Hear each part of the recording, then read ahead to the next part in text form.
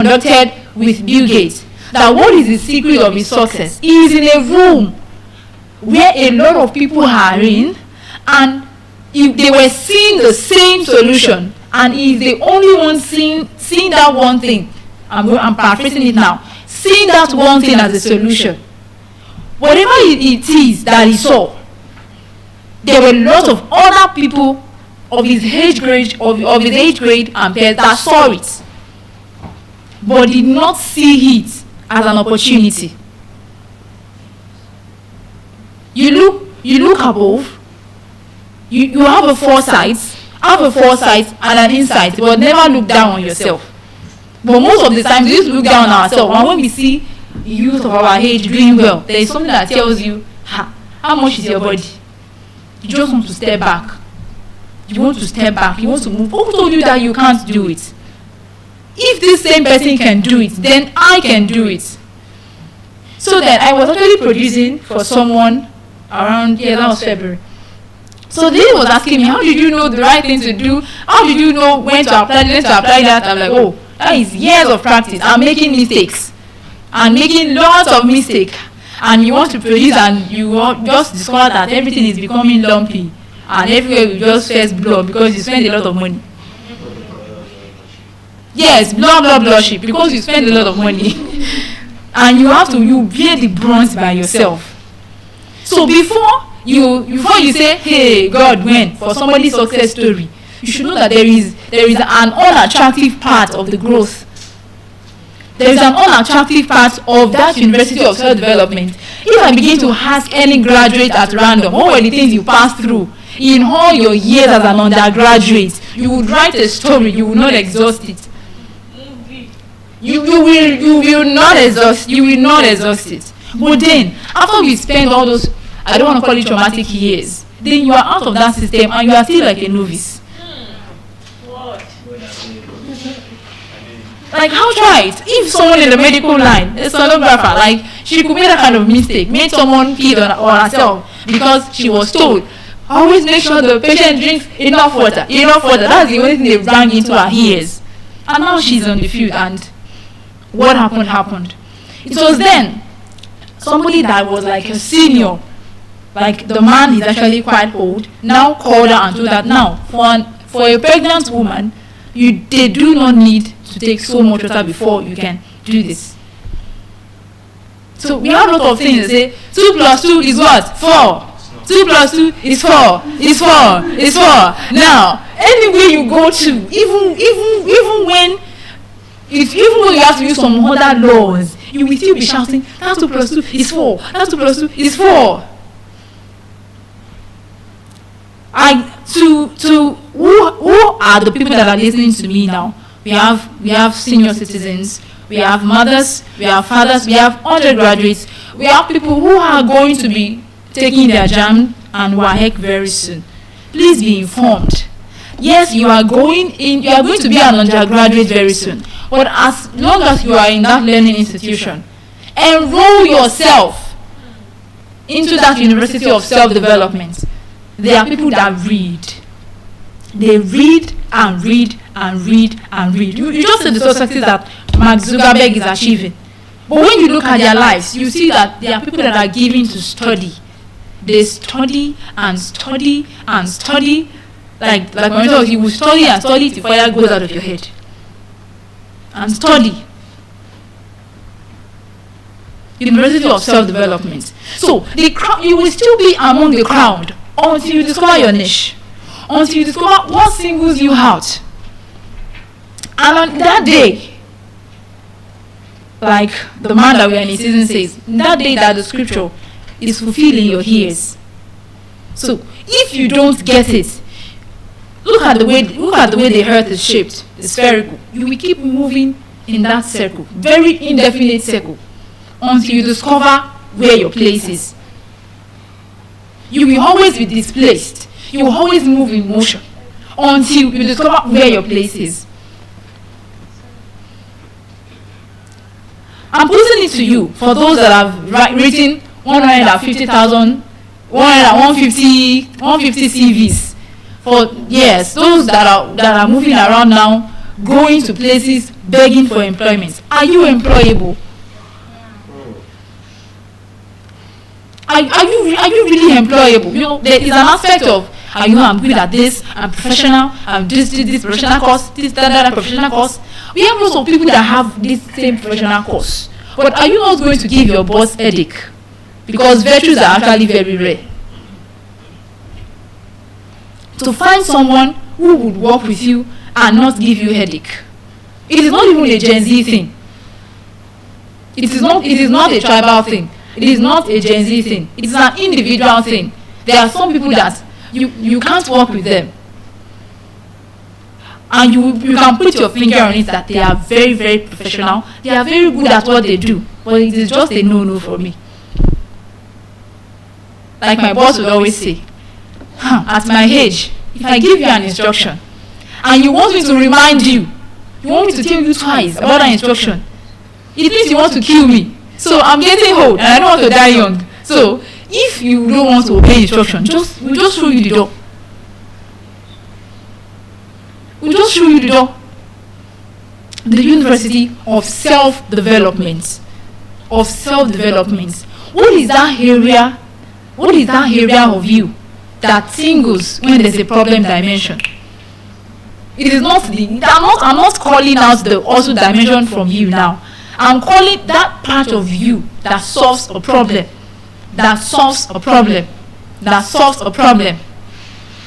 When this person was here, this was what he was able to achieve. When this person was here, this was what he was able to achieve. People might not remember your name. They might not even remember your face. But they would surely remember how you made them feel. My auntie in Basic 3, I think she was actually a turning point for me. Auntie Sulia, I can't remember her face anymore, just the name. And that she's very good at when it comes to handling children. I can't remember her face anymore. They will never forget how you made them feel. I know that you are good at teamwork, you are good at this, you are good at meeting targets, but are you really employable? Are you really employable? Can you stop? Can you reduce someone else's BP, or you are going to increase it?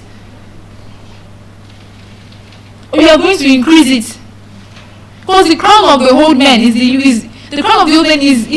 wisdom, and the crown of the youth is their strength. So why will you use your strength to pull off someone else's crown? I don't want to drive us so much. So this is also redefined. You are not just an hustler. You are not meant to hustle and still not find someone, and you just continue the hustle and teach the coming generation to hustle. You know, it's good to work hard, it's good to work smart, it's good, learn skills, do all this, and your energy will be scattered around.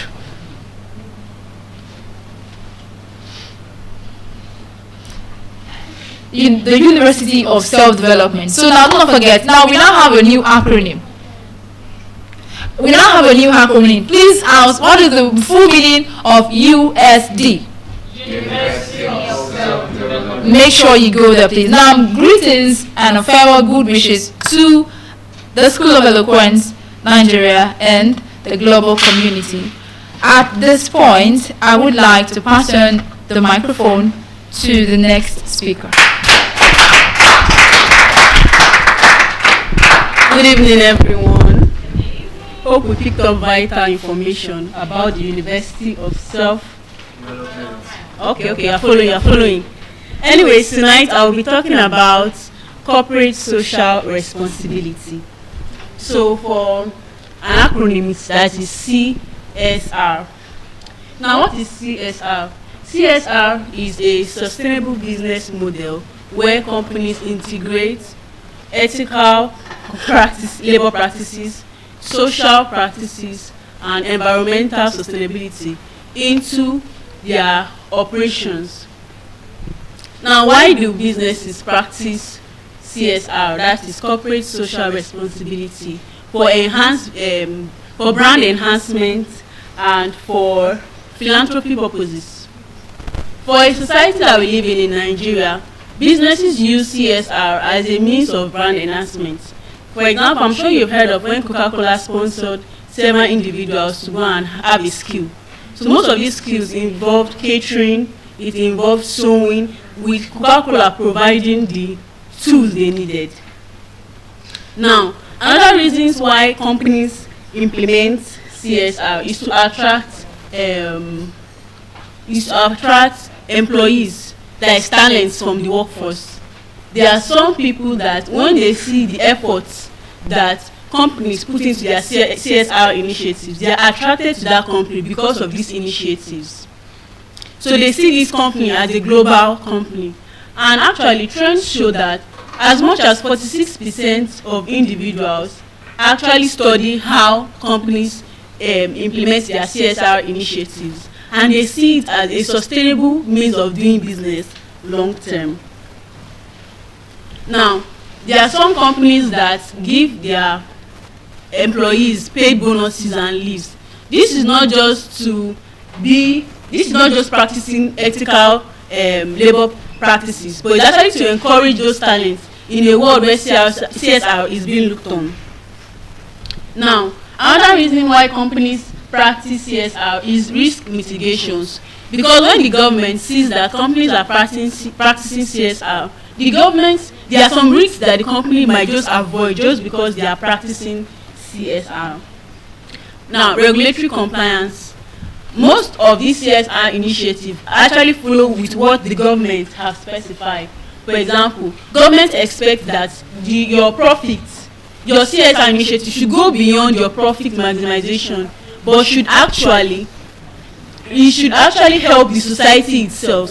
So this means that if you are, as a company, you are including CSR initiatives in your business, you are actually following and complying with governmental rules.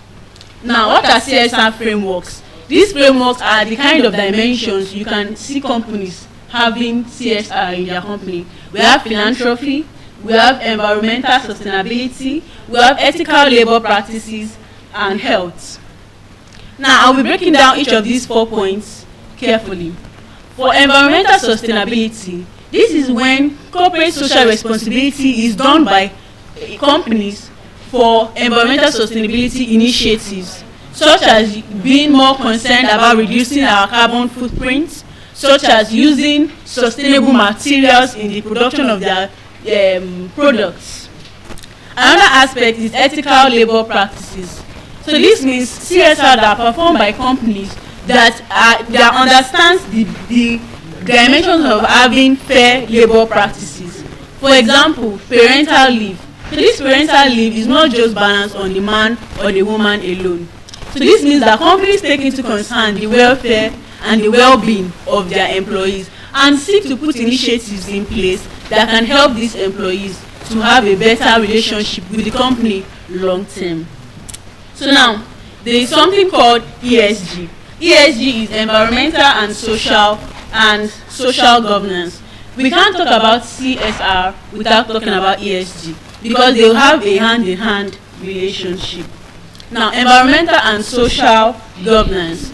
This means that our environment should place a priority because where these companies are based are on this environment, and sometimes these companies have a lot of effects based on their customer consumption and its practices thereof. Now, sustainability. In current year 2026, sustainability is a talked about goal for everybody and is a global topic. Why is this important? It is important because long term we want to leave a earth that is a better place for those that are coming after us. So once companies begin to put CSR initiatives that target sustainability practices, it actually improves the type of planet and earth that we live on. So now, philanthropy. These are cases where company initiatives CSR target philanthropy, such as poverty alleviation techniques, poverty alleviation schemes, skill development, also providing health care to the environment and community that they are in. CSR is a great way for companies to look beyond profit maximization. An example of this was when in Sokoto State, University Usman Dafodio University, Sokoto State, a pedestrian bridge was created there for the students by UBA group. Why did UBA do this? They noticed that the routes that the students take stretches a long way, is unsafe, and has actually caused major accidents for students. So they built a pedestrian bridge which actually shoved the travel time for students in that environment. This means that this CSR initiative was able to solve a real life problem and get people involved in that community. Long term, it also helps people to what? Look beyond the present to the future we are all building. CSR is a global topic. That means not just in Nigeria, all over the world, CSR practices and initiatives are being implemented, such as the Lego Group, such as the Coca-Cola Group, and etc. Now, health. There are CSR practices that target health in itself. What this means is that there are some CSR initiatives that are meant to help people with their health care and medical needs, such as companies going to rural environments, providing prenatal care, providing prenatal practitioners that can help these people understand their pregnancy journey, such as companies going to rural environments and giving out free tests or free diagnosis that would help the people of that environment. And all CSR initiatives, that is from environmental, sustainability, ethical labor practices, health and philanthropy, all go hand in hand. That means even if you are focusing on health, on CSR that is focused on health, you are also going to still be helping the environment long term, because in a case where the people's health are better, their finances are able to go towards other aspects of their lives. Now, examples of CSR in practice. I don't know if you know about the MTN Yellow Entrepreneur Program. So this was when MTN reached out to youths and told them, oh, we're actually going to give you an entrepreneurship program, and this is this and this, and they gave them the requirements, and those people that were able to benefit actually did it. UBA is also famous for a CSR initiative from Access Bank, who actually help communities with disaster relief programs. Now, as human beings on earth, we have a responsibility to the planet we are living on. So this means that CSR practices target beyond the now, beyond the people we are living now, such as reducing our carbon footprint, community development, poverty alleviation. In societies where communities receive CSR initiative, they can have better educational structure. This is, for example, a company can decide, oh, this school actually looks bad and dilapidated. This school is not conducive to learning. So they might raise some funds. Okay, let's do a section of this school. They might not be able to totally redo the school environment. They might choose a block and they will redo that block. And CSR initiative fosters harmony and development. That society now where the schools have been rebuilt. Peradventure, it was the computer department that was rebuilt. And a new teacher comes. Because once CSR initiatives are being done, it attracts talents. This is both locally and globally. Now, local education programs. Some of my friends have been benefits of CSR initiative. A personal friend of mine, when Coca-Cola did a CSR initiative close to her, that was where she first had her first exposure to baking. And all through her university, she started doing it professionally, and she made it into a full-time business right now. Same thing as me. In the year 2020, after the coronavirus and the lockdown period, my dad actually was able, through all these CSR initiatives, to get me a slot to which I was able to learn shoemaking and leather work at the Women Development Center in Agege. Now, if these initiatives were not put forth by companies, how would I be able to partake in it? And so far so good now, I am a shoemaker, which was one of the first businesses I was able to get into because of such CSR initiatives. Now, transparent equality policies. Sometimes in workplace environment, the type of workplace culture is sometimes that is the men that they see them more visibly than the women. CSR initiative help us to have equality policies that actually target and help both genders. Now, CSR can drive meaningful change in our planet and in our society. I've talked a bit more on this, but I'll still expound. How can CSR drive meaningful change? A child that receives free educational programs, skill acquisition, poverty alleviation schemes can actually grow up in the next 20 years after this CSR initiative has been brought to that community and become a giver and a doer of CSR initiative in each of our own companies. This means that it's just beyond the present. We must also be visionary and see the future that's coming. Now, human impact. When CSR is done right, it has human impact. That is, such as tackling hunger and humanitarian aid. In many communities, sometimes disaster happens and they don't have the funds to even start reconstructing their environment. I can remember one time in Bayelsa where there was major flooding, that people lost their homes and even their lives. One of the companies that actually actively stepped up to help those environments was Access. They actually helped with infrastructural rebuilding, and they also helped with people that were displaced from their homes. So it shows that these companies look beyond their profit maximization. They see the people in the community, they see the people in the society, they see the people in the consumer. Now, CSR practices also build customers' trust. This means that UBA as a group as it is, they are very popular for their CSR initiatives. Most people that you see signing up to UBA might be because UBA did a CSR initiative or scheme in their community and say, okay, since we opened this, since we did this scheme for you, you might actually be paid through our UBA account. This means the customer has to open a UBA account, and if the person actually opens their account and receives good service, that person will not have any reason to be disloyal to that bank, because there is a sense of indebtedness to that bank that, oh, so because of this bank I was able to get this skill and I was paid and I'm now on the right track for my life. Now, it also raises awareness. CSR initiatives brings to focus the issues that are often undertalked. Tobe currently is traveling around Nigeria, and I saw a place when he went to the north and he did a borehole for them. He created a water source for them.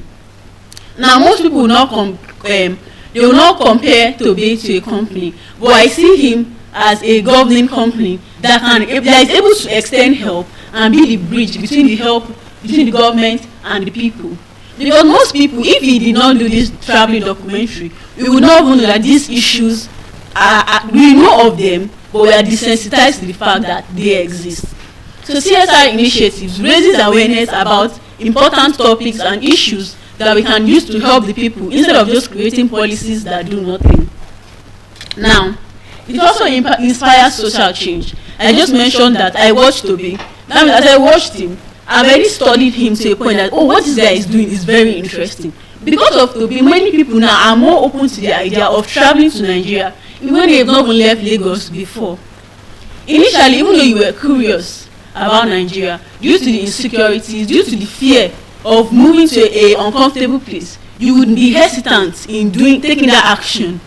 But because Tobe has shown that Nigeria is just more than the Nigeria you see in Lagos, he has shown another aspect of the country that people have never seen. This means he has inspired social change across his generation and even generations above him. Now, this social change, its effect might not be seen right now, but because of the ripple, or when the stone fell into that pond, the ripples are going to spread very far and very wide. Eventually, somebody that is inspired by Tobe might come tomorrow and say, oh, my company is actually doing this in Focados. We're actually going to build this community. We're actually going to reduce oil spills. We're actually going to do many initiatives because of the person that started an initiative that inspired social change. Now, CSR matters more than ever.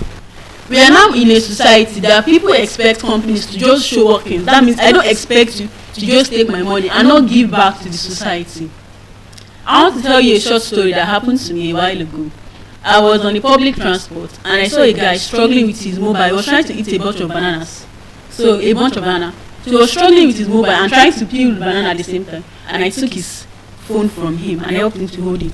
Then he ate his banana and he offered me bananas as thank you, and I said, oh, thanks, and I collected the bananas. Now, this little interaction just showed me that human being relationship is of give and take. There is no way in our society, if we give to the people also will feel indebted to us and want to also give back to us. Because that simple interaction showed me that when people are treated right, they will also want to treat other people right.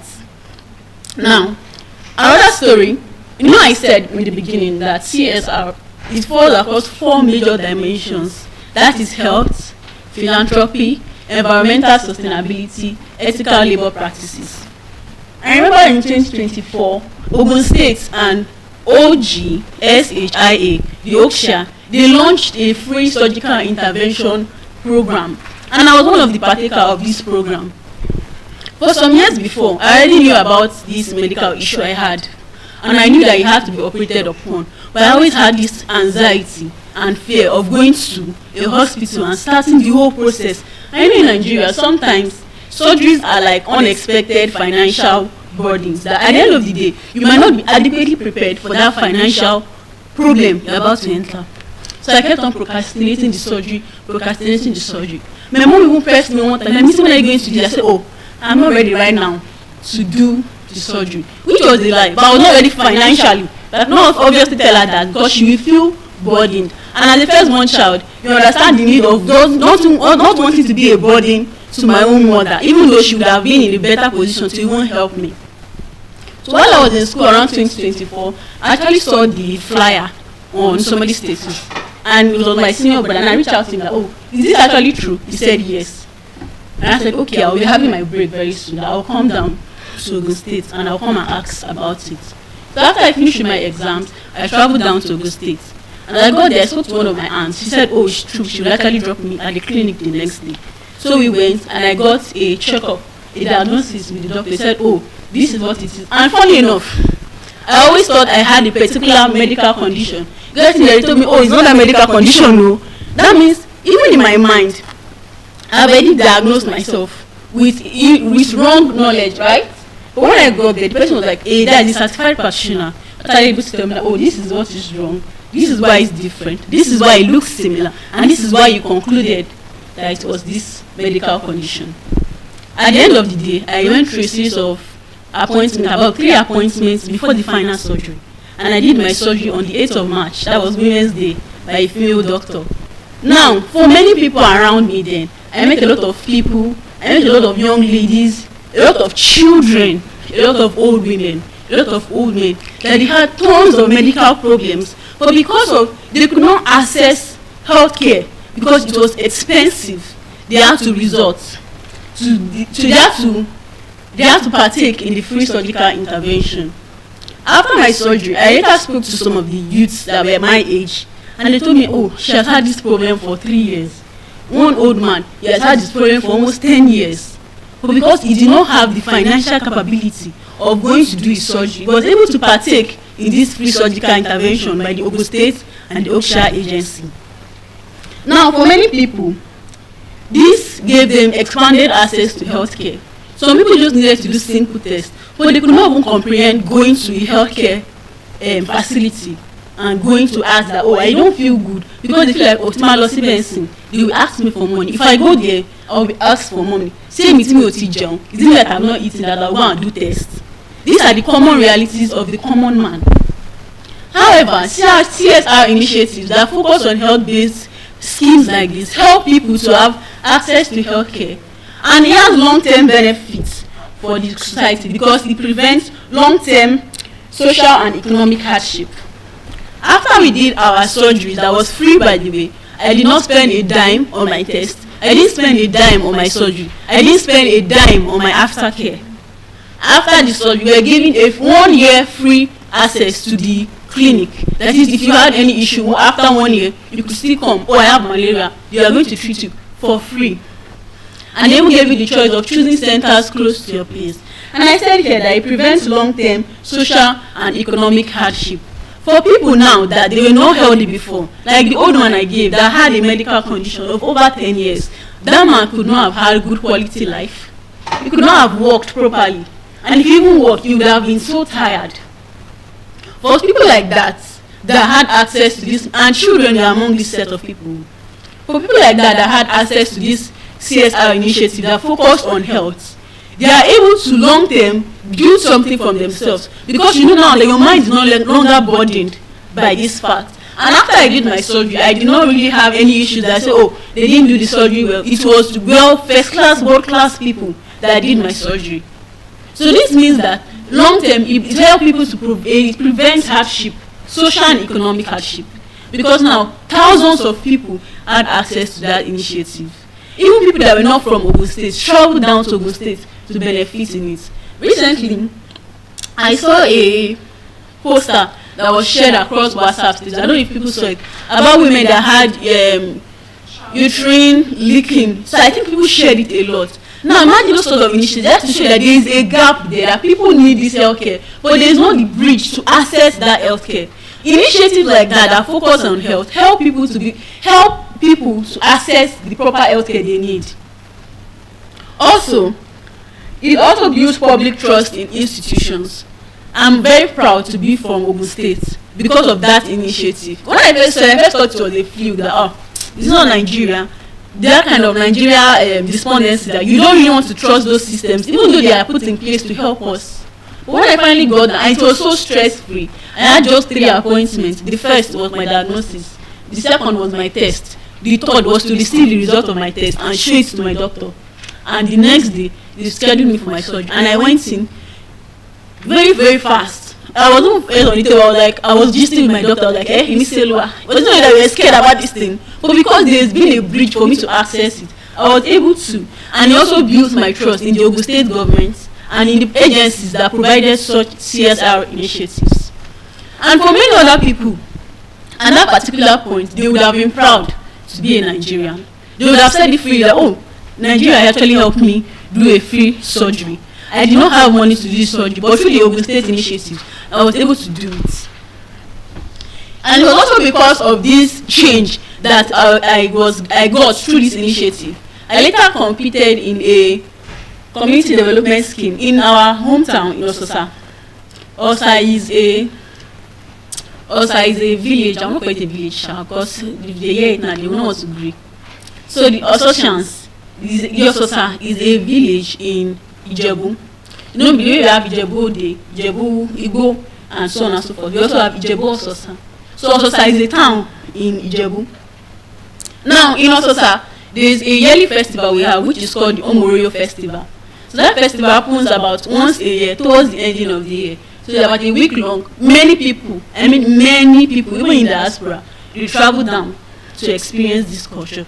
Because of the initiative that is the free surgical intervention that was organized by the Ogun State government, and I felt I needed to actually be doing more in my own society. This was the social change I talked about. So I competed for the Ososa Memorial Day. We have various events that happen, and one of them is the pageant events. So you got Miss Ososa, and you don't have Mr. Ososa. I don't know why they are treating men like that too. Maybe we need a Mr. Ososa now. But we have Miss Ososa, and I competed, and I got first position.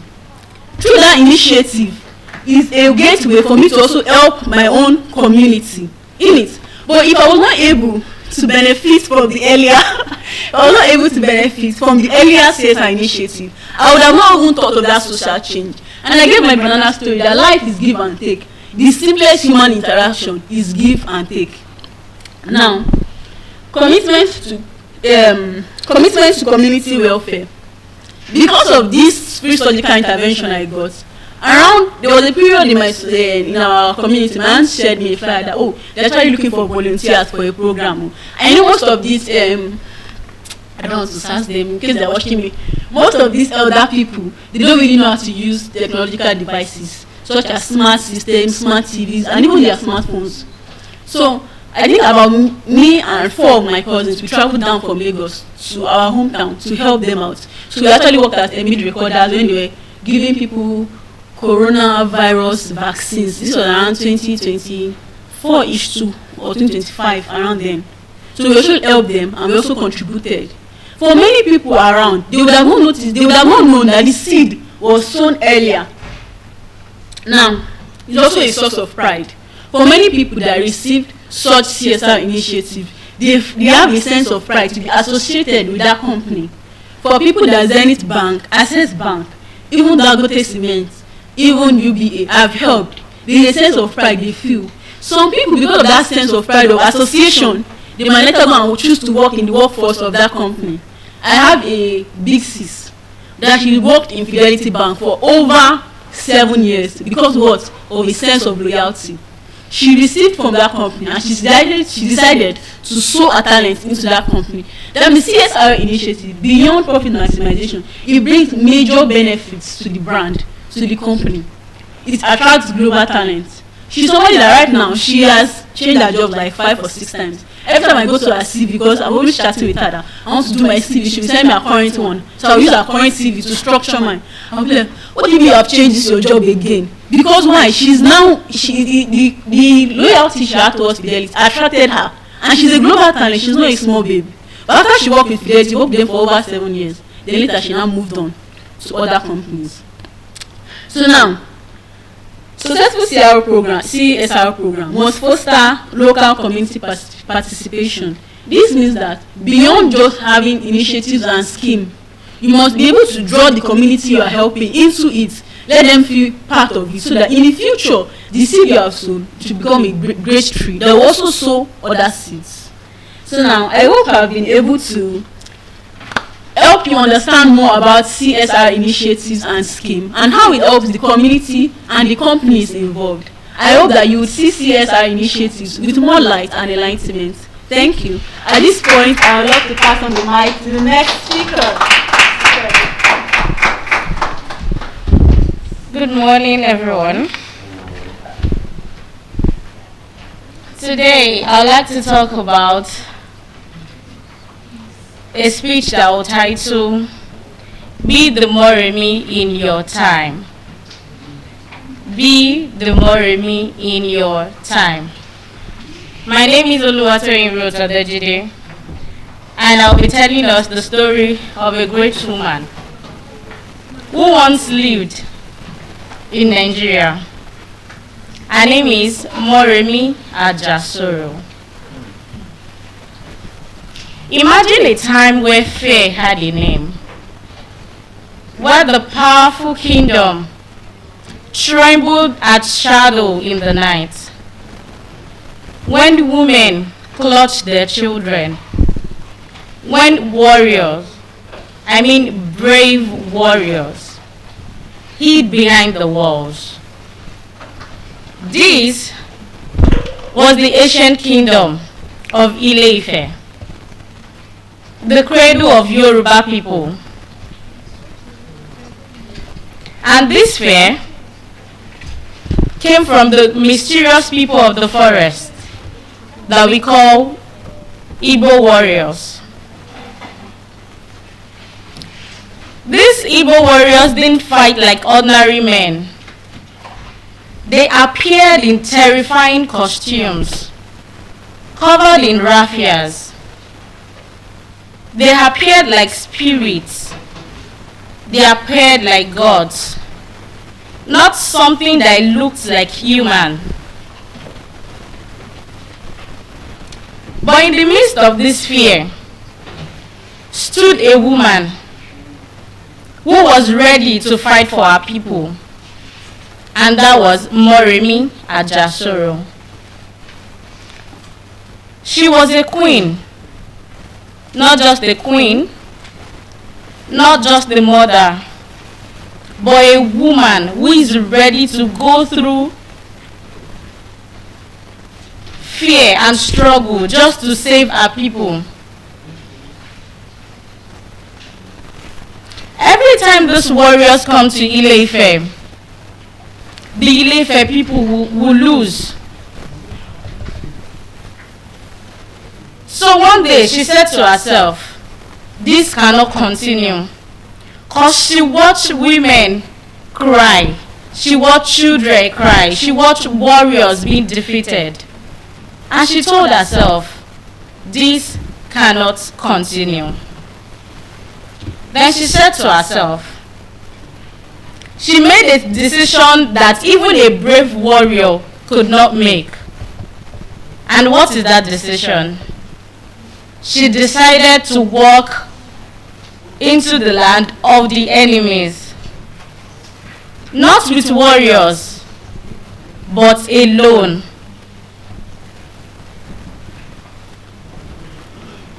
Before she left, she went to the river goddess that we call Esimiri. She went to the goddess and she told the goddess, help me to win this. And if I win, anything you ask me to do, I will surely do.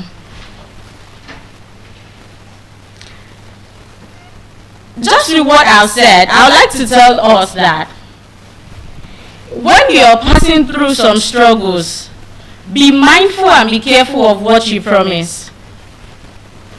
So she told the goddess she was going to give her anything she asked for, so far as she's able to win. So she decided to let the warriors capture her. Just imagine, she didn't run, she didn't scream, she didn't struggle.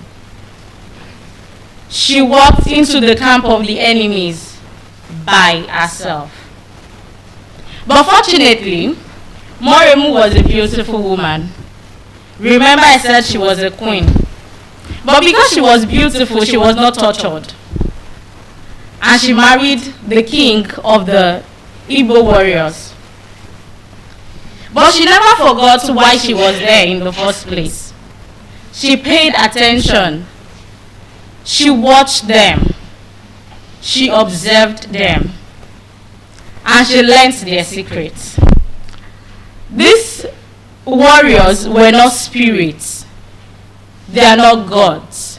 They are just humans dressed in raffias. And then she realized that these materials they were covered in are dry materials. So she knew their secret already. If I may ask us, what do you think the secret is? Fire. Thank you. So she learned that since they are putting on dry materials, fire would really do a great thing in bringing these warriors down. So after learning their secrets, she decided to escape and she went back to Ile-Ife. When she got there, she explained to them what she had seen, and then Ile-Ife people, they prepared. This time they were not scared. They were ready to face the enemies. So all of them got fire. When the Igbo warriors came, they burnt them with fire. And these people screamed. Of course, spirits don't scream. That was when they realized that these warriors were truly humans. And in that point, we see that Ile-Ife won, and Moremi became a legend. She became hero. She became the person who stood for her people, even when others were afraid. Now, remember she made a promise to the river goddess. So it was time to pay her sacrifice. The goddess didn't ask for land. The goddess did not ask for gold. The goddess didn't ask for power. The goddess asked for one thing that mattered to her, and that was her son, Oluorogbo.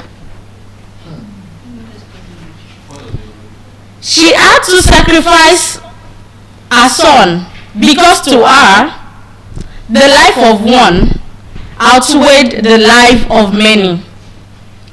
And to her, sacrifice was sacred. So she sacrificed her son. And now Moremi is celebrated. In fact, she's even worshipped. She was more than a queen. She was courage in human form. She was sacrifice in action. And she was proof that one person, just one person, can change the destiny of an entire people. Now, I would like to relate Moremi's story to our today's word. I have 5 things that I would like to share to us about Moremi's story. How you can become the Moremi of your time. The first point here says, courage to confront, not escape.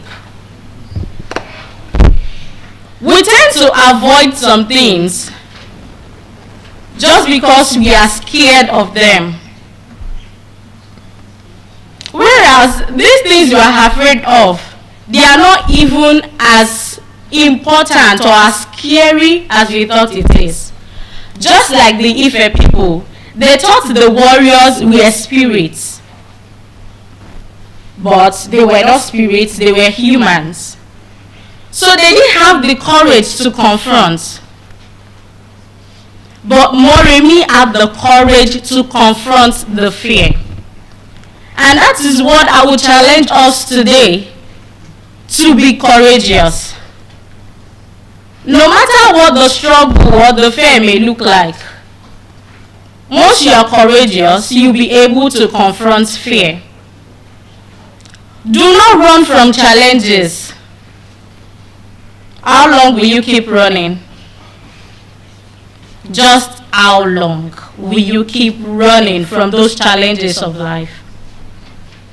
But be courageous to confront them.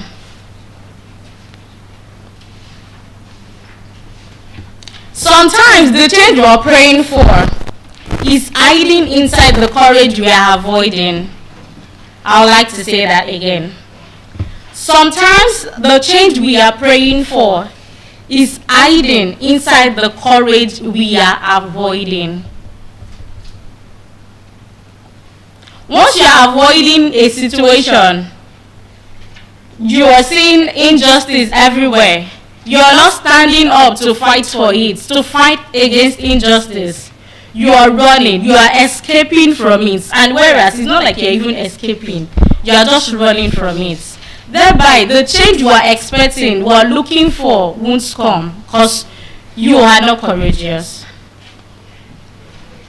I'm talking about how you can be the Moremi in your time. Courage to confront, not escape. Now, my second point is knowledge defeats fear. Knowledge defeats fear.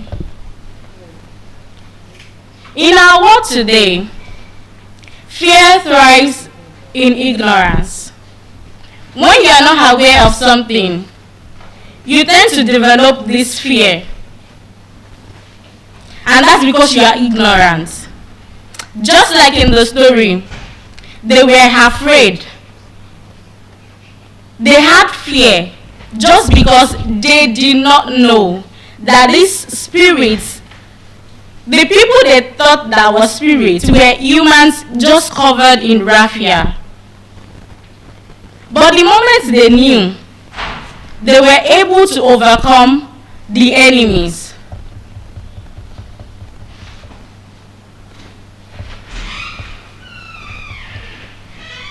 And I would like to say that we should replace assumptions with understanding. Seek understanding. Stop assuming. Imagine Moremi didn't step up, or Moremi didn't sacrifice herself to go into the camp of the enemies just to know their secrets. Do you think Ilefe would have won? Of course not.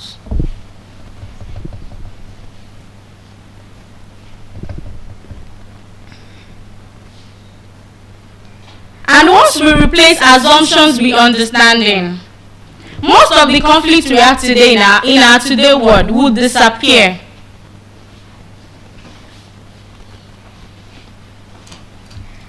And that would drive me to my third point. Sacrifice for greater good. Sacrifice for greater good. What I've learned so far is that in this generation, we really do not want to sacrifice. We just want everything easy, easy, easy, easy. Some people will even go ahead to say, I'm just a baby girl. Of course, I say that too. No stress, soft girl. But we need to take sacrifice. We need to make sacrifice for the greater good. Everyone, even if I ask us, does anyone here, if you are here and you don't want a change, can you please signify? You don't want a change. Of course, we all want a change. And with every change comes a price. you ready to have sleepless nights? Are you ready to let go of that ego? Are you ready to let go of that pride? Just for a change.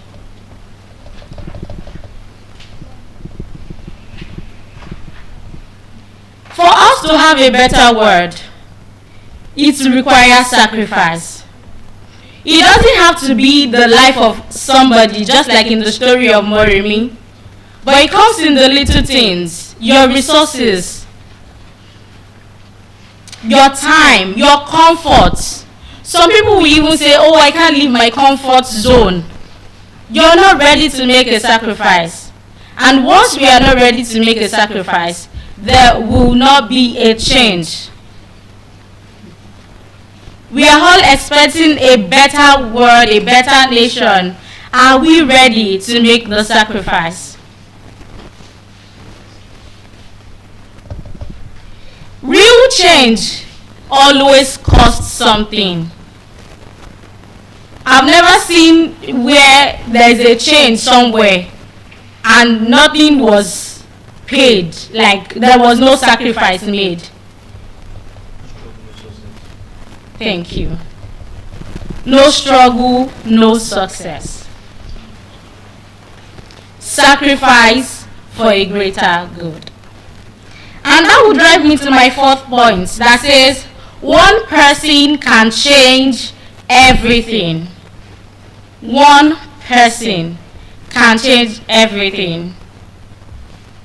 Just like the story I said, the warriors, the brave warriors, they were afraid to confront these Igbo warriors. They were hiding, but just one woman, just one person changed the situation. She changed the story. Sometimes we say, what can I do? I'm just one person. But we can do a lot, just as individuals. Change starts with a person. Your voice can start a conversation. Your voice can inspire others. And your courage can create ripple effects. So just one person can create a change. And are you ready to be that person?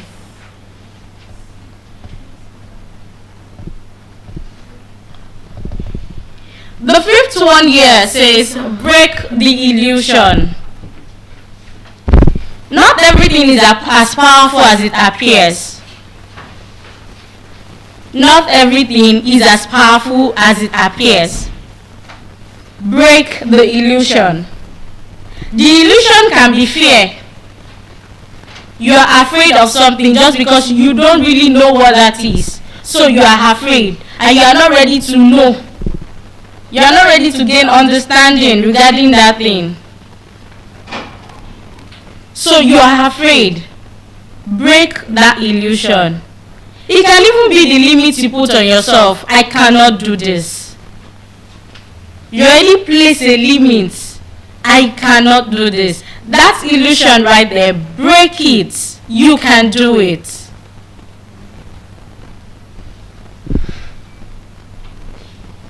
Break the illusion. What if something is not as strong as you think? The warriors, they appeared strong. They appeared like spirits, but they are not actually as strong as they appeared. So break the illusion. In conclusion, I would like to say, what fear has dressed up at something that looks bigger than it is? That things we go through today, we already think that it is very, very big. You cannot overcome it. But really, they are not as strong as you think it is. Just seek understanding. Be courageous enough to confront it. Step forward today. Seek the truth. Pay the price. And change the story. The world becomes better when ordinary people choose to do extraordinary things. Thank you. And I'd like to pass the mic to the next speaker.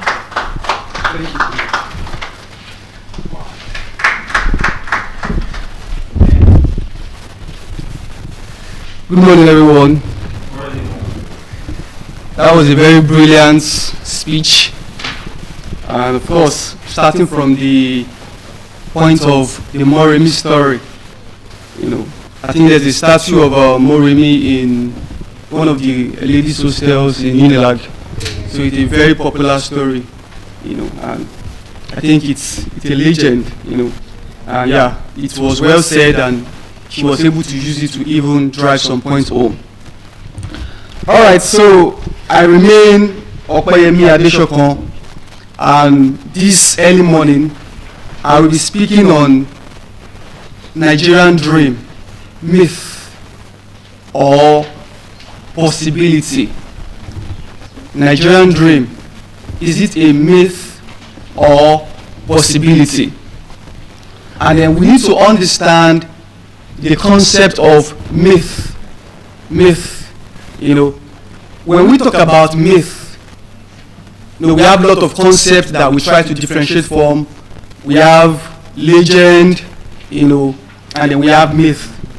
Myth is a story or a tale or something that appears to be real, or something that we sometimes conceive to be true, but in reality, it might not even be true.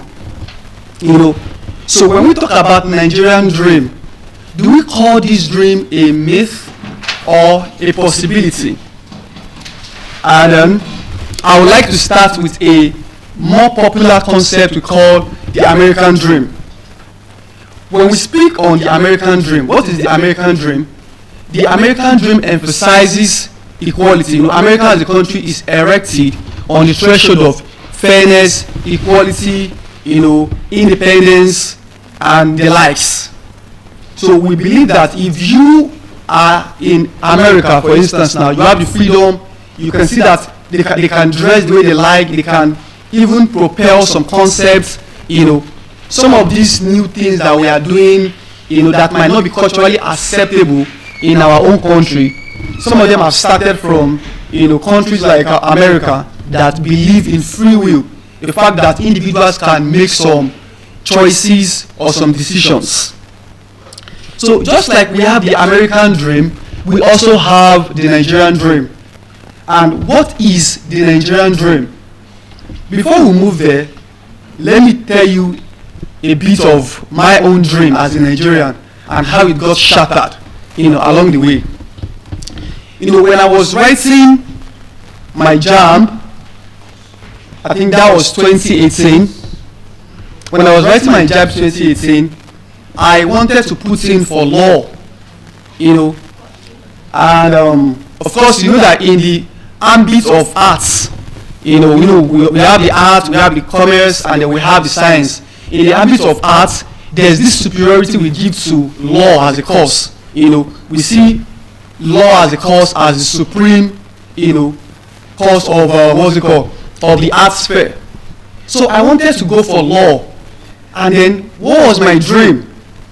I was thinking if I could study law, I was probably going to find myself in a place I could defend justice and then serve some very, crucial purposes. But before I went for law, I met my elder brother, who at that time has been studying English, and he told me, in order for you to become a better lawyer, you need to have a good mastery of the English language. So what do? Study English first.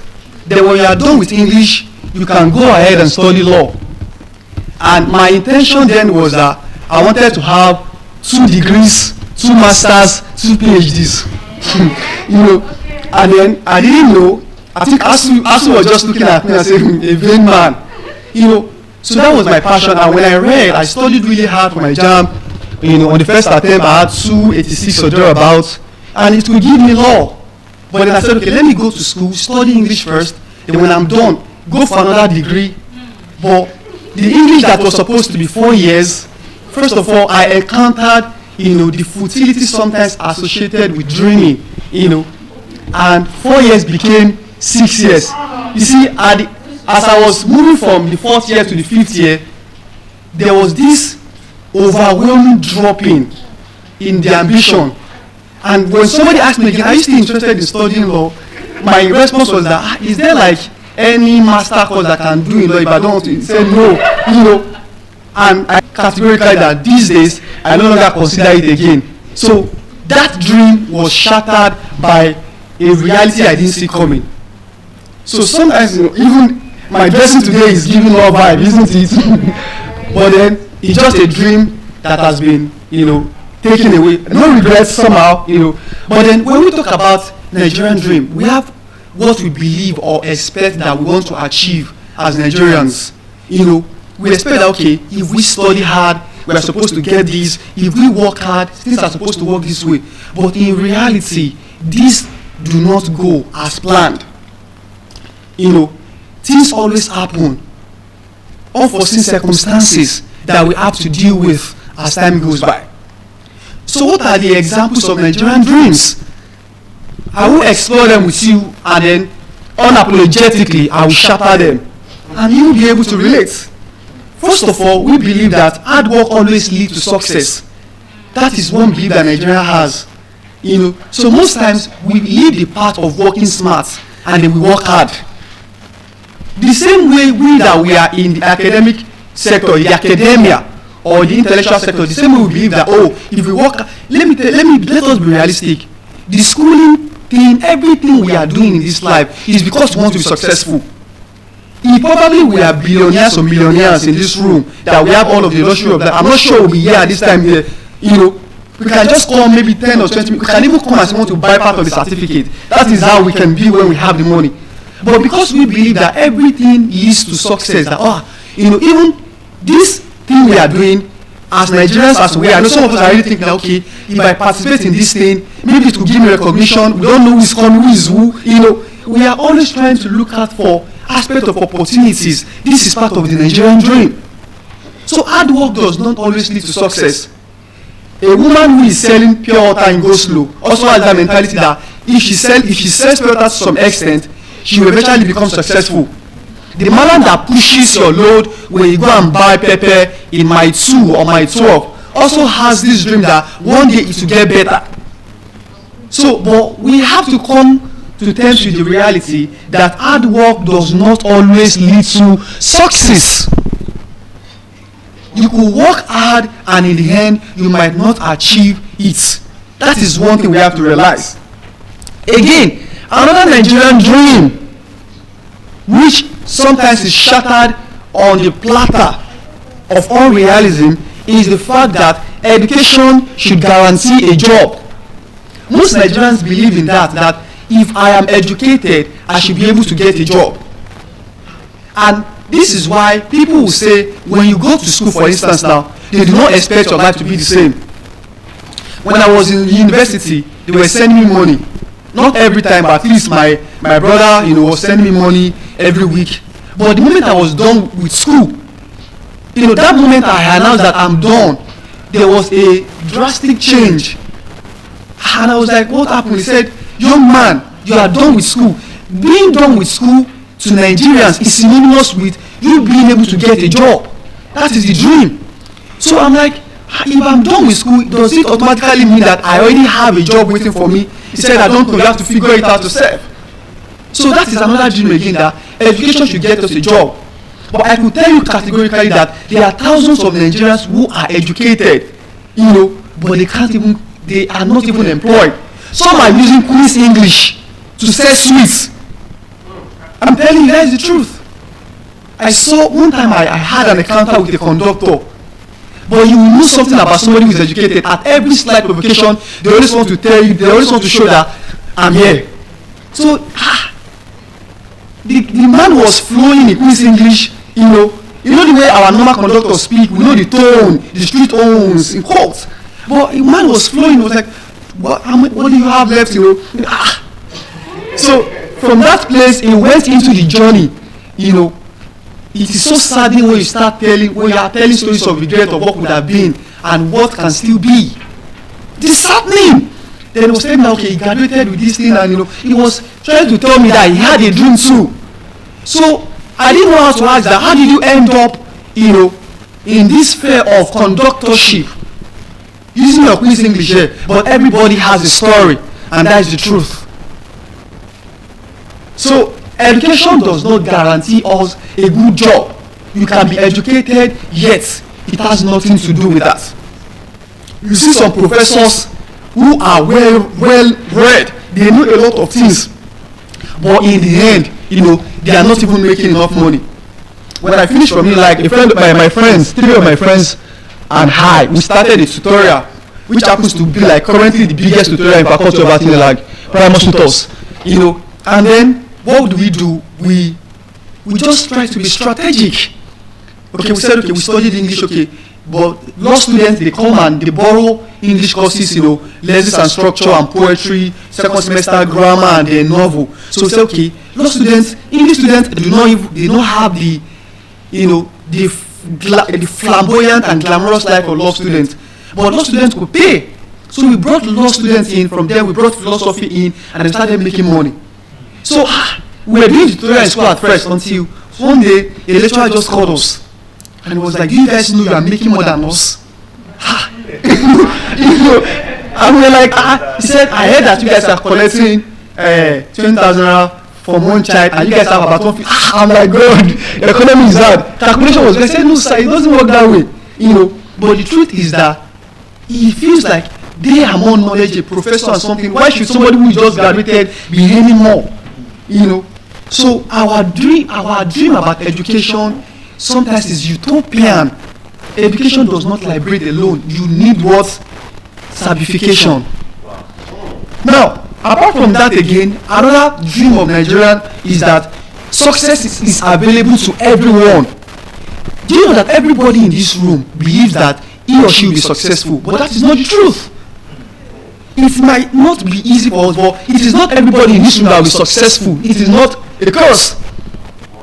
The truth is we can only try, but the essence of our success sometimes cannot be determined by just trying to be hardworking. That's why sometimes you see that even your friends that are not working up to you, to your level, they are making more money. I was speaking to a cousin of mine. By age, I'm older than her, Elizabeth. But in terms of financial, Nigerians sometimes what we claim is age. But in terms of financial strength, she's earning more. She said in a month she's making like 2 million naira. I was flabbergasted because I was like, she's not even in the university yet, and she could earn that working in a bakery and just some menial jobs. And there's an extent of working hour. Nigeria, you can decide if you want to kill yourself, you can kill yourself. You want to work for 10 hours, you can kill yourself. But they regulate their work. You can't just work like an animal. And then she's earning more. You grab. So success is not available to everyone. Sometimes you can be terrible enough to grab it by the throat and say, you have to make me, I need you have to be successful. And sometimes you can do everything and you may still not be able to achieve that. Are you following? Yes, also, another thing again is that the Nigerian dream, our Nigerian reality, we always believe that the government should provide opportunities for us. Fine, the government has a role, whether the state governments or the federal governments, but then in a place whereby we could see that there are a lot of inconsistencies, and we are still trying to grapple with this economic situation. We have got to take charge of our life. Even though we could be so dependent on Alawi, which is government stuff, I could assure that majority of us doing NYC, are not even relying on Alawi for survival, because even before the Alawi come, some people have already even committed some financial atrocities that take the Alawi away once, and that is the truth.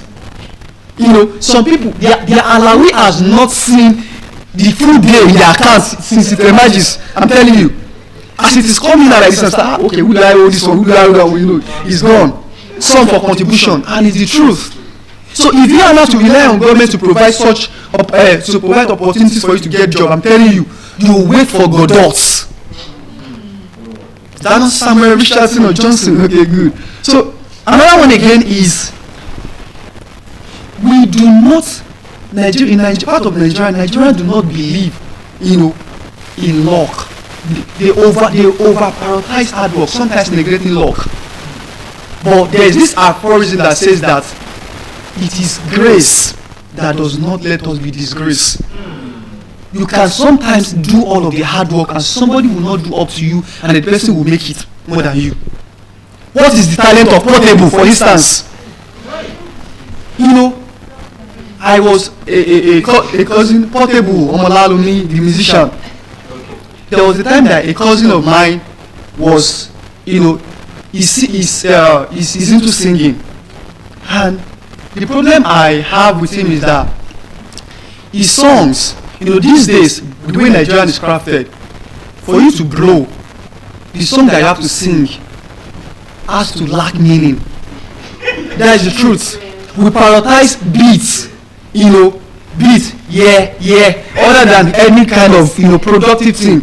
That is why the likes of John Drill, they do not have the highest kind of engagement. Like of Asha, people that sing with Brimo, that sing with content. But those who glorify some sensitive part of the body are the one, eating the global world. Somebody will just come and they're saying, and then, we are dancing to it. I'm telling you. So my cousin came to me and he said he wanted that he's into music and who could I link him with? Because in my dad's place in what's it called? In Ogun State, our place is just like a stone's throw to Portable's house. Both is a bar and there is house. But I have seen this guy in action. It's like money misroad. Because there was a time he was having issue with some persons in the neighborhood.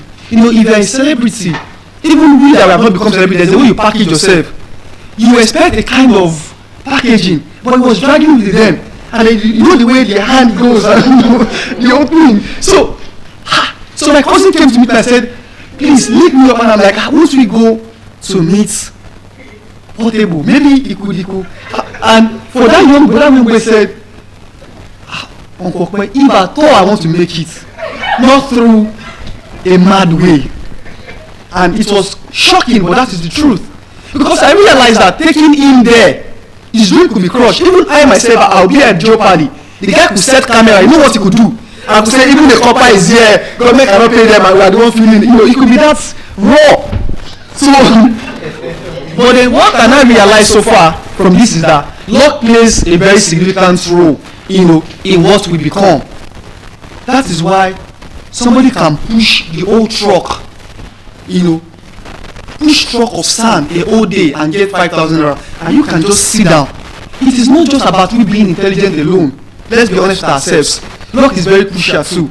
How do you meet the opportunity? The fact that you could even get education, there could be a lot of factors militating, but we did it all through. This is also part of luck. So we must not deny that aspect of luck. Now, these are the myths of the Nigerian dream, the things that people, I'm a lover of mythology, and of course, when you read either the Greek mythology or Nigerian mythology, you will see some of these stories that they are not real to some great extent, but then they have a kind of believability. Now, let's now move on to what are the possibility aspect of Nigerian dream. I've looked at the first aspect of the myth, that what Nigerians believe success should be, what they believe the economy should be. Okay. Somebody was saying that I will believe that Nigeria is better when we start using Ferrari for Uber. Maybe we are going somewhere and use Ferrari for Uber. When you can freely walk in the country without any fear or any fear of being kidnapped or thereabouts. We are probably going to get there, so we cannot actually call this dream a myth. It might take time. We might not be here to witness it anymore. We could have died, but maybe our great grandchildren will witness it. So, what are the possibilities? Despite the fact that this dream has been construed into myth by some persons, there are still some possibilities to show that indeed Nigerian dream comes true. Number one is globalized opportunity. And then you see these days that talent are paying off. It is true that somebody all the way from Mushin can become a global star, can dream of becoming great. Most of these people that we see today that we admire, if they tell you what they are going through, honestly speaking, you will not believe it. Wizkid, I some time ago I watched the upbringing of Wizkid. He didn't come from a well-to-do family like that, just an average home. I saw his first performance when he was performing he put on lace with Banky W, before even he was signed to EME, and he was just there. The Wizkid that we now know today that biggest bread and the different kind of name we call him. So all the way from Oju Elegba, if you listen to that track, that he did those days, we could see how he was brought away from the trenches of Oju Elegba to the global world. I don't even think he even resides in Nigeria anymore. That is the dream. Look at Rema, for instance, now. Because he wanted to feed his family, he found himself stealing his friend's laptop. But these days, Rema is not the Rema we know anymore. In fact, Rema has gone even more than Don Jazzy in terms of recognition. The video he featured Selene Gomez, I'm telling you, it was one of the videos that hit a very big like. So we now see ourselves moving from a localized stage to a global stage. So who says the Nigerian dream is a myth? If someone like Rema can move away from all the way from Benin and it can go to the global stage. In fact, if you even look at our footballers today, look at the likes of Osimhen, Alex Iwobi, Asa Oshuala, the lady. A lot of them are now on the global stage. Do you know something? I witnessed. I'm a lover of football, a Manchester United fan. I witnessed something, and it touched my heart. And then that thing, it gave me a sense of hope that if somebody in Nigeria could achieve this height of love, definitely I could achieve the same. What is it? Victor Osimhen. There was when he wanted to play the last Champions League match, I think against Liverpool, Galatasaray displayed his mother's frame and they were chanting his name. Do you know Galatasaray is a football club in Turkey? Do you know what it means for a whole stadium to be chanting your name as an African, a Nigerian boy? Even he himself could not contain it. He was weeping as he was reciting that. He was weeping because the kind of love they were begging him, they were idolizing him. So if Osimhen could do that, definitely the Nigerian dream is not a myth. You could do that too. You will see Nigerians at the global stage doing different things.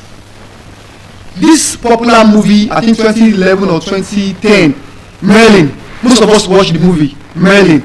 One of the actors in Merlin, was a Nigerian. I think the guy that acted Sahelin or something, so it was Evan. It was a Nigerian. And look at it. So we have moved from a localized stage to the global stage. So the dream is not just a myth. It is a possibility. And then we are now rewriting our stories. So therefore, we now have the feeling that somebody that comes from a family, a very poor background, can attain, a greater height. Anybody here could be the president of Nigeria tomorrow. It's a dream that can be achieved. We can even move beyond our own scope, our own country, Nigeria, and become even something greater abroad. We've had thousands of Nigerians that have made us proud, even beyond the Nigerian society. So do we call this dream a myth? No. It is now what? A possibility. Are you following? Now, we'll also talk about the fact that failure is no longer final. Failure is no longer final. One of the things that defines us as Nigerians is our resilience. The fact that even in abject failure, Nigeria can take confidence and can start again. I think somebody was trying to make a meme of comparing Nigerians with some Western persons. That sometimes when the West people, when they are tired of something, they could even take their life. That they don't waste time in decision making, okay, I'm in debt or something. So, but Nigerians will say, no, we'll go again. That if this is it or not. So the resilient part of what it is what actually concretizes our dream. So that is, you could see somebody who has tried to achieve something, a lot of years after, it could even be after like 50 years or thereabout, that the person will achieve it. It is part of what? Our resilience. That if you do not get it at the age of 20, it doesn't stop you from getting it at the age of what? 50. Are we following? Also, the dream has evolved. The dream has evolved. We have gone beyond we just dreaming alone and then thinking that, okay, whether or not this dream is a possibility. We have seen concrete evidence of the dream becoming what? Possibilities. That is to say, for every field that Nigerians are, they even have models that have succeeded there. If you want to go into acting, for instance, now, you have a lot of people that have succeeded in acting that you now look up to and say, these people are doing well as Nigerians. You yourself now know that, okay, I can even reach this level. Look at our Nollywood actors. We have a lot of great persons, likes of RMD. There was even a time they had an Indian movie. Anybody saw that movie?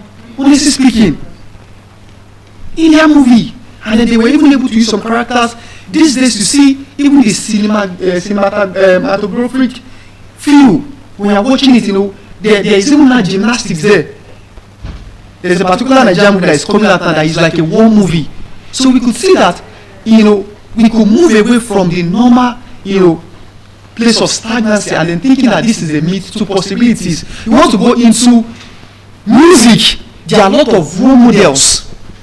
Those days when the likes of Two-Face, the band Nice, when they were the one reigning, there were little opportunities when it comes to what? Featuring. So featuring artists abroad was not easy. But look at these days. The likes of Whiskey could feature Justin Bieber, Drake, anybody, Beyonce, Burna Boy could feature Ed Sheeran and the likes. And look at Nigerians from just normal Edis Award, they are not being nominated for what? For Grammys. That is possibility. Burna Boy has won Grammy how many times now? I think once. I'm telling you, in a category that is difficult. He didn't win it in just an ordinary category, but a category that even had white people in there, and then he won it. So we could now see that. And when it comes to music, Grammy is like the height of everything, when it comes to musical achievement. And we have our own people being there. So the dream is not myth. It is now what? A possibility. If I use them, for example, to look at the public speaking, when I was coming inside there, I saw the tag and I was smiling that the only West African certified, public speaking professional, honestly speaking, and I'm like, some of us have had the dreams to speak publicly, and somebody has not just spoken publicly, has been certified on it, and being the only West, it's just like when you have Nobel laureates, I think this is like a very great thing to in public speaking. So if they could achieve that, anybody who wants to, I met a lady in this place, and she said she's a public speaker, that she even came here some time ago that she wanted to learn and up her skill. So that means she has a role model she's even looking up to right here in front of her, in this room, in this space. You understand? So from this foregoing, I could then tell that the Nigerian dream, to me, is not just a myth. Perhaps it is not what will be fast-paced, and it is not what will be easily accessible to everyone. But if we work hard, with a bit of luck, diligence, and the resilience that Naija they carry last, we are going to turn the dream, into a concrete possibility. So this said, I would like to pass the mic to to the next speaker. Thank you.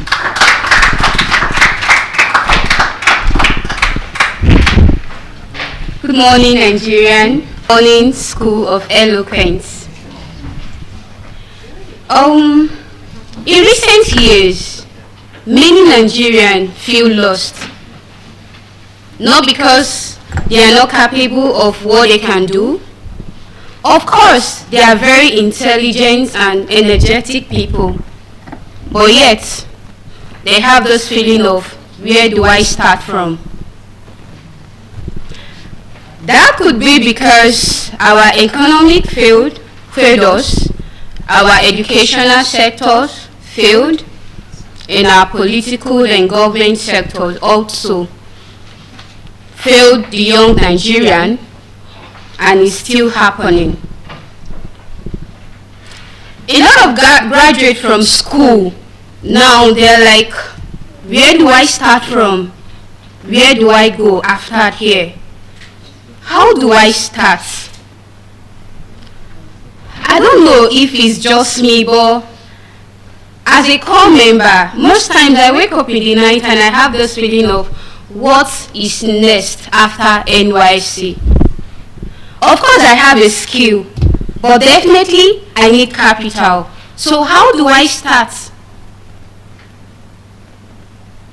Governments no longer look into the young people, young people's mindset, or to try to bring them up into the government, because they feel they know more than us and they call themselves our elders, and no one can actually correct them, because if you try to do, definitely they are going to call for you. So a lot of young Nigerians suffer frustration, depression, pain, because they don't know where to start from. Question of where do I go from here? How do I start? How do I meet up? And then most times I see that it is not just the government, but we are also the problem of ourselves. Because we try to, some of the youth try to put out something that you can't even tell about their source of income, and then they make others feel like you are not doing enough or you're not trying enough. Our topic, why young Nigerians feel lost. And then I'm going to try to pick out some of the points here. One, I would say unemployment and underemployment, which is definitely a big problem in our country today. It is either unemployment or we are suffering for underemployment. A lot of graduates now suffer unemployment. Even after graduating with their very good results, talented young Nigerians suffer for unemployment. There is no more employment, there is no more job in the country. And then they will tell you to go to school because education is the key. Now you have the key. Where is the padlock? We don't know. That is what young Nigerians are going through. They can no longer tell if actually you're going to make it even with your certificates and with your skill. You can't even make it anymore. You want to talk about the transportation to even get to your office? That is another big problem. Unemployment. Underemployment also is a bigger problem to us. Imagine someone working in Ireland, living in mainland because of cost of rent, and then you are paying he or she 100,000 a month. Let's talk about the transportation. How much is the person going to spend on transport? How about feeding? How about his or her family? Of course, young Nigerians are suffering and they feel lost. For how long are we going to keep suffering like this?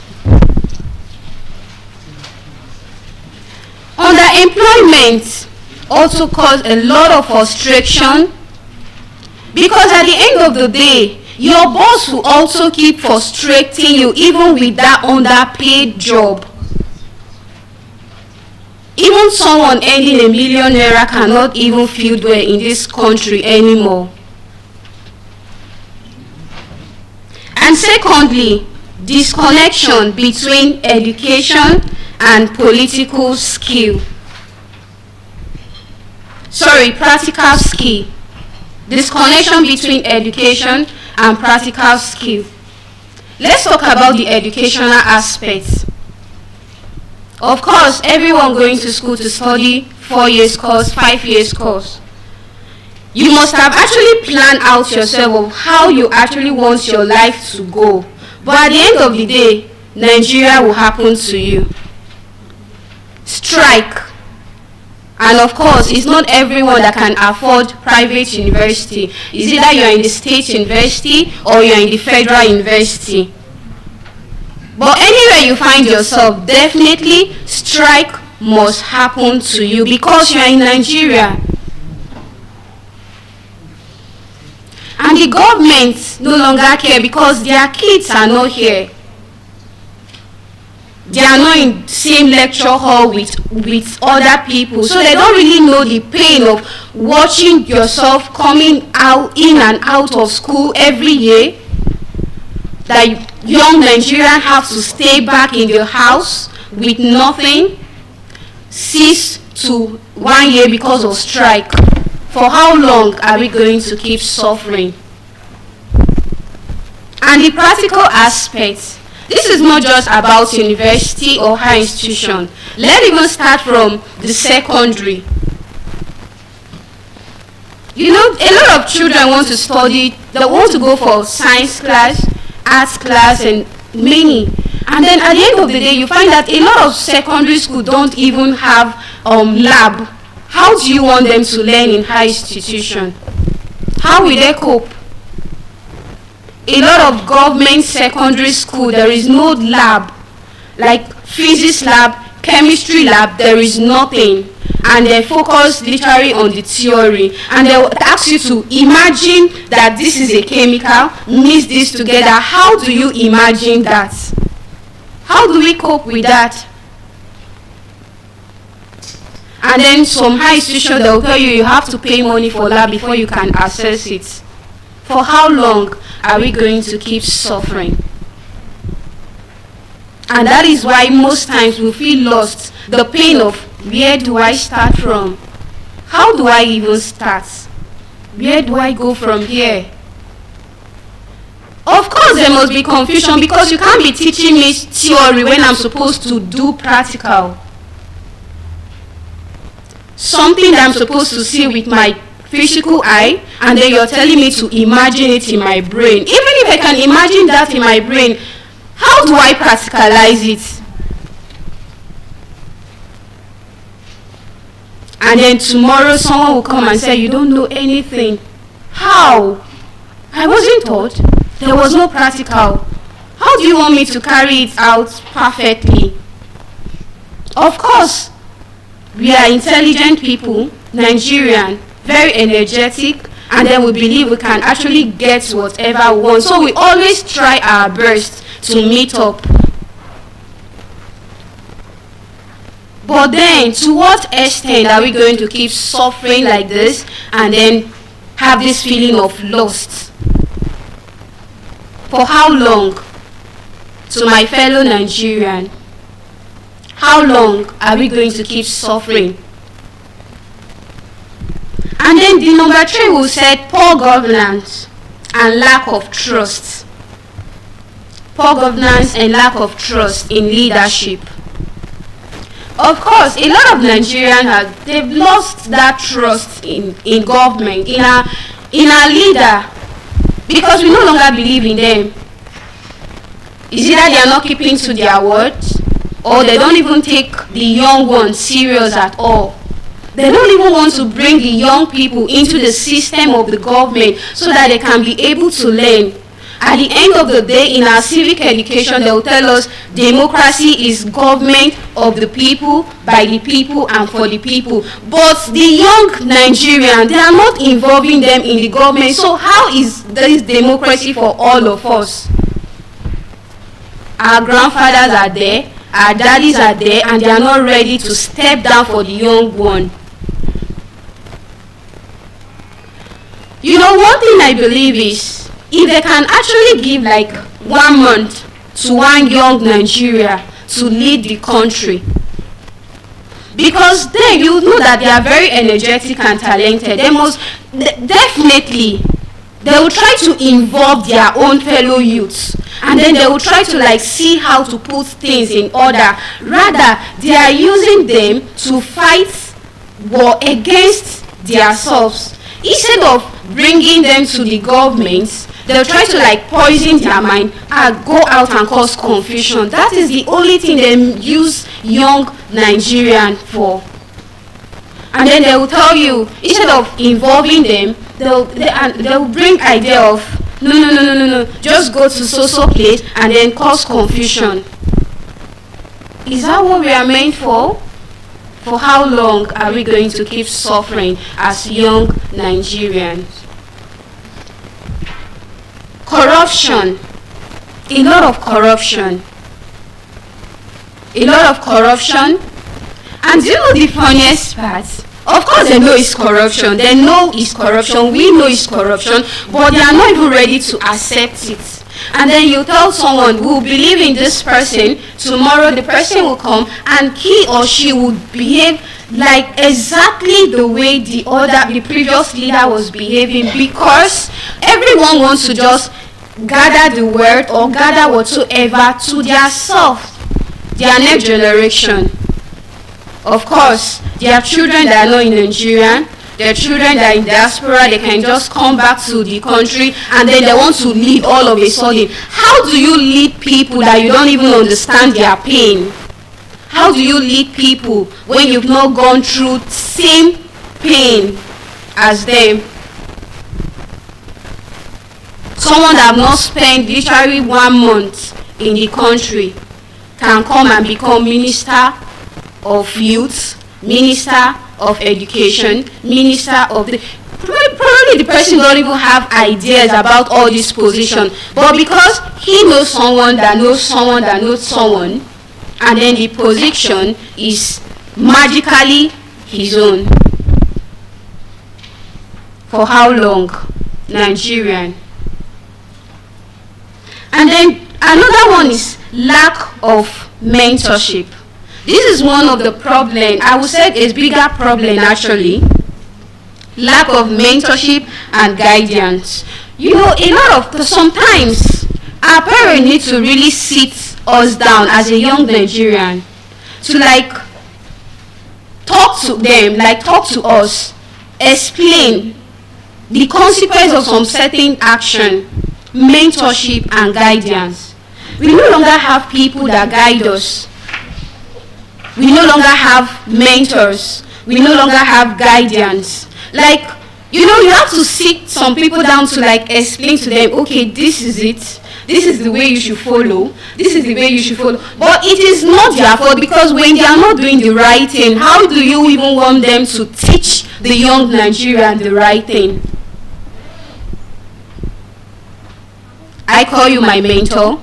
I can see from your lifestyle, there are some certain things I don't want to learn, and then you're sitting me down to teach me this is what you, why are you not doing the right thing? What is stopping you? When you're on seats, you are literally like a well corrupt person. And then after stepping down, that you no longer have the security to yourself, you expect all of a sudden for the system to change overnight. Is that possible? You cannot mentor me. I have the right to choose my own mentor, not you. But sometimes we need guidance and mentorship, because without that, we cannot really make the right decision. And then so we have to choose our mentors. We have to choose that wisely, so that we'll be able to like learn. Of course, we are bound to learn, unlearn, relearn. You choose your mentor from their lifestyle, from the way they talk, from the way they act, and then you want to like, okay, I think I like this person. Let me meet him. I need a mentor, and I'll choose him or her. So you sit down and listen. There is one thing I believe: when you are in someone's space, even if you know more than the person, I believe you should sit there and then listen to the person. Because in every nonsense, there must be a sense. Sit down, let's bend our head to let someone mentor us as young Nigerian. We are behaving like Gen Zs. We don't want to listen to anyone anymore. But it is necessary. Of course, we might tag our parents as old school. But that old school, of course, if you choose to listen to them, they'll definitely tell you how to go about your life. That is one thing I believe. So we cannot conclude that because they are old school, they don't have anything to add to our life at all. That's not true. So let's learn how to allow people to mentor us if we really want to bring ourselves from this feeling of being lost as young Nigerian. And then I would say another problem is migration, which is the japa that everyone, the general word japa, migration. Of course, if I see my mates leaving the country because of the economic of the country, and if I don't have the money or I don't have what it takes to leave the country, I will feel useless actually. A lot of people are leaving and I don't have what it takes to leave. I'll feel useless. I'll tend to ask myself, like, what am I even doing? Why am I here? I think I'm lost. I'm not doing better. Of course, you will question yourself and then you will start feeling like you're not doing enough. You're actually lost. Instead of to sit down, think about herself and think of how we can help ourselves, we are thinking of migration. Like, you just want to go. Where are you going to? Why are you running away from the problem?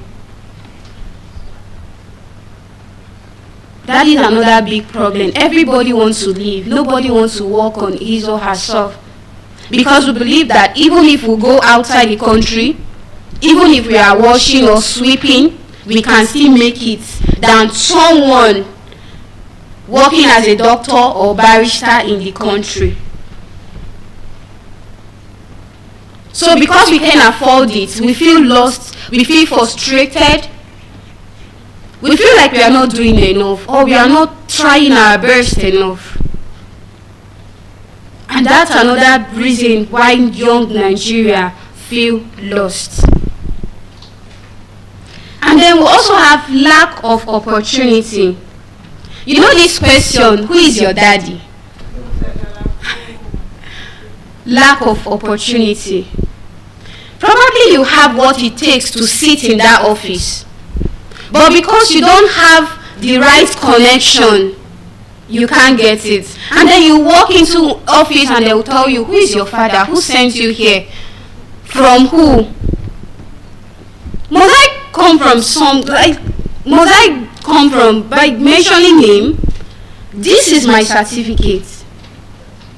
These are my CV. Go through it and see if I'm actually qualified or not. Why asking who is my father? So we have this, we have everything it takes to actually make it, but the opportunity is not there because of question, who is your father? Who sent you? Problem of who sent you. And then Nigeria will believe in, you know somebody who knows somebody who knows somebody that can connect you to that office. A position that is that you are well capable of, your CV, your certificates, speak good, like you are the right person for that position. But because they don't know who your father is, they can never fix you in. Who is your daddy? Who sent you here? And even a security man can also tell you, why are you here? Do you have appointments? You can't even walk into some companies to submit your CV because they're, no, we don't want you. Because they know, okay, this person can make call, fix my son, fix my daughter, fix this person. So we, the commoner, will no longer have access to some certain places because we don't have that opportunity or connection. And then another bigger problem in Nigeria, why young Nigerians feel lost, is insecurity. Insecurity and safety. I feel like that's actually a bigger problem. Because imagine me getting a well-paid job. Sorry, let me use a state as an example. Probably I got a well-paid job in Benue. I'm from Benue anyway, so I can actually use my people. Of course, there are some villages, there are some places in Benue I wouldn't want to go, even if they are paying me billions, because I know that if I should enter there, I cannot spend more than 24 hours, and herdsmen will come for me. Insecurity. Jos is bleeding because of insecurity. Kwara are crying because of insecurity. Nigerians are bleeding because of insecurity. And then the young Nigerian cannot move about again because we are not safe. What are the government doing about this? Core members, PCM, posted to some states, they can't even go. Because if they try to do, they will get kidnapped. And then if you want to travel, you start thinking, am I actually looking for a transport fare or I'm looking for ransom? That is the kind of place like we found ourselves. You are traveling, you are thinking of your transport, and then you are thinking of ransom, just in case I don't get there safely. Just in case Nigeria happens to me. We can't even travel with one mind anymore. Before you travel, you must go for fasting and prayer, because it is not every Nigerian that have access for flights. It's not everyone that can afford it. So a lot of people has to go by road, and then with that road, you are not just looking for your transport fare, but you are also considering ransom money. Even after paying the ransom, it is either you're being killed or they are being released with a lot of trauma. And that might actually be the beginning of every problem in your life, because even if they want to release you, you must have go through some certain things that before you heal from it, you have to see a counselor. And is it everyone that can even afford to see a counselor? These are some of the reasons why young Nigeria feel lost. And then weak economy and politics.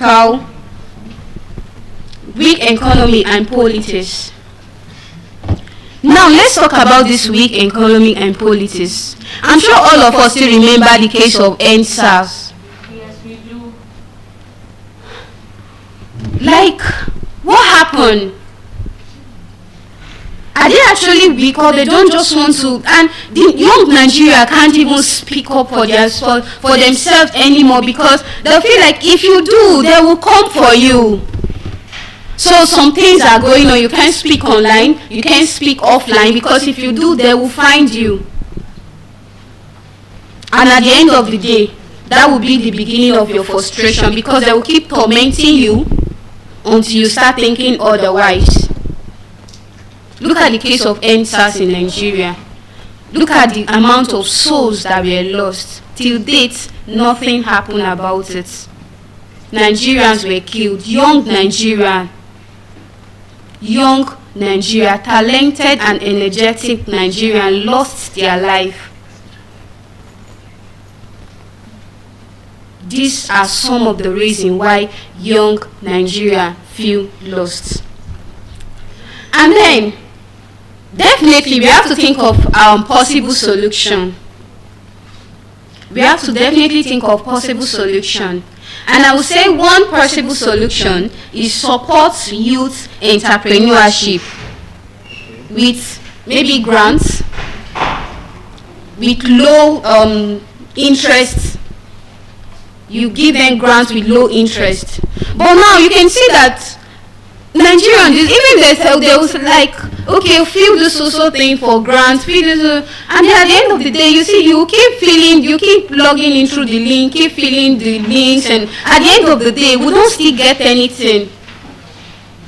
Support youth entrepreneurship. Of course, youths are trying. Young Nigerians are trying. The link you spoke about, the thing is, is at times Okay. from the government. Okay. The links are from fraudsters. You understand? So that's the people's problem. So you have to address it. So now I'm talking about these grants that has been promised by government. How many have they actually given out to young Nigerians? That is my point. So now it is more like a call for help, right? Support youth entrepreneurship. Grant them this loan with low interest. Only then can we grow ourselves. Because this feeling of what's next? Where do I go from here? Is actually so frustrating. And that is why you see that a lot of Nigerians might just wake up and then decide to commit suicide. Because when they get tired, of course, they'll have to think of the best solution. And they feel like the best solution is to end it all. I'm sure it's not like that outside Nigeria. I'm sure other countries are actually, because in other countries, I feel like actually when they graduate, or before they graduate, even when they are in school, they are already earning. You know, I remember back then, our grandfather used to say, during even their days in school, they used to like give them money. Like, please go to school. This is your pocket money. This is it, this is it. Now, a young Nigerian will struggle to write exam. A young Nigerian from year 1 will start struggling to pay his or her school fees at the end of that semester, second, third year, final year. And then after everything, that person is actually coming into the market, or should I call it labor market, with nothing. Like you are going back to nothing. You just have to start from the scratch again and start building yourself. Of course, we have skills, but we still need capital. Or how do you want to do it? You know, when you are advising, you're a tailor, just start from somewhere. Start from where? Where do I get sewing machine from? I'm a tailor, yes, but how do I get the fabric when I don't even have capital? How do I get the sewing machine when I don't even have capital to afford it? You can say, then go and meet your friend. How will your friend even get it? It is not everyone that was born with silver spoon. So most of young Nigeria have to start from the scratch, and then we need the help of government. Support youth entrepreneurship is very important. And then I would say, within us, the young Nigeria again, we should learn to like promote realistic narrative of success. Promote realistic narrative of success. Because a lot of fake life online now that will make some people to feel so frustrated, like, God, why am I still here? Like, what am I still doing here? This person is making it. Perhaps the person is trying to live fake life online. You log in TikTok, you face a lot of pressure, peer pressures and all of that, and if you're someone that cannot control your mind, you will fall victim.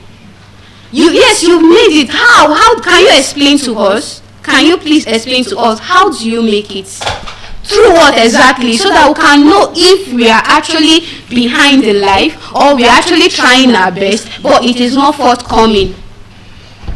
You see some young Nigeria, fraud. And then at the end of the day, maybe you that just want to make it clean, they will start making you feel like, are you still in this position? You start feeling like, God, how? You see a young Nigerian, let me use like a female or the girl's child as an example here. Someone selling only perfume online is buying land, buying house, a child of 18 years, 20 years. Please, how do you make your money? Is it through perfume? Of course, we really have to make it real so that we stop promoting the wrong narrative for people not to feel depressed and frustrated. You said I sell clothes. Please, how much are the clothes? Why are you buying? I'm not saying it's bad, but you're actually buying cars. You will change your cars every month. You buy houses, you buy land, you buy this, you buy that. And then me, I will just be thinking like, it's not like I'm against it, but please promote the right narrative so that we can know that, okay, this is what you're actually into. I think it will help a lot, because these are some of the things that make us to feel lost. Because by the time I start thinking like, yes, this person is actually making it and is selling only perfume.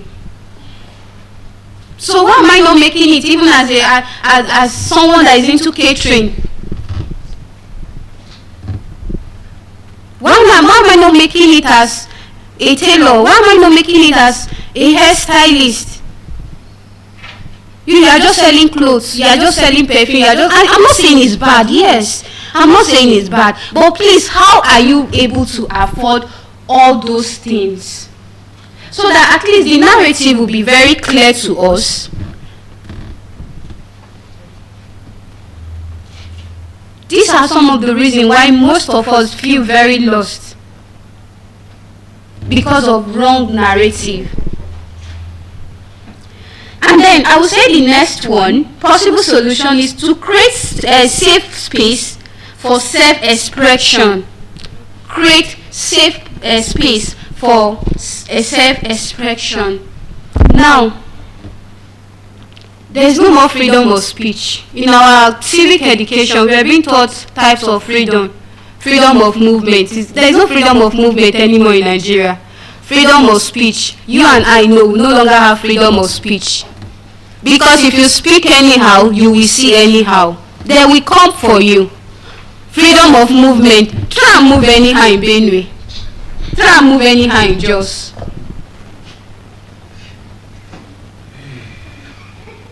That is just the reality. There is no more freedom of, not just in those northern or in those middle belts. A lot of places are facing different things. There is no more freedom of movement. And then you will enter a cab that is supposed to be like, we are one Nigeria, and they will tell you that it's one chance. Please, what is one chance? So we can no longer help ourselves. It is either you collect my little belonging or you do something brutal.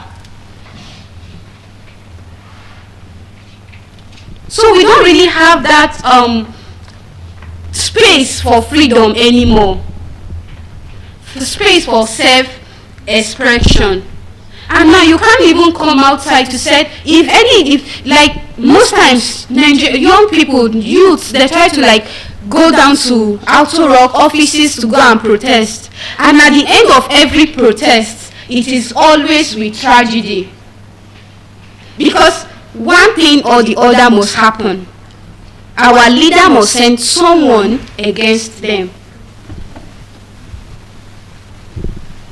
So I feel like create space for self-expression.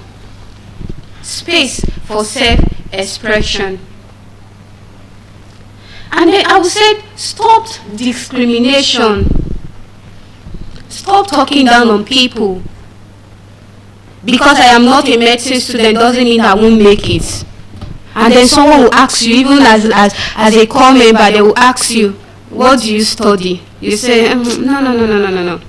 I don't, that's not, how will you study that now? That's not what we want. Of course, I will feel so bad.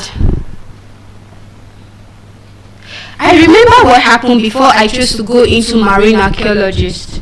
I was speaking with one of my elder brothers and I was like, what do you study? I said archaeology. It's like, no now. What happened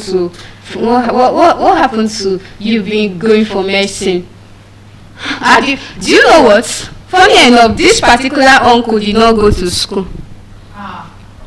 And then he's looking down on what, and then like, does it really make sense at all? Why looking down on people? Why discriminating?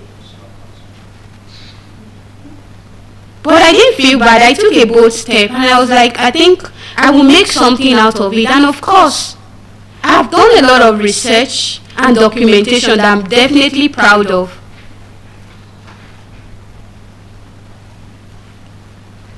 These are some of the things that make young Nigerians to feel lost. Why did you study this? Why didn't you study this? Why are you here? Why are you not here? No, we don't want this one. We want this one. Those are some of the problems. Stop discrimination. And then, because you are not in the medical line, doesn't mean you won't make it. Because you are not a barrister, doesn't mean you won't make it. Because you are not studying that course that your neighbor wants you to study, doesn't mean you won't make it. So let's stop putting that pressure on ourselves.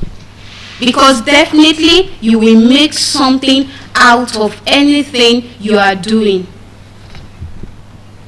If you put your mind, definitely you're going to come out very good. So I feel we should actually stop mounting that pressure on ourselves, like, since I'm not doing, I don't think I can ever make it. I don't think I can ever get that money. Why a lot of people, they'll be like, no, I don't want to be a teacher. Why are you looking down on teacher? How do you think you can get to that position you're looking at without teacher? Those are some of the things that make some people to feel lost.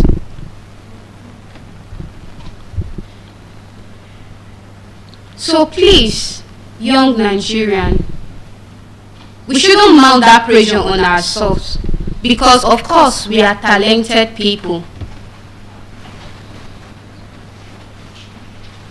And of course, I would say the feeling of being lost among youths is a very contained one. And the only way to help is by addressing it instead of shying away from it. Instead of shying away from it, it is better we address it. Let government, educational system support youth, and the society also support youth. They should come together and create quality support for youth. They should learn how to carry us along. The government, the leaders, they should learn how to carry young Nigerians along so that they can feel among, they can feel welcome.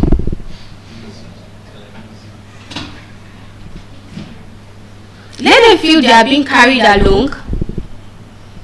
Let their votes count. A lot of people have lost hope. If you ask someone, I don't have voter's card and I'm not interested. I actually have, but I don't think I'm going to vote. Why? That is what some of the things young Nigerians actually will tell you now. Because their votes no longer count. They don't carry them along. Even after voting, their votes won't still count. So you feel like, what's the essence? Why am I even going there to waste my time when my votes will not count? So until the government or our leaders learn to carry the young people along, they won't have peace. Because we actually want to have this feeling of welcoming, like, yes, I'm in Nigeria and my voice matters, my votes can count.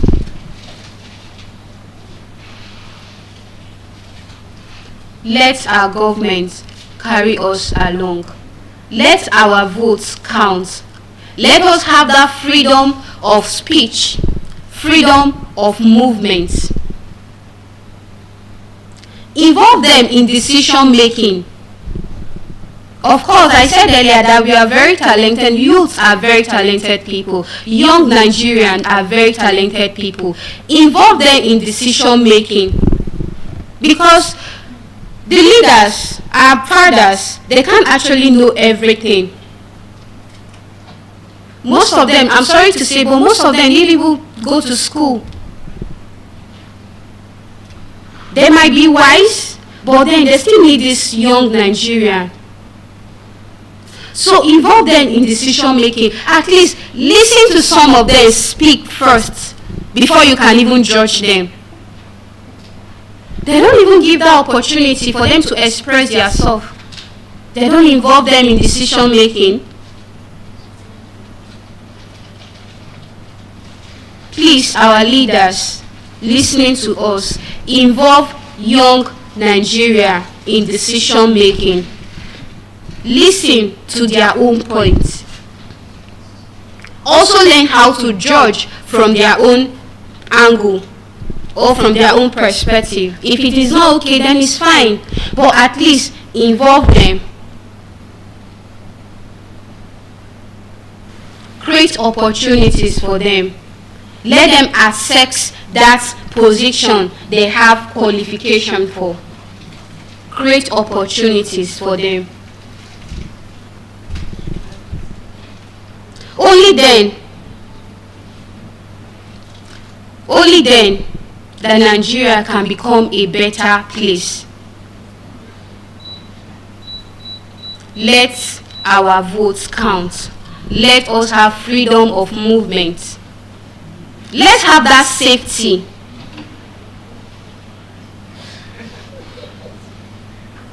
Young Nigerians feel lost.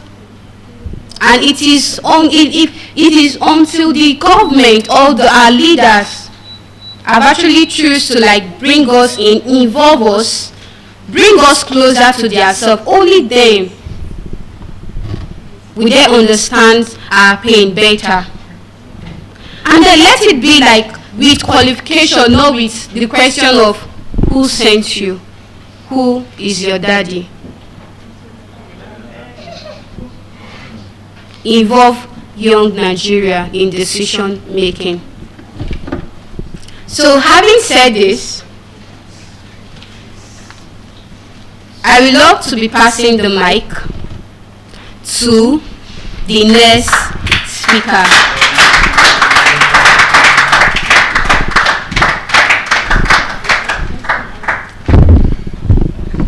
Good morning, everyone. Good morning, sir. Good morning, Nigeria. Good morning, Africa, and good morning to the world. I am Taiwo Ojewale. I am an educator. I am a researcher, a historian, a grammarian, and a lecturer. Now, thank you very much. Now, this morning, I would like my speech to center on something I find particularly intriguing, an academic topic, and I have titled it Understanding Philosophical Biases. Now, before I dive into the speech properly, I would like to throw a question to us. Do we know that about 50 to 75% of the decisions that we make are not truly our own decisions? What if I told you most of the times you thought you were actually thinking, or you thought you were actually making your own decisions? You were actually not making your own decisions. What if I told you there's a tendency, there's the probability, the possibility that many of the decisions you think you have made were not yours to start with?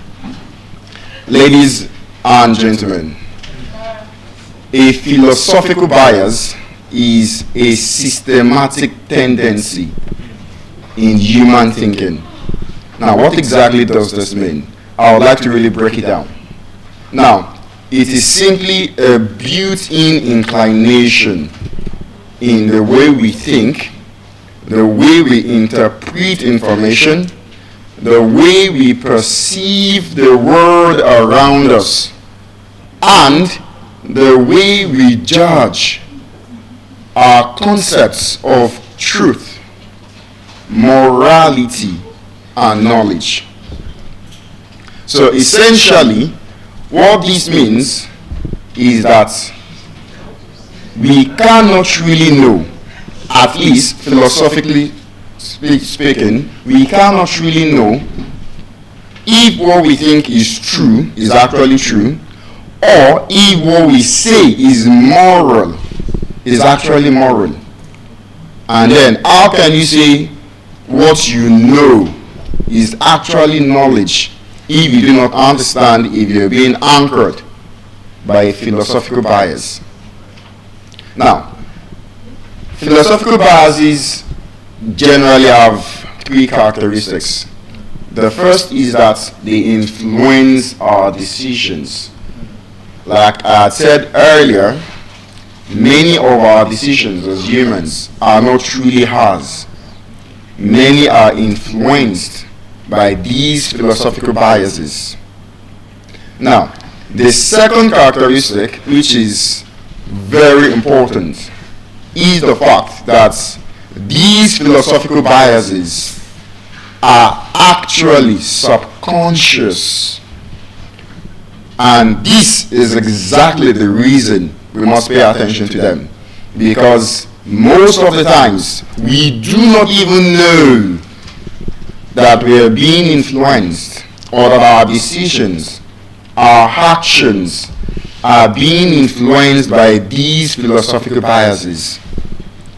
And then, the third characteristic, philosophical biases actually create a flawed reasoning.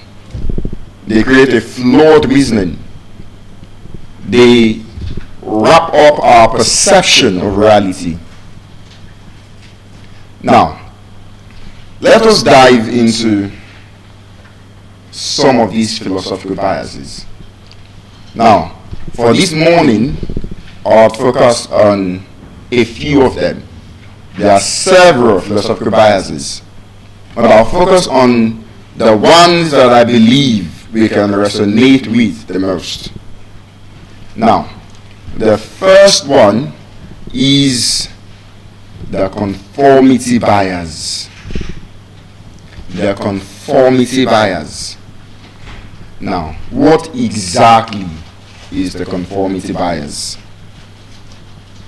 Just as the name sounds, the conformity bias is that tendency, the inclination that humans feel to believe in a particular cause, to support a particular movement, to belong to a particular group or sect or even ethnic group, and then adopt the beliefs, the rationale, the behaviors, the actions of members of those particular groups.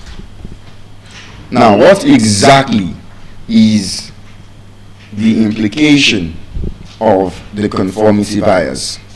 Now, I would help us understand the conformity bias better with a very short story. Now, several years ago, in the coldest part of the earth, scientists conducted an experiment. They put 5 monkeys in a room. Now, this was the experiment. In the middle of the room was a ladder. And at the top of the ladder were the most beautiful, ripe, sumptuous looking, delicious looking, appealing bunch of golden bananas. Now you can imagine, monkeys see bananas. What would you expect? The first monkey raised up the ladder, and before it could make it halfway, the scientists sprayed it with freezing cold water, as well as the other monkeys on the ground. Of course, the monkeys thought what was happening, probably some accident. Why don't we try again? They probably thought.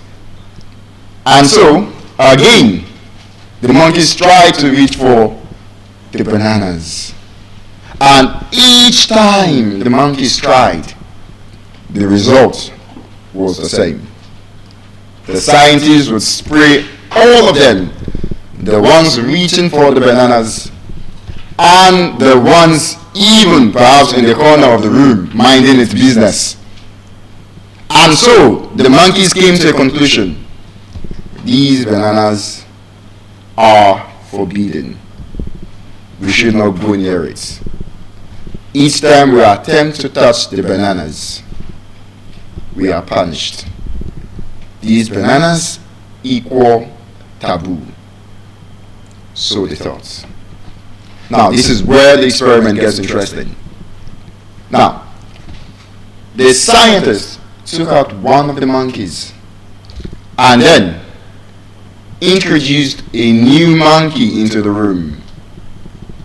Now, what would you expect again? A new monkey, unaware of the existing condition, saw the golden ripe banana, tried to race up the ladder. But now listen, this time around, not the scientists, but its fellow monkeys dragged it down and beat it to a pulp. Of course, the monkey was surprised. What's going on? Banana, let's share it together. Monkey see banana, monkey take banana. And so the monkey tried again. Each time the result was the same, because the previous monkeys know what would happen. The new monkey had no idea. And so the new monkey figured, okay, it seems the rule around here is these bananas are a taboo. For some reason, we are not allowed to touch the bananas. And so the experiment carried on. The scientist removed a monkey and replaced it with a new one. Removed another one and replaced it with a new one. Each time, you can imagine the cycle. They see it, they run. The others, including the new ones, pull it down, beat it. Until we now have a room full of entirely new monkeys. Now, ladies and gentlemen, guess what? None of the new monkeys ever tried to touch the bananas. None of the new monkeys had ever felt the freezing cold water that the scientists sprayed. And yet, they never reached for the bananas. Why, you may ask? Or, how does this even concern me? You may ponder. Simple. The answer is the conformity bias. The monkeys had been subjected to the conformity bias. The new monkeys had adopted the actions, the beliefs, the behaviors of the existing monkeys without knowing the reason behind their fear, without even knowing of the punishment that existed in the first place. Now, time had passed, and the scientists were no longer even going to spray the monkeys because the experiment had ended. But still, none of the new monkeys ever dared to reach for the bananas. Ladies and gentlemen, we might not be monkeys, but I tell you in many ways than few, we are just like those monkeys. I want you to ask yourself, how many beliefs, how many principles, how many ideologies do you hold on to very tightly without knowing what the conditions were that formed those beliefs? Ladies, gentlemen, ask yourself, your religion, your cultural practices, your national beliefs, do you really know the origin? Do you really know what principles, what conditions from which they stemmed from? And yet, many of us would die for such beliefs. Many of us would die for such faiths, making us therefore like those monkeys. However, I am here so we can correct the conformity bias. Question yourself. Question your beliefs. Ask questions. Interestingly, I once stumbled upon a particular research paper, and the result of the research showed that humans, Homo sapiens, are the only animals, biological animals at least, higher animals. Humans are the only animals capable of asking questions. I found it very intriguing. Birds cannot ask questions. And now when I say they cannot ask questions, I don't mean they cannot speak like us. I don't mean they cannot speak English or Yoruba or Mandarin or German or French or any language. I mean, even within the animal language, they do not question things, is what I'm saying. Dogs do not ask questions. They follow instructions. No other animal on earth aside Homo sapiens, humans, have that inherent, the inbuilt capability to ask questions. And so this element of curiosity is what differentiates us from lower animals, among other features. Today I'm challenging us. Ask questions. What beliefs, what practices do you hold on to without knowing the origin, without knowing the conditions that first formed those beliefs? As a historian, I can give you some historical examples. We can travel back in time and look at some beliefs that we once held very, very strongly, firmly, dogmatically, and today they are nowhere to be found. There was a time in the religious era of Nigeria and Africa as a whole when certain denominations would refuse females entry simply because they are making their hair with attachments, or they are wearing trousers. I'm sure very many of us are aware or can relate. There was a time when some denominations would refuse female entry because they pierce their ears. And this is the conformity bias. But today, we have female pastors, we have religious women who would dress very modestly, and yes, could pierce their ears, wear a very nice blazer, pant trousers. Does that mean the rule of spirituality has changed? Does that mean suddenly heaven changed its rules? And then suddenly those women or these women pastors can now make it into heaven? Question beliefs. That is the essence. In fact, as a historian, let's go to the pre-colonial era. Let's go to the colonial era. During colonialism, when we had the colonial governors, starting with Lord Frederick Lugard, and then Hugh Clifford, that gave us the Clifford Constitution 1922. Under the Clifford Constitution, women were prohibited from voting. As a matter of fact, there was an electoral suffrage. And the electoral suffrage was that only resident male adults earning a minimum of £100 per annum could vote. Which means women were disenfranchised. That was the term. Women, no matter how much they earned, be it £500 per annum, £1 million in fact, so far as you were a female, you were automatically disenfranchised. No right to vote.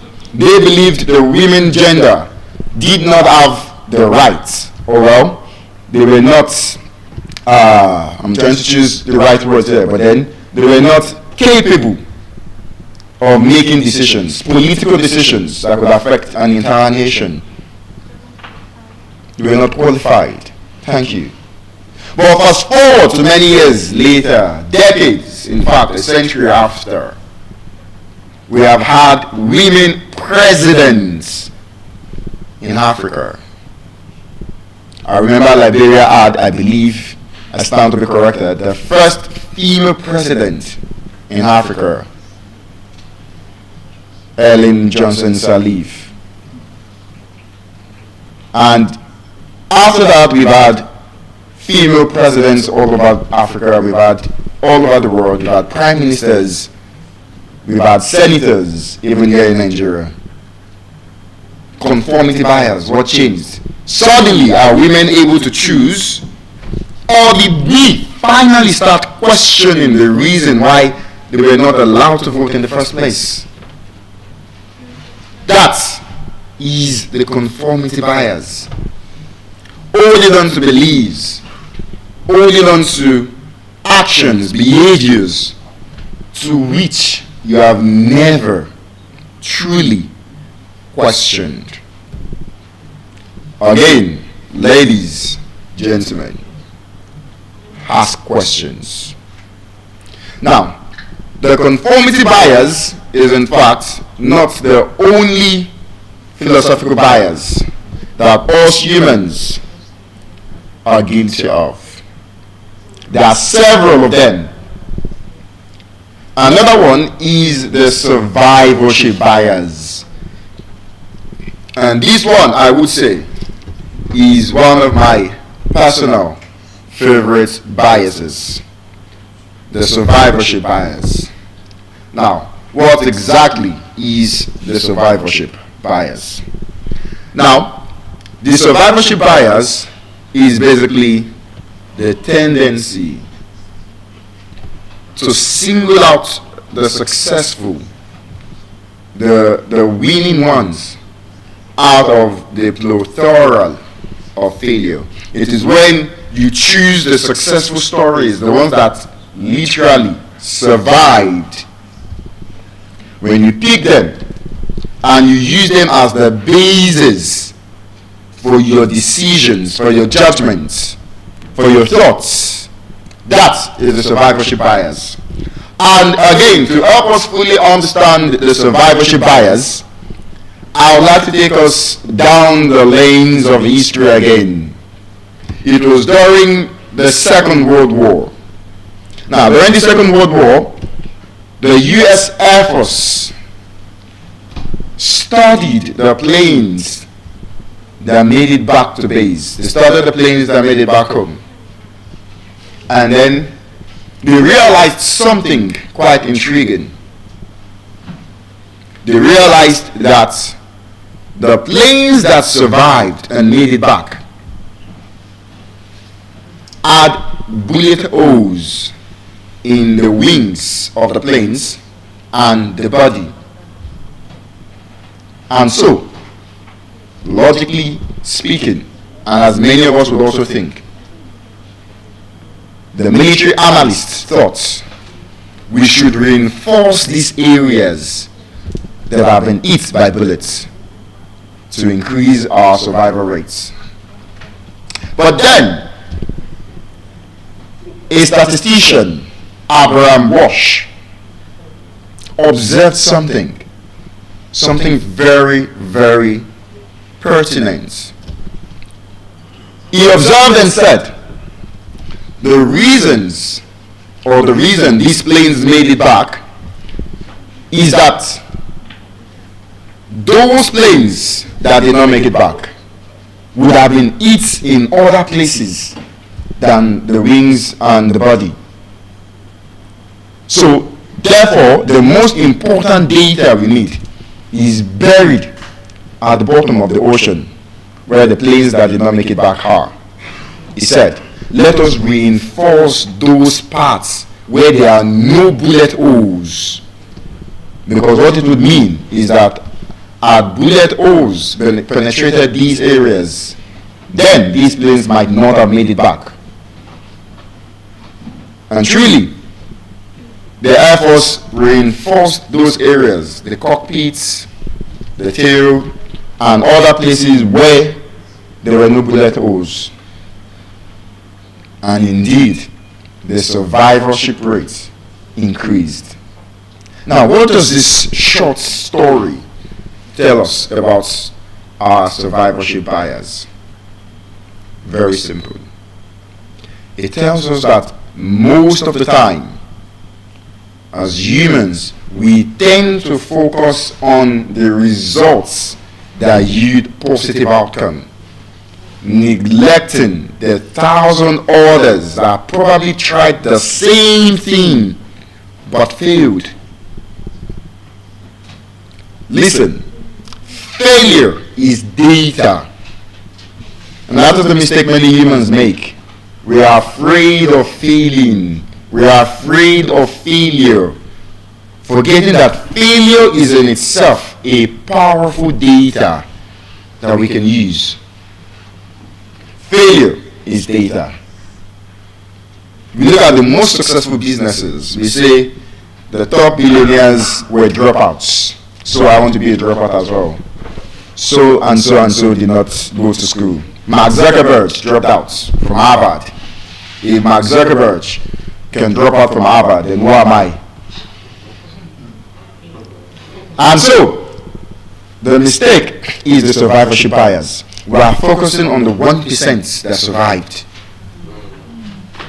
We are focusing on the minute percentage, just like the Air Force planes that returned, neglecting the larger proportion of the failure data that we could have learned from. There are many dropouts today who are not billionaires. Why did you not say you want to be like them? There are many people who tried the exact same thing but got different results. As a matter of fact, as an educator and given my profession, I get to interact a lot with students. And so, from my experience, I've noticed the same survivorship bias in students. You see students trying to copy the 1%. You see the most intelligent student because he reads at night. And he probably reads for like 6-8 hours. And so you assume and conclude, for me to pass the exam, I must also read 6 to 8 hours. And then you probably wonder why it used a different result for you. And you see, again, the most important data is the data we do not see. The most important data is invisible. The ones we neglect. That's Oludo of the class. It is a very powerful data. The ones that score 0/100, they are more important data because we could study what they are doing, then avoid it, and get the different results. And so that is the survivorship bias. But then, that is just two out of many other biases. There are several other biases that again influence our decisions, that control the way we think without us even knowing. And the third bias I would like to share with us this morning is called the authority bias. And in philosophical terms, it falls under a fallacy called argumentum ad verecordiem, the fallacy of authority or false authority, argumentum ad verecordiem. Now, what is this fallacy? Or in fact, help us understand what is a fallacy. Now, a fallacy is basically a false premise. And in this case, the fallacy of authority or the authority bias is basically that tendency that we have to believe something simply because it came from the mouth of an authority. This authority could be a celebrity. The authority could be your pastor, your imam, your husband, your father, your mother, even your teacher. But again, remember, humans are the only animals with the capability to ask questions. So we must also challenge the authority bias. We must challenge the authority bias, and to help us even understand the authority bias, again, I'd like to illustrate with a tale, a real one in fact, an experiment conducted in the 1960s by a psychologist, Stanley Milgram. Now, this was Milgram's experiment. Milgram put observers, just like we have here in the room, and then in another room were some test subjects, in quote. Test subjects because in reality they were actors for the experiments. Now, he told the observers to ask the participants, who are the actors, some questions. And for every question that they go wrong, they were to press a button that would release shock waves that would electrocute the participants. He told them, it's just an experiment. We are arriving at an important result. Just keep doing it. We know what we are doing. Now, of course, the participants, the observers would ask questions, the participants would get it wrong, and they would press the button and they would hear screams from the other room. And for each question that they go wrong, the intensity increased. Louder screams, louder yells, louder pleas. But guess what? The observers never stopped pressing the button. Some of them, of course, were uncomfortable. They were like, but these people are shouting. But because the authority in the room told them, don't worry, continue. And so they did. Even though the participants were actually acting, they were not actually being electrocuted. But then it shows something important, authority bias. The fact that as humans, sometimes our beliefs are not our own. We inherited them from authorities. The authorities sometimes could be our parents. And so you must question yourself, what biases, what beliefs, what thoughts, what rationale, what reasoning, what actions and behaviors have I inherited from my parents? Subconsciously. You must ask yourself, what beliefs, what thoughts have you inherited from the society itself? And why are you not questioning it? Because it's a higher authority? Because your holy book said so? Because someone you revere and respect said so? But now, we must draw a line. Questioning the authority bias does not mean we start a rebellion. No. Authority is good and necessary. In fact, we must respect authority. But then, respecting authority is different from questioning authority, especially when that authority has no basis, no foundation for its action. And at that point, it is very important that we question authority bias. I would like to give more examples of the authority bias. Now, again, like I had said, I am an educator. And so, apart from lecturing in the four walls of a lecture room, I also like to teach younger students, particularly the Jambites. I find a particular thrill in teaching them. And so, this year, I started a tutorial tour across Nigeria and Lagos in particular.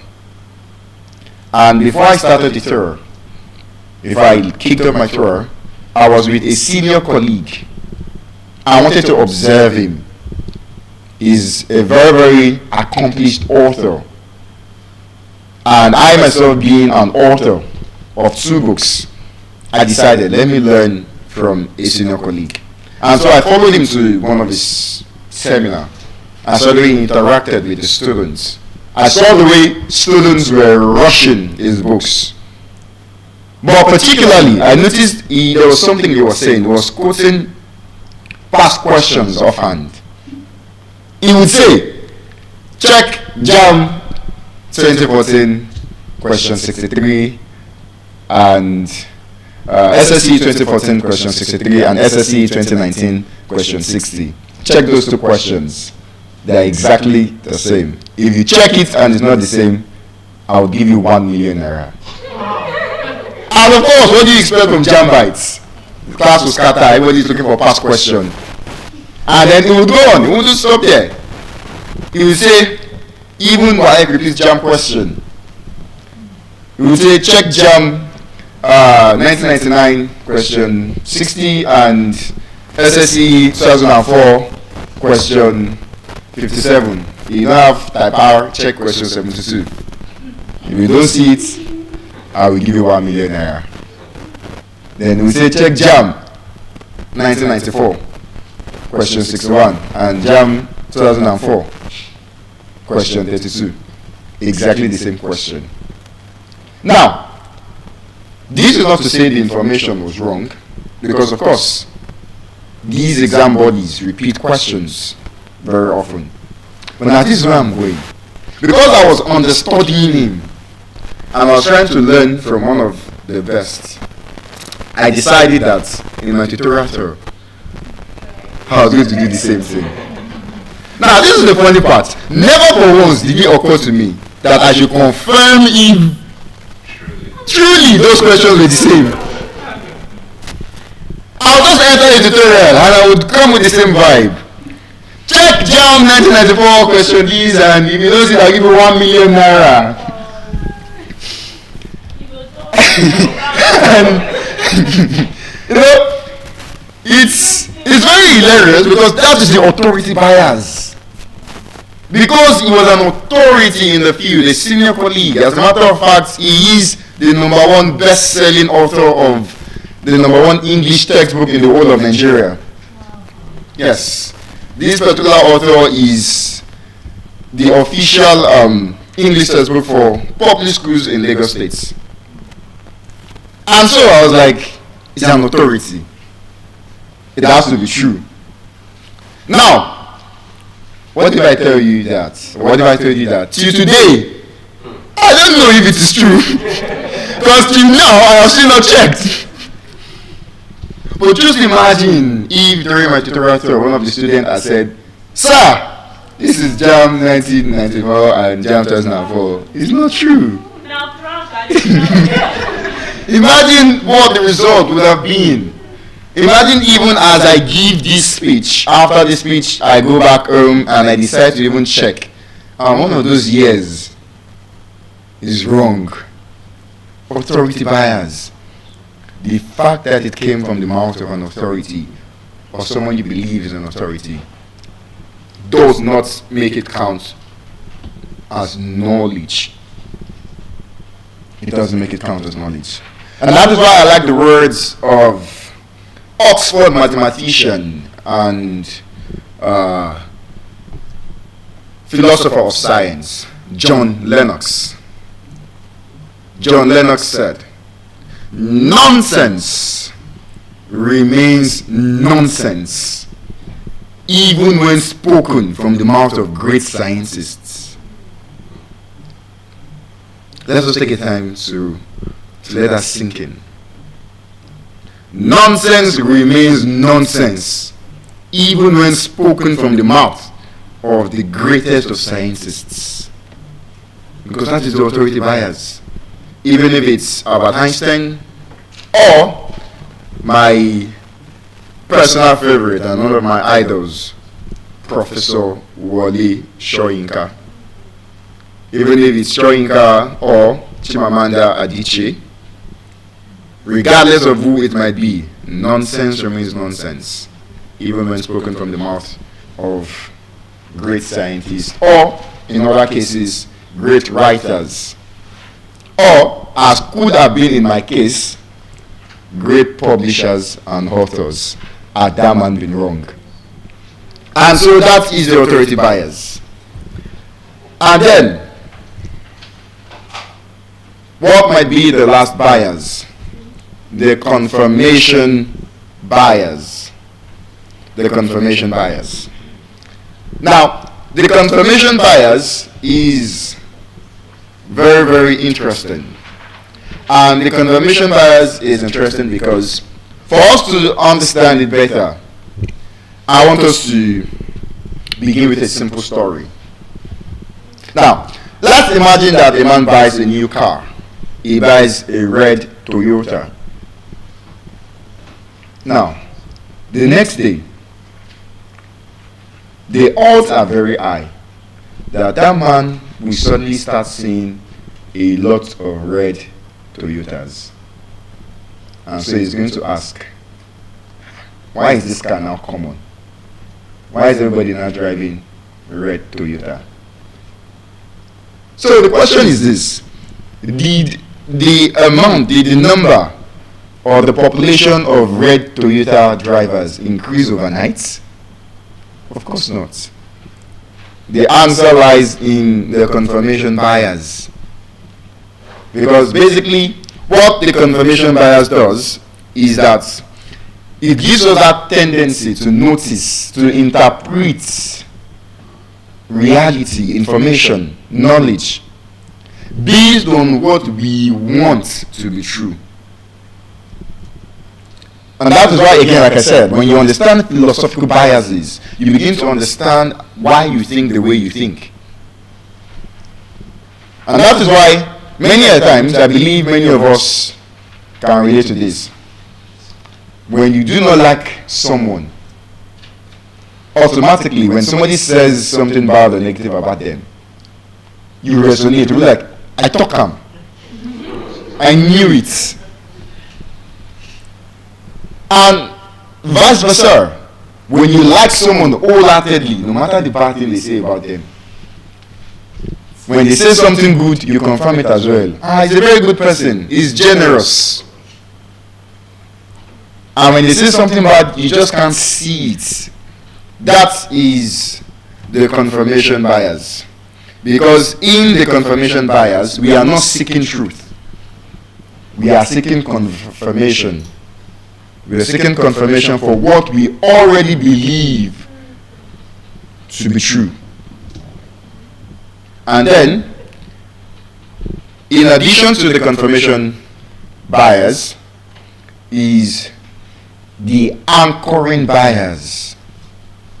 The anchoring bias. And I'm very sure as Nigerians, and in fact, typical Lagosians, many of us will be able to relate to the anchoring bias. Now, let's do a quick experiment. I've quoted many experiments. Let me do one of my own in what I might say is my little classroom or lecture hall for this morning. Now, if I were to ask you to multiply 1 times 2, 2 times 3, 3 times 4, 4 times 5, 5 times 6, 6 times 7, and 7 times 8, I'll just ask randomly. So, what do you think the answer would be? Any figure, say any figure, any figure. 1 times 2, 2 times 3, 3 times 4. 65. Okay, yes, it's an experiment. It's good. It's good. Alright, and then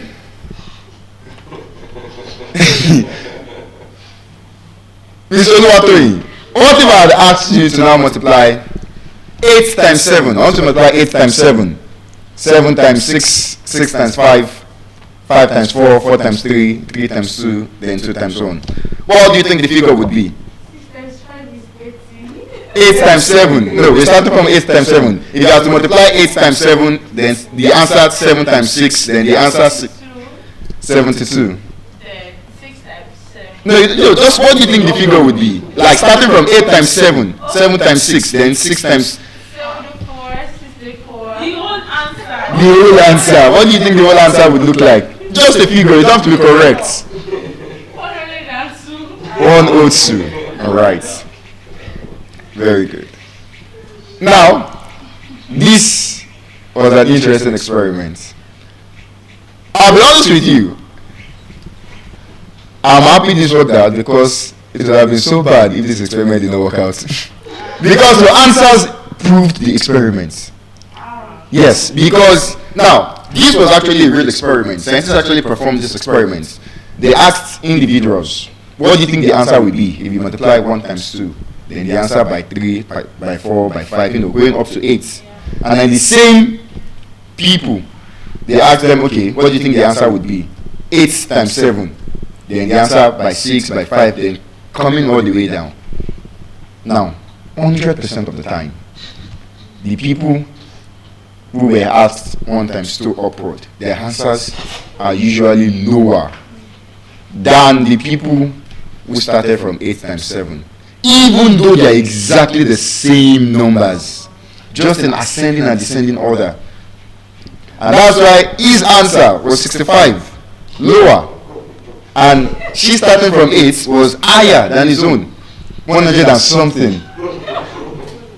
Even though they are the same set of numbers, 1 to 8, 8 to 1. What does that tell us? That is the anchoring bias. The anchoring bias tells us that our thoughts, our decisions are usually guided by what we hear first.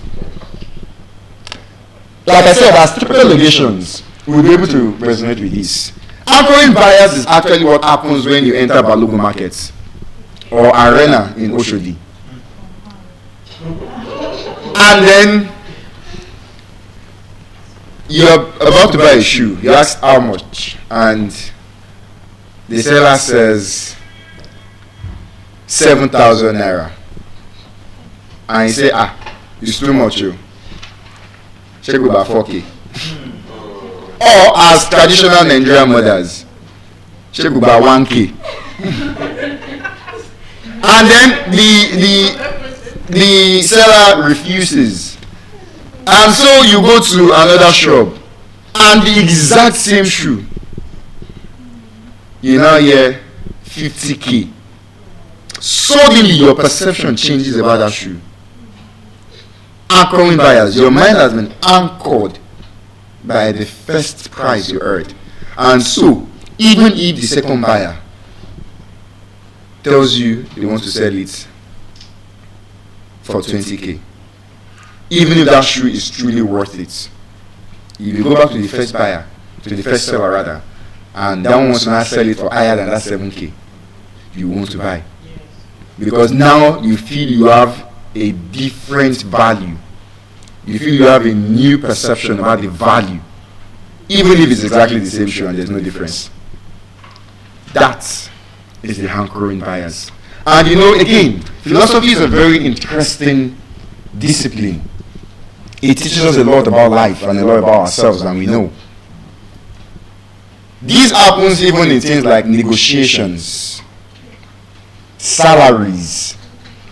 When you're negotiating salary with a new employer, and then the employer asks, how much would you like for us to pay you?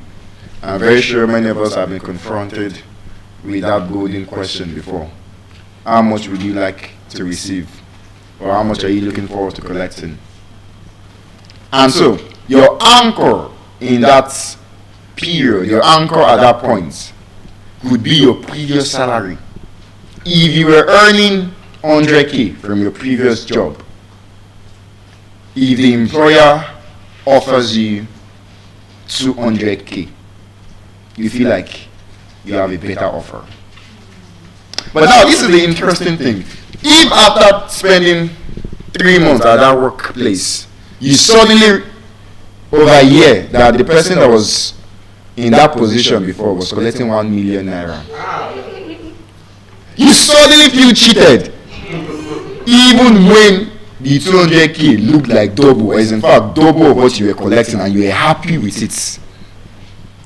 Anchoring bias. Your mind has now been anchored, and your perception, your decision has therefore changed. The same even happens in exams. Again, philosophy teaches us a lot about life. In exam, the first question will determine your perception. If the first question you are sweating under AC, you know that the rest of that exam, even if it's simple, your perception changes. It messes with your psychology. And if the first question is actually very simple, it anchors your mind and you feel like, okay, truly the exam might not be that hard. And to further support the anchoring bias was another experiment where participants were asked to guess the proportion, the percentage of African countries in the United Nations. Now, there was a spinning wheel with random numbers. And then the result was that for the first set, the spinning wheel stopped at about 10%. And interestingly, those participants said the number of, or the percentage of African countries in the UN was lower than that percentage. And for the second group, the spinning wheel stopped at about 65%. And as you would now expect, because it's the anchoring bias, it anchored their perception and they suddenly believed that the number of African countries in the UN should be more than that 65%. And so again, what do all of these biases prove to us? It shows us, just like I said at the beginning, many of our thoughts, many of our decisions are not truly ours. Ask yourself, are you thinking or are you being anchored? I remember to further support the conformity bias, I like to consider myself a non-conformist in a sense. Now, like I said, I'm an educator. I've taught at almost every level you can think of. Toddlers. Well, toddlers, yes, because I had a niece, so yes. I had a niece, I was once a toddler. Toddlers. Well, I really can't remember, but I know I've taught primary, I've taught GSS, I've taught senior secondary, I've taught A-level, I've taught university students. I am teaching university students. I've taught students in Nigeria. I'm currently teaching students outside of the country. I teach students in the UK, US, Canada, at all levels of learning. And so, as an educator who has served at different capacities, as a teacher, part-time teacher, full-time teacher, currently an online tutor, also lecturing. In the teaching industry, there is a particular code of conduct which many of us are aware of. There's this strictness, this discipline, what you must do and what you must not do, setting the example.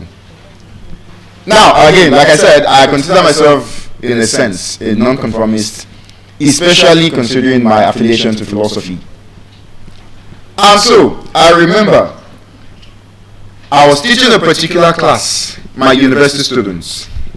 I would have loved to mention the school, but I would say if you were to mention the top 3 universities in Nigeria, you would mention the school. So I was teaching my students, and it was philosophy, GST 102, I believe. Yes, philosophy and logic. I was teaching them, no, it should be GST 201, culture, yes. I was teaching them African culture and society. I was telling them about culture and everything, and our culture is not just what you pass, what you inherit. Our culture is even what you receive from your environment, how you learn from your environment and all. And so, I remember, just the same way I've challenged us this morning to question, to be curious and all. I challenged my students. And I told them about how once the lecturer they were looking at actually had grades on. And I was telling them, imagine if I had walked into this class with grades. I'm very sure. Now, normally, as you would expect, you would say I'm quite a young lecturer. And so, normally, once I enter a classroom for the first time, there's always that murmuring and that, who is this one? How? These students, all of those, which actually excites me. I like to hear that because I like to shock them. And then I was like, now imagine I enter with the grade and everything. Would many of you even listen to hear what I want to say? Yes. Well, if I'm being honest, a typical Nigerian student. No, they will be wrongly. Exactly. As a matter of fact, even without the grade that, I used to have, which I had missed, by the way, even without the dread, a particular class, I was dressed just like this. I mean, corporate Yoruba attire, my shiny shoe, my fila on my head, everything looking, sharp. And I entered that class. A student was there for the very first time, even as I was looking corporate and like a traditional Yoruba man. Because I have, this close relationship with some of my students. A student, an older student, was telling me later that, Dr. T, do you know that when you entered the class today, there was a friend of mine that was in your class for the first time. The moment you entered, he stood up and said it was going on. That which one is all these young lecturers? Waiting this one won't teach me. Wow. That was without the dread. That was with Yoruba clothes and fila. Imagine with the dread. He said he stood up and said he's going. But I told him, you better sit down. You don't want to miss this man's class for anything. He said, this is what you are looking at there. He's a walking textbook on his own. And so he said he sat in the class, and that after the class, the person that wanted to leave came to thank him. Thank you that I did not leave that class. So this man is a powerhouse. But then the point is not to toot my own on. The point is the bias, the conformity bias. What have we learned from our society? We see it all over. People with tattoo are these, and people without tattoos are that. There was a point when women that wore leg chain, exactly, were considered harlots, prostitutes. Yes, the stigma remains, but not as pronounced as it used to be. Now you even see even women in their 50s, 60s, wearing it, even doing what Gen Zs should be doing. There was a time when these biases existed. Some of them still do.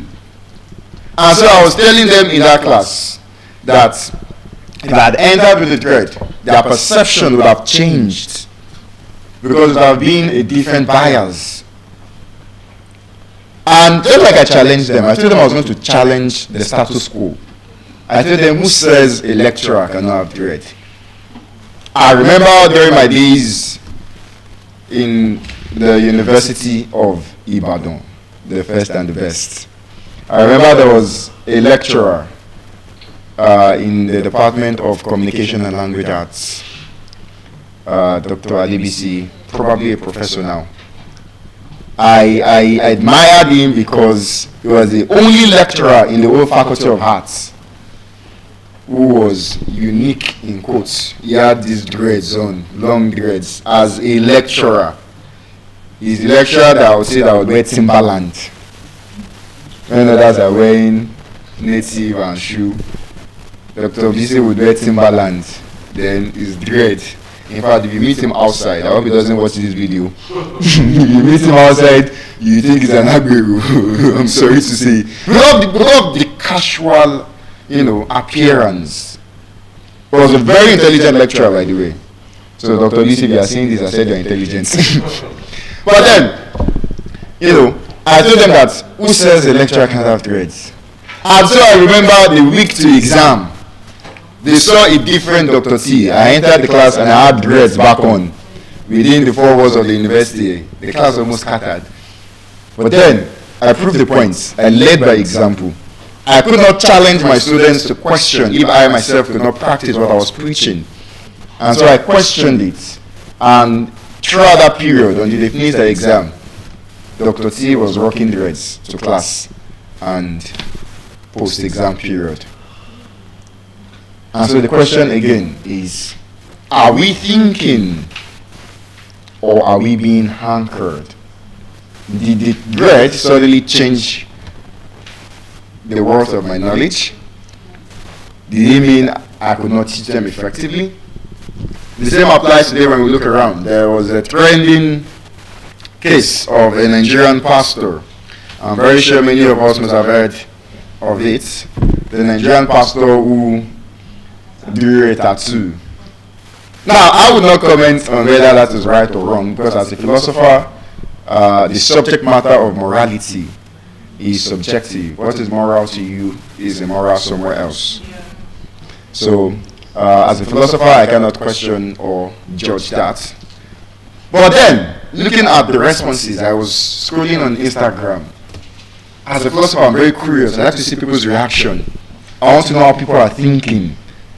I want to understand why you are thinking the way you are thinking. Or if you even think you are thinking, but you're not even thinking, you're just being anchored. And so I noticed that a lot of people were quoting Bible, and many of them didn't even have something tangible. All they could say was just, you're a pastor. You're a pastor. A pastor should not do so. Again, the question is not whether or not it is right or wrong. But then, my point is, they had no justification. All they could say was, you are a pastor. That was all. That was the basis for their judgments. Bias, conformity bias. Conformity bias. And many of them, when you ask them their role model, their celebrity is whiskey, is Ashake with tattoo on the forehead. Olamide with tattoo on the forearm. Or Tiwa Savage with tattoo on the spine. And those are the role models. And those are the people they would die to meet. Those are the people they could even leave that church to go and meet. But then, the pastor did it. Again, the question is not whether it's right or wrong. The question is, what was the basis, what was the justification for your thinking and your judgment? I was really open that I would even see just one person, just one, that would even say something rational, even if the person would disagree with the pastor, but at least say something that is not based on because the society thinks it is bad. But not one, thousands of comments. Of course, I was not jobless to read all the entire comments. But then, from the many I saw, the only ones that had a different perspective were the ones who tilted to support the pastor, like I actually did. Because again, I'm a philosopher, a non-conformist. And quite frankly, like the pastor had said, nowhere in the Bible did it actually say that it is a sin. And I find it interesting because when you look at our grandmothers, I remember my grandmother in Oyo, she has this tattoo of her name. So are you saying they would go to a fire? Well, means of identification, true, and that's a very valid point. And I would have two things to say to that. Number one, which is what I said at the start. Philosophical bias is when you adopt beliefs and practices without understanding the origin or the condition of what led to it. That's number one. And then number two, with or without the reason, which we know in this case, will it change the outcome? Will it change the outcome as a means of identification? What if today someone wants to identify their child with a tattoo? Will that child now go to hellfire suddenly? Because a tattoo remains a tattoo, an inscription on the body. And so again, these are the biases. These are the things that we must question as humans, not just humans. Again, higher animals, logical beings, Homo sapiens. Again, I challenge you as I challenge my students. Are you thinking or are you being anchored? I remember a friend of mine. She's a teacher, just like I am, but then different paths. Different paths. I do not teach in schools. I do not like teaching in schools. And frankly, I wonder why some people do. But then, she loves teaching in schools. I wanted to introduce her to online tutoring, but I feel she likes teaching in school. He said he gets stuck. Okay. So, no problem. And then, I remember this particular friend of mine, we were talking, she considers herself a traditional African woman. And she said something once that I found very interesting, that struck me. She said anybody she would either date or marry. The man must be far ahead of her in everything. She said intelligently, in intelligence, he must be more intelligent than she is. Financially, he must have more money. Career-wise, he must be at the top than she is. She said in every area. And I found it interesting because, again, as a philosopher, my work is to question. And so, within me, I asked questions. In this era of feminism, where we have the whole equality, and then we have the whole debate of whether 50-50 or no 50-50, whether to pay, who is going to pay on the first date or not. And we have people who are holding on to traditional concepts of who a woman is, what a woman should do, how a woman should behave, what a woman should wear. Again, perhaps she's just a victim of conformity bias. Perhaps she's only adhering to the beliefs, the behaviors, what has been the norm of the society. But then, to take us back to the first story of the bananas. Ladies and gentlemen, I want to tell us that the bananas are still sitting at the top of the ladder. And the bananas are waiting for us. They are riper than ever. As a matter of fact, these current events is one of such bananas. Oh, nice. Because many people have refused to dare to embark on this kind of journey. I remember seeing a video posted on the group where the dean was speaking. I believe it was the first day. He said, just as he stood right here where I stand today, he said, I've asked myself questions. Am I mad to do something like this? Am I insane? And it shows us that truly, that is the conformity bias. He broke the bias. Who said we cannot achieve it? Who said it is not possible? Some of us have been stuck because they said we don't do that here. This is not how we do it over here. In our family, we don't do this. In our lineage, we don't do that.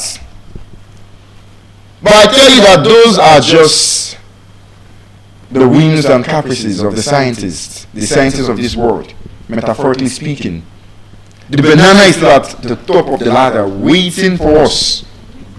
And so the question therefore is, are we, like the monkeys, going to give up and conform because of conditions we did not know or we do not know their origin? Or are we, just like we're doing now, attempting this great Guinness World Record, going to reach for more bananas? Are we going to stop after this attempt? Or are we going to pursue even greater things after this event? I believe we shall. Shall we? We shall. And so, ladies and gentlemen, on this note, I would like to say, let us not be like the monkeys. Let us be logical humans that question things in the society. Remember, the banana is waiting at the top for you. Thank you very much for listening. At this point, I would like to hand over the mic to the next speaker.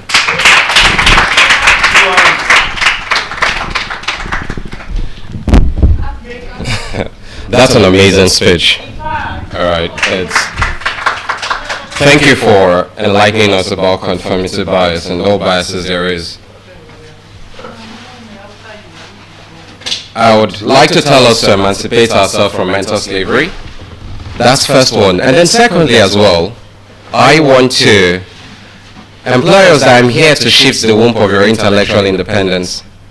I want us to realize that at a point of our lives and this disposition of time, we must truly understand where we are and what we want to do. Because it is easy as Nigerians, most importantly, we don't do things properly. We don't see that our actions count. We just want to do whatever we want to do.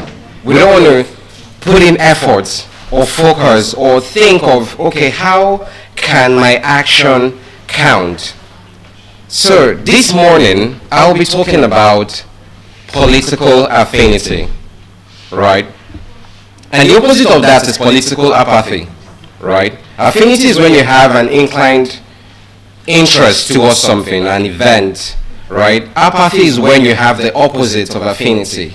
You have a disinterest in something. And we have so many reasons to justify why we shouldn't vote. And of course, your silence, no matter how moral you want to justify it, no matter how much you want to put yourself on a pedestal and say that this is the reason I am not voting, that silence is a betrayal to humankind. That silence is what is derailing us. That silence is what is plummeting this country. We let other people steal our dreams. We let people rob us of our balloons and ask us to smile. And then we still do the same thing to the next generation. The reason why we're like these is because our forefathers neglected politics. And we're doing the same. Plato said the same thing, that it is cowards who look away from politics.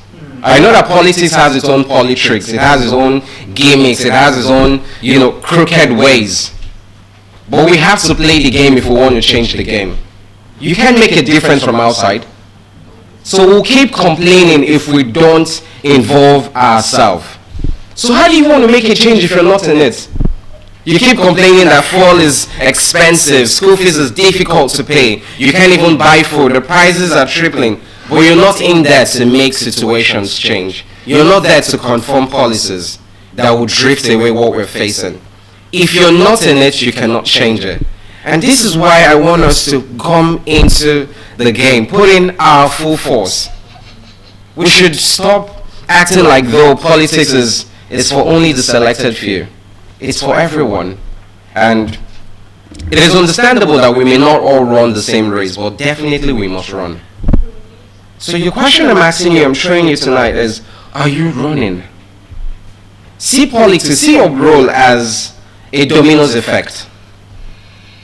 Just one tap, just one vote, one action of yours is responsible to change the trajectory of Nigeria.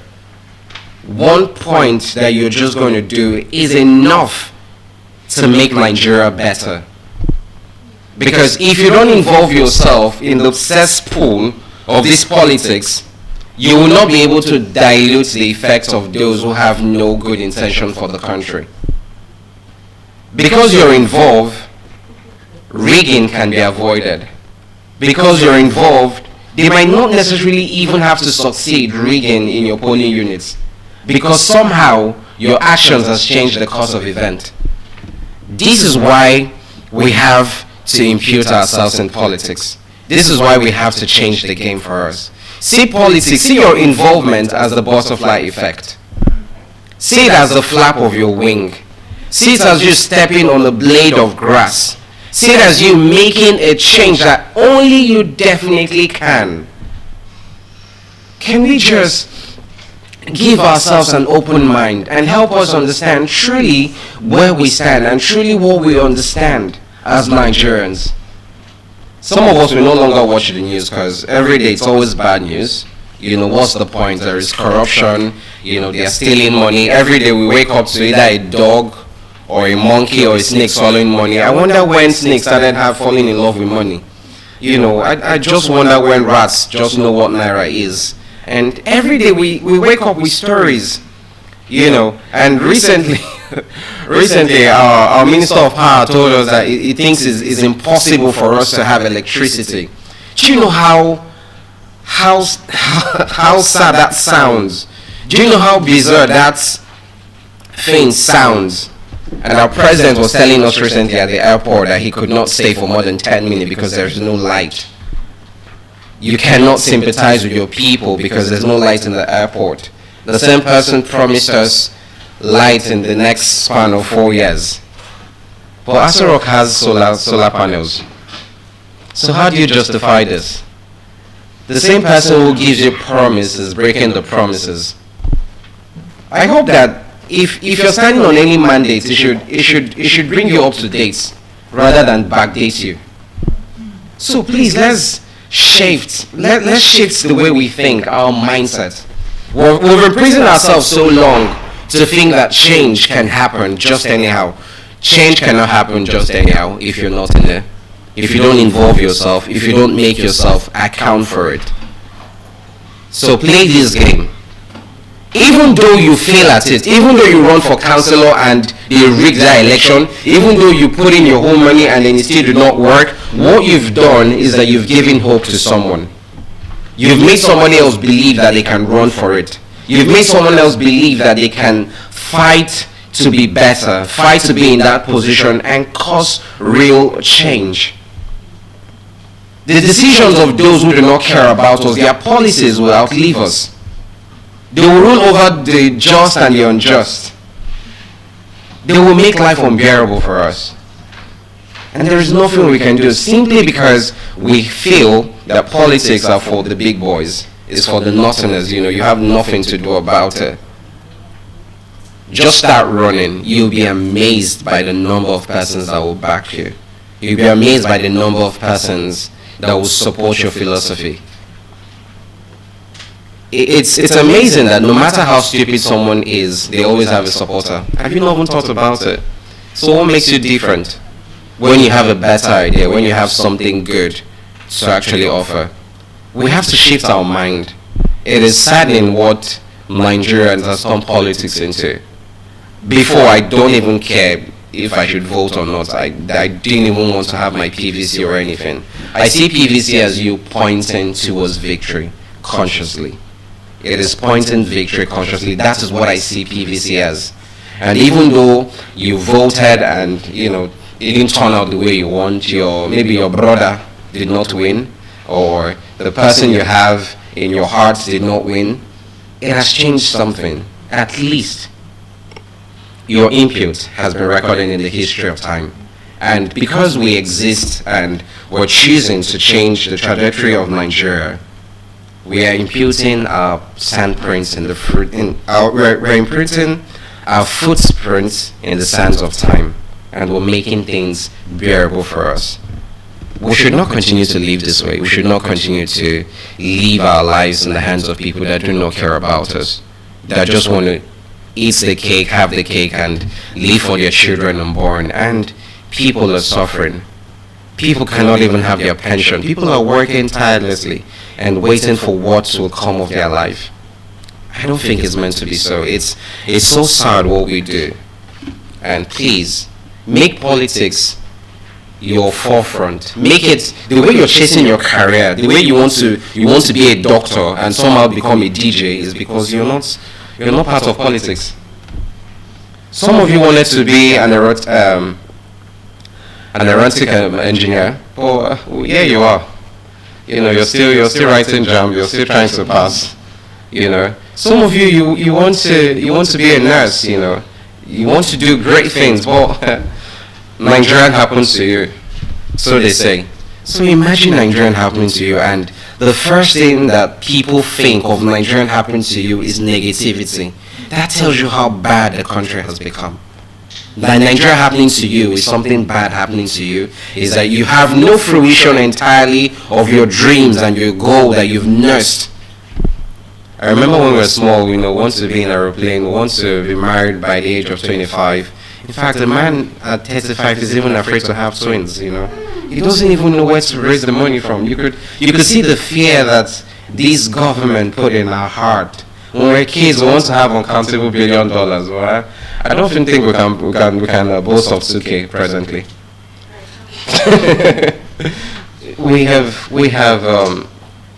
left the society to take judgment into its hands, and the moment we put ourselves together, the moment we decide to run for these things, would make it very important. Last year, my boss's daughter wanted to contest for in Festac, the councillor position, and I could see how politics were playing. It's easy to see from afar and not know how it works, but coming to it hand to hand, I could see how desperate people would seize power. People were beaten right in front of me. People, they would come and then they'll start spreading money. But how can you even sell your dream for a bag of rice? How can you even do that for yourself? You sell your hope, you sell all your desires. If Nigeria is the way it was being sold to us, if these things were so important and then they are willing to give you any amount as low as it is to do their biddings for them, why are their children not in it? Why are their children having a better life and we are the one who have to pay for the cost of it? We need to take chances. We need to put in all our eggs in that basket and let it be that all the eggs cracks because somebody would make a better basket for the golden goose to lay its egg. We have to change how Africa think. We have to change how Nigeria think. We cannot be pregnant with institution and we abort it because there is no favorable condition for us to dream. We should no longer sell our dreams short because the society has somehow made it difficult for us. The Greek, they have a word for those who do not participate in politics. They call them idiote, which is another word for idiots. So I'm not trying to insult anyone here if you're not involved in politics, but I think the Greeks are wise people. So you should know where you put yourself. And I know that there's distrust, there's cynicism, and where we don't really believe them. I'm not even telling you to bank on the word of anybody, how they would, make life better for you, how they would make fall calm down, how they would, of course, it's always promises, If someone gets into power and tell you how they're going to kill you, you might not want to vote for them. It's like the lion saying, vote for me, it's telling the sheep, vote for me. Once you give me power, come on, I'll be a vegetarian. That's what it is. That's what our politicians are. They're like lions and telling you to vote for them. And when they get into power, they become a vegetarian. I'm not saying when a lion is eating grass. So it is better those who eat grass tell us that they should be in that position for them to eat the grasses. I just hope that this analogy makes sense to us. So, in as much as we're coming into power, we're coming into positions to make real positive change, we should make it our priority to be different. And then even, it starts from secondary school. You're a class prefect. And then you see how politics works, the tricks and the gimmicks. You move from there, start somewhere. You don't have to be a governor first. You don't have to be a local government chairman.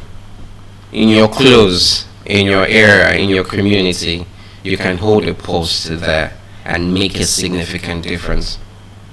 They say there's no monopoly of idea, but there is monopoly of influence. I believe so much. That you alone can cause a change that nobody can. And because you decide to tilt towards the other position, you've made life unbearable for others. We should think of what we intend to do with our life and how we want to make a difference. And again, political environment, like I said, affects us because I was there in the last election as she was running for politics and everything that was there to it. I saw how nobody was killed apparently, but I saw people being bribed right in front of my eyes, and they would even ask me that, don't I want the money? Why should I go and tell and talk? Because I was in charge of those who were walking around and ensuring that people voted properly. Those agents had their tags and were making videos and were posting. It was under the Labour Party last year. I could see how dramatic everything was and how it is easy to buy people. But then again, he who feeds you control you, so I could not blame them. Because how would I even expect them to see far beyond their reach, because the person who is literally feeding them is controlling them. If you're quite satisfied, I don't think you put yourself in that situation. And ineffective systems, slow bureaucracy also affects us, and probably lack of education as well. And I'll be talking about forms of empathy. We have voters' empathy. Of course, people do not just want to vote because they feel it does not matter. But one thing I know is that droplets of water makes an ocean. It makes a difference, regardless. It doesn't have to interest you. Even though you don't like all the candidates, just vote for one. It would shock you what your votes will triple. It will shock you that it will cause a ripple effect. It's just going to do something. I don't know how to prove it, but I know by the dominoes effect and by the butterfly effect that the flap of a butterfly somewhere in Japan can cause a tornado somewhere in America. It seems like a fiction, but it's possible. Just one little effect. Now take for example the war that is happening and how it is affecting businesses, how oil is becoming more expensive. And you're not fighting the war, you're here. We're trying to even win a Guinness World Record, and they're making fuel expensive. So you could imagine that even as less concerned as you are, we're indirectly becoming the casualties of war. So the same thing happened in politics. Our disinterest causes us to be casualties of people's decisions and the rules they would make and the policies they're going to make. The truth is, it is rare to see a man who wants to grab power and not for his interest. Somehow it is for his interest. So if your interest is for the betterment of Nigeria, it's for Nigeria to yield interest, to become what you want, for us to, become producers, more of producers and less of a consumer, get into power yourself. Don't just imagine that someone else will do it for you. I've seen politics benefit people, I've seen it rip people apart, and I've seen it change causes and effect simply because one person chose to be in it. So politics is your business, right? Because what politics does to us, interestingly, is it makes us ask the right questions. It makes us see people for truly who they are. Politics to me is beyond voting. It is making choices that enable us to live a better life. So we should not water down democracy because we don't feel like it. We should embrace it. We should go full force in.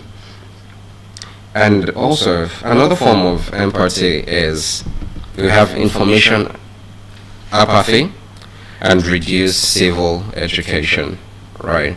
Most people don't want to listen to the news anymore. It doesn't interest them because there's just always story. There's just always story. So people don't want to involve themselves in it. And reduce civic education.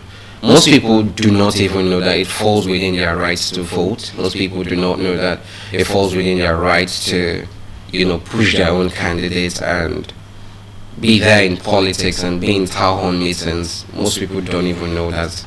Some people don't even have a voter's card as we speak. Right, and it's quite sad that as little as the only thing they have is NIN because they were required to open a bank account. So we should push beyond that. I know corruption, undemocratic rules, unrepresentative policies affects us, but we can only make a change if we truly want it. See politics as a pond of fish. No matter how long you cast your net, you'll definitely catch a fish. The broader the scale, the wider your vision should be. Do not let anybody rob you of your balloons and ask you to smile. Do not let anybody sell you a falsified dream.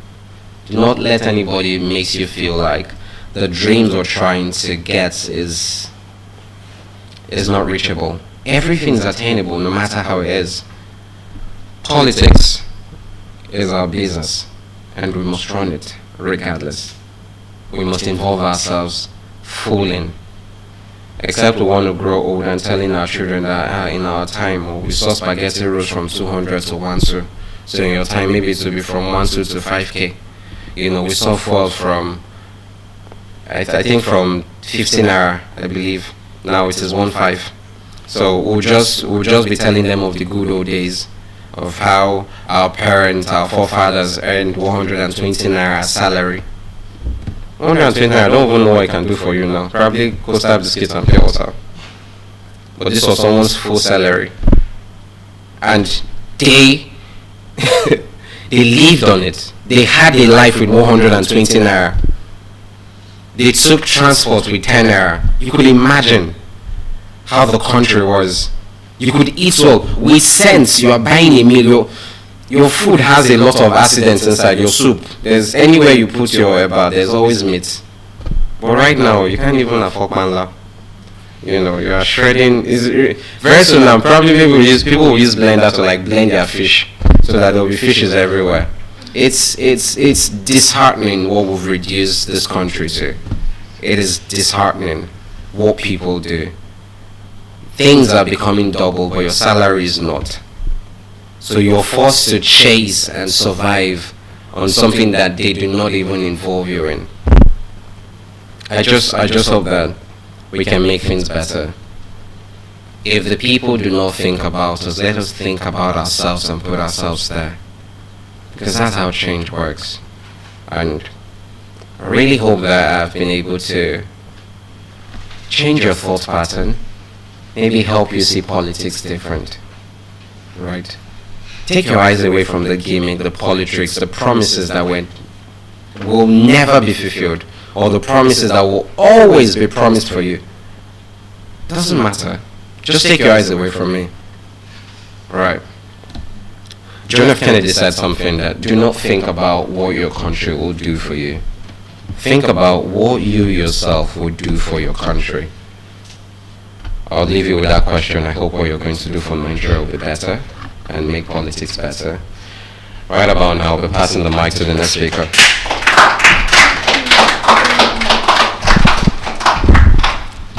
All right. Good morning, Nigerians. Good morning, the whole world. Right now, we'll be talking about something interesting, but mostly overlooked. I am Joluwatimileyin Ajayi, a public health advocate, and today I want to talk to you about something that is very important, and that is how water treatment can affect public health. Now, just imagine you wake up tomorrow morning and there is no water. Like, your tap is not even dripping any water. No water to cook, no water to brush your teeth, no water in the oceans, in the river, in the lake.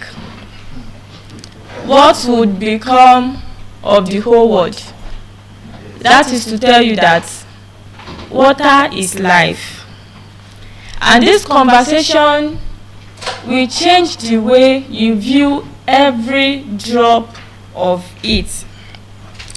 Scientifically, water is two hydrogen bonded with oxygen.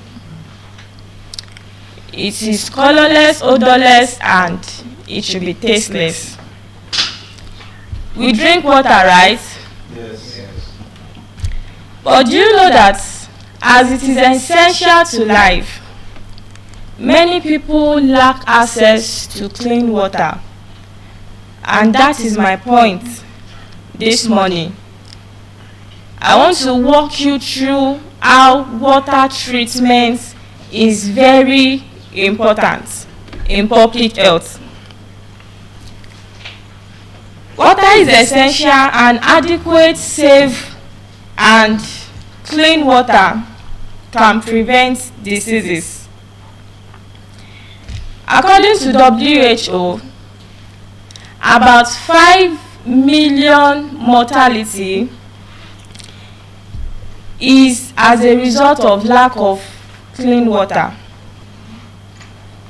and about 50%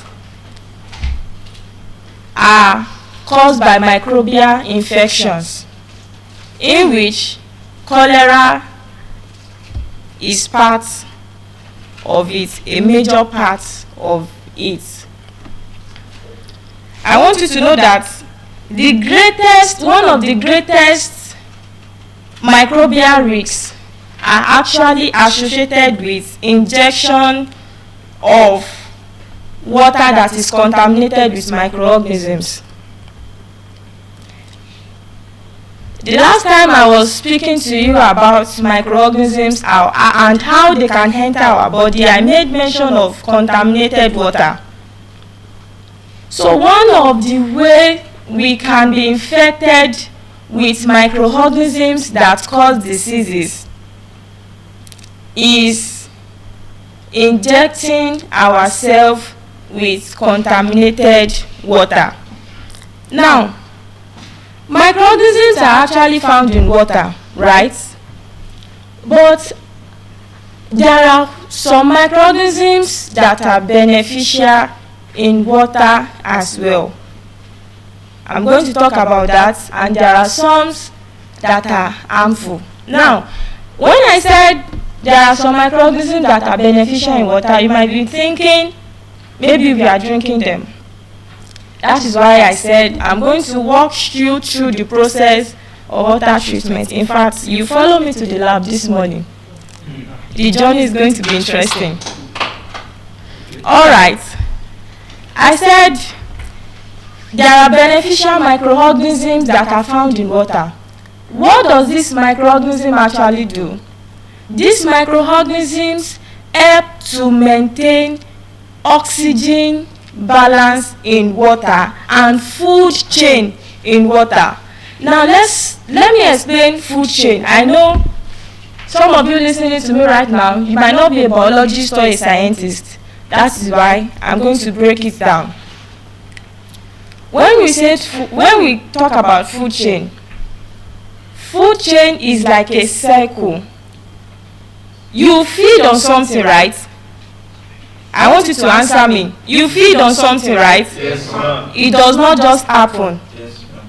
It happens because there is what we call food chain. So food chain is the transfer of energy and nutrients from one living organism to the other. Now, this is the way it starts.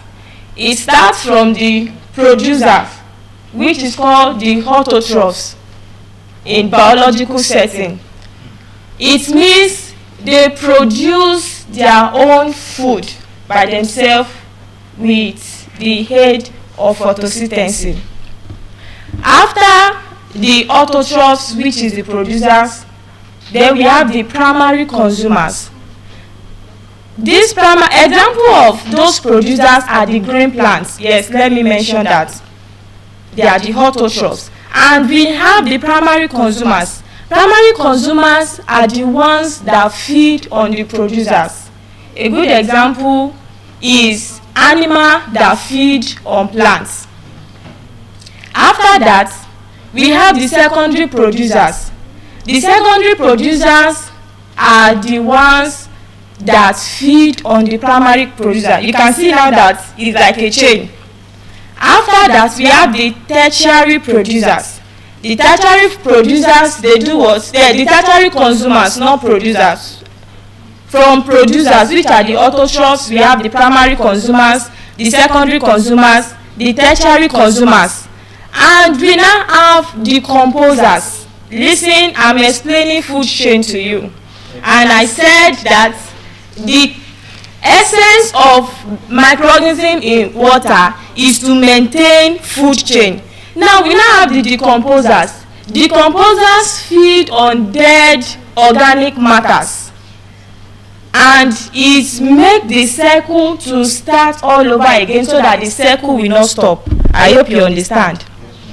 Now, when I now said that there are beneficial microorganisms in water, I'm talking about the likes of the algae. They are the producers. They are the autotrophs.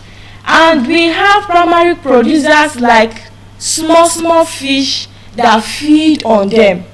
Then we move to the secondary producers that feed on the primary producers. I hope you understand now. So that is the main essence of microorganisms in water, and the decomposers, which is very important, because without decomposers the circle is not complete. So it is these decomposers that decay on dead organic matters and make the circle to start all over again.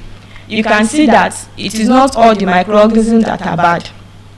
Now, examples of beneficial microorganisms in water, we have the algae. These algae actually produce oxygen through photosynthesis. We have the cyanobacteria. These cyanobacteria fix nitrogen in water. And we have the decomposer bacteria, like the decomposer bacteria, they break down the organic matter in water. I hope you understand. Let's continue the journey. Now, we have harmful microorganisms. Harmful microorganisms in water. And these are the ones that cause disease, and that is why it is important that you treat your water. If you are listening to me right now and wherever you are, if the water you are taking is not treated, I think after listening to this speech, you will make a wise choice by treating your water. And thank God for Lagos State government. We now have Lagos State Water Corporation. It has been existing for a long time, and they can treat your water for you. I know Lagos State government is providing water to some areas and all of that, but even you personally in your house, you can treat your water. Now, let's talk about harmful microorganisms in water. One of the common one is the Vibrio cholerae. That is the name of the microorganisms. It causes cholera. You all know what happened when there was the rise in cholera infection. It is a deadly disease, and it is because of the presence of the microorganism that it caused the Vibrio cholerae. That is why it is important to treat your water. Another example of microorganisms you can find in water is the Salmonella typhi. It causes what we call typhoid infection. Another example is the Escherichia coli. This one, it is indicator of fecal contamination. It is found in human feces and animal feces. I told you the last time that when you use the restroom, you should do what? Wash your hands properly. All of these microorganisms that I've mentioned are causes of waterborne diseases. Water treatment is very important. Now, how does microorganism enter water? Or let me say sources of water contamination. Number one is sewage disposal. What is sewage? Sewage is the liquid waste. You understand? Human urine, the liquid water that you use in your house, the ones you use for washing plates, after bathing, all the water and all of that, and all other liquid. Do you understand? That is sewage. Now, let's say for example, there is a particular river. Please listen to me. I need you to get this, because if you don't get it now, you will not understand water treatment. And I'm saying this so that you can make a wise choice by treating your water if you have not done that. Now, if you are disposing your sewage, or you want to, yes, disposing your sewage now, and you are not doing it properly, you know, it's meant to pass through pipe, right? Let's say the one that is coming from your bedroom, you understand? If you are not doing it properly, it can enter river, and that is where contamination will start from.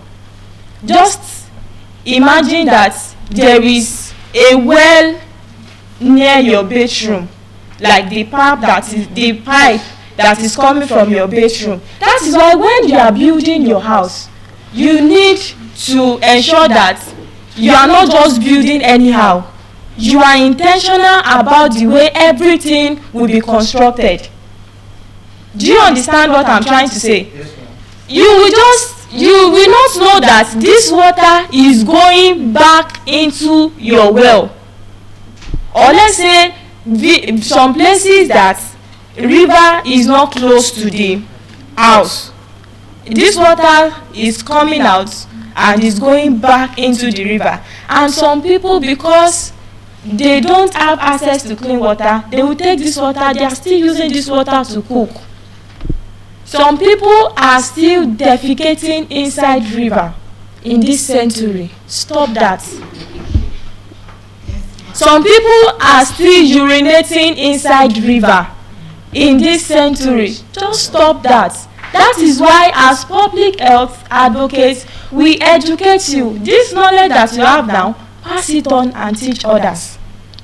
So these are the ways that microorganisms enter water. Another way is agricultural, the agricultural runoff. Let's say, for example, animal waste. Now, imagine a poultry farmer that is near river. Just know that that kind of water might not be safe, because now, let me say something. Do you know that when the chicken in the poultry, when they lay eggs, that egg might still be having, you know, the animal feces, the chicken feces, and some of you just buy egg, you will put it inside your rice, just like that, and you will cook it. That is a good example of where Salmonella typhi is living, the one that caused typhoid. So I'm passing a vital information to you now. It is not advisable to boil your egg together with your food. Yes, you look surprised. I'm a microbiologist. Boil it separately. You can't be sure of the one that is carrying that particular microorganisms. That is why it is important that you don't rush the process. In fact, before you even put it in your pot that you want to use to boil it separately, rinse it very well. Microorganisms will not say, I am here, because you don't have microscope. Now, we also have industrial waste. We can see that in so many places today, industries are not far from residential areas. And the waste product that is coming from these industries might be contaminated, and it will affect water. And an innocent person will just, maybe use the water for domestic uses. So industrial waste is also a source of water contamination, and also poor sanitation. I don't appreciate the attitude of just dumping refuse anywhere. Some persons, when they are done with whatever thing they are taking, let me use the example of sachet water, for example, and you will just drop it on the floor just like that. Proper disposal of refuge is very important. poor sanitation can contaminate your water. And in your house, in your area, in your environment, ensure that you are clean. I think we've said a lot about personal hygiene, if you can still remember, right? Yes. Now, how to detect microorganisms in water? This is the interesting part, and I want you to follow me to the laboratory. In microbiology, we test water, and there are two methods you can use. There may be more, but I'm familiar with two methods. Number one is the aerobic mesophilic count, and the second one is the coliform test. Let me explain to you how this is being done. The aerobic mesophilic count, it is done by using, when you want to do anything in the microbiology lab, we make use of media. Media is the ingredients that make organisms to grow. Do you understand? Now, a good example of media that we use for this aerobic mesophilic count, you can also call it plating method, is the nutrient agar. You eat now, microorganism also needs something, so it's the nutrient agar. Now, this is being prepared according to the manufacturer prescription. Sometimes on some products you will see 40 gram in 1000 mils. After the right process of preparation, you sterilize. In microbiology, we do everything aseptically. When I say aseptically now, it means you are very careful with your environment, with everything that is in your environment. No contamination of any kind. You don't just work even with your bare hands. When you are working, you have to be very careful. The environment is sterilized. Yes, let me use that word. Now, after your preparation of the nutrient agar, you sterilize it using the heat sterilization method. You use the autoclave. It has its own process. Then after that, you allow it to cool, not because it can be solid, you understand, it will form a gel-like. When you are done preparing it, it is still liquid, but after a while, when it is cool, it will be gel-like, like solid. So now, after the heat sterilization and you are ready to test your water, you make sure that you are in a sterile environment, and you withdraw 1 ml of your water sample. 1 ml of your water sample, very careful, in a sterile environment. There is what we call the petri dish, and that is the plate that we use. When I say plate, it's not the plate you are using to eat in your house, because this is different entirely. You withdraw 1 ml of your water sample, and you put it aseptically inside the petri dish. You don't open it to the extent that the air from around. Don't forget, microorganisms are also found in the air. You put it, you inoculate it gently. That is the term we use in the microbiology setting. That is, you put that water in the plate like that. Then when you are done, you make sure you swirl it on your slab. You make sure that it circulates all throughout the plate. Then you pour your nutrient agar just like that. Then you swirl again. What I mean by swirling is like you shake evenly such that it's going to circulate to every area of the petri dish. You make sure that it solidifies, and you incubate it. We have an equipment called the incubator.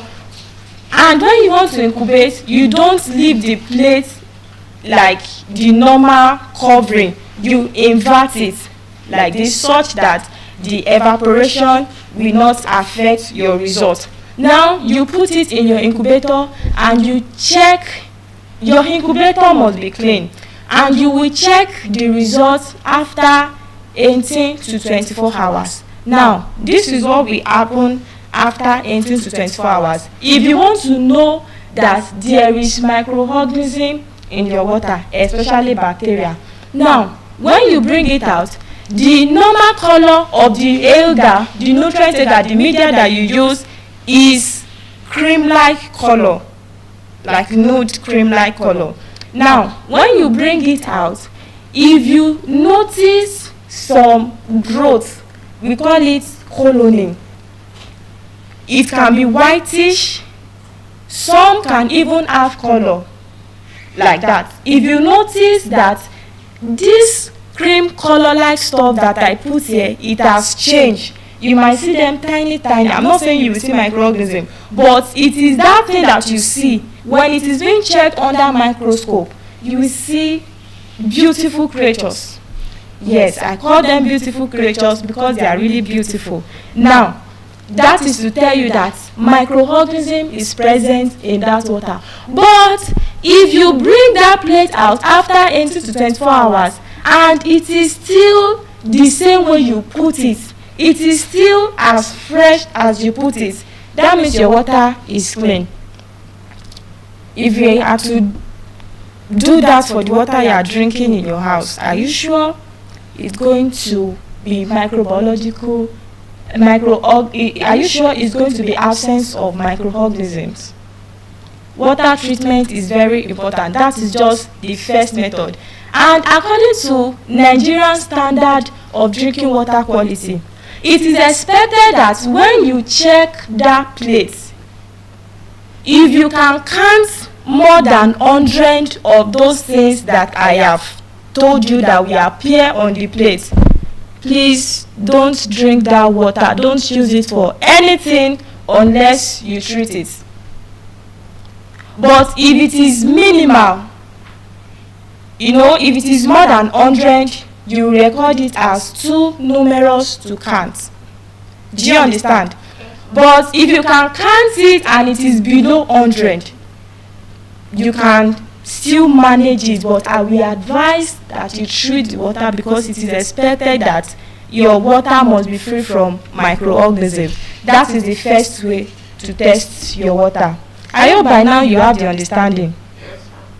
Now, the second way you can check if a water is having microorganism is to check for coliform in water. And coliform are microorganisms that are found in water, in soil, in animal and human feces. Now, when you want to check for this, I told you we use what we call media. But this time around, this one is different from the one for plating method. The one I just explained to you is the aerobic mesophilic count. This one is called the total coliform count. You use the test tube for this one instead of plates. And the name of the media you use is the McConkey broth. McConkey broth is also prepared according to manufacturer prescription.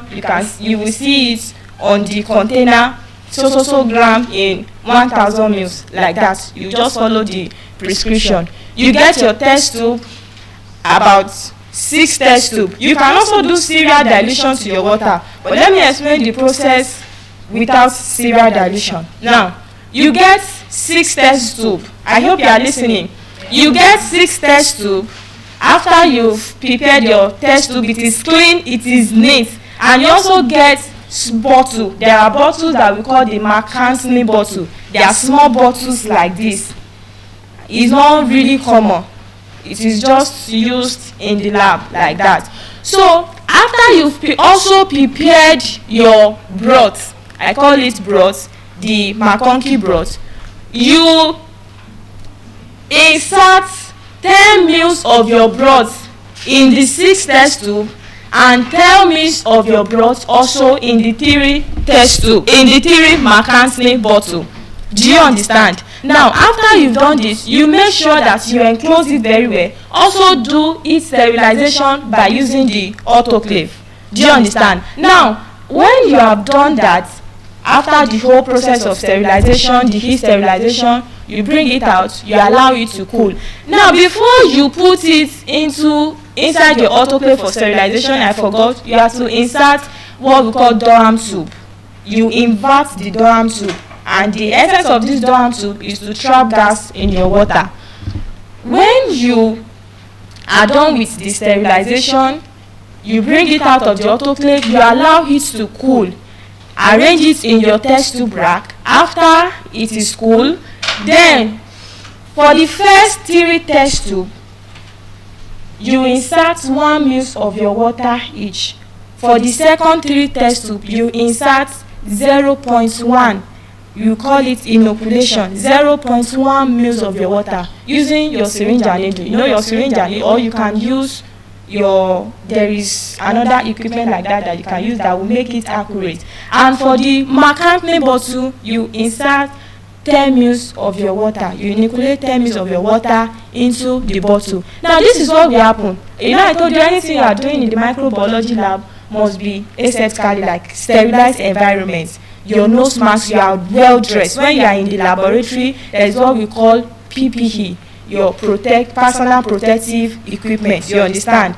Your laboratory clothes and all of that. Just to make sure that you are not even contaminating what you are doing yourself, and so that you yourself, you will not be contaminated with whatsoever thing like that. Now, after you are done with that process, you have inoculated your water sample, you put it also in the incubator, and you will check again between 18 to 24 hours. This is what will happen. The initial color of your broth is either wine or purple. You know, we have different producers, but the major ones are the wine color or the purple color. If you use the purple color, if microorganisms are present in your water, that color will change. It can change to cream-like color. It can change to, like, you know, the purple. You just observe that this is no more purple color. Do you understand? It means that coliform is present in that water. That is how you can test for microorganism in water. And if we check your water, we do all of this process, and microorganism is found there, please make sure you treat your water. Now, let's talk about how you can treat your water. I've walked you through the process of detecting microorganism. What if we really detect microorganism in water? What are you going to do? Now, this process is not for you to practice at home. I know that majority of people, they still do little things by buying water treatments. There is a liquid they buy and put in their water, right? Some people, they can use alum. Yes, all of those things are good, but it might not really, like, you know, disinfect whatsoever thing. And you know that there are some people that are taking hard water. It is not good for your health. That is why you really need to treat your water appropriately.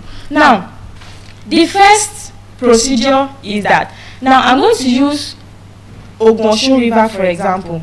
Yes, because the water can be treated in such a way that it can be used for domestic purpose. Or maybe you just finished constructing your house and you drill borehole. Don't just assume that it is borehole now, this and that.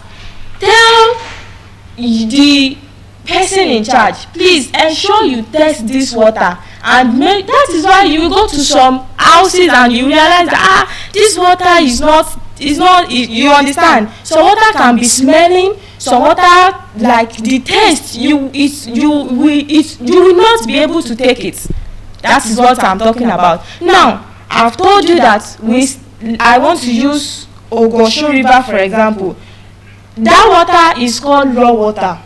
What did I call it? Raw water. Now, that is the first process. You identify your raw water. If you are drilling borehole, the first water that you are going to see is raw water as well. So once you get your raw water, there are some water that might be cream-like in color.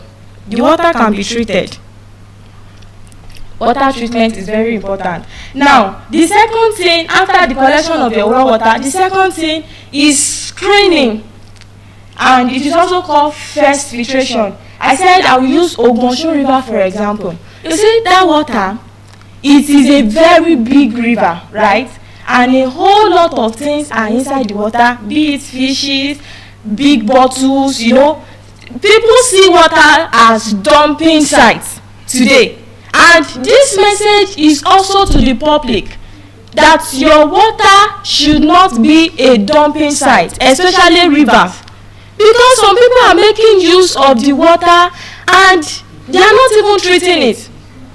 To reduce mortality, please let us take to this. Now, I said the first thing is collection of your raw water, isn't it? The second one is the screening. That is the first filtration. So it is like the separation of all the objects that are in the water, or even living organisms in the water. Do you know that you can find dead remains in water, like human dead body in water? Maybe people that, because of they cannot swim and they just float in water like that and they die, especially those big rivers like that. So the first process is that there is a kind of first filtration. That's why I said this method you can't do it at home, but you need to be aware. Now that first filtration, all of this process I want to explain to you now, they are not done manually. They are done with correct equipment and with the correct strategies, with people that are learned. The first process is first collection of water, screening, which is the first filtration. So there's like a kind of separation of objects in the water. Do you understand? So it will pass through that stage, and what you will see is just water. Do you understand? It will still be having, particles. You will still see colors and all of that. But after that process, you are not going to see bottle inside it again. You are not going to see nylon. You are not going to see fish again. Do you understand? And let me say something. If your water cannot accommodate fish, the water is not good. That is the first thing to know if your water is really good. If fish cannot survive in that water is not good. Now, I said the first filtration, separate objects in the water. Now, after the objects has been separated from the water, then we have the coagulation and the flocculation. Now, this is where it gets more serious. The coagulation and the flocculation. Now, this is what happened at this stage. You had chemicals like the alum, and that is what some people are doing in their house. But this time around, we are dealing with a big river now, like big river. And this time around, you have to use the necessary equipment for this. What the addition of alum now, what the addition of alum will do is to separate particle. So that alum will neutralize the changes in the tiny particle in such a way that, when you use alum at home, what will happen is that you want the particle to settle, isn't it? So that you are going to have clear water on top. It's just the same thing, just that this time around we are doing it in a more advanced way. Now, after the addition of alum in the water, then there's a kind of steering that happens. You are not using your hand, you are using equipment, right? Then flocculation takes place and flux will begin to form. That is the particles that will be visible. Do you understand? Now, after that process, then we have the sedimentation. That is when your water is inside a bigger storage tank, and those particles are under, and your clean water is on top. I hope you are following me. We are in the laboratory and you need to understand water treatment. Now, after the sedimentation method, then there is filtration. The first one is the first filtration I mentioned, the separation of bigger particles. Now, this time around, it is tiny particles because flux have been formed because of the addition of alum. This filtration now separates those particles from your clear water, and you have your clear water in another storage tank. Then after this process, you disinfect your water, and that is where it gets more serious. Disinfection of water is killing the microorganisms that are in the water. I told you, microorganisms in water, especially the ones I've mentioned, the Vibrio cholerae, Salmonella typhi, and other ones that are dangerous, can affect our health. We ensure that there are no more microorganisms in this water, and that is why we disinfect. We disinfect by using chlorination method or the ultrafiltration violet lights, UV lights. You can use any of this method. Chlorination method is the addition of chlorine, and what chlorine does is that it kills microorganisms in water. Don't go to the market and buy chlorine because you want to treat your water. It can only be done by a learned person. But I'm just telling you that water treatment is very important. And if your water has not been treated and you are in Lagos State, please go to Lagos State Water Corporation. They can do all of those processes for you. Now, after the disinfection method, the water treatment is still not yet complete. Then we now move to the addition of certain chemicals so that you will have a balanced calcium and magnesium. Do you understand? And correct pH in your water. Because according to Nigerian standard for drinking water quality, all of these must have a particular result. I'm not going to tell you the exact range that this must be so that you're not going to do some things at home. I told you it's only a scientist that can do it. Now, after this process, your pH is accurate. You have checked that. Now, when all of this process is being done, the water will not smell again. The water will have a good taste. If we have not tested, if some water have not been treated, if you taste it, you can taste salt in some water. But if the water has been treated appropriately, you will not taste salt again. In some water, just like taking some water like that, I'm not saying you are drinking it now, like you just bring it near you, you will perceive some smell. But with the right treatment, all of these things are taken away. So that is why water treatment is very important. So there is the pH adjustment and also chemical treatment to ensure that the water is good for domestic purpose, even for drinking. And that is why the definition of water for basic level, it is colorless, odorless, and what? And tasteless. So if you are still having water in your house that is having taste, the water is not safe. If you are still having water in your house that is having odor, the water is not safe. And if your water is still having, you can still see it that it is color, it is not clear. Water must be clear and colorless. Do you understand? So the water is not safe. That is why safe and clean water is good for public health. Now, why is water treatment important? Water treatment is important because it prevents diseases. I've mentioned some diseases like cholera, typhoid, and dysentery. Dysentery is caused by fecal contamination, Escherichia coli. It is found in human feces. So just imagine people that are still defecating inside water. It's killing people. And innocent people living in the village, they still use the water to cook, isn't it? And that is why you see that in those places there is high rate of death.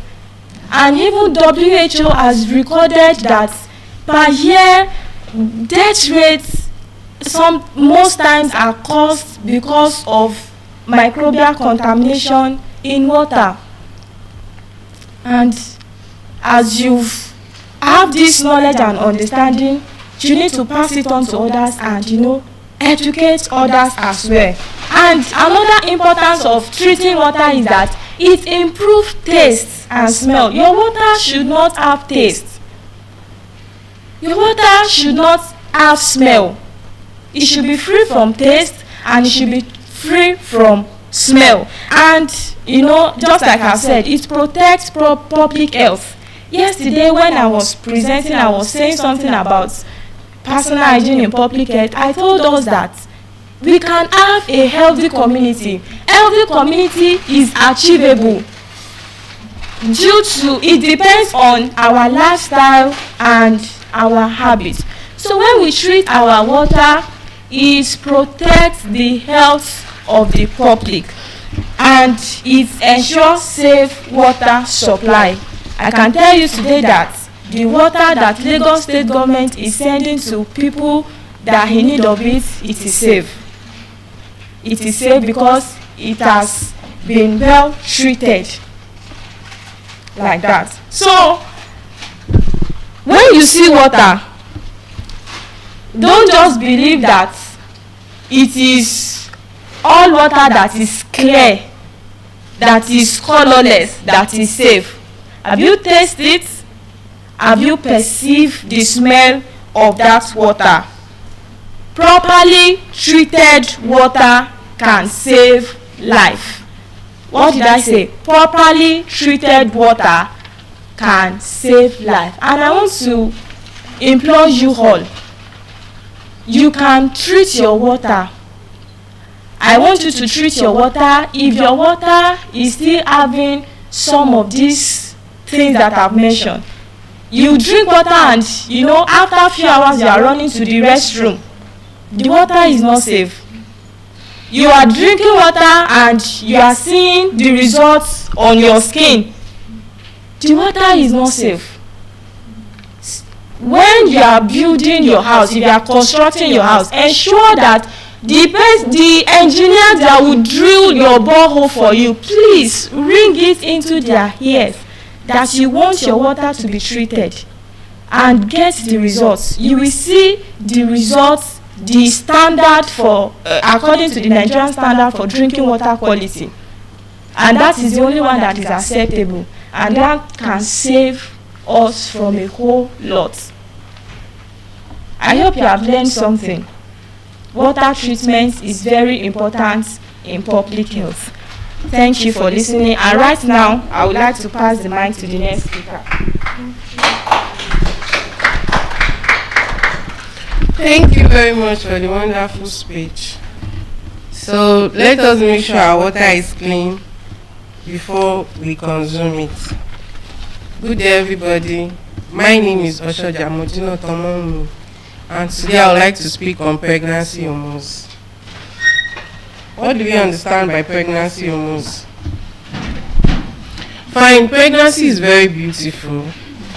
When you see a pregnant woman, it is always a thing of joy, especially for the expected mothers.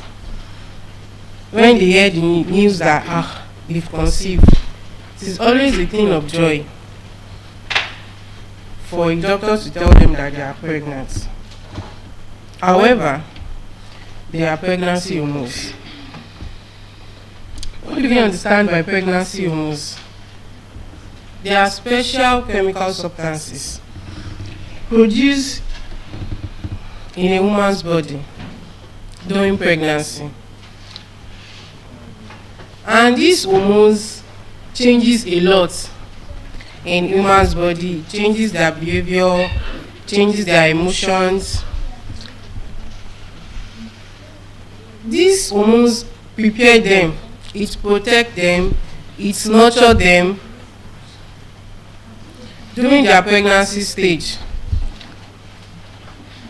However, there are several hormones that used to happen to a pregnant woman. And these hormones, some of it helps in the growth of the child. It helps during labor. It helps to prepare the mother's baby for childbirth. And the fact is, without these hormones, pregnancy cannot progress properly.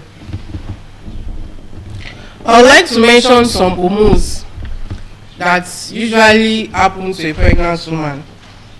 and the roles they play. Number one, I'll say progesterone. Progesterone is one of the pregnancy hormones that happen to pregnant women. It is always, and that is why you see most men, they will be like, are you the only one? You tell me you are tired today, you tell me you are feeling dizzy tomorrow. I want us to know that these things, it is actually not the fault of the pregnant woman. It is due to the fact that these hormones, they are working. These hormones, they are actually doing their job. It is not their fault. Like progesterone, these hormones help to keep the womb safe for the baby. Yes. Regardless, the hormones will help to keep the womb for the baby, for the baby to be safe. It also helps to prevent early contraction. Yes. That's why at some point, if there is absence of progesterone in a pregnant woman, you hear she actually lose the pregnancy at early stage. It is because of there is lack of progesterone in her. That's why you feel she'll be like, I just got pregnant. It's not even up to a month. Progesterone also helps pregnancy to be stable. It supports the lining of the uterus. Yes. These hormones are very, very important. They actually have one role or the other that they are playing. And at the end of the day, it also had effects that it plays.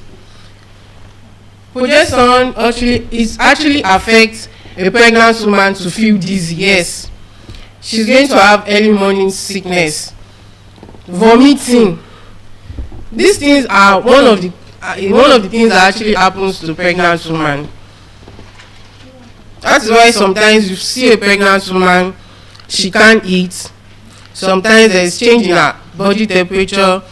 Sometimes you see different defects that you see in a pregnant woman. Sometimes swollen leg. Sometimes their skin, you can just see pimples. You see a lady that is very, very beautiful. She's fair in color. Immediately she takes things like this, she becomes dark.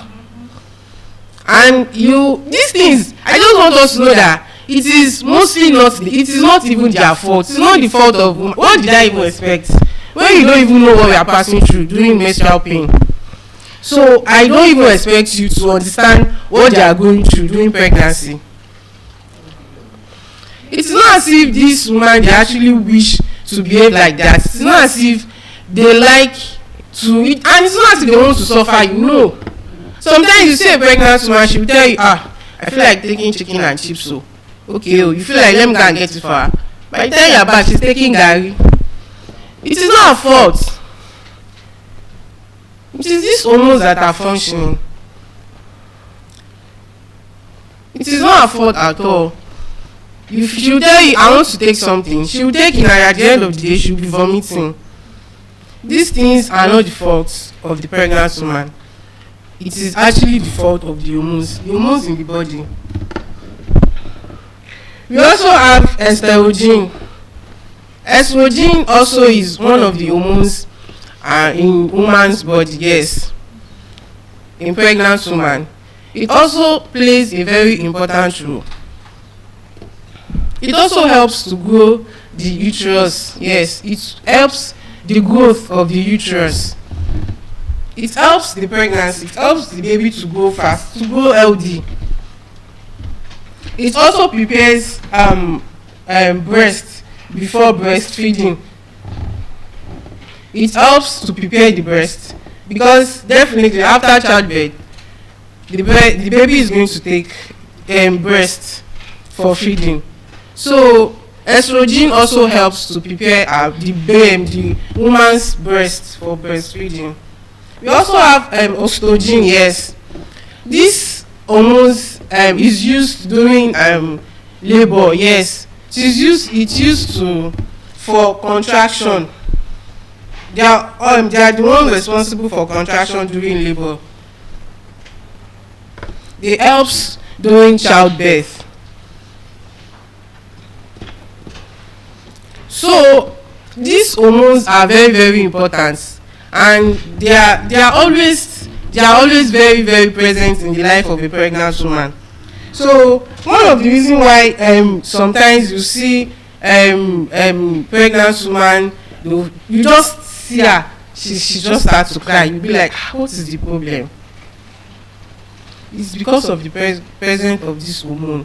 That is why you see her like that. At some point she might not even eat at all. You be like, just take something. She'll tell you she does not feel like taking it. It is because of the presence of this hormone. So, and at the end of the day, you be like, how can I help you? For you to help a pregnant woman, because all these things that are happening, it's not as if she feel like she wants to do it purposely. Okay, how can we help a pregnant woman during this stage? What can we do to help them during this stage? Number one, I say family support. Yes, regardless of anything, let's support them. Let's just accept the fact that it has a time phrase, it has a duration. It is not as if she'll be like that forever. Let's be there for them. Let's support them. Don't let us be like, what is wrong with you? I don't know that will get pregnant. No. And these changes, it differs. You see some pregnant woman, immediately they taking like this, sickness starts. Till they'll give birth to that child. If they visit hospital today, tomorrow they will visit the hospital. Some people, they don't leave the hospital bed until they will give birth. And it is not their fault. It is because of this hormone. And you see some pregnant woman, she's going to hawk table water. She will sell things. And she will be healthy. She's going to give birth to an healthy children at the end of the day. This hormones plays different role in the life of different women. It can actually play the role of being lazy for Lady A, and at the end of the day for Lady B, she's going to be very, very hardworking. You can't say that this type of person. You see some people like they are very, very hardworking, and immediately they take it like this, they become lazy. It's not as if they actually wish to. No, they don't wish to. They don't wish to do these things. It's not their fault. We also have hormone that is called prolactin. This helps to prepare the body for breastfeeding. It is responsible for the production of milk after childbirth. Yes, it helps the pregnant woman after giving birth to produce milk. So it supports breastfeeding after delivery.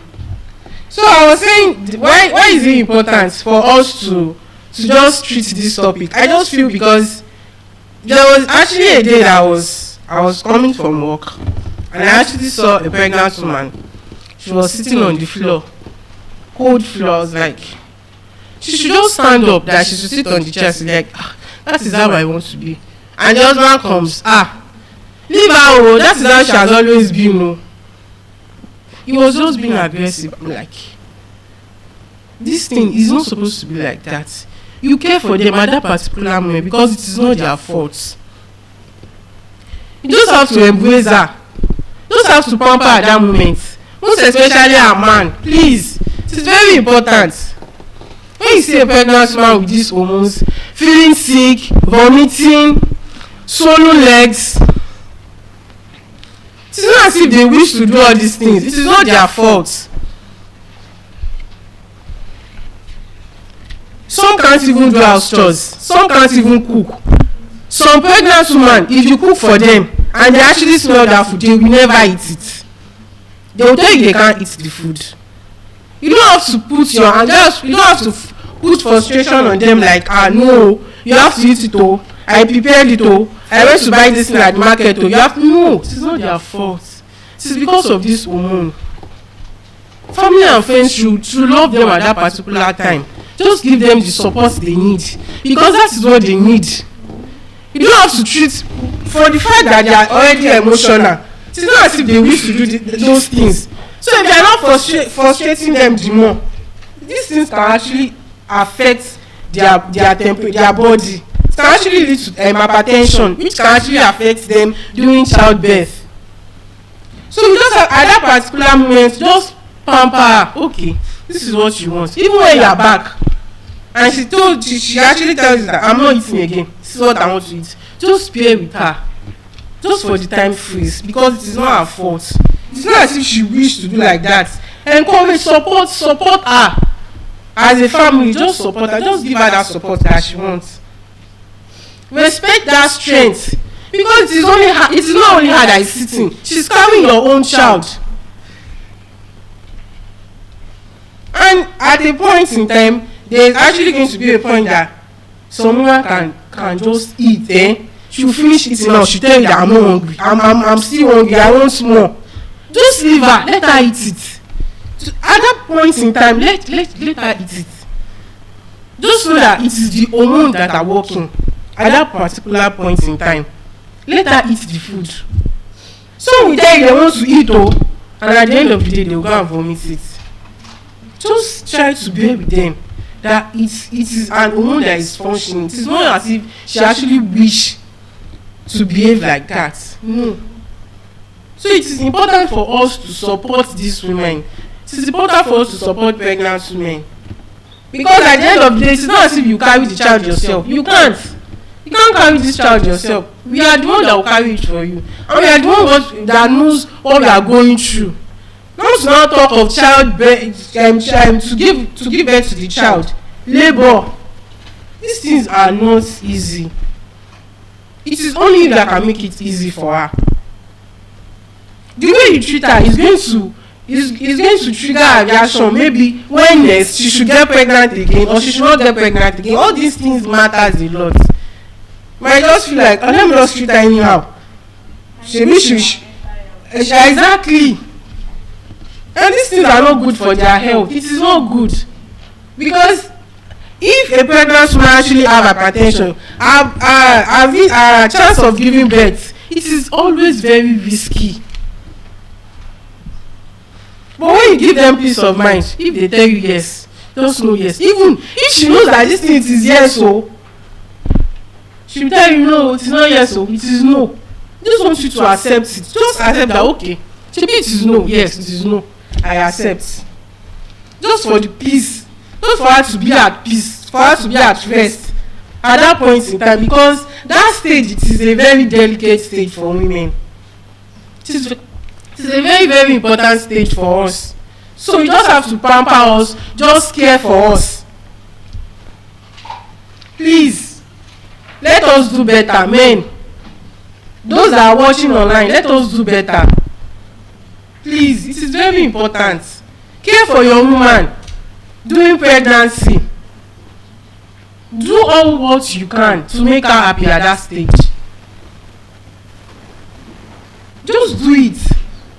Just make her happy at that stage, because that stage is very, very delicate.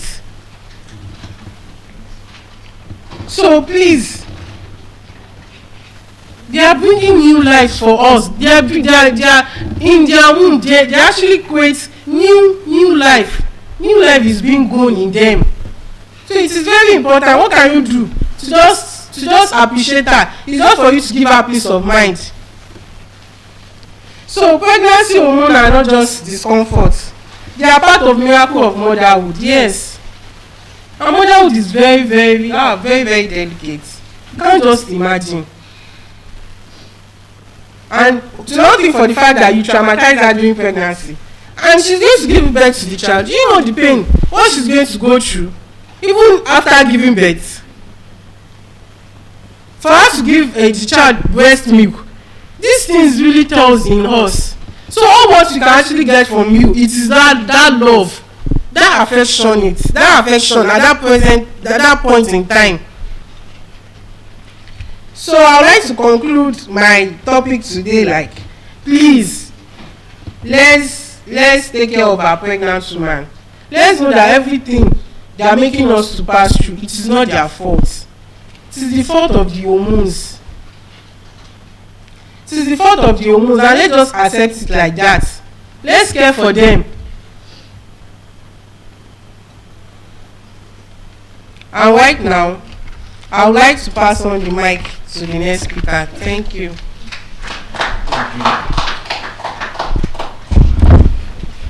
I would like to begin with an African proverb in Yoruba that says that ká fi ọgbọ́n ọlọ́gbọ́n ṣe ọgbọ́n òun ni wọ́n ní pípé àgbàlagbà ní wèrè. In English, what does it mean? It says when you buy other people's idea, it prevents them from calling an elderly person a fool.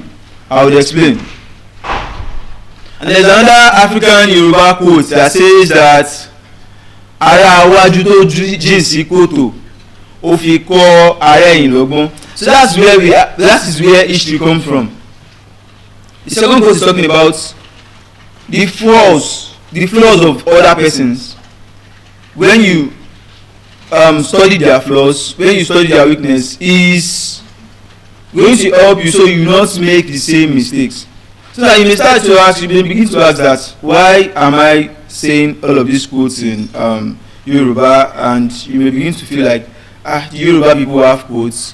Why are they African quotes? Because you would have been hearing more of Mahatma Gandhi, more of Martin Luther King and the likes.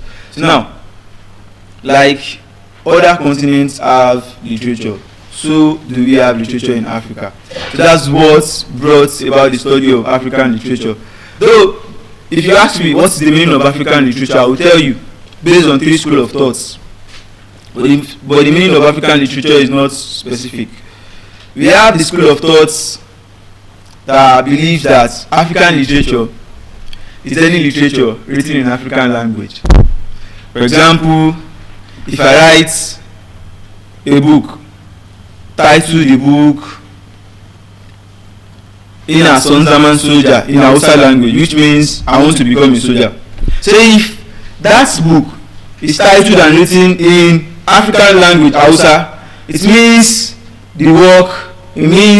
that work is an African work. That makes it an African literature based on a particular school of thought.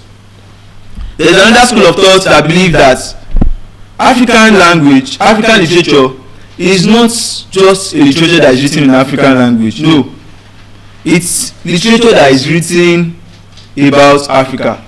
So that school of thought believe that whether that literature is written by an African or non-African, as far as that literature is written about Africa, probably you are writing about Lagos State, for example. So we are talking about the history of Lagos.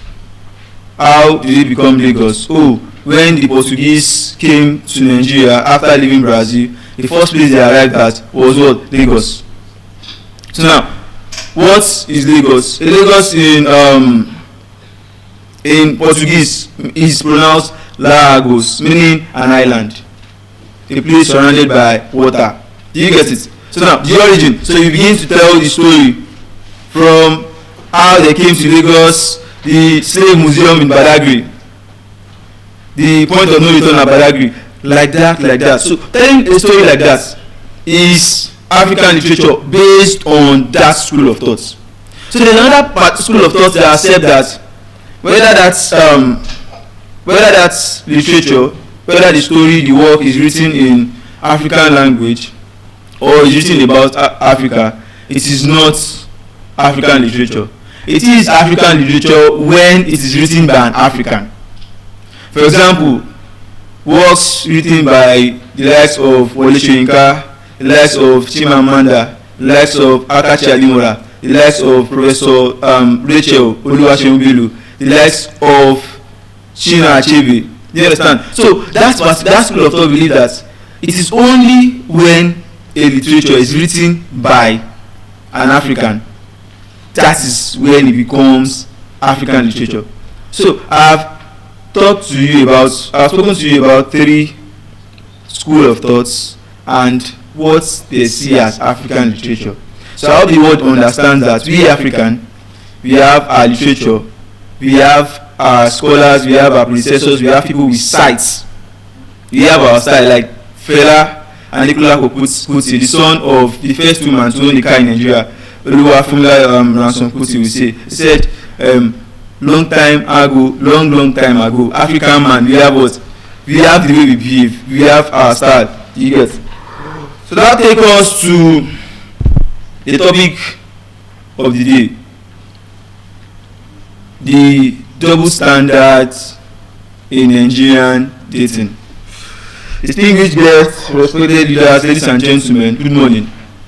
I would have loved to speak further by extending it from the double standards in Nigerian dating to the double standard in Nigerian marriage. Because I am not married, so I can't talk about the experience of a married person. So I would have to stay where I can express my feeling better. So yeah, let me talk about dating. What does dating mean? So now this topic, I didn't just pick up this topic. I picked up this topic because not just Nigeria, but the world at large. We have many children, many individuals, sorry, not children, many individuals out there who are single parents. When we talk about single parents, it's either the man is the one taking care of the child, the wife has gone somewhere, or is the wife taking care of the children or a child while the man has gone somewhere else. On the other hand, it's either you meet individuals who will tell you that I don't believe in love does not exist. What do I want to use love to do? Do you understand? So now, we have persons with different views based on their experience, and this experience they had is making the world a bitter place today. So now, it's making the world the place where when you come you feel like it's not real, no matter what you tell me. So now, I'll be explaining this using the Nigerian techniques to correct a major problem in the world today. So when we talk about dating, dating is a process where two individuals get to know themselves better. So when I talk about get to know themselves better, it's either physically, romantically, in ways that won't affect them emotionally. Do you get it? So now it's a process in which two individuals, likely a man and a woman, a male and a female, without affecting themselves emotionally. When I say affecting, means the aim of dating is not to cause problems. The goal of relationship is not to make you regret the action you've taken. So now, in this process, what are we expected to do? In dating, what we expect in dating is, take for instance, if maybe I like Chimamanda for instance, what I'm expected to do is, if I am graced, perhaps I and Chimamanda are classmates in the university, or maybe core members at the same camp. So I'm expected to meet Chimamanda and tell her that, Chimamanda, I like you, probably because you write very well, and it has been my dream to have a woman who is a writer, so I can tell her the story of my life, so she keeps writing. Do you understand? So now, this is one part, confessing to her why I like her. I'm talking about the process now. So now, it is the ball is now in Chimamanda's court to accept my proposal or to disregard my feelings. Do you understand? So Whether she accepts or not is not a problem. As far as the both of us didn't end up harming ourselves. So now, what brought about the double standards in Nigerian dating? When we talk about double standards, there are double standards in Nigerian dating. I'll give you, for instance, while I give instance, I'll tell you stories. Those stories will remind you of today dating style and the olden days dating style. When I talk about the olden days, I'm talking about the days of our parents. I'm not talking about our parents. I'm talking about the days of our parents compared to our days now. So now when I talk about the double standards, I will talk about gender expectation. That's where the standards start from. For gender expectation, on the female side, the female is always expected to be polite, modest, and patient. In what sense? Nigeria society has always make it in a way that a lady must be more polite than a man. A lady must be modest. When I talk about modest in dressing, so that's why the moment a lady comes up and perhaps maybe she's wearing a bomb shot, not in her house, probably she wore a bomb shot from Jaba to Ikoyi. So the moment she gets to Ikoyi, and maybe you are the man, you are the guy she's coming to meet, the first thing you ask her that, is this how you come from your house?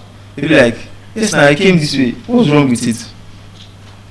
Then I realized I noticed a guy who came for the rehearsal from, he stays around Shomolu. So he came from Shomolu, he was wearing shorts, he was wearing the nice sneakers, and he was putting on a polo.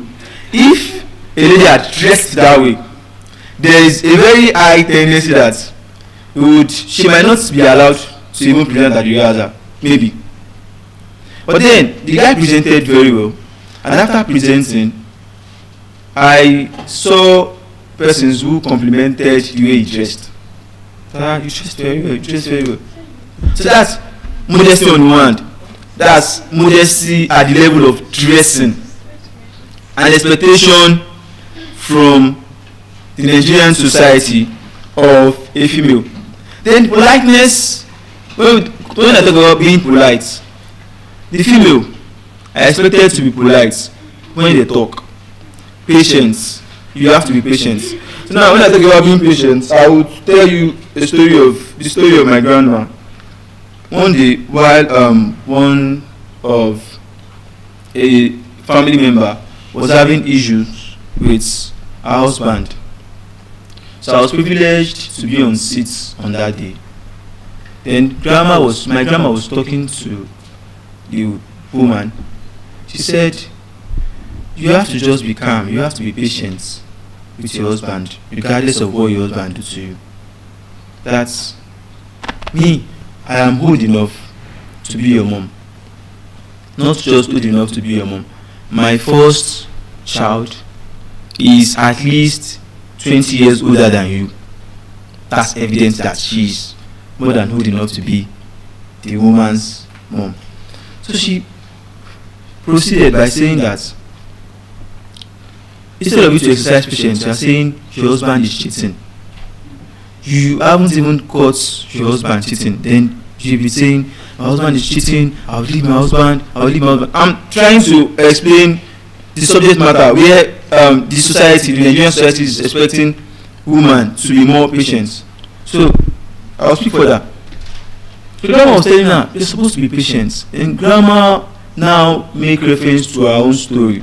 Grandma said, when grandpa got married to her, she was the first wife. Then after being the first wife, grandpa got married to additional 3 wives. You understand? So when the first wife came, she reacted. Then her mom told her that you have no choice.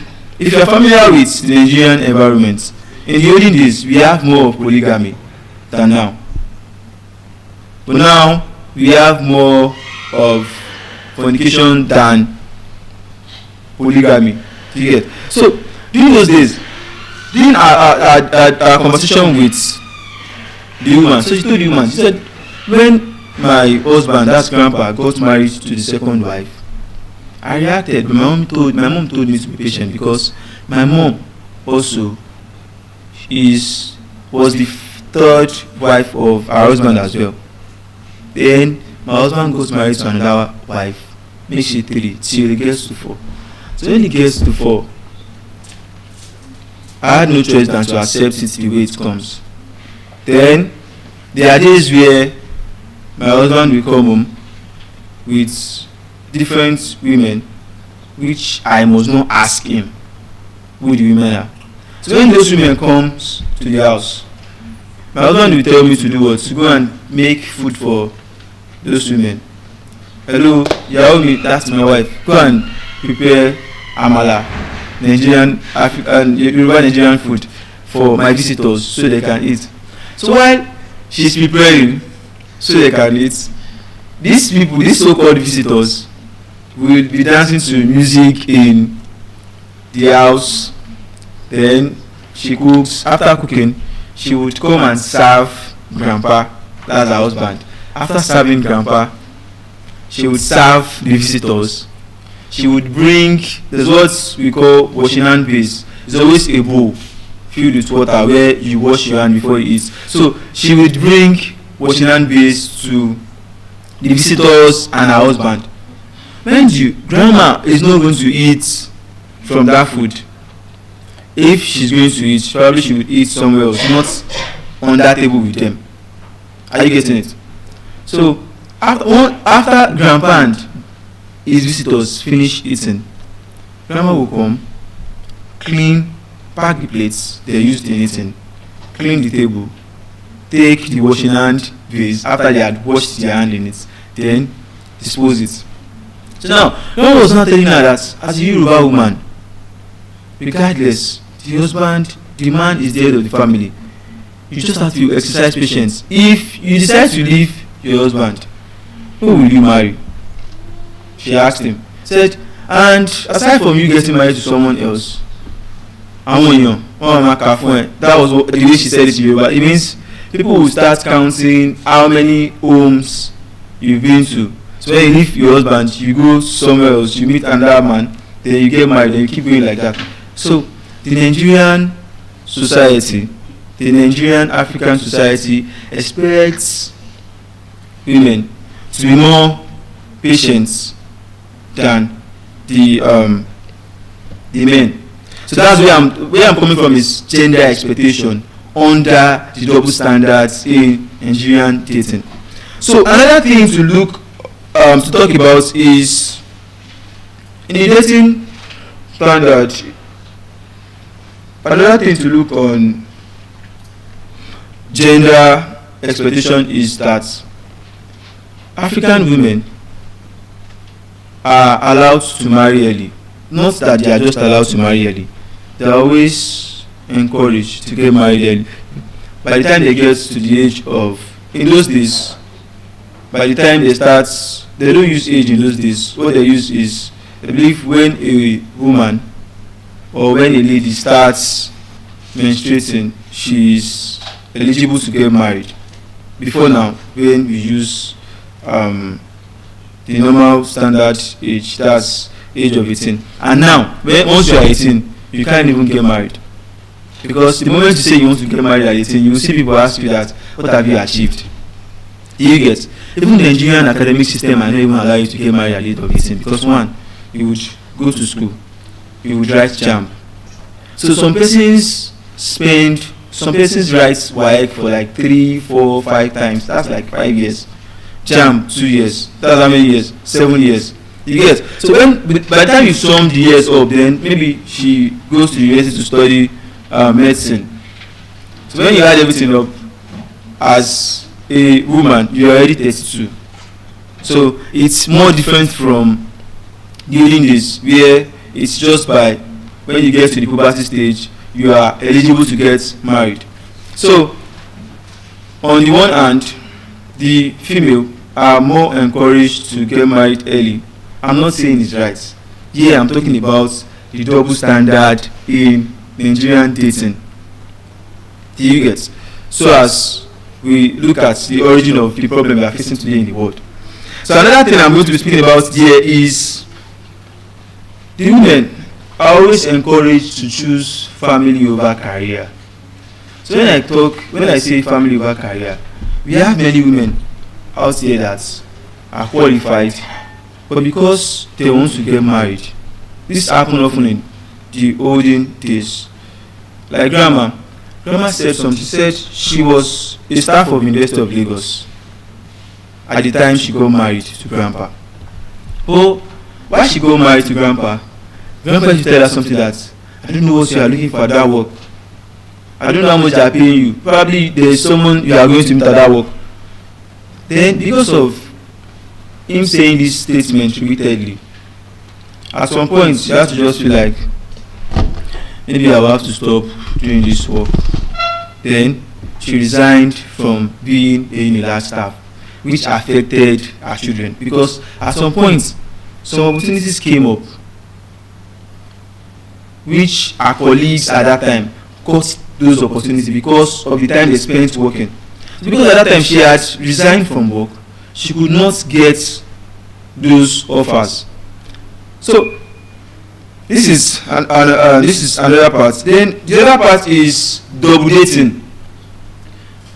The double standard Nigerian dating style, under gender expectation, women are not expected to double date. The same way, I'm not talking about the men, I'm talking about the women now. So once you see a woman double date, then she becomes a bad woman. She becomes a bad woman that, oh, for example, if maybe WHO tells me that she has a boyfriend and maybe another guy now sent her money, without her explaining to me, maybe she has something to do with the guy or not. When she tells me, this guy sent me money, I begin to think that, but you said you have a boyfriend, what are you doing with the other guy? From there, I begin to develop this kind of bias mind towards her that I don't think this girl is responsible. That is how the society has structured our hearts to see it. So the men, on the other hand, what are the expectations? First thing is financial stability. So the society expects men to be more financially stable before they can go into a relationship. So in those days, it worked like that. Because as a man, if, for example, one of the common Yoruba names you would see a man be at that time is Aremu, Akoni. So maybe Akoni saw Arike, for example, at that time. If he approached Arike and tell Arike that, Arike, like Arike, I love you and I would like you to be my girlfriend. So one of the things the woman will ask before accepting is, what do you do for a living? So what do you do for a living she's asking is not because she really wants to know what he does for a living, but because she can calculate, okay, if probably he is a teacher, he will be earning around 6,000 naira, for example, every month. Now, how much does Mary Kay cost? My makeup, 2K. Okay, I go to Katanga to buy Okrika. That's streetwear every 2 months. How much do I spend? So she wants to calculate if that man is financially stable, not just if the man is financially stable, but if what the man earns can cater for her needs. That's it on the one hand, that's it on the other hand, for financial stability. Not just that alone. In today's world, if you would talk to a lady, if maybe the lady uses an iPhone 17 for example, the moment the guy coming to approach her carries an iPhone 12, there is this thought that comes to her head that, am I the one you are coming to meet? Are you sure you are talking to me? Can you even pay my bills? Do you understand? So this is one of the things men are expected to do. Another thing is, men are expected to be strong. To be strong in what sense? This issue of being strong is one of the things the society has put in our head for a very long time. Now, I would track back to junior secondary school days. There was a time in junior secondary school when in my class SS1B we were making noise.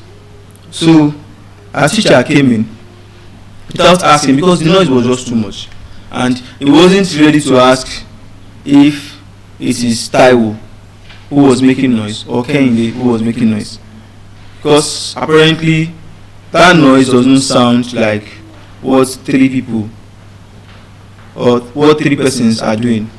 So what did he do? He decided to beat, to punish everyone in the class for it. By doing what? By beating everybody 5 strokes each. So now, while he flogged everybody, the moment this boy Toib, the moment he flogged Toib, the first one, the way he shouted and the way he was displaying the pain he was feeling while the teacher was beating him, you know what the lady said? Aren't you a man? Why will you be shouting like that when someone is beating you? Hey man, you should learn to endure. That is where that mentality starts from. There was a day a lady told me something. You're a man, you're a lion. Then I made her understand. Even lions do work often. It's their wife that work for them. Yes, it's the lioness that also why the lion sleeps. The lion spends almost all the day sleeping. You can solve it up. So if you're expecting me to be a lion, then it means you're expecting me to always rest often, not to always do the work. Do you get the point? So now, then on the other hand, being protective. There, I would tell you this. Love landscape here in Nigeria expects you as a man to be able to protect your woman. I will take us on a journey by telling us the story of this young man, Jimo and Abidemi. So Jimo and Abidemi, they are older than me, but I'm always around them when drama happens. So at first, when Jimo was going to talk to Abidemi, Jimo told me that Abidemi is always giving some sign of devil may care attitude, like I'm not interested in you, what are you looking for? Then Jimo on the other hand tries to buy the love because financially he's doing well, academically he's doing well. So he tries his best to buy love at that time. So while he was doing that, Abidemi said something to him. Abidemi said, Jimo, it is not as if I cannot accept your proposal. But the point here is that I'm taller than you. I have the body. You don't have the body. So if something happens outside, can you protect me? If someone beats me up, I can't even call you. You should be the one calling me if someone beats you up. Do you understand? So I can't date a man that cannot even protect me. Imagine something happening outside now and I need to call someone to protect me. You as a man, you can't even protect. I should be the one protecting you as a woman because I look more stronger than you. That was the way Abidemi told Jimo at that time. This is an expectation that as a man you must be protective. Another gender expectation is, and another gender expectation here is not just an expectation but a difference as well, is that men has social freedom. When we talk about social freedom, a man can decide to date 2 women, in short 4. That's in the Nigerian African style. So now, if a man, for example, is dating 3 or 2 ladies at the same time, when they sit together, if guys sit together, it becomes a flex. You understand? So if, for example, a guy like Michael is dating 3 women and the room here is filled with guys, so if he's talking to us about his experience when there is no opposite sex there, if he's talking to us about his experience that, hi guys, I met one girl today, the girl name is Dayo, like Dayo, eh? But you get a girlfriend now, wetin you do with Dayo? Meaning you have a girlfriend, what do you want to use Dayo for? Dayo is okay now, so I want her to be my second girlfriend. Instead of, I spoke about the ladies where I said they are not allowed to double date. You get? So the way you will condemn the lady on the one hand, you can't condemn the guy like that on the other hand. So when a guy speaks like that about him meeting a lady despite the fact that he has a girlfriend, so instead of distinguished guest, instead of his friends to criticize him, do you know what his friend is going to do? They will celebrate him like he won a trophy. Do you get it? That is one side. You must have heard guys sit and talk about, oh, that girl, I like that girl, but you know what? It's just for the meantime. My main baby is Choma. Then you see people applaud him. Legend, you are doing well. Do you get it? So it's different from the one on the other side. So now, what creates a double standard in what I'm saying here? Do you understand? So I talked about gender expectation. So now, why do you feel gender expectation creates double standard? Gender expectation here creates double standard because what you expect from the first gender, you don't expect it from the second gender, and that is inequality. So if you must say a lady must be modest in the way he speaks, in the way she speaks, you should be expecting the same from a male. So at times you see people speak and you say they are feminists. We see them like that because we feel they don't think the way we are wired to think. Do you understand? So we are wired to think that a woman doesn't have the amount of rights a man has. When you see a woman tells you that, there was a time like that. I think I also have that mentality to some extent because there was a time when I met a friend, Olayinka. So when Olayinka, after her degree, she got a job at MTN as a project manager. So while she got the job as a project manager, she, after a few months of getting the job, she told me she was going to get an apartment. So I was like, you get an apartment? What happened to your parents? I was like, no, I can't stay there now. I need to level up. And I said, it's fine, it's not bad. So when she said she needs to level up, she told me she would invite me to the apartment after she gets the apartment. You know, to get an apartment in Lagos is not so easy because they will take you to, the agent will first take you to houses that you won't like. You won't obviously like. Before they take you to the houses you like. So after she had gotten the house, when she called me, she said, Eloquence, so I've gotten the apartment I spoke to you about. Please come and see. Are you getting it? Are you getting it? Come and see the house. So when she called me, so I went there. The moment I got to the apartment, it was a mini flat, meaning 2 rooms with personal kitchen, toilets, and bedroom. And I was like, do you need all of this at all? Mind you, if it was a man, I wouldn't ask that question. I'm asking because it is a woman. I said, do you think you need all of this? She said, okay, so tell me why you think I don't need this. I said, because you're a woman. Of course, you got a paying job, but you should as well prepare that you'll be getting married soon. So now, the moment you start staying in an apartment like this, you begin to feel like, do I even need a man? You begin to feel like any man that is not doing better than I am doing, I can't settle for him. That's where the mentality starts from. Do you get? So I spoke to her, but then she said, no, I'm not going to take that. She said, no, I won't take that at all. Fortunately for me, a friend, Samson, was around at that point. Then Samson said something. Samson also criticized my view.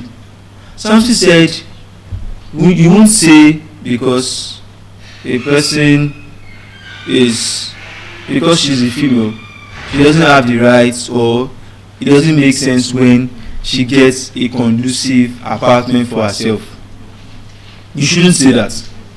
You should encourage her.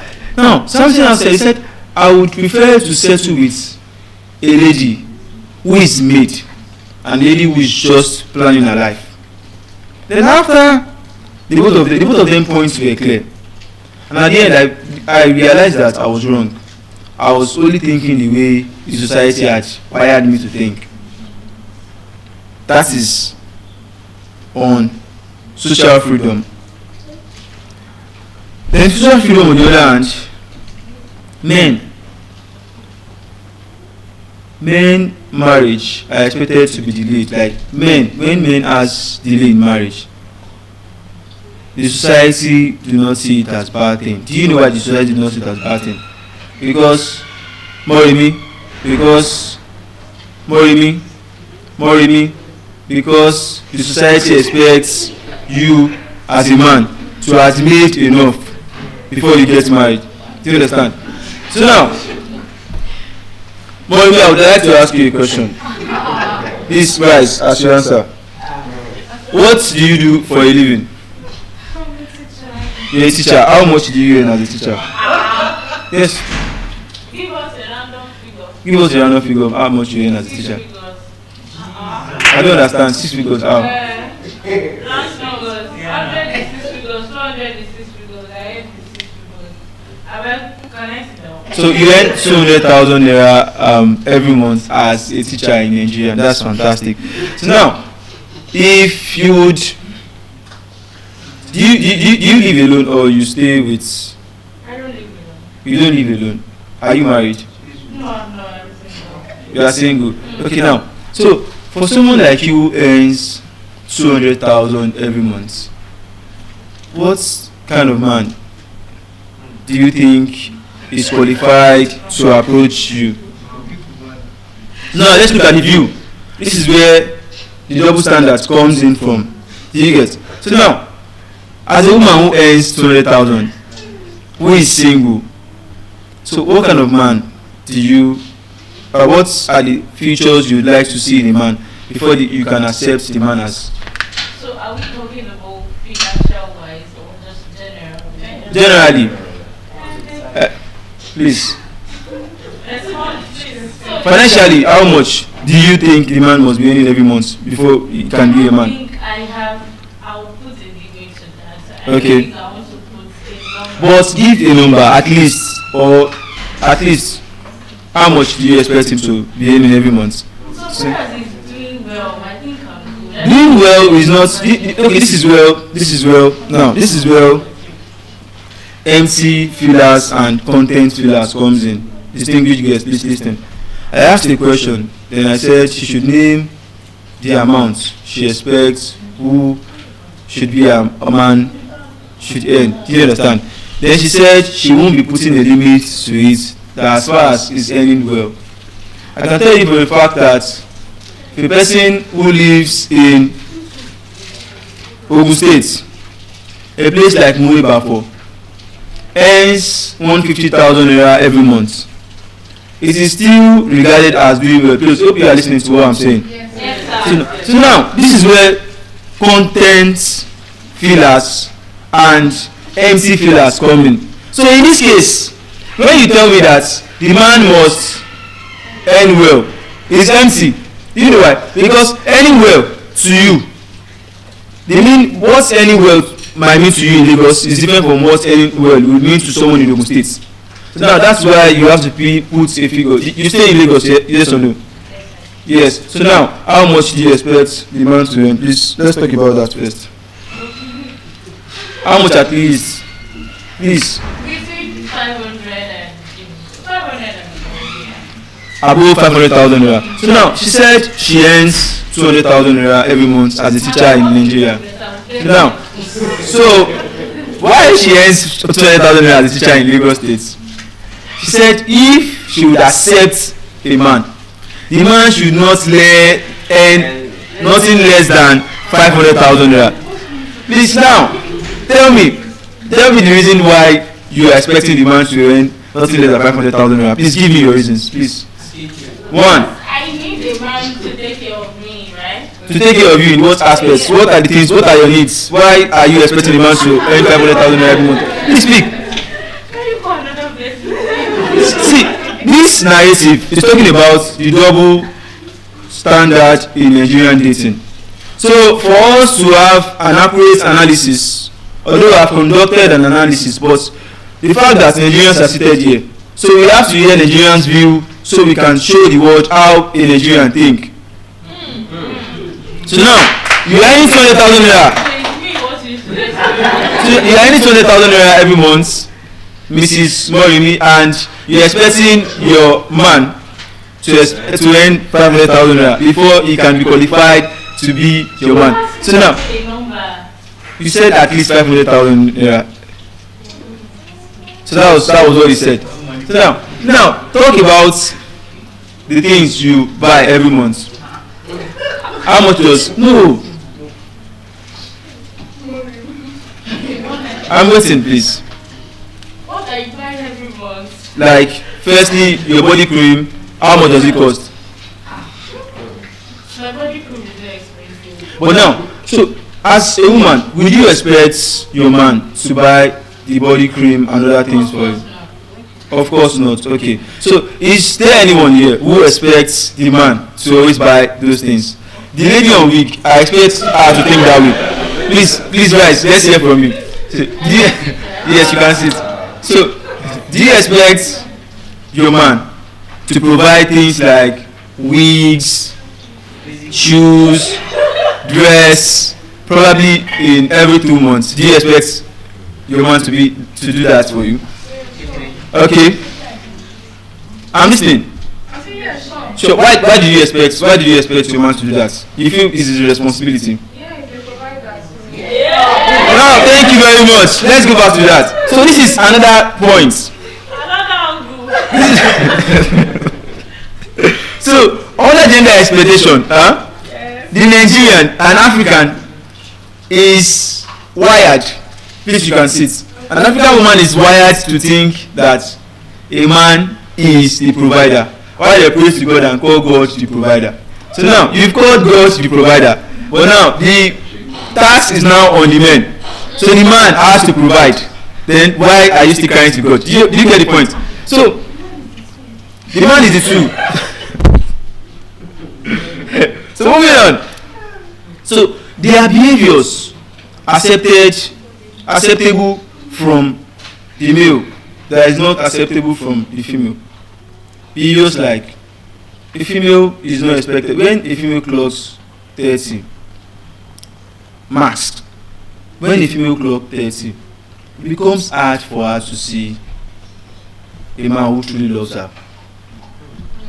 In the African environment, when a lady clocks 30. So now, that's why Yoruba would say a common word when their child, probably if I would use the olden days perspective and the present day perspective. In the olden days, we have few women who go to school. Do you get? So what they believe in then is skill. Probably if a lady does tailoring, so the moment that lady had completed her skill acquisition at where she learns from, that lady is expected, the next thing you hear from her mom is freedom. Freedom is what we call convocation in English. So they convoke after they had completed the months or the years of acquiring that skill. So once they convoke, the next thing is probably they get a small shop or an office where they would do their work, or you expect them to get married. Then you see their parents tell them that if the lady's name is, for example, Joy, you will hear Joy mom tells Joy that, Joy, ṣé ò ní mú ọkọ wálé? Ṣé mo pé ilẹ̀ obìnrin kò kí ń pẹ́ ṣú? In English it means, Joy, won't you bring to us the man you are dating?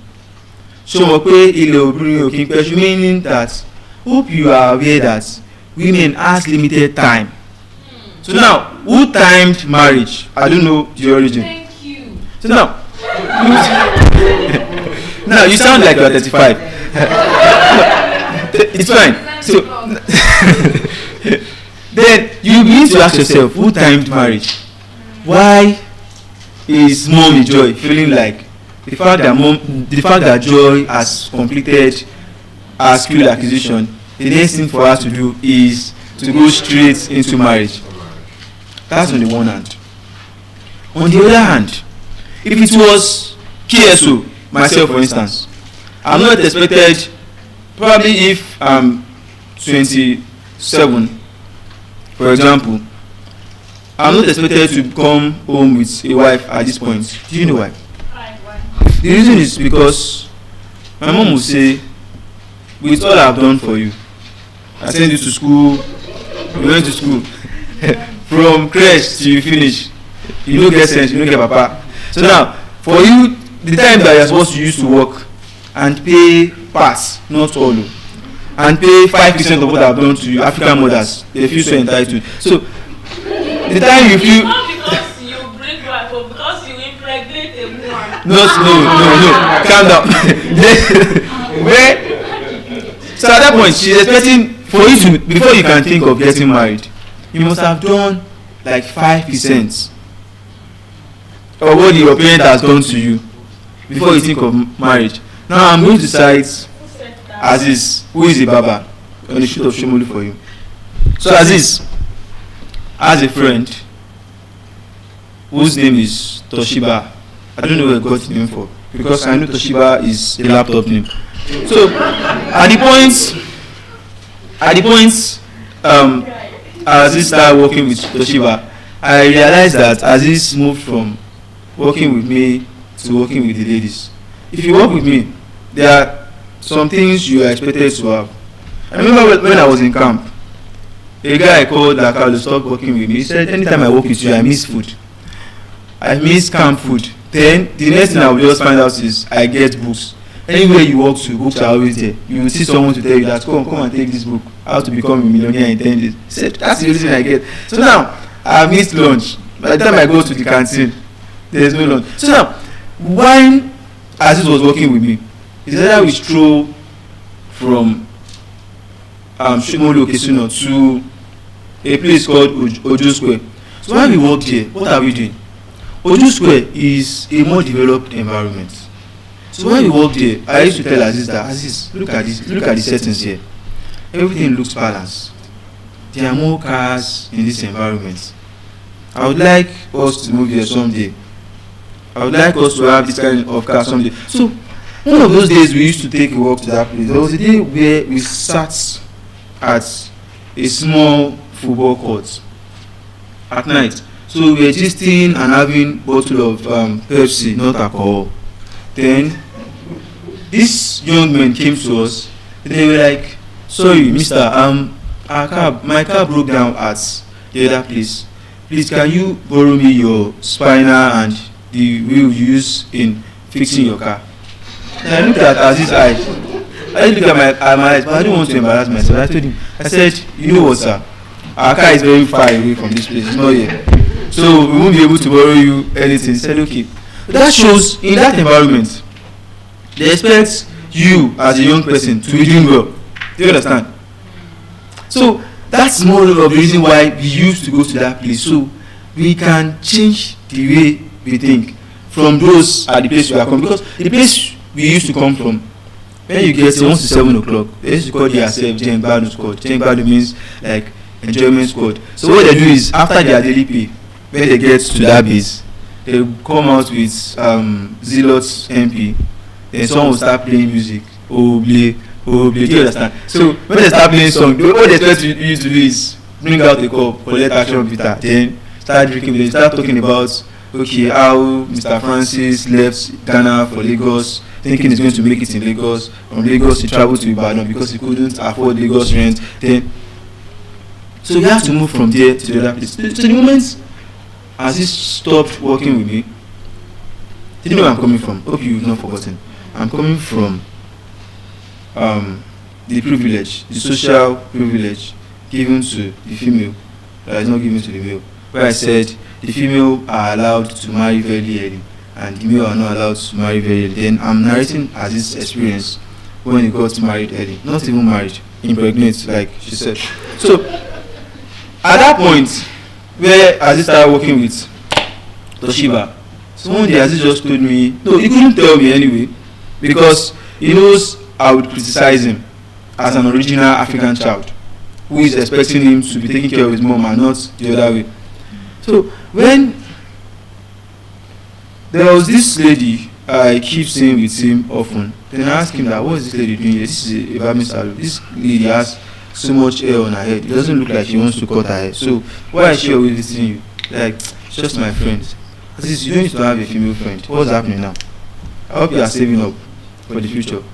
Then after a few months, I realized that the lady that used to come and meet Aziz has a bigger tummy. Do you understand? It's not due to late night food. She was pregnant for him. According to what she said, I don't do a DNA. So at some point, Aziz had no choice than to tell me that that lady is pregnant for him. Then I said, wow, have you gotten to the stage of impregnating the lady? That was the first question I asked him. He was like, what do you mean by that? I said, you can't even eat 3 square meals. I remembered last year, you used to buy bottled water. You said you are big enough. Then this year, you ran back to drinking pure water. So is it this year that you ran back to drinking pure water that you impregnate a lady? Then he was like, don't talk like that. Yes, don't talk like that. And I said, okay, it's fine, there's no problem. Have you informed your mom? He said no, that I would have to wait. He said, your mom will curse you. You don't have choice. Because you've embarrassed, not just embarrassed, based on the African mentality. Based on the African Nigerian mentality, he is not expected to do that at that point because he has not even paid 0.5% of the 5% he's expected to pay before getting married. So during that time, he had no choice than he had to tell his dad first, because you know fathers now. Fathers understand when you go wrong at some point. They are the one that talk to the mother at some point. And there are many points where it is the mother that understands you. But in this case now, the mother is not understanding. It is that probably maybe the dad has done something related to what he did. Maybe because the level of understanding was just too quick. Do you understand? It's just like when someone cut my cord and he was apologizing. I said, no, it's fine. He said, okay. I said, I'm not angry. But to him it was just too quick. But I had to forgive him because I did the same thing to my friend in December, mistakenly. So I remembered immediately that I have done this before, so there's no point being offended. Do you get? So I'm seeing it from that perspective. Maybe that's why his father was very quick to accept what he did. Then his father told his mom that, Jago, meaning your child has committed a crime. He said, but you know what? He's our child. Yoruba will say, ọmọ ẹni ò ní burú títí ká lè fún ẹkùn pàjẹ́. It means no matter how stubborn your child is, you won't push that child to the lion's den. You won't try it. Even the Nigerian government won't allow you to do that. You get? So why the husband, that's Aziz, that spoke to the wife quietly, the wife overreacted. It was like, you're a foolish boy. Why would you do that? She was just saying a lot of things. You know, I prophesied earlier that the mother was going to curse him. Do you understand? So please don't worry. So why the mother spoke to him like that? It was like, hey mom, what will I do? What will I do? What will I do? What will I do? She's like, get out. So while Aziz went back, the mom was very, very mad at him. That on the day of the naming ceremony, we had to go and prostrate for the mom. I was on prostration for about 30 minutes without rising. I was like, mom, please.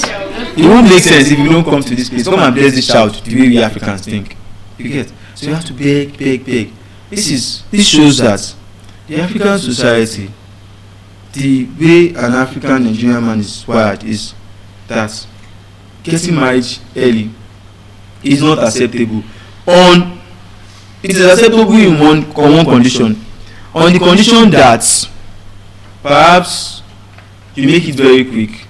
If maybe Aziz had a GLE 65, for example, a 3-bedroom apartment where he rented, and maybe he had built a 2-bedroom apartment that he would do for his mom, then open a small store for her, the mom wouldn't have reacted at that point. So now, this made me feel like at some point it looks like we are all grinding for the profit, because if the mother won't react, if she had benefited more, So why is she reacting because she's benefiting less? So now what is even the essence of giving birth to a child? Is it that you give birth to children so you can benefit from them? There was one time a scholar was talking. He said, your sons are not your sons. Your daughters are not your daughters. They are sons and daughters of life, longing for itself. They might come through you, but they are not for you. This statement I just finished making, while I was playing the speech of the scholar, my mom was there while I was playing it. And she said, is this scholar mad? Why will he say your son and not your son? I carried you for 10 months and 3 weeks, John. So you are listening to a scholar that is telling you that your sons are not your sons, your daughters are not your daughter. Do you know what it means? You get? So now, it now makes it obvious that most of the things we do is as a result of the benefits we want to get. So that's why I'm saying that the behaviors accepted in one gender is not acceptable for the other gender. So now I spoke about financial stability as expected from a man. If you look at when I was talking about gender expectations, I didn't speak about financial stability when I was talking about the female gender. This is very, very common in the olden days. The olden days, as a woman, the only thing you need, the only qualification for you to get married is just for you to be alive. So as far as you are alive and you had gotten to that puberty stage, you are eligible to get married. Do you get? So maybe you need to know how to cook and do some other things, and that's why when I was in school, I do tell my friends, I will tell them, I will say, Anthony, Olu, please stay focused. I said, because these ladies you are running after, they naturally have what we call privilege. You will be surprised that at the age of 25, for instance, where a 18-year-old lady, where a 18-year-old girl had been to, I won't get there till I clock 45. You will be surprised. That is where privilege comes in. But I will make emphasis on that later, not now. So now, talking about financial stability, in those days, the man is expected to be what? The provider, like the lady on wig said.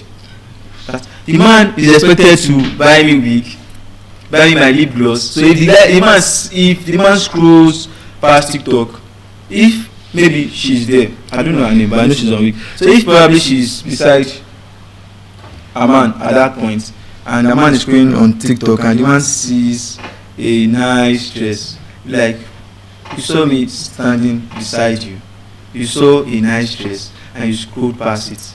Can't you ask me if I like the dress? Then you start seeing drama from someone who doesn't study theater arts. Do you understand? You start hearing, can't you ask me? You would have saved it, you would have sent it.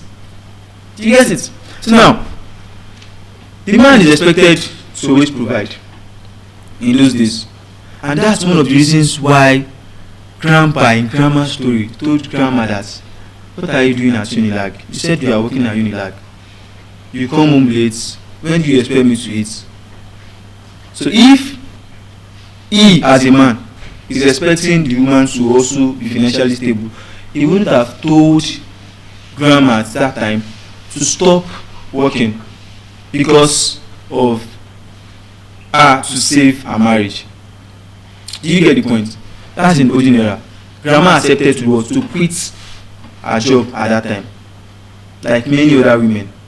I can tell you for a fact that it's not going to happen now. The chances of it happening now is very, very slim, because now women of today in Nigerian society have this mindset of, not all of them do, many of them still have the baby girl mindset. I remembered at my CDS, there's this lady, I do call her African Queen. This is why I call her African Queen, was because the first day I saw her at CDS, she made an African hairstyle. Those hair you make with wool. Do you understand? Like patewo, here is just somehow like a basket on her head. Do you understand? Now, despite the fact that she made that hair, she was looking more appealing and charming than those on wig on that day. And I begin to feel like, So you carried an African basket on the head and you are looking so beautiful like this. So since then I started calling her African queen. I was getting interested in her until the day she said she's just a baby girl. Then I stopped being interested because I know the definition of being a baby girl. Baby girl is someone is a liability. A baby girl is someone who doesn't have ability. Yes, in the Nigerian dating standard. So when a lady tells you that I'm just a baby girl, now I will ask you questions. As a baby, do you send a baby girl? Who is a baby in the first place? A baby is between what age to what age? Please answer. A baby is between what age? Please tell me. Is it 0 to 1? Some person says 0 to 1, 0 to 2. Okay, now, so I will extend it.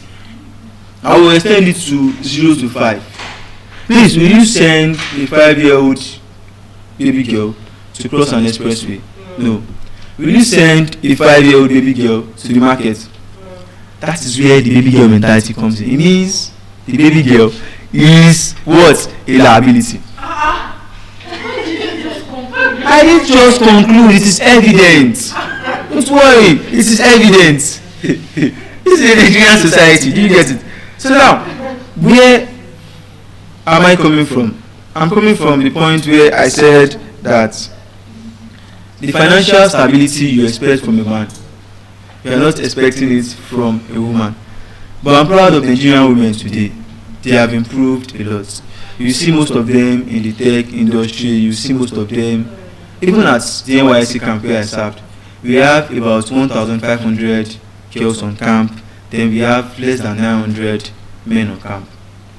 So that shows that women are beginning to show interest in hard work, in the normal Nigerian resilience spirit, and in having that financial stability. If you go on Nigerian WhatsApp nowadays, you will see nothing less than, if you have many contacts, like someone like me, you will see different ladies. You will see this one post, I sell wig.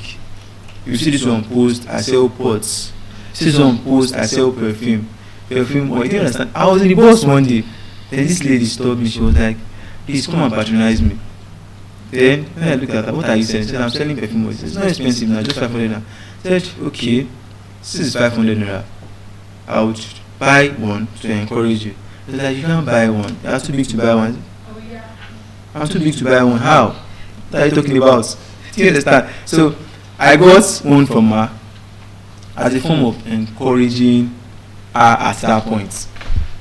Distinguished guests, are we following? Yes. Are you enjoying the Nigerian story? Yes. Good. So now, maybe by the word, maybe when the world listens to this, we would make correction and fix the things that are not working very well. So make the dead live, you make the lame work. So I was saying, Nigerian women have really improved nowadays. So if you go on WhatsApp, you see them on WhatsApp advertise what they sell. You see some sell jewelry, you see some sell. There was a day I saw this lady, and there's a mentality I would like us to trash. There's this mentality that Nigerian guys have. When you see a lady wears expensive things and carry oats, probably she wears expensive jewelry, expensive dress, expensive phone, do you understand? So the first thing that comes to her is she can't buy it. It's probably a guy that got it for her. I want us to trash that mentality. It's an experience with a lady called Becky. So Becky had one iPhone 17 with her, one iPhone 16 and one iPhone 15. She makes use of the three at the same time. Then I begin to ask myself that why is this lady carrying all of this? What is she using it for? In short, what are you doing? I see you at home 24/7. So how come did you get the money to purchase all of these things? I wasn't close to Becky, but I know Becky's brother very well because Becky's brother is my friend. Do you get? But trust me, I won't sit with Becky's brother to discuss about Becky, and I won't sit with someone else to talk about Becky. So that's where you see that men gossip less than women. That's it. So, men, on the one hand, when we sit as men, the things we talk about ourselves are things that we are likely, that's a man that acts like a real man, and things we are likely to say to ourselves. Just for instance, I might not see a guy called Samillion here. We nicknamed him the Heartbreaker. So probably if I don't see the Heartbreaker and I'm talking to the Heartbreaker about my fellow friends, I might say, how far now? I don't see that guy, now that mad guy, that guy. You always talk about, you don't get sense at all. Do you understand? That's the way guys talk about their friends when their friends are not there. Do you understand? So they are not saying it in a way to insult them. That's their style. That's their style of showing love to each other. Do you understand? A guy can pick up the phone and say, hello, Tosin, are your papa, you don't even find me, you don't even ask for me. Do you understand? That's the guy on the one hand. Then the lady on the other hand will be like, hi Kiki, good to see you, I like you, I missed you, I missed you so much. Do you understand? That's the way ladies do to themselves. Then when Kiki leaves, you like that girl, very nonsense girl. Don't you see her? She spends so her money on buying perfume every day. She go very really. Like the perfume she has been buying. Didn't she have plan for herself? Like she keeps buying perfume with her money. Do you understand? So this is the person that do what? That's welcomes you with utmost love in disguise. Do you understand? So, but the moment you leave, that's another difference between the both of them. Do you get? So where are we coming from? We are still talking about financial stability. Do you understand? So you can have the ability. Do you get? So you can take responsibility. Are you with me? So I'm talking about financial stability. So you can have the ability to do what? To take responsibilities. Both men and what? Women. So now, like I said, Becky, so I couldn't reach out to anyone to hear about Becky. I was talking about Becky, who carries one iPhone 17, one iPhone 15, one iPhone 16. So, but with time, my mom became close with Becky. And how did my mom become close with Becky? My mom is someone that she has a shop. At some point, I question her if it's a shop for business or a welfare where people discuss about their life. Because when you come and tell mommy about, oh, I'm not feeling good, she will always find a way to motivate you. So I was thinking if she would come to School of Eloquence Achievement Channel so she can motivate people on the TV as well. So at that point, Becky had come to her for motivation. So what was the motivation? Becky came to her telling her that, Mom, I'm thinking of opening a shop. Then my mom, who doesn't know what she does, asked her that, I'm thinking of opening a shop. So when you open the shop now, what will you be selling in the shop? Are you with me, audience? Are you with me, what? So mom was now like, you want to open a shop. When you open a shop, what will you be doing in that shop? And she said, I have a business I do. I was like, what do you do? She said, I do buy goods from China. She said, what are the goods you buy? I said, I buy power banks, I buy pouches, phone pouches, I buy barbing accessories, I buy what else did she mention? She mentioned buying iPhone charger, the cable, AirPods from China. Do you understand? So from China, she bought these things at cheaper rates. Are you following? Yes. You know how cheap things is at China. Do you understand? So now she buys these things direct from China. It's important to understand that for her to be able to transact from Nigeria to China, it means she must have gone through some training. She understand. She must have gone through some affiliate marketing or internet marketing training, where she would be exposed to transact with foreign countries like China. So now she further discussed that when she buys from China, she waits for it to get to Nigeria after 2 weeks at least. So she brings in these goods from China through the air. Then she supplies some persons. She supplies wholesalers and retailers. Do you get the point? So now, one was not like, so you buy from China. How much does an iPhone charger cost if you are buying from China in Nigerian currency? So she said, Nigerian currency, if I will be buying an iPhone charger from China, from the company, one charger might cost around, I'm being realistic now, I'm talking about the actual amount.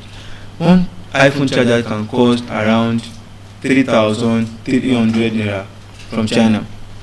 So now, she pays shipping fee and all. So when she add the shipping fee all together, so the cost might be around 4,200 naira per charger. Are you with me? The cost might be among what? How much? 4,200 naira per charger. So now, Mr. Sam, the Africa, please, I would like you to rise. I have a question for you. So how much do you buy an iPhone charger here in Nigeria? Original one is about 6.5. Okay.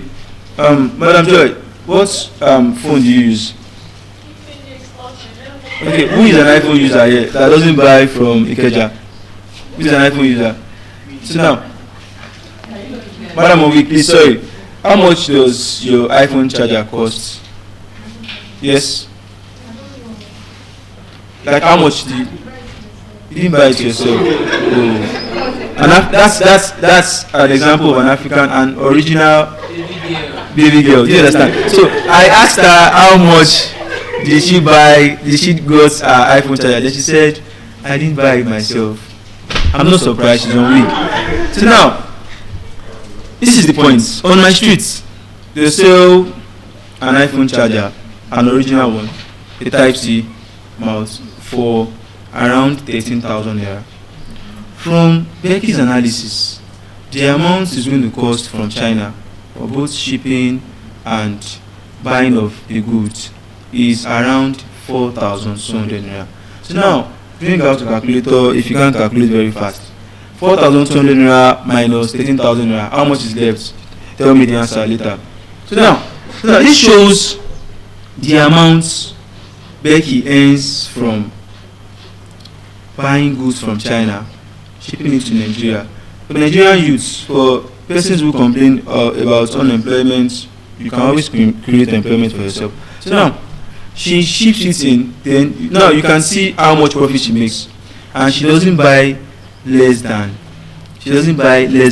500 pieces of charger. So now, from the analysis, on each charger, she makes nothing less than 5,000 naira profits, and she's not buying less than 500 pieces. So now if you calculate 5,000 naira times 500 is how much, please? 5,000 naira times 500 is how much? So why you calculate that?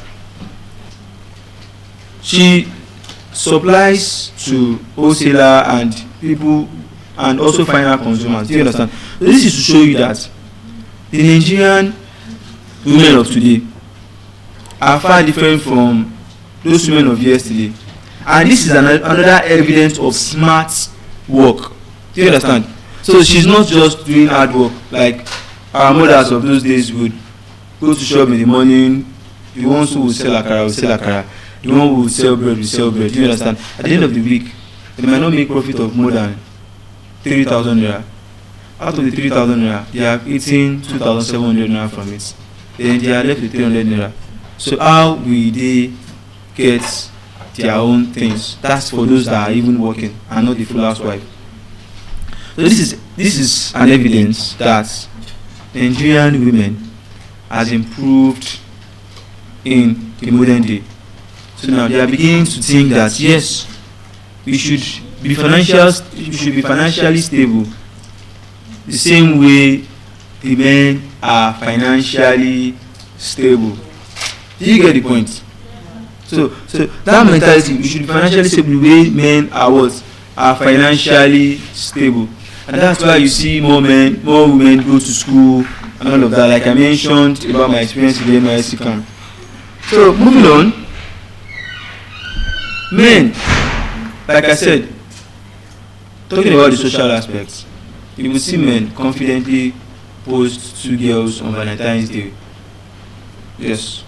Then if the lady comes into his DM saying, who was that lady you posted? Like, why are you asking me? Do you understand?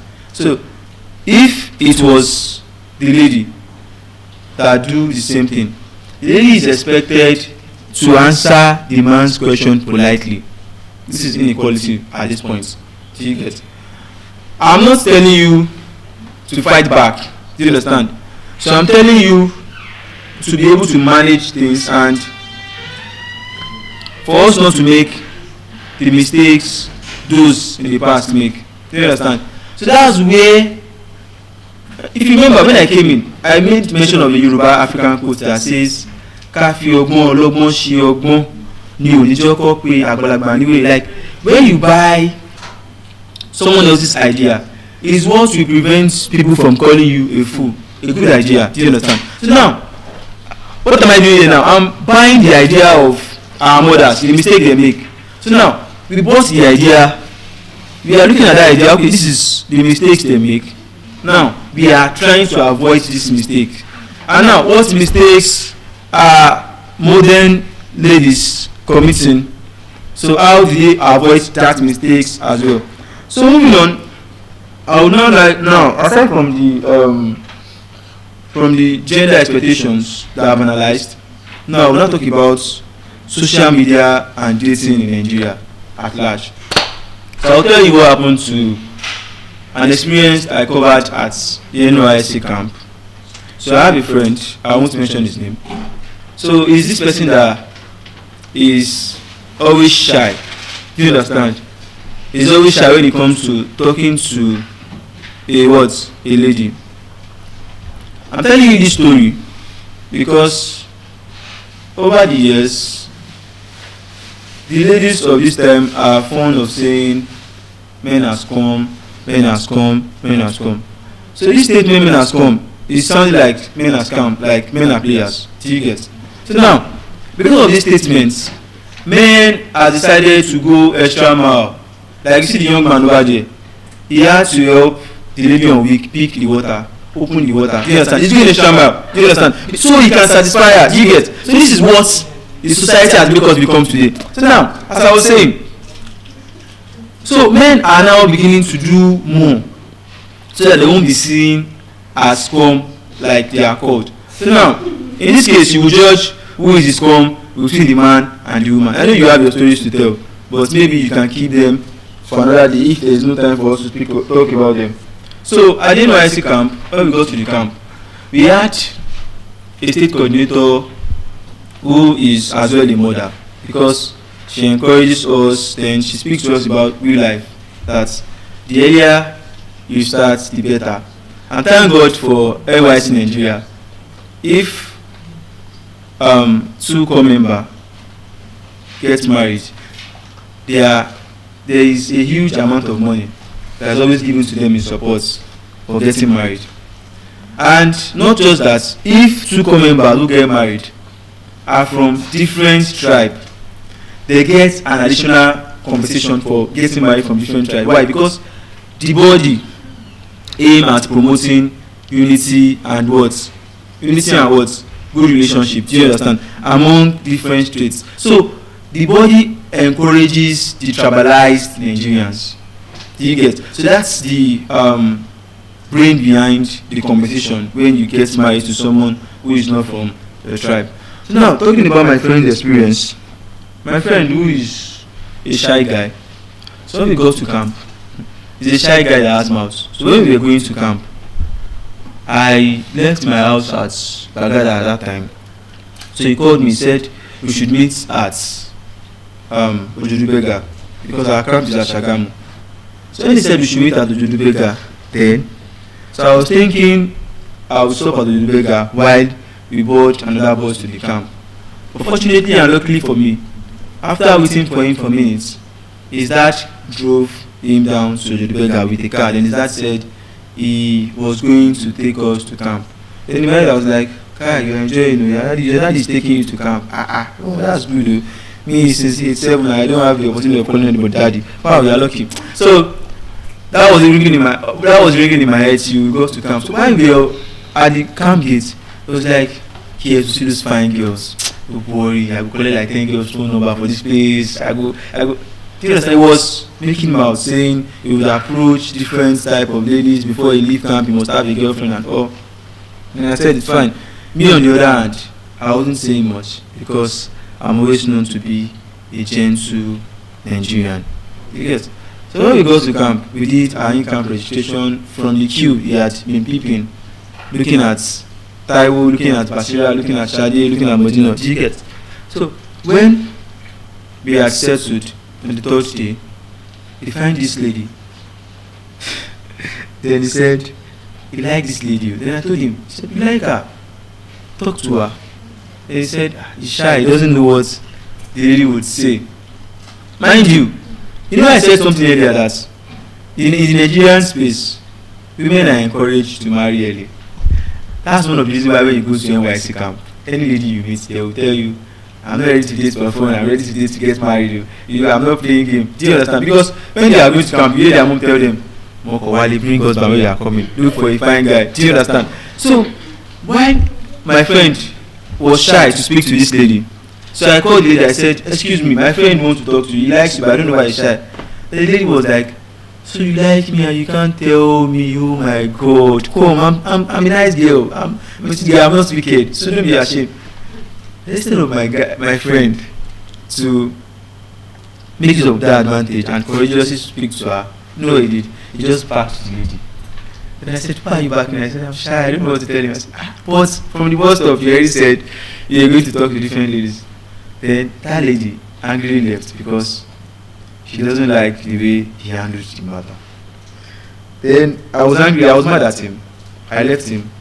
I left. Then I came to say, case wouldn't be offended. I said, guy, you should have done it that way. Just talk to her calmly. Then he said you like her, isn't it? He said yes, but it's very, very shy, inferiority complex. It's fine. Then, luckily for him, he met another lady while we were in camp. So that one was more like I was the middleman in the conversation. When we got after our parade drill, we met this girl from my plateau. They were talking then I was like, who is she? She says she's from my plateau. I said, oh wow, you guys look good together. Then both of them smiled, and from that smile, I don't know what later happened, but they started talking to each other very well, to the point where they fell in love with each other. Are you with me? Now I'm analyzing the camp experience for you. This camp experience that I'm analyzing for you is for you, the audience, from a sincere part of your mind, to judge if truly men has come or not from this story. I know one story is not enough, but if you want 20 stories, I will tell you.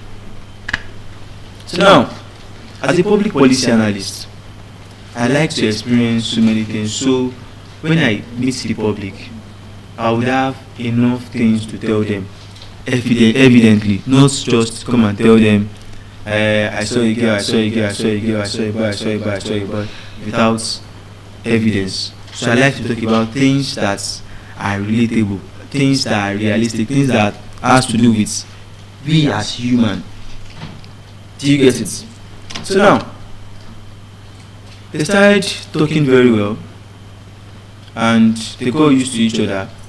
Hello, hello, hello. I'm telling you now so you don't make the same mistakes those in the past make. I'm speaking to you so you don't keep that same mentality in your head that everybody is here to scam you. So this is an orientation. This is a rehabilitation. So it is best for you to listen to this now that you have the opportunity to listen to it. So while my friend continued, then one day he told me while we were leaving our hostel in camp, he said, Ian, similar in our dating already, and I said, oh wow, that was so quick, fine, but it's good. Yes, although there are many persons against the opinion that you can't meet a girl in camp and date a girl, someone you are just meeting. You could barely spend up to 21 days because the 21 days start from the first day. So on the first day at camp, I'm sure even if you meet the person on the first day, you won't really have enough time to talk to the person on the first day because of camp duties and registration and all. Do you understand? So that's what I'm saying. Less than 21 days. If you are to calculate per hour, like we are calculating 480 hours of speech for the Guinness World Record. So now, when they told me they had started dating, I was surprised. As an African man who is wired to think like an African. Do you understand? Not like the African woman who is wired to think like an African woman who says a man is a provider. So now, let's continue with our discussion. When they told me that this, I was really happy for him. Then I told him something. I said, I have known you to be someone who doesn't play game. Although you can make so much mouths, I know of all the mouths you make, there is only like 3%. You can only do 3% of the things you say.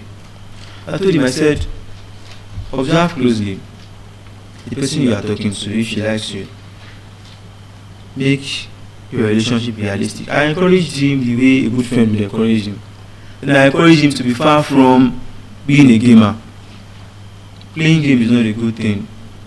Of course, now we have normalized many abnormalities, and that's why we are in the problem we are currently. So nobody put us in the problem we find ourselves, not even the government, not even God, but ourselves. So the fact that humans are one of those creations that has utmost freedom from God, I think that is one of the reasons why we tend to misuse the freedom we have. Because from the scriptures, like the Quran and other scriptures, it is evident that angels do what God said they should do.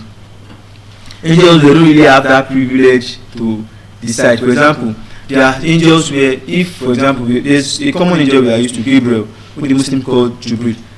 The moment God Almighty sent Jibril to go and do something, he's going straight. Do you understand? I'm trying to tell you the difference between the freedom we have and the freedom the angels have.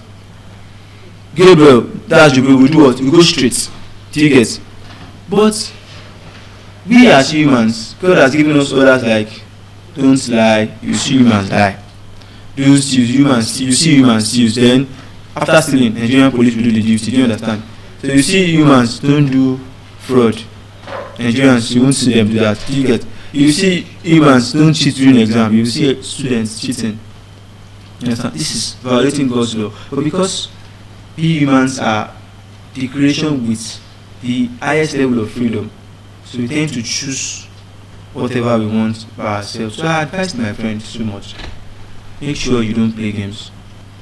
As a good friend, while we were going to have social nights, on that day introduced the lady to me properly, told me, cheers to my friend, this is my girlfriend, I'm presenting her to you. Then, yes, while in camp, and that was on the 7th day on camp. You know, 7th day are always perfect days, right? So when he introduced her to me, do you know what I told her? I said to her, I'm very happy to meet you on this day as a core member and as one body, like the core has always taught us to be. Said, this is my friend. To be honest, if he's a bad person, I won't lie to you. I will tell you straight who he is without hiding anything. That is who I am.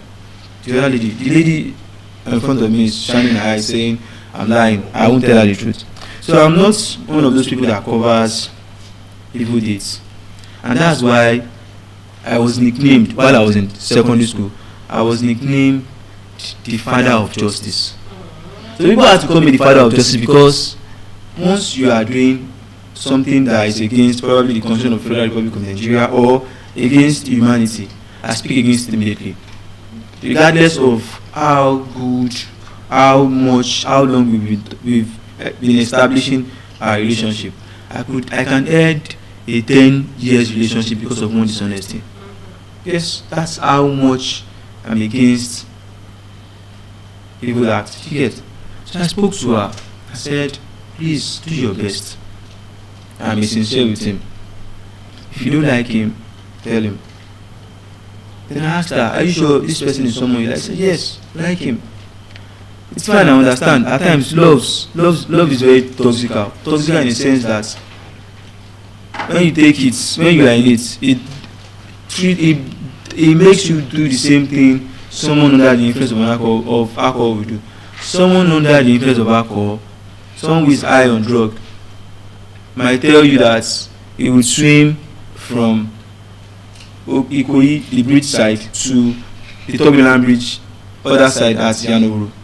That's alcohol, don't worry.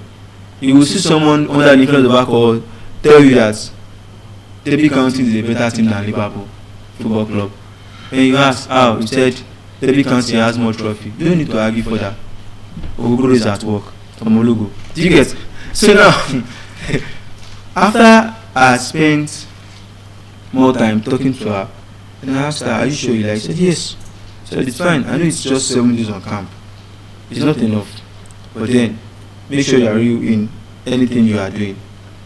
She accepted, she acknowledged, and thanked me for encouraging her. Fine, she thanked me for encouraging her, and I encouraged the both of them to move on. So while the relationship go on, he tells me about it, that she's doing very well, they are talking. Then I used to tell them, I said, I really wish you guys get along together. So NYC can pay you. I would jokingly say, so NYC can give you guys about 1.5 million. So I will take 100,000 naira from 1.5 million for shopping. At least that's the benefit of being a good friend. But they continue. Not until the day my friend texted me. He said, when he texted, he first sent a crying emoji. He sent a crying emoji. The first thing I thought of, I was thinking, because when he sent that crying emoji, it was 3 days after the federal government had paid National Youth Service Corps members allowance. So I was thinking he did not see his allowance, that's why he sent a crying emoji. So I called him straight, because I have so much trust in the call. So I called him, said, hello, my guy, what's happening now? He sent a crying emoji. Then when I heard his voice, he was crying truly. Then he said, Nimi blocked me. Nimi has not been talking to me. And I was like, Nimi blocked you. How did you arrive at Nimi blocking you? I said, is it because of Nimi that you are crying? He said, yes, you don't know how I'm feeling right now. You don't know how I'm feeling right now. I can't do anything without that girl. Then it feels very abnormal to me, because while growing up, our society has always made us feel like, men are strong people, men don't cry. So now, he's not even crying because the federal government did not pay. The federal government paid him, but he's crying because the lady blocked him. Love is at work. Say love is at work. Good. So now, after talking to me, then I told him, I said, please, you have to be very sincere. You need to explain what's happening, but first, clean that ears before you talk to me. He said, okay, it's fine. Here's in case you don't believe me, I'll come and show you my phone so you don't think I'm hiding anything. He was very, very anxious. He stayed at Yanopaja. That's about an hour away from my side at Bariga where I stay. He bought the bus because he wants to come and show me the evidence. And when he got to my place, if you see the way he was shaking, he was not like, please look at my phone. I didn't send any bad message. Look at all the chats. And I calmly read the chat. Not like I have so much time to do that, but because I want to just play a good friend role. So I went through the chats and I realized that there was no problem. So I asked him, am I permitted to speak to her since she knows me? Maybe I can ask her to hear from her if you've done anything wrong to warrant this. Then he said, please, I would appreciate you calling her. Then I called her and I said, hi, good afternoon. She said, who is this? I said, it's KSO, your boyfriend's friend. She said, oh, wow, it's been a while since you left camp. I said, yeah, it's fine. She said, I'm sorry to interfere in this very in this very critical matter. I said, but my friend is in pain. I don't like to see him this way. So I would like to ask if he had done anything to warrant you blocking him. And after saying that to him, you know what he said? You know what she said? She said, to be honest with you, okay, so between God and man, your friend didn't do anything to me. Then I stood very well. I said, so what happened? He said, the thing is just that. Look at the relationship. Yes, I am benefiting a lot from him. He gives me money, he gives me everything. But then, I just feel like, while I was in camp, when I fell in love with him, it's not as if I really love him deeply. But because at that time, I needed someone to be with. That was why I accepted him. So now, it's not like I found someone else. But because I just want to be on my own. So I can figure things out. That's why I want to stay alone. As Nigerians, I'm sure you are used to hearing this, like in a relationship you see probably the lady or the guy tells you that right now I'm very busy. Someone that during talking stage is not always busy. During talking stage you do video call for 3 hours. During talking stage you do phone call for 4 hours. I just realized making how many? 7 hours. So even when you are at your PPA, your place of primary assignment as a core member, you would receive calls. The time you are supposed to use to teach your students, if the class is supposed to be for 1 hour, because you want to talk to your girlfriend, you do the class for 25 minutes. Then the students will be celebrating because they don't want to have class normally. Like, oh, thank you very much. Do you understand? So love is at work. Love is at work. So you understand? So you would reduce the timing, so you can have enough time to talk to your girlfriend, your baby, not baby girl. Thank you. So, baby, yeah, not baby girl. So after everything. And I talked to her, I said, perhaps you are not in the right state of mind. I would call you in another 48 hours. You know how many hours it takes for you to, how many minutes it takes for you to arrive at 48 hours? You won't know if you are not here. It's the Guinness World Record speakers that will tell you how many people have spoken before it is 48 hours here. So after waiting 48 hours, I called her. I assured Chinaka that I was going to resolve everything. I don't need to put his mind at rest. So I called her. I said, okay, so you called again? I said, yes. I said, I'm calling because I know in the past 48 hours you might be angry. So maybe you are responding based on your mood. So now let's have a proper conversation. Then she smiled. She said, there's nothing to talk about this. The relationship is as good as done. He didn't offend me. I love him so much. I said, please don't say that. If you say you love him so much, you'll be in that relationship. I love him because he's a good friend. He took care of me, did a lot of things for me. But when I fell in love with him, I was just bored. So I just used him to catch feeling at that time. Do you get it? So the same day that said imagine. Do you understand? So I'm saying this not because the story was narrated to me, but because I am present in that story. That's why I am so elaborate. That's why I gave a comprehensive explanation of what happened. But because my friend is always lonely, so I told him, I said, in everything you do in life, you should always appreciate timing. We are taught to appreciate because it could have even been worse. What if you've been dating for 2 years, then after 2 years she tells you that she's not interested after so much investment, and you as a man want to please her? There's an adage, a pidgin adage that says that man will use money buy love, no dey pay am finish. Do you understand? So if perhaps you say, okay, because you want to keep her, you keep buying, giving her money, you won't stop paying until you are unable to pay. And the moment you are unable to pay, the relationship ends. Do you get? That is dating. One of the dating story experience here. Then the other experience where there is problem is the social media. I had someone who saw a lady on Snapchat. You know how fine Snapchat ladies are always now, because they must have made their videos using Snapchat features, and those features would make a very dark skinned lady look like a caramel skinned lady, like chocolate, you get. They're going to make a chocolate skinned lady look like an Oyibo. There's what we call Afin in Yoruba, not Afin, not Abino, Oyibo. So, he met this lady. This is another friend. He met this lady. The moment he met this lady on social media, he started telling me that he said, KSO, if this lady accepts, I've seen a girlfriend, I won't cheat again, I won't do anything bad again. And I said, are you serious about it? He said, yes. He said, because all my life I've been looking for. I said, but there are specific girls you like. He said, this is the kind of girl I like, this is the accurate type of girl I like, this is the girl I like. I told him, I said, please, for you not to cause further problems, I would advise that you meet this girl first before you begin with this relationship. He said, okay, the girl stays at Mowe Bafo. He stays at Surulere.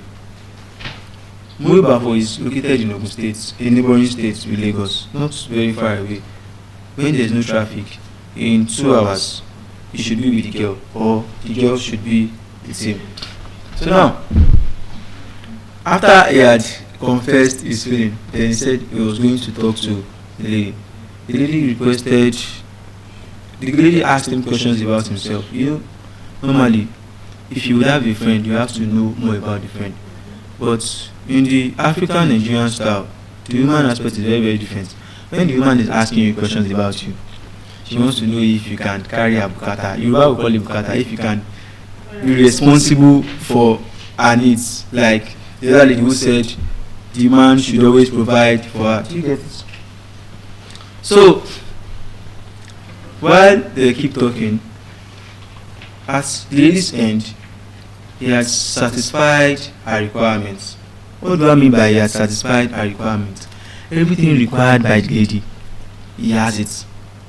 You understand? Every quality that this lady wants in a man, that's my friend at that time, has that quality. Do you get? So the lady is good on her side. They talk on call, they did video call and all. Talking about social media love this time around. Everything went very well. Not until the day they fixed the date that they were going to meet. Mind you, my friend likes a lady who is dark skinned.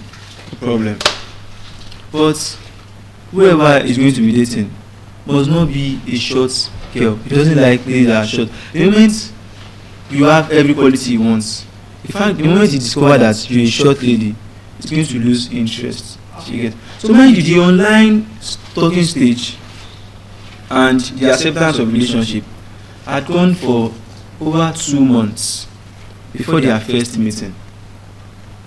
So now on their first meeting, they went prepared, well dressed, anticipating the glorious day. Then the lady too had prepared. You know, the Nigerian dating system, once there is dates, who is going to pay for the Uber? The guy. I'm sure that's uncle over there has, that man over there has a lot of experience of paying Uber fee. That's why I say it's making rough. It's fine. So now, my friend has paid the Uber fee. Do you get? So what is expecting now is come to the location, so we meet. So now, the lady said, I can't meet you in your house because this is our first time meeting. African ladies will always do shakara. You understand? Well, it's not shakara, it's another way of showing that you are not just so cheap, in my view. So I won't regard it as shakara. It's a very good way of doing things anyway. But the money aspects, I won't really support it. So now, they met. My friend had arrived at the location, the venue, before the lady. You get? So while he was seated, he was having a bottle of Pharaoh's drink, as explained, because we went together, but I wasn't sitting with him. Yeah, I was sitting at the other side. Trust me, I'm single and I am a researcher. So I'm married to my research. As a public policy analyst, what I do is I make sure I gather so much experience and information. That's why I am always willing to travel to Kaduna just to experience how life is at Kaduna. Do you get the point? So while he was seated waiting for the lady appeared. He quickly recognized her by the face. But the moment he saw her body, he was very discouraged because she is a short lady. This is another disadvantage of internet dating. So while she appeared, he didn't wear it on his face. He didn't make it obvious that he's not convenient with the situation. So he hugged her and they started like, what do you have? So the girl was trying to be very responsible by not asking for too much. Got drink, they spoke. Then after a few minutes, they went on a movie hangout in the same place. After the movie hangout, what did they do? Then everybody goes to the house. So while I met him, the first thing I told him, I said, I thought you don't like short ladies. He said, KSO, I'm not aware of the girl's height. Anytime she makes video, she looks very tall in the video. Even in her TikTok post, she's always tall. So now I don't know how manage she's as short as this. Then I said, now you've taught me to do something. Whenever I see a lady that I like on the internet, I'll tell her to get a tailor tape rule, measure herself, then tell me. So probably I would have to place a tape rule on the wall in my room so I can know if I am talking to a short lady or a tall lady. You have to learn from other people's experience. So I told him, I said, since you fall in love with her and the both of you are matching, maybe you would just take it like your fate. Then he said, you won't accept a bad fate. That's not what he wants. Is there anybody named Fate here? So that passed. Then when he got home, I told him, I said, but you weren't showing it. I love that level of composure and comportment. He wasn't showing it on his face.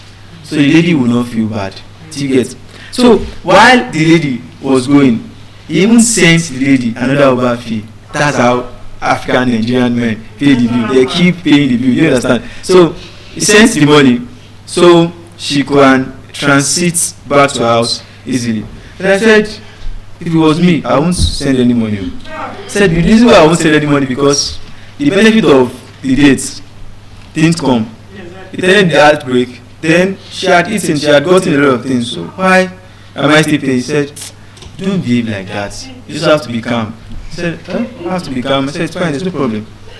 Then, after a few days, the first day, he maintained the conversation. The second day, when your heart does not want something, he doesn't want it. Second day, the conversation was dropping. Then the third day, the girl had to accuse him. He said, since the day we met, I realized that you've reduced the way you talk to me.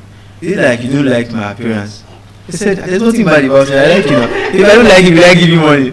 The lady in her mind feel like, maybe that's not. Then she now begins to say, it's just that my work schedule has changed. Now, I used to have online meeting from 8 p.m. in the night to 12 a.m. in the morning. Then the lady said, but before, when you have meeting, you miss meeting when we were in our talking stage. So now let me now tell you about the Nigerian African talking stage. This is how it works. When you meet an African Nigerian woman, I think this is something that has been happening for decades and generations. They say culture is a way of life that is passed from generation to generation. The Portuguese will say geração, from generation to generation. I think that's why the son of the first woman to own a car in Nigeria, her son Fela sang the song. He said, if you see an African woman, call her African woman, she no go gree. She go say, I believe you. Do you understand? So he's expressing the fact that African woman, they would always come with their shakara. They always wear the regalia of that their shakara. Do you understand? So now, this is how it works. When you see an African woman, now I'm talking about a man like myself and my brother over there who does not have a car. So if you meet this woman on the first day, probably you approach her in a gathering like this. Hi, how are you doing? My name is Juwon. Your name is Juwon. Said yes. Said I like the way you look. Like I was acknowledging a lady's look without any intention. So after talking to her, like, please can I have your number? Then you hear things like, I don't give her my phone number. She wants to give you, don't worry, but she wants you to ask her again. Said, okay, I'm sorry, I won't really disturb you. Yeah, I don't receive calls. Telling you about the Nigerian story. You don't receive call, okay, it's fine. Then he said, I won't call you, I will text. You said it's fine. Then you get her number. So the moment you start talking to an African Nigerian woman, from that moment that she realized that you are that man of her dream. You are that man. The moment she realized you have that distinctive features she seeks in a man, then she begins to change. So now, I'll use the man here as a slave and king narrative, a slave and queen narrative. So now, the woman is the queen. The man is the slave at this point. Do you understand? Now, the slave and queen now is around the slave and queen narration here. It's talking about the man being the slave.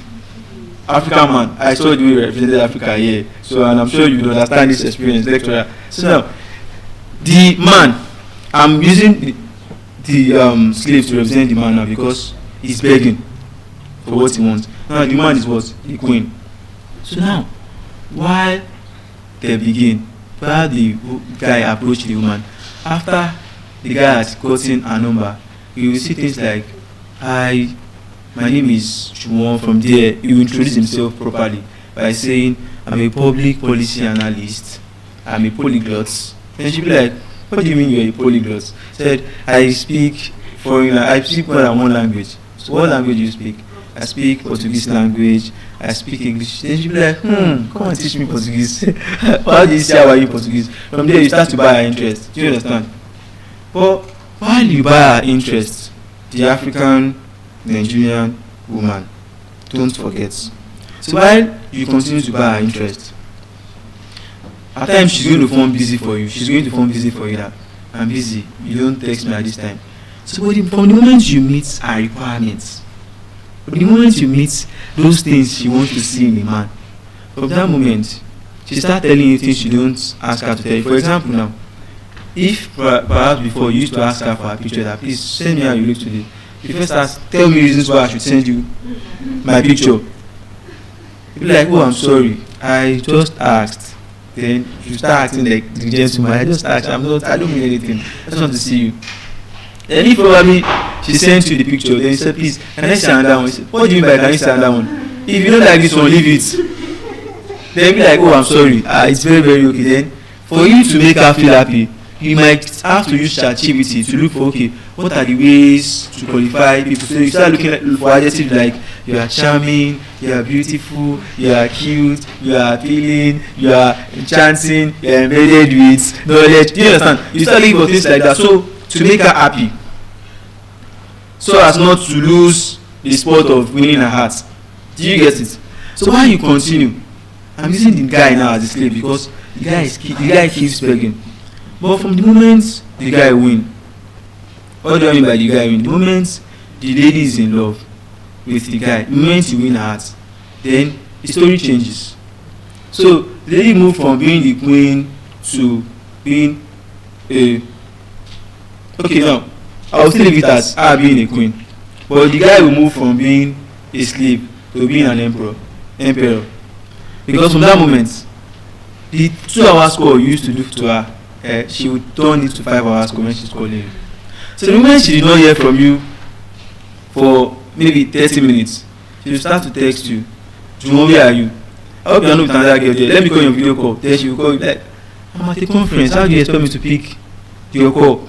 Now this is someone that was acting like she won't talk to you in the beginning, but now she's talking to you. So now this is to show you that the Nigerian African dating style requires that a man puts more effort when he wants to talk to a lady.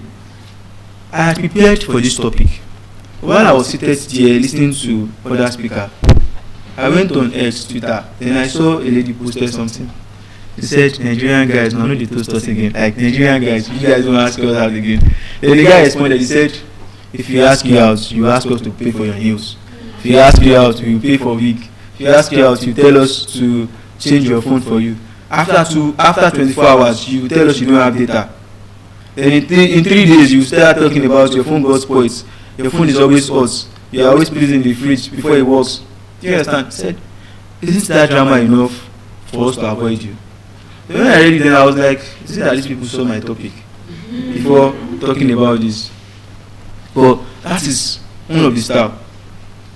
So people, there are scholars in the past whose work is always around love and the societal dating lifestyle. There's a Portuguese scholar like Alvarez Gonçalves. That's his specialty.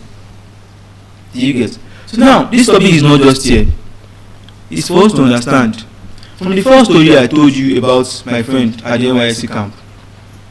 Hello? From the first story I told you about my friend at the NYSC camp. From what happened here, does it justify the fact that men has come? Yes or no? No. Because the guy there played a very good role. He was very sincere with the lady. So it was just the lady that played the guy. So mind you, in society like this, like Nigeria, the men are told they are the head, but the women are given the power. Do you understand? So that's why men have to work. In the past, not in the past, in the old generation, who are still alive, who we can see now, there's one thing I noticed. One day I told my mom, I said, Mommy, did you realize that men do more work than the women? Then she was like, yes now, men do more work than the women. Then I said, how come do we have more landladies in our streets than landlord? I said, whenever I go to any house, I will see landlady. So the landlord, if I would ask for the landlord, they will point at his grave. Men has worked too much. Do you understand? So the end of it was some just die early because too much of stress. The body is like a machine. You get? So if perhaps you buy a car today and you drive that car, for example Toyota Civic, you drive Toyota Civic from Lagos to Abuja and you drive it back to Lagos.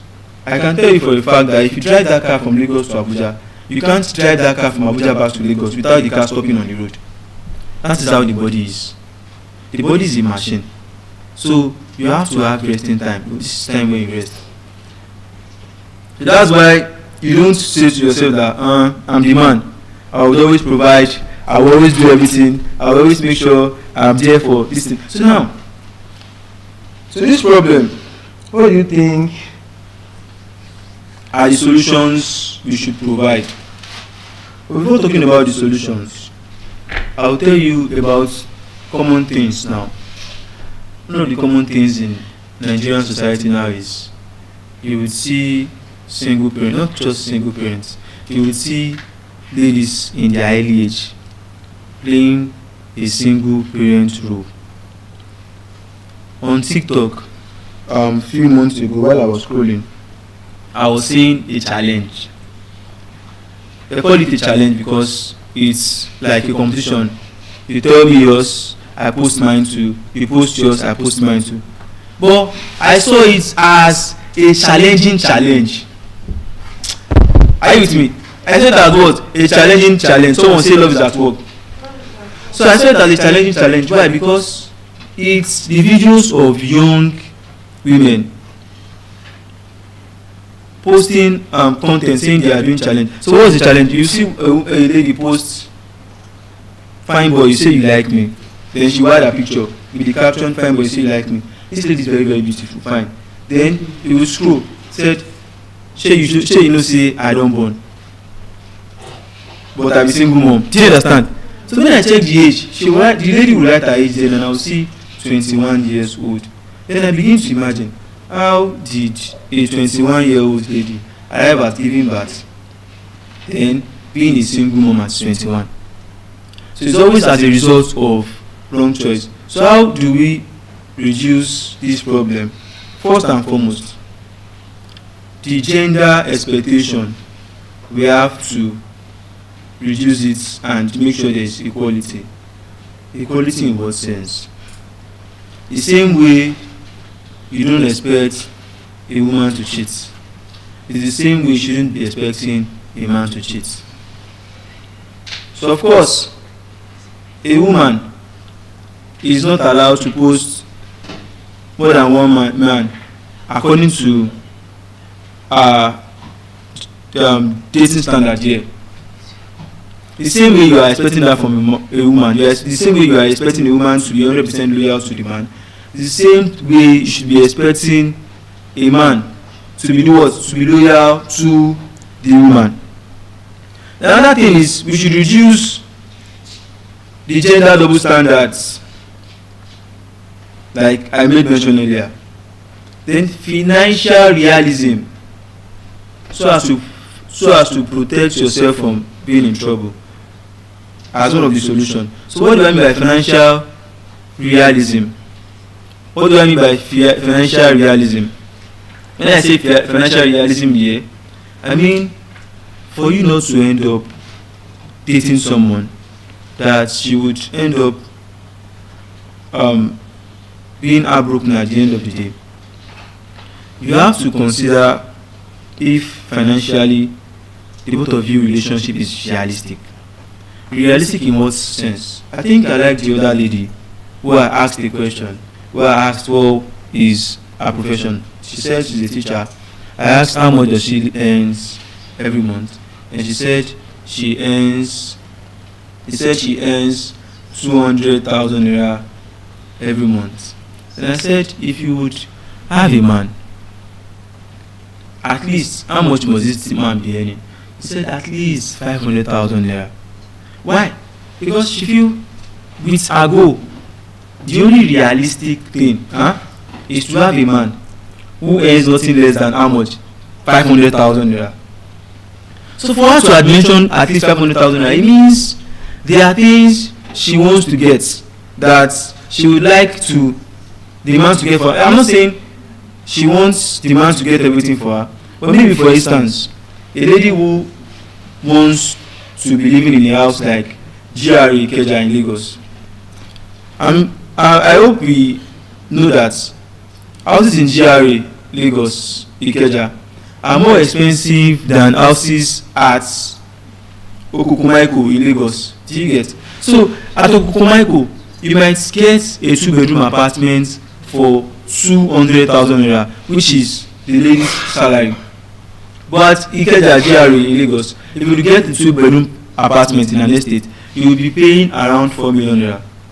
So if her dream is to be in a place like this, for her dream to be realistic, she needs a man whose salary will cover that amount. You understand? So you don't just say because okay, I like him, I will manage. You know that you can't manage like Yakub, but because you want to pretend to love that person, then you say don't worry, we'll manage, we'll fix things up.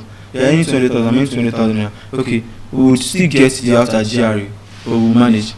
But at the end of the day, when the year comes to an end, to pay the rent will now become a problem. Then from there, drama happens. Then you now start telling the guy that before I told you, if you are not responsible, you should not come and meet me. Now, the rent has due. The landlord is disturbing us. Then from there, disagreement starts. Then we break up. So after breaking up, the money you spent in getting the house has wasted you. The lady would move to another place. Then you, on the other hand, you move to where? Another place. So now, financial realism again is you knowing, okay, the kind of woman you want to be with. If, for instance, you are a man who does 9 to 5, you wake up in the morning, you get ready for you probably work in a bank like First Bank. First Bank is a very good bank in Nigeria. I hope you are aware. So now, you work in a bank like First Bank and you earn around 300,000 naira every month. It's not advisable you are with a woman who doesn't want to work, like the baby girl mentality. A woman who doesn't want to go to work. At the end of the day, she will tell you, baby, I saw a wig on the internet, a bone straight. Then you ask how much is the bone straight, and he said the bone straight I saw is not really expensive. it is 1.6 million naira. They begin to ask, is 1.6 million naira not expensive? So now, can your salary can your salary afford that 1.6 million naira week? I'm not saying it is too much to buy a 1.6 million naira week. We all have our wants. We all have what we want. Do you understand? And for the fact that we would all come to this life once, not more than once, we should always enjoy it every moment. So if what makes you happy as a woman is the week of 1.6 million naira that you want, settle for the man that would afford that week for you. So now, don't go and meet a man that you know he won't afford the week, then end up telling him the story of his life that, see your mate now, see Bolaji bought his girlfriend 3 weeks at a go. He spends 4 million naira on weeks, and I'm asking you for just 1 week, and you can't get it for me. That's one of the things that cause what? Heartbreak. You understand? So another thing is honest communication. Honest communication is going to help us in today's double standard in Nigerian dating. Not just in Nigerian dating. This is talking about the world right now. Honesty in communication. Honesty in communication is the reasons why most persons are single, or if not single, they are single parents. Do you get it? So, and that's why many persons has become victim of internet scam nowadays. I saw a statistics of internet scam from United States, a state like California, where the crime analysts were analyzing that 80% of the men who has fell victim of scam in the United States fell victim of scam as a result of online dating. You understand? So now, these men that fell victim of scam as a form of online, as through online dating, 50% of them are what was it called? They are single parent individuals. So I now feel like, since these people are single parents individuals, they probably fell in love because they feel like, oh, there's a need for me to have someone to take care of these kids. I'm a man, I can't do everything on my own, so I need someone to help me stay with my children. I need a partner, I need things to get better. Do you understand? So now, if there is honesty in communication, one of the characteristics of language, for linguists, there's what we call ART.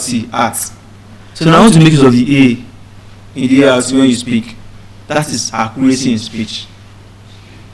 Be accurate. Call a spade. Do you understand? So like a Yoruba might see a child do still and say, "Unfewo." Do you understand? Unfewo in English means the child is light fingered. Do you get? If you say the child is light fingered, this I tendency that some persons do not understand. You are trying to say the child is stealing. So when you are speaking, to avoid problem, to avoid adjourned heartbreak, make yourself clear. Call a spade if you are not good with the girl. For example, the time I met someone, a lady who I like so much, then after exchanging contacts, we started texting. Are you with me, house? We started texting. So now, the moment she was texting me, I wrote, "How are you doing?" as a linguist. So when she was responding, she wrote, "Fine."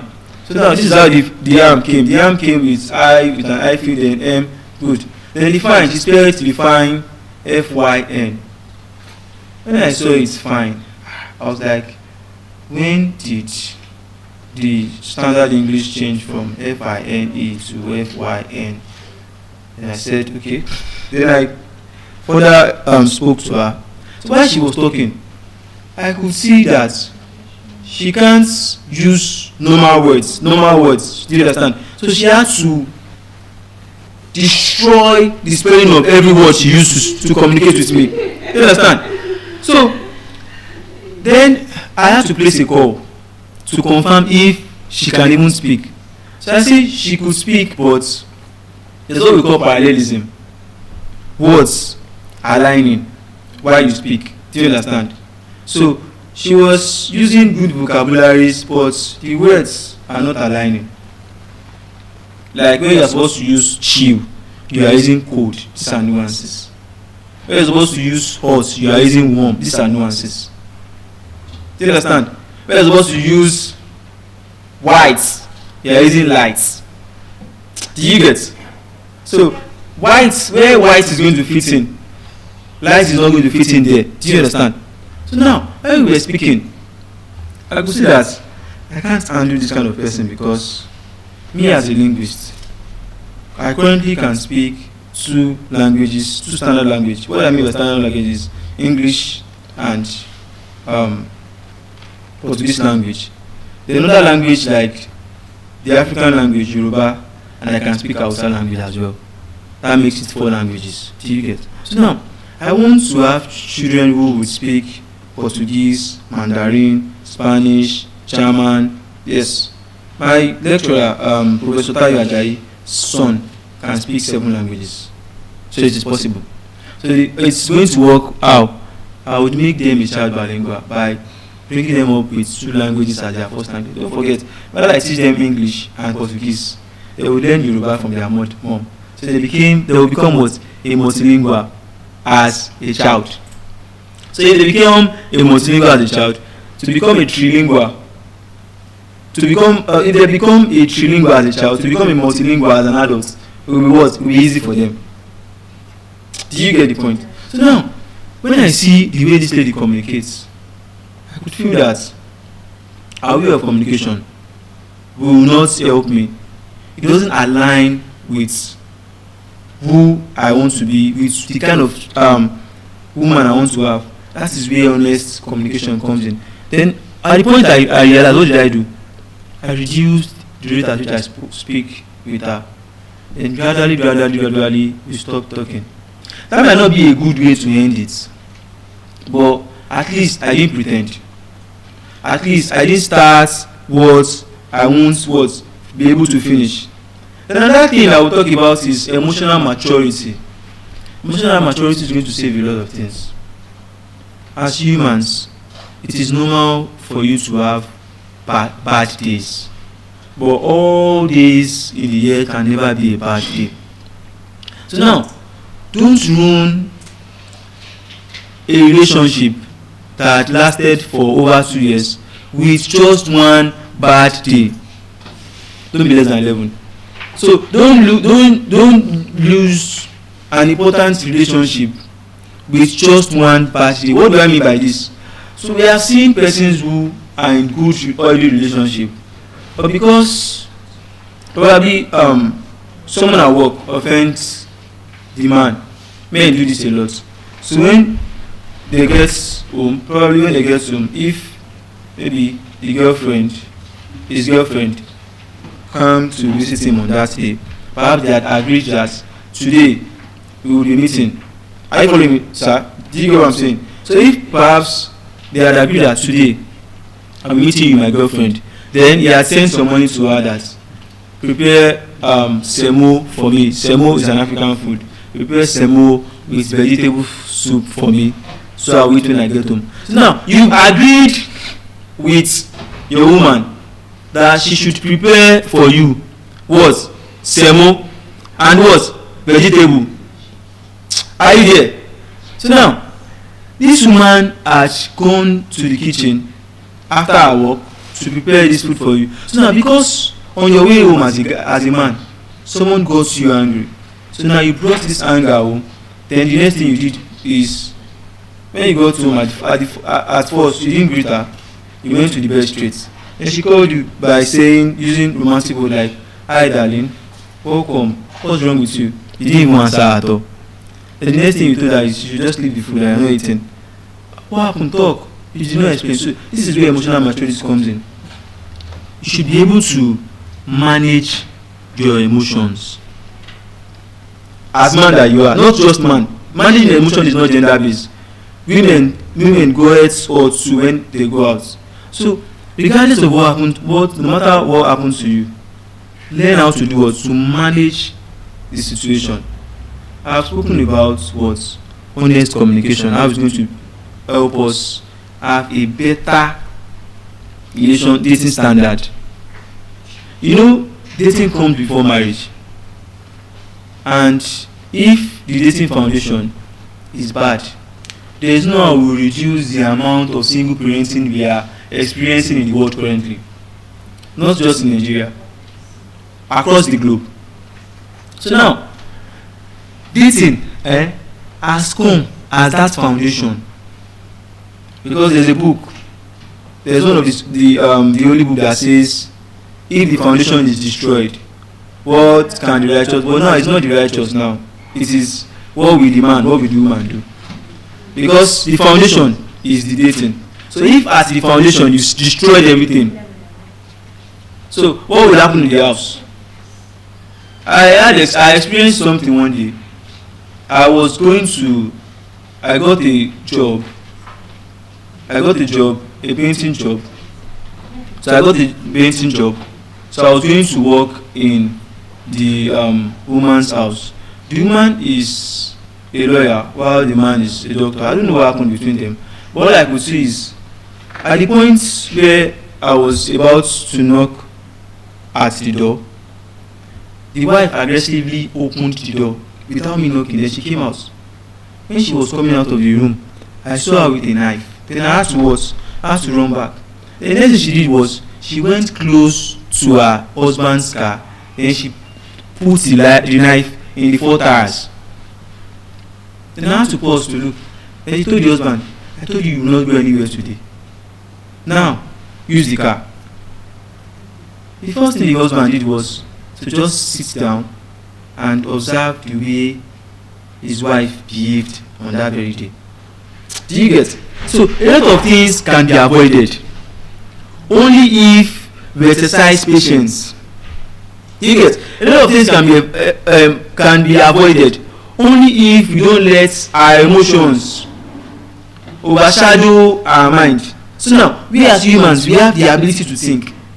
But don't let, because you see someone and you say, okay, only the body has taken control, and the body, because of the kind of body you see, you don't bother about considering, oh, this lady, what kind of behavior does she have? Do you understand? Like in the olden days, in the Yoruba style, before you can even talk to a woman self, you don't even go direct, the Yoruba style. So in Yoruba, there's what they call alarino. Alarino is that person, is an intermediary. That person is like a middleman. It's that person that you send. When I say middleman, I don't mean a man. I mean a middle person. So it might be a man or a woman. It is not gender based. You get? So it's that person that will tell you about the woman you want to meet. You understand? So in Yoruba then, the culture says, before you approach a woman, meet someone very close to her or someone in her neighborhood that will tell you about her family. Yoruba is very critical about this family because, hello, please, I would like us to appreciate the Yoruba culture. Please clap for Yoruba. The reason why I say we should appreciate the Yoruba culture is that, look at the standard. You have to do what? You have to first go through someone. You are not going to her direct. Of course, you like the person. Probably in our culture, it is the man that go and ask the woman out. But there's nothing that says a woman should not go and ask a man out if the woman likes the man. Do you get?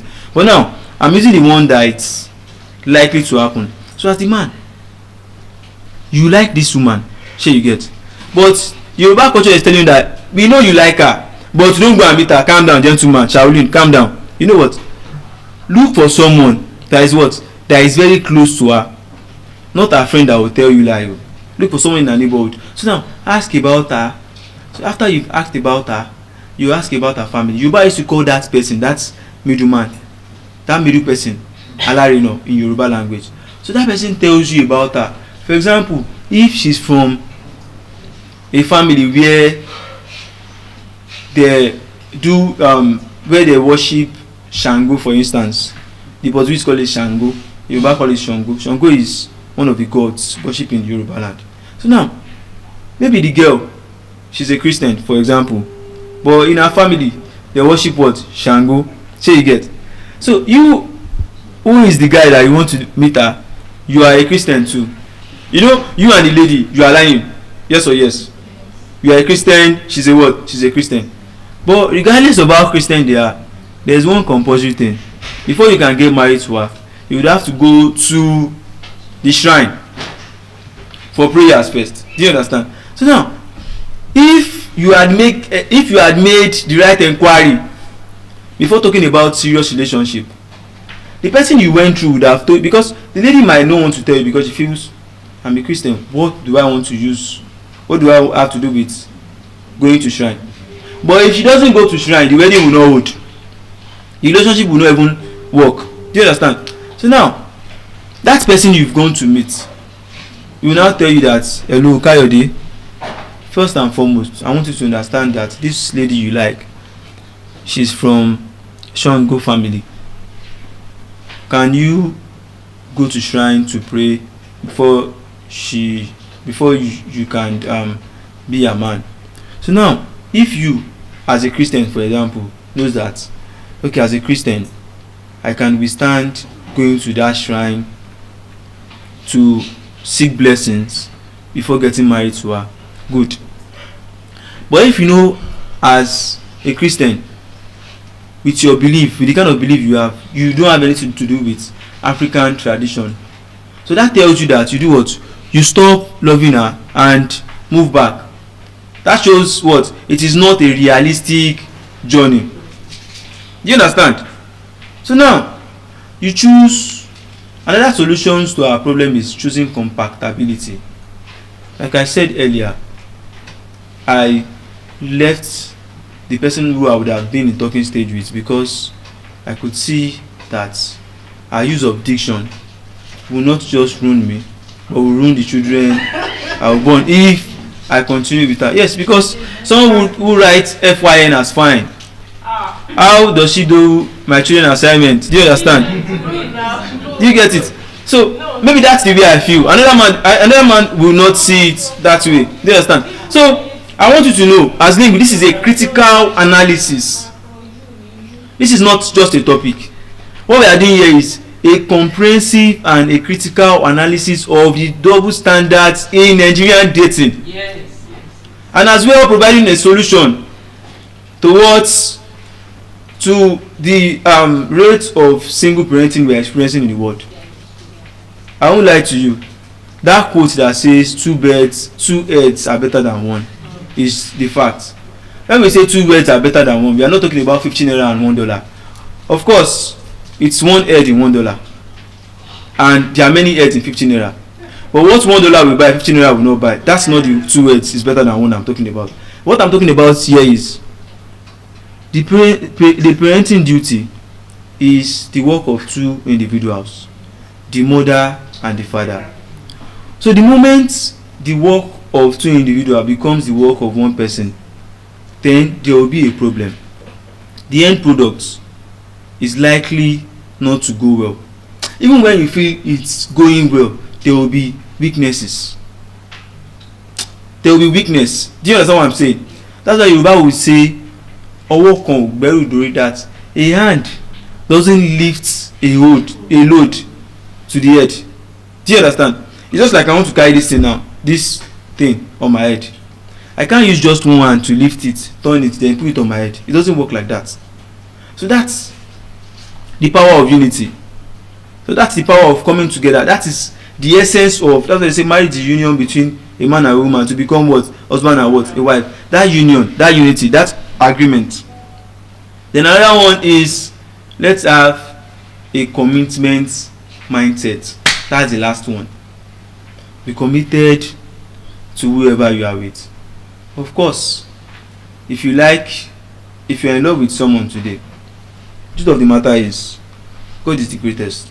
You will always find better people. But the truth is, you would find speakers who are better than me. You would find speakers who would spend 20 hours speaking. When I checked, the last time I checked, yesterday, the longest speaker spoke for 90 hours. Do you get? So that shows the level of strength he has. But I would always feel that I would do better because of what? Because I'm a black, because I'm a Nigerian.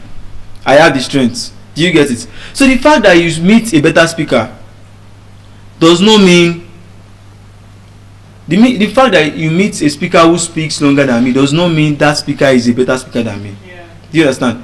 So will the speaker do the things that I'm doing? Will he call your attention? Will he ask you a question? Will he ask you how much you spend on buying wig? Will he ask you how much you earn every month? Will he ask you how much you want your husband to be earning? That is the difference between me and him. Do you understand? So the same way as a woman, if probably what you like is a calm guy, if you meet a calm guy like doctor, you would always meet another calm guy. You just have to be committed and be contented with what you have. So that's how you go far. If what you crave in a woman is a woman that has a tall woman and a woman that has a good body or something, you might always find a woman with a better body. But stick with what you have, so as not to ruin the plans you have from yourself. Because in the end, you don't get anything from adultery. The profits of adultery is you keep wasting money, you keep wasting time, and you keep wasting energy. Then always make sure the person you are with is aligning with you. In what sense? While I round up, I will tell you the story of an elderly friend, Ayomide. Ayomide is older than me. He's 5 years older than me. I'm calling now Ayomide here because I don't want to start arguing the brothers, so it will not become long. So what happened to Ayomide? He wouldn't have been my friend. He became my friend because one is a Liverpool fan. So at the viewing center on my street, while I went to watch ball, he saw the passion in me. He saw the way I was trying to enter the television while Liverpool wants to score. So whenever they didn't score, I reverse back like a Volkswagen. Do you get? So the moment he realized that, then he asked me, he said, "Bro, are you a Liverpool fan?" I said, "Yes, I'm a Liverpool fan." You guys know how football unites guys? Yes or yes? Yes. So the moment I said, "Yes, I'm a Liverpool fan," then we became friends. After a few weeks, I realized that he is also an outsider. Like I said in one of my speech, outsiders are people who are fans who stands Burna Boy. Those are people that we call outsiders in Nigeria. So you can see we have a lot of things in common like that. So on the long run, I discovered that Ayomide has a girlfriend. Then not just that Ayomide has a girlfriend. Ayomide's girlfriend and Ayomide display a very sophisticated level of love. Because anytime Ayo is going to the market, him and his girlfriend hold hands together while they walk to the market. Anytime Ayo is coming to meet him, maybe he wants to stay outside, chill and talk, he comes outside with this woman. Then one day I was prompted to ask, I said, one of the common words in Nigeria, I said love wantinty, meaning this love is too much. Then he laughed. I said, please, I think the love between you and your girlfriend needs to be studied. This is a story you should learn from. Please listen. If you are watching, if you are live streaming, please don't be distracted by the things at home. It's important to pay attention so as not to make the mistakes made by people's or the persons of the past. So now, while I asked Ayomide, are you with me? Yeah. So I asked Ayomide that, for how long have you been dating this woman? Because I can see the level of love between the both of you. Then he told me, he said, we have been dating now for 8 years. Somebody say love is at work. Now, she said, we have been dating for 8 years. And I said, wow, it's 8 years of dating each other. That means you must have known everything about the woman. I said, yes. And I said, well, that's fantastic. So while I had started making good amount of money, do you know what he did? At some point, he said he was going to do an introduction. So an introduction is a Yoruba style, well, what they call Momi Moe, know me, I know you. That is the literary translation. But the scientific translation means an introduction, introducing the both family to each other. So while they do the introduction, there was no presentation of wedding ring at the introduction. So his intention was that he was going to present the wedding ring when he goes to the wedding registry at Ikoyi in Lagos. Hope you are getting the point. So now after doing the introduction, then this was going well. So after a few months, his wife said she is pregnant. Then he said, okay, that's fantastic. But weeks before the wife telling him that he's pregnant, the wife has not been constantly communicating with him. What I mean by constantly communicating with him is, he might call the wife while the wife is online. He's going to see from the WhatsApp notification that the wife is online. But when he calls, the wife won't pick his call. Are you with me? Then he began to ask himself rhetorical questions like, but this lady is online. Mind you, my friend name is not Ayo. I'm using Ayo as a context so as not to review the person in question. Do you get it? So now he begins to ask himself that, so what is wrong? Why is it that I've been calling my woman lately, she doesn't pick the phone and she's always on call? But because of the trust, imagine dating someone for 8 years. You still have to doubt the person. It's very difficult. So he worried less and continued with his what? With his style. Not until this very day. On this very day, Ayo's wife siblings came to their house. It was an Easter holiday, like today. You get. So while they came, the wife was asleep. Then before the wife went to bed, they had a little disagreement. Then they begin to wonder that since I got married to this woman, she has changed the way she behaves. I don't understand what's happening. Then at that night, he called one of the siblings and told one of the siblings to please, do you know the password to your sister's, to my wife's phone? That's their sister. Said yes. Said because I would like to call someone and the person's call is not going through my own phone. That was a lie, but he wanted to find out something. So at that point, and you know, there's this common word in Nigeria where they say, no check your wife phone, no check your partner phone. The moment you check them, wetin go happen, breakfast, like your heart will be broken. So on that day, he had to just check because he was too curious. Then he picked up the phone after the wife's sister had helped him open the phone by inputting the password. Then he went straight to the WhatsApp. Now let me tell you one secret about WhatsApp. Probably you've not noticed. You can check now. WhatsApp has something. The call part of WhatsApp, when you go to the call log, WhatsApp shows that call log, like the person you'll be calling consistently. You know, you hardly make calls on WhatsApp like you do on your normal phone. So on your normal phone, you are likely to see first call in the morning, Taiwo, second call, Tunde, third call, Fumi. You understand? But on WhatsApp, because you hardly make call, that person you call consistently shows on a straight line. Do you get? So now, when he opened the phone, when he went to the call log, then he saw this name. For example, Taiwo. Then he began to wonder, Afa, what is it with this Taiwo that my wife has been calling? Then he went into the DM of who the Taiwo is. Then when he went to the DM of who the Taiwo is, he could see the Taiwo and his wife are exchanging pictures that they are not supposed to exchange, adult pictures.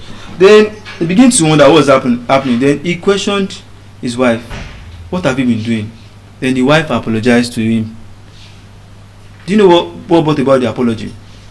Before the wife sent him the pregnancy test results, the wife had sent it to that Taiwo. Then in the wife's statement, the wife told the Taiwo that, well, my husband is not yet aware that I'm pregnant, but I'm telling you first, maybe it's as a result of what we've done before. So now,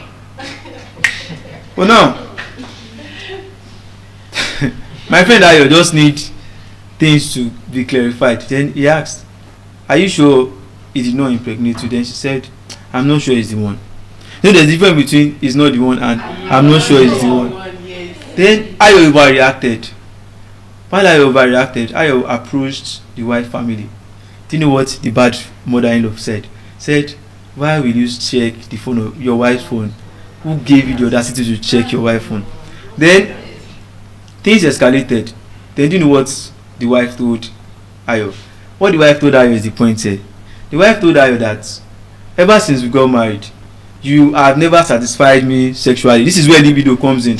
You don't marry someone, you know. It is understandable if the man they dated for 8 years without doing anything. Yes.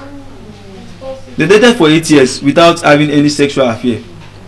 So it was after marriage. Do you get? So yeah. They have to do that before marriage. The Yoruba culture does not accept it, and the church, the religion they practice, does not accept that they do anything before marriage. So they have to get married first before anything. So now I'm beginning to wonder how between few months of marriage or few weeks of marriage the story changed. So now you begin to question yourself, is me and my partner safe? Don't worry, you are safe, but there are things you should always find out before getting married. While I explain all of these things, I know I didn't really emphasize on where the harm men have already done. I know we've had men who had committed so much atrocities by impregnating their women and leaving them, like it's very, very common here in Nigeria, in the African environment. But I'm saying this because the men are always seen as the bad person. So I'm giving you stories of what women has done to men. So viewers, I would like us to trash the mentality of all men are the same and all women are the same. All fingers are not equal, so all men are not the same. My thumbprint can't work for yours, yours can't work for mine. So we all have a distinctive feature. I remember when I was talking to someone this morning, then he called me boss, then I said my leader. So I don't know what he felt. He said, you don't call me your leader. He said, because you are way ahead of me. Then I told him, I said, if you feel I'm way ahead of you, you have your own roles to play. You are a king in your own lane. You can't be a bank manager and be a student, a 100-level student at the same time. It's not possible here in Nigeria. Because how do you manage the bank affair? Do you understand? So the student union president in school role is different from the role of the bank manager. It means we all have our own role. Don't let the family story destroy the way you see the other person. Don't let shyness stop you from finding your soulmates. Don't let stories by failures distract you. There was one quote I said last year that trend. What did I say? I said, if you sit with a failure, then you hear tales that make success sound impossible. If you sit with a woman that is heartbroken, a single mom, she will tell you stories about her that will make you hate all men. That will make you feel like, no man will come into my life. Then you waste your time till you are 30. And don't forget, if you are 30 in Nigeria, you are at a very big disadvantage because men at 40 want a girl who is 18-year-old. Do you understand? So after you've wasted a lot of time, now you are beginning to look like mommy at the age of 50. Do you understand? So you see, you've harmed yourself through a failure's story, and that's one of the reasons why you should always keep yourself far away from failure. Don't forget the quote: if you sit with a failure, you will hear tales that make success sound impossible. Distinguished guests, especially leaders, let's change. Drop the pen. Let's change our mentality. Let's change the way we view things. Let's improve.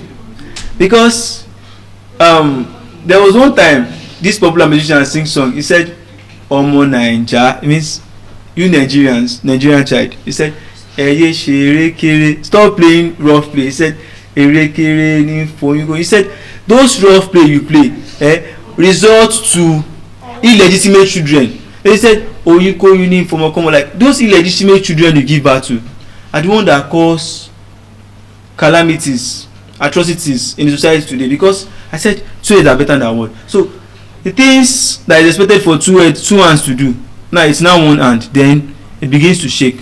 Then the child, you won't be able to look out for the child well, because you have to go and make a living for yourself. By so doing, the child will get into the hand of illegal people who will teach them bad things. Then they became a problem to the society. You understand? Then he continued, he said, he said, bad child are the one that brings problem to the house. So when the problem started from here.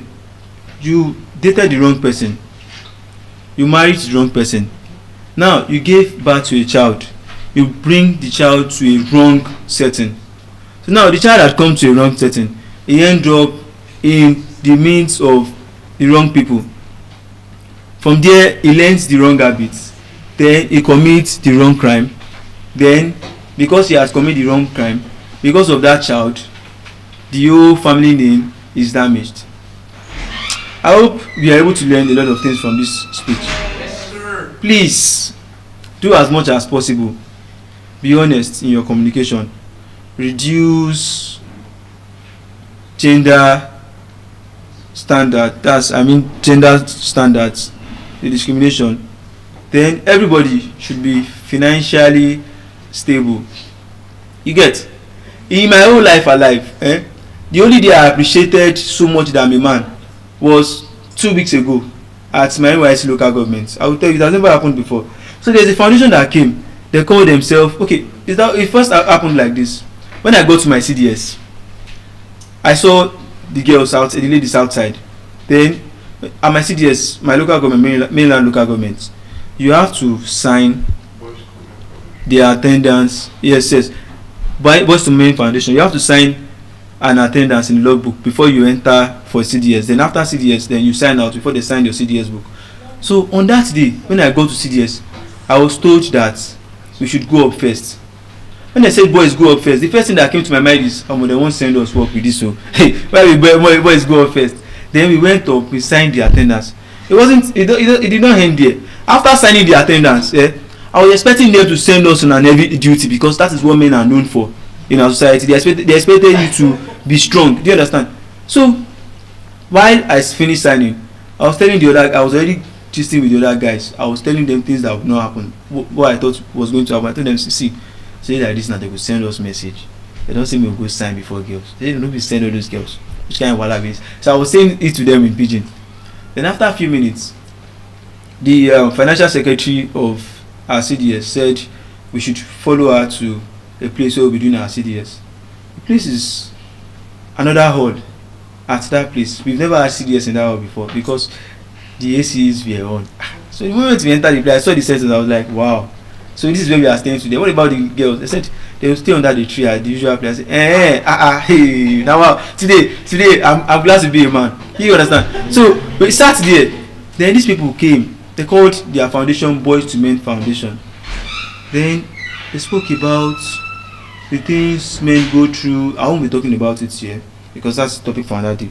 So they tried to encourage us. They spoke to us. You don't have to think too much. You know that you are a man. You have to pay the bills, even if you are not part of the bills. Do you understand? So like the instance I gave you when my friend had to pay for Uber for the girl that is coming to meet her. Even despite the fact that he didn't like the girl, he still had to pay for the girl's transport fare back. Do you understand? Yeah. So look at it. You pay for things that you don't even use. You get? So they now spoke to us. They tried to reorientate us. They encouraged us. Then that day, I felt loved as a guy. Then I clapped for them. The next thing, they gave us a big note. Then I said, this big note, this jotter, I'm going to frame it. Because on this day, that was the first day I was appreciated as a guy. They were given snacks. And I said, oh God, see, what a day to be a man. Then I was talking to my fellow men and said, today is a good day to be a man. Today is a good day to be a man. Then after the whole thing, I won't tell you the amount they gave us. They said, as a man, we should write about the things we learn at the event. Then while we are submitting, it's not a must you write, but if you don't want to write, it's fine, but you get your money. So while you are submitting, they will count some amount of naira to you. They will give you. As a man, you deserve peace. Then as you leave, you are taking the money. Then I was like, wow, this is the first time I'm being appreciated as a guy. That is fantastic. Do you get? So when Burna Boy sang last after he was heartbroken, then he said something. He said in the last place, he said maybe another time the lady might be his wife. Then he said something. He said, I have to say bye bye you to the love of my life. Like I have to say bye bye to love. You know how it feels to say bye bye to the love of your life. Do you understand? So now I love you all. You are the love of my life at this moment. You know I have nobody. I enjoyed you listening to me, and I would like to pass on the mic to the next speaker. Thank you.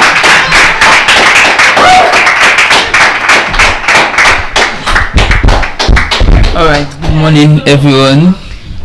Good morning Africa, good morning Nigeria, and good morning to the world. Yeah, good morning.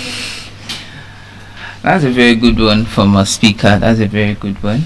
But I'll start with this question. How many individuals has more than one interest? Like you want to go into business, you want to go into digital marketing, you want to start your YouTube channel, you also want to write a book, and somehow you just feel scattered, you don't even know what to do. Okay, I'll tell you a story. I once met a student, an undergraduate studying a course already, and was like, oh, I want to go into software development. Then after some month again, he switched to digital marketing. And we are in this world where you just see all these online courses are now somehow readily available. You just see this scholarship, sign up for this, sign up for that. So after about 3 years, you just realize that he has just been upping from pillar to post, learning many things. Like he has done so many things, but he cannot really lay hands on one that this one I can really do perfectly. And somehow you want to feel like he's falling behind. If you want to look at it that, you think I'm missing something somewhere. And I wanted to understand, it's not because he's actually not disciplined or not hardworking or does not even have interest in anything, but it's because he's scattered. He lacks direction. And because of that, I'll be talking today about career strategy for multi-potentialites. That's career strategy for individual with more than one interest. So I want you to understand first, the first thing you have to know is the fact that you have more than one interest, you're interested in so many things, is not actually bad. Yes, it's not bad. And because of that, I'll state this is the first thing I want you to understand. Accept your nature. Just accept that nature first, that okay, for the fact I'm having interest in so many things, it's not bad. And the reason I said that is because there's always this philosophy of some individual trying to fit themselves into one thing, that I must do one thing, or there's this common adage that you have to do one thing to really be successful. No, it's not about picking one thing, it's now focusing on one thing. That's a real correct adage. You focusing on one thing at a time. That's the correct adage. So you're not trying to either to suppress your interests, or you're not trying to just speak randomly at them. So first, accept that nature. And one of the reasons why I say accept that nature is, even looking at Africa or Nigeria for instance, there are individuals that have more than one interest, and they are quite successful in their field. Let me just mention one. Olushola Olaye, for instance, now he's known as a global public speaker, he's known as a business consultant, he's also known as a individual, an entrepreneur, like a successful entrepreneur. So but he didn't start all of those things just at the same time and try to move everything at the same time. He didn't start everything at the same time, which leads me to the second step. After accepting your nature, the second step is list all your interests, everything, your interests, your skill, just list everything. And the reason you are doing this is because you can't really organize what you've not identified. Because when you list it, you know the way they connect to each other. Because there are some certain things that when you do them first, it gives you credibility over the other. Imagine some individual now that they would look at, okay, let me give you this example now. Is it last year that he wrote this book? What's the name of the man again? This popular wealthy man in Nigeria, $10, yeah, right? Look at that book. Imagine he wrote the book when he failed, when he has not made any money at all. Do you think he's going to make? I don't know if you get what I'm saying. He already had the results. So there's no way he cannot write the book and then call it, is it 20,000 how much? Because he already had the result, he had the name, he had everything. So the book was just, I believe that would have been something that has been in his mind for a very long time. But he waited that time that every other aspect of his life was already reflecting what he wants to talk about, was already reflecting the results. So when you actually list out all of these interests you have, then you see the way it really connects, you see the way this one should be the one that will come first before the other.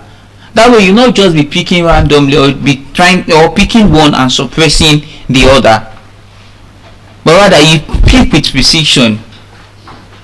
Which now leads me to the third step. I started with accepting your nature, listing everything. The third step is categorize everything into what I call 3 labs. You categorize all those interests into 3 labs. And the lab is what I call the PEF lab. What do I mean? The first one is the power lab. And the reason why I call it the power lab is because it's that skill that solve problem and create value. That's what people can really pay you for. So you don't be 45 and 35 and still be upping from different interests. So you're trying to pick one of them that you can actually build a level of. You can actually get a level of sustenance from. So you want to pick one and then go deep into that one. And when I mean pick one, looking at the current state of the world now, you can be thinking of something in tech, something in health sector, maybe a skill around in education, maybe a skill in business that you really want to master to that point where you can really deliver value with competence, with excellence. Which now leads me to the 4th step. The 4th step now you're talking about applying the 80 by 10 principle. When I mean 80, I'm talking about your focus, your energy and your resources. Your focus, your energy and your resources. And 80% here does not necessarily mean you do it sometime and you don't do it sometime. But I'm just trying to say both time, both resources, both your energy by 80% should be put into that first one, which is what? The power lab. So all of this should go into what? The power lab. Then the E stands for the what? The energy lab. The energy lab contains those things that refresh you, those things that makes you. And sometimes it's even important you don't even try monetizing all of these things. They're just there to refresh you, to energize you, to sustain you, to make you. It's a way of you what? Building a balance. That's the energy lab. And the power lab, again, I want to also say this. At the initial stage is one skill you want to put there, just one. But the energy lab, you can just put everything that refresh you, just put everything in that category. While the 3rd category is what I call the future lab. That's the full meaning of that PEF: power, energy and future. The future lab is where all your curiosity, everything you think you still want to try. You want to write a book, you want to start a YouTube channel, you want to still do learn a career, have a career in tech, every other thing you think you want to still do should be stored there. Everything, just put them there. And what I now call the 80 by 10 now, you are giving 80% of focus, time and resources to the first one, which is the power lab.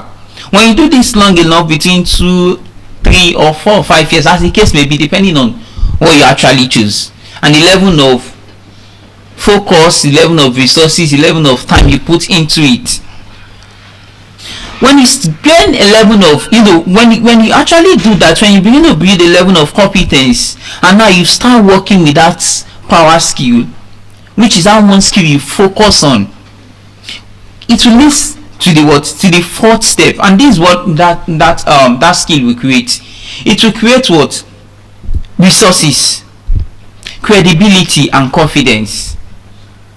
Resources, credibility and confidence. The first one, confidence, it simply means now that you're successfully one thing, there's a level of confidence you now built in yourself that, okay, since I've done this and I actually did well, then there's this confidence you have in yourself that, okay, I cannot thrive in others.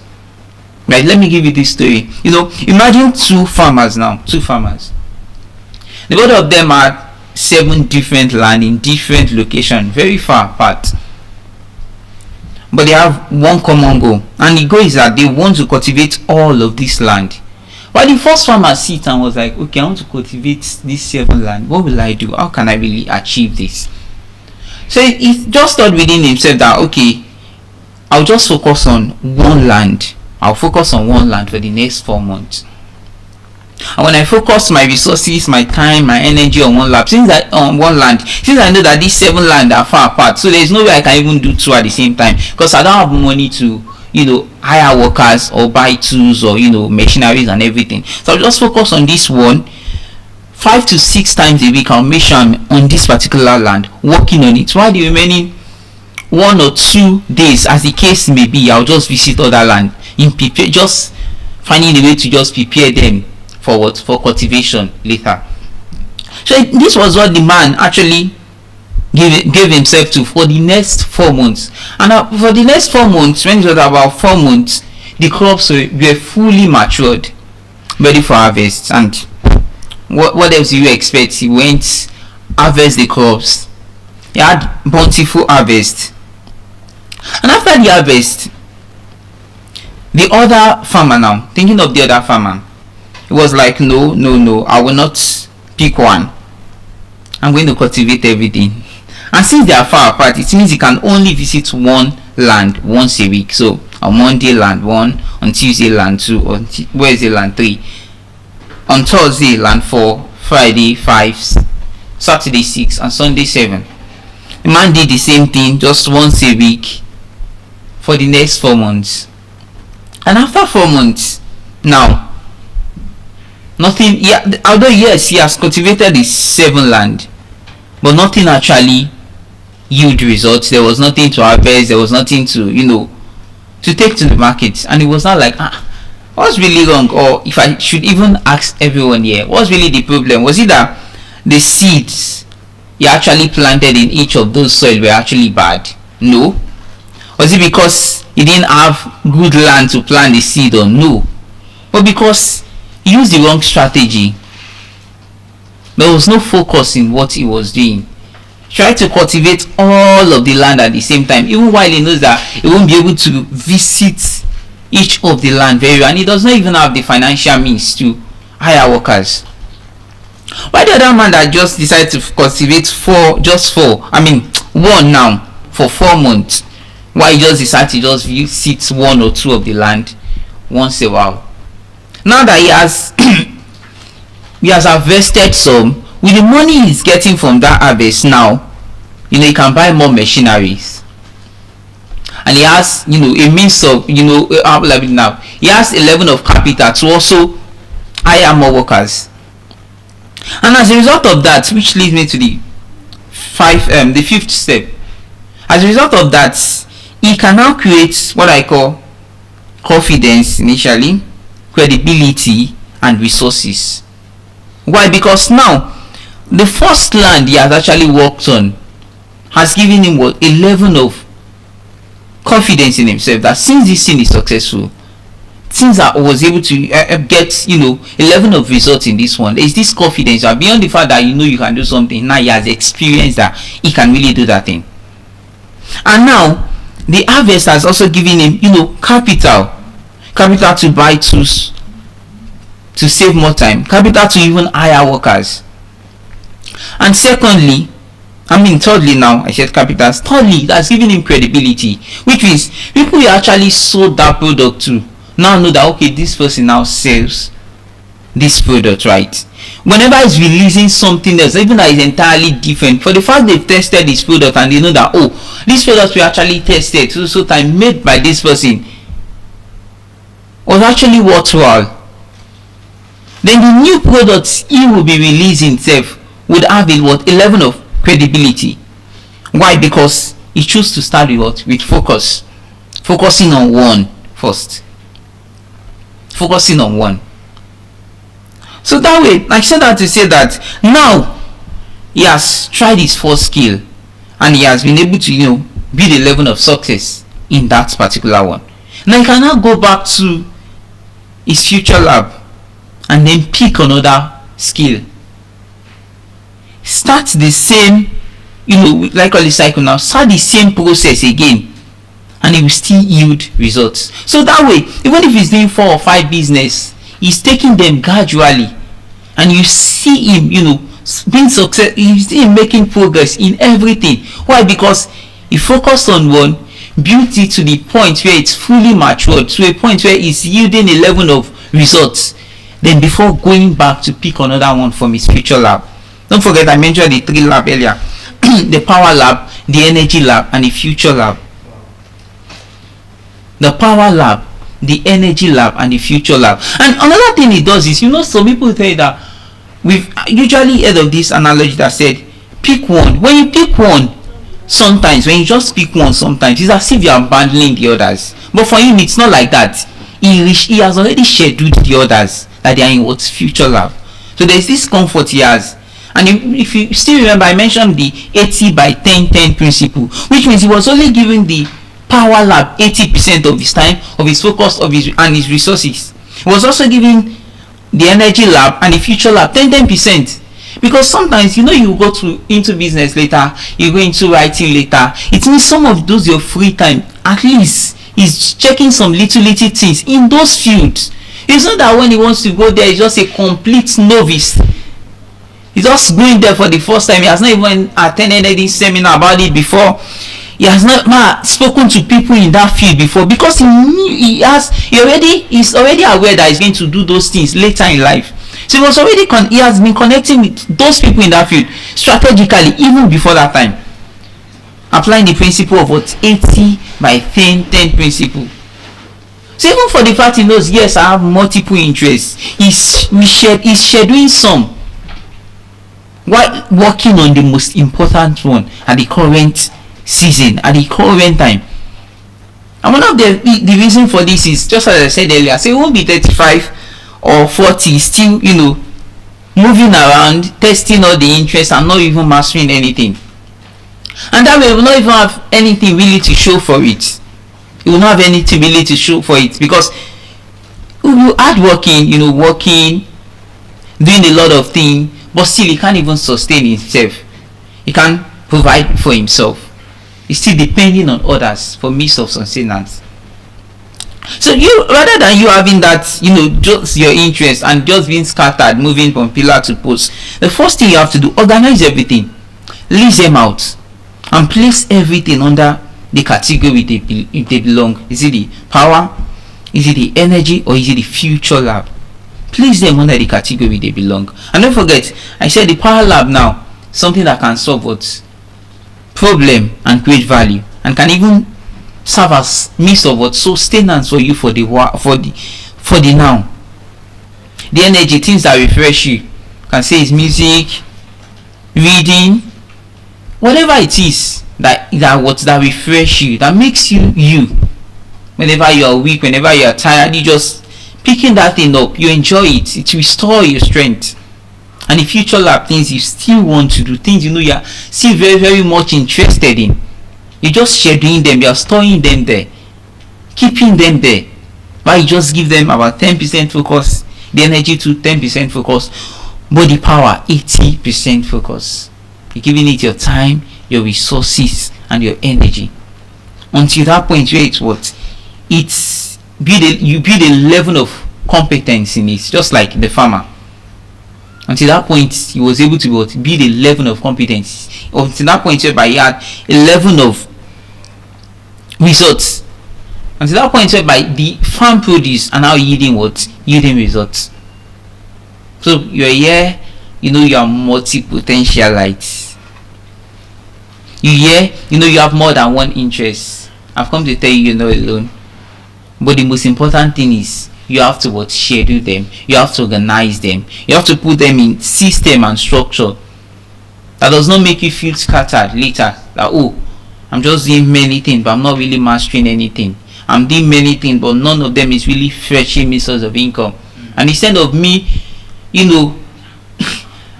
reflecting the fact that yes, I'm hardworking, you're just looking like liability to other individuals. So think of these great people, think of Aliko Dangote. As me started, just want to start the cement, sugar, the fuel factory. It won't be possible. the refinery, sorry, it won't be possible. Even if he has the level of the financial capacity, then save, his attention will be divided. His focus will also be divided. He will not be able to put in enough energy as required. So all of these are important. So it's not bad. The problem is not that you have many interests. That's not the problem. The problem is that you're trying to focus on everything at the same time. You're trying to grow everything at the same time. You're trying to build everything at the same time. So when you truly understand this, you will know which one serve which one. Which one serve which one. And there's also something I want to also tell you. I know some of you would have heard of what we call the M shape, right? The M shape. If you really start with what I just shared, the PEF lab, what I call the PEF lab, power, energy, and future lab. There's also the way it brings about, there's what I call link. Yeah, let me just link, LINC. L stands for language, I stands for improve, N stands for need, and C stands for cuts. I'm going to give an example. For instance, let's say I start a blog, like I just I do content creation. For instance, like I'm a copywriter for someone. I'm just presuming, I want to use it because that's a test. The link I just gave you now is a test. I want to do a test.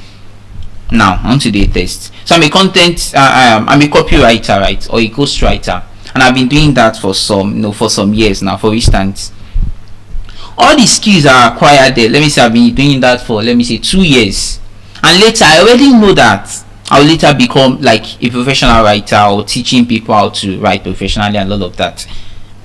The question I want to ask is, the skill I acquired during that copywriting, let me say it's even an intern, I just took it in a company. The skill I acquired in that copywriting, will it serve as language I'll later feed my crave or my interest in writing later? Can anyone answer that? Do you understand what I'm saying? I talk about the link now, right? With some of the, let me say, the little things I learned why doing copywriting, will it serve as things that will feed my other interests, which I said I want to later write a book for this time? Will it feed it? Yes. It will, right? Yes. I'm just trying to explain that link now. It means whatever you are doing currently, are there things there? That's the L. I said L stand for language, right? Are there language in that thing that will later feed what you are doing later?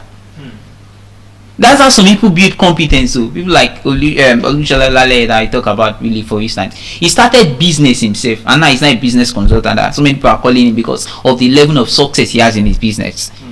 So you already knew that, okay, if I'm able to really build this business, it will not be that I only have the head knowledge, but I can now show them that I have the knowledge. So whatever you think you are doing now, even while you're in school, that you think, okay, later I want to leverage, I want to do some other things apart from what I'm studying in school. Even while in school, start doing little things that is a way of you building yourself up. Start doing little things. It's a way of you building up. Because you know that those things, that little things you're doing now will serve as language feeding what you do later. And the other one is I said link, right? I stand for improve. You're going to ask yourself, is this thing I'm currently doing now, is it indirectly improving what I'll do later? Someone that is just a copywriter, even if they are not paying him more, but he knows that at least whatever they are paying me, the skill I'm learning it to build myself. Like, I don't know if you're getting it now, because it will improve what I'll be doing later in life. That's what the I stand for. The L, language. The I, that's what they stand for. Improve. What I'm doing currently, will it improve what I'll be doing later? Then the N, need. As I said earlier, I said, imagine I'm doing, ghostwriting or copywriting. As someone that wants to write, one of the skills you really need is what? The writing, let's say, in terms of grammar construction, the use of idioms, and even emotion. Because sometimes there are some books you just open, you don't feel like going beyond the first page. Why there are some books that you are buried in it, you've not eaten, you just buried it because the writer was able to really capture your attention. Why? So that current skill you're also doing now, will your later skill, the skill you have in your future lab, will it need that thing? that's why you see some people, they are taking a job, it's not high paying, but they know that what the experience they are getting in that job will feed what they'll be doing later. The experience they are getting in that job will be needed in what they'll be doing later in life. So from the language, L language, I improve, N need, and the C is courts. Court. How do I mean court? If I should cut my A, will it affect B? Like the current job I'm doing now, if I should cut it out, will it affect B that I want to do later? And what's the impact on the B? Will it make it better or make it, worse? So when you really understand this and you work with this, even while you work with the PEF principle and the link principle, you end up building an M career, like M-shaped career. Talking about 2 pillars now. Bridged by your layer of curiosity. You're building a career that feeds each other, not the one that competes with each other. Maybe there are some certain individual now, you're learning a particular skill and you're learning another skill that the 2 skills are just, they are just cancelling out each other. That imagine you tell someone, you posted something on your WhatsApp status, they are not related though, but they are business, they are not related. Person will be, you're doing this business and you're doing that business. Why? Because they are not really related. And the person will even be questioning if you are really competent at it. Because there's this perception people also have when they see someone that is focused. Like the person, they believe, okay, then it means this person has the level of competence in what he or she is doing. And someone that is just scattered. But when you're able to organize it that way, you will see the way each of those career, the way each of those interests actually feeds each other. And that way you not look confused. Why? Because you've actually listed them out, you've organized them even before trying to just develop a skill. You see someone, that's when the person is actually trying to sort out for internship to put in for, he's not confused because he already knows what is in his power lab, what is in his energy lab, and what is in his future lab. So while you are looking, I don't see the need why this boy is in school and he's trying to secure this kind of internship. I don't see the need. He has seen the need already. He knows later in life he will be needing it. He knows later in life he will be needing it. And I think I would just say that to say, one of what the dean also shared with us, I think that was it the first day or the second day, when he was like, while he was in school, he was in the editorial department, editing, publishing, and doing all sorts of things. And he didn't even know it's just a way of him feeding his later career. He didn't even know that was just a way of him building his later career. Because sometimes opportunity, a place of opportunity is not really a place where you do rehearsal anymore. But there are some places that you would have done rehearsal that when you actually come out at that place of opportunity, it will just become a plus. Why? Because you already had a platform already for reacting. So I want you to today identify those things and organize them. So you know how you can actually make them feed each other rather than competing against each other. Imagine me starting the B before the A. I would just be struggling. But imagine I actually start in a better way, building the A first if I move to the B. Even the time I actually invest in the B will be faster, easier, and more resourceful. Just look back at the case of the farmer now, the one that picked one land. Now that he's cultivating the second land, he's not doing it with more ease. Now he has money to hire workers, money to buy machineries. Why? Because he actually focused on one first. Now he has money for the resources, money to even buy time, because now if you use more tools, it means he will have to invest lesser time in planting, lesser time in waiting, lesser time in even harvesting. Why? Because he chose to develop one and build it to a starting extent that he can now get a means of sustenance from it. So I want to tell you, the interest you're having interest in this and that, or you're multi-potentialite, it's not something bad, but it can also be the very reason why you are not even successful in any of the skill at all. If you are not strategic about it, if you don't organize the right system that really makes those skills come together and work for you, feed each other, work with each other rather than competing with each other. And I do believe with this PEF and link lab, you should be able to make perfect decision with the link lab and the PEF lab, you should be able to make perfect decision. Just to recap again, probably you didn't get me initially. I mentioned the 5 steps you need. Accept your nature. Don't try to fight it. Accept the nature that, oh, you are multi-potentialite. You have more than one interest. Accept that passion. Then I proceed to say, after accepting it, list everything out. All your interests, list them out. Then you categorize them into the PEF lab, your power lab, your energy lab, your future lab. Then afterwards, master one, focus on it using the 8 by 10 principle. Then you can now go back and pick from your future lab and start the cycle and move again.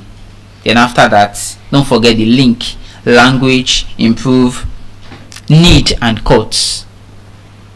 Is A language needed for B? Is A improving B? Is A needed for B? And when I cut A, will B still stand? So thank you very much. Right about now, I'd love to pass the mic to the next speaker.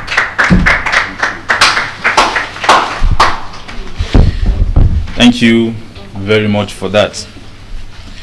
So it's good to be back here once again. And firstly, good morning everybody.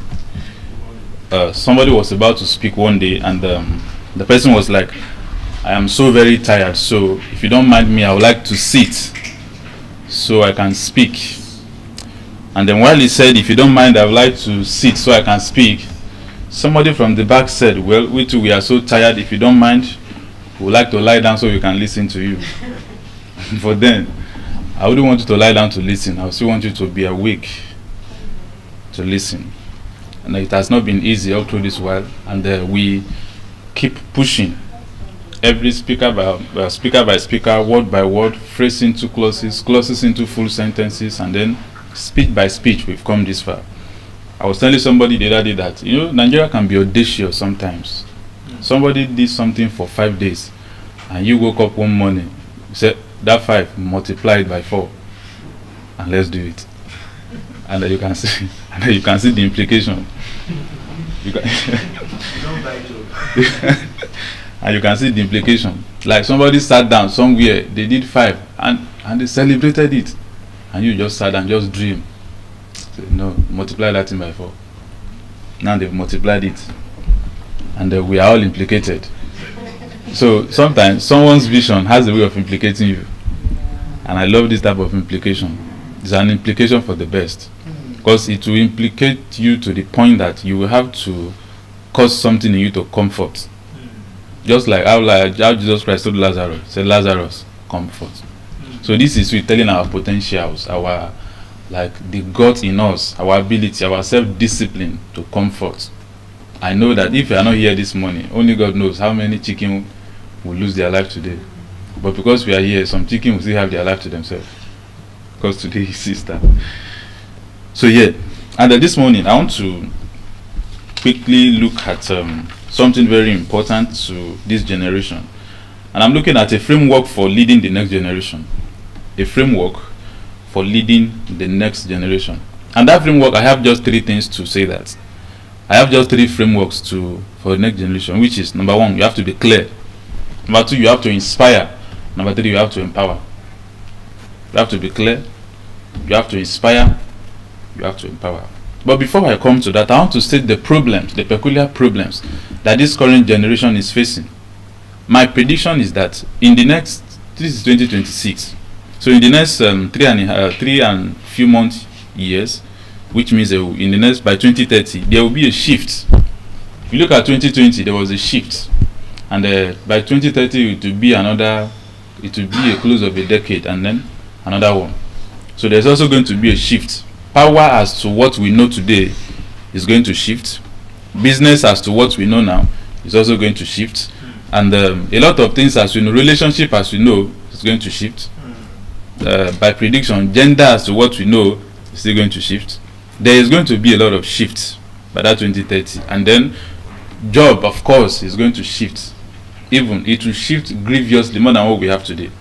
And then we have a generation who has seen these shifts, who know that this thing is going to shift, not because they've studied the algorithm and then they've seen where it's going to.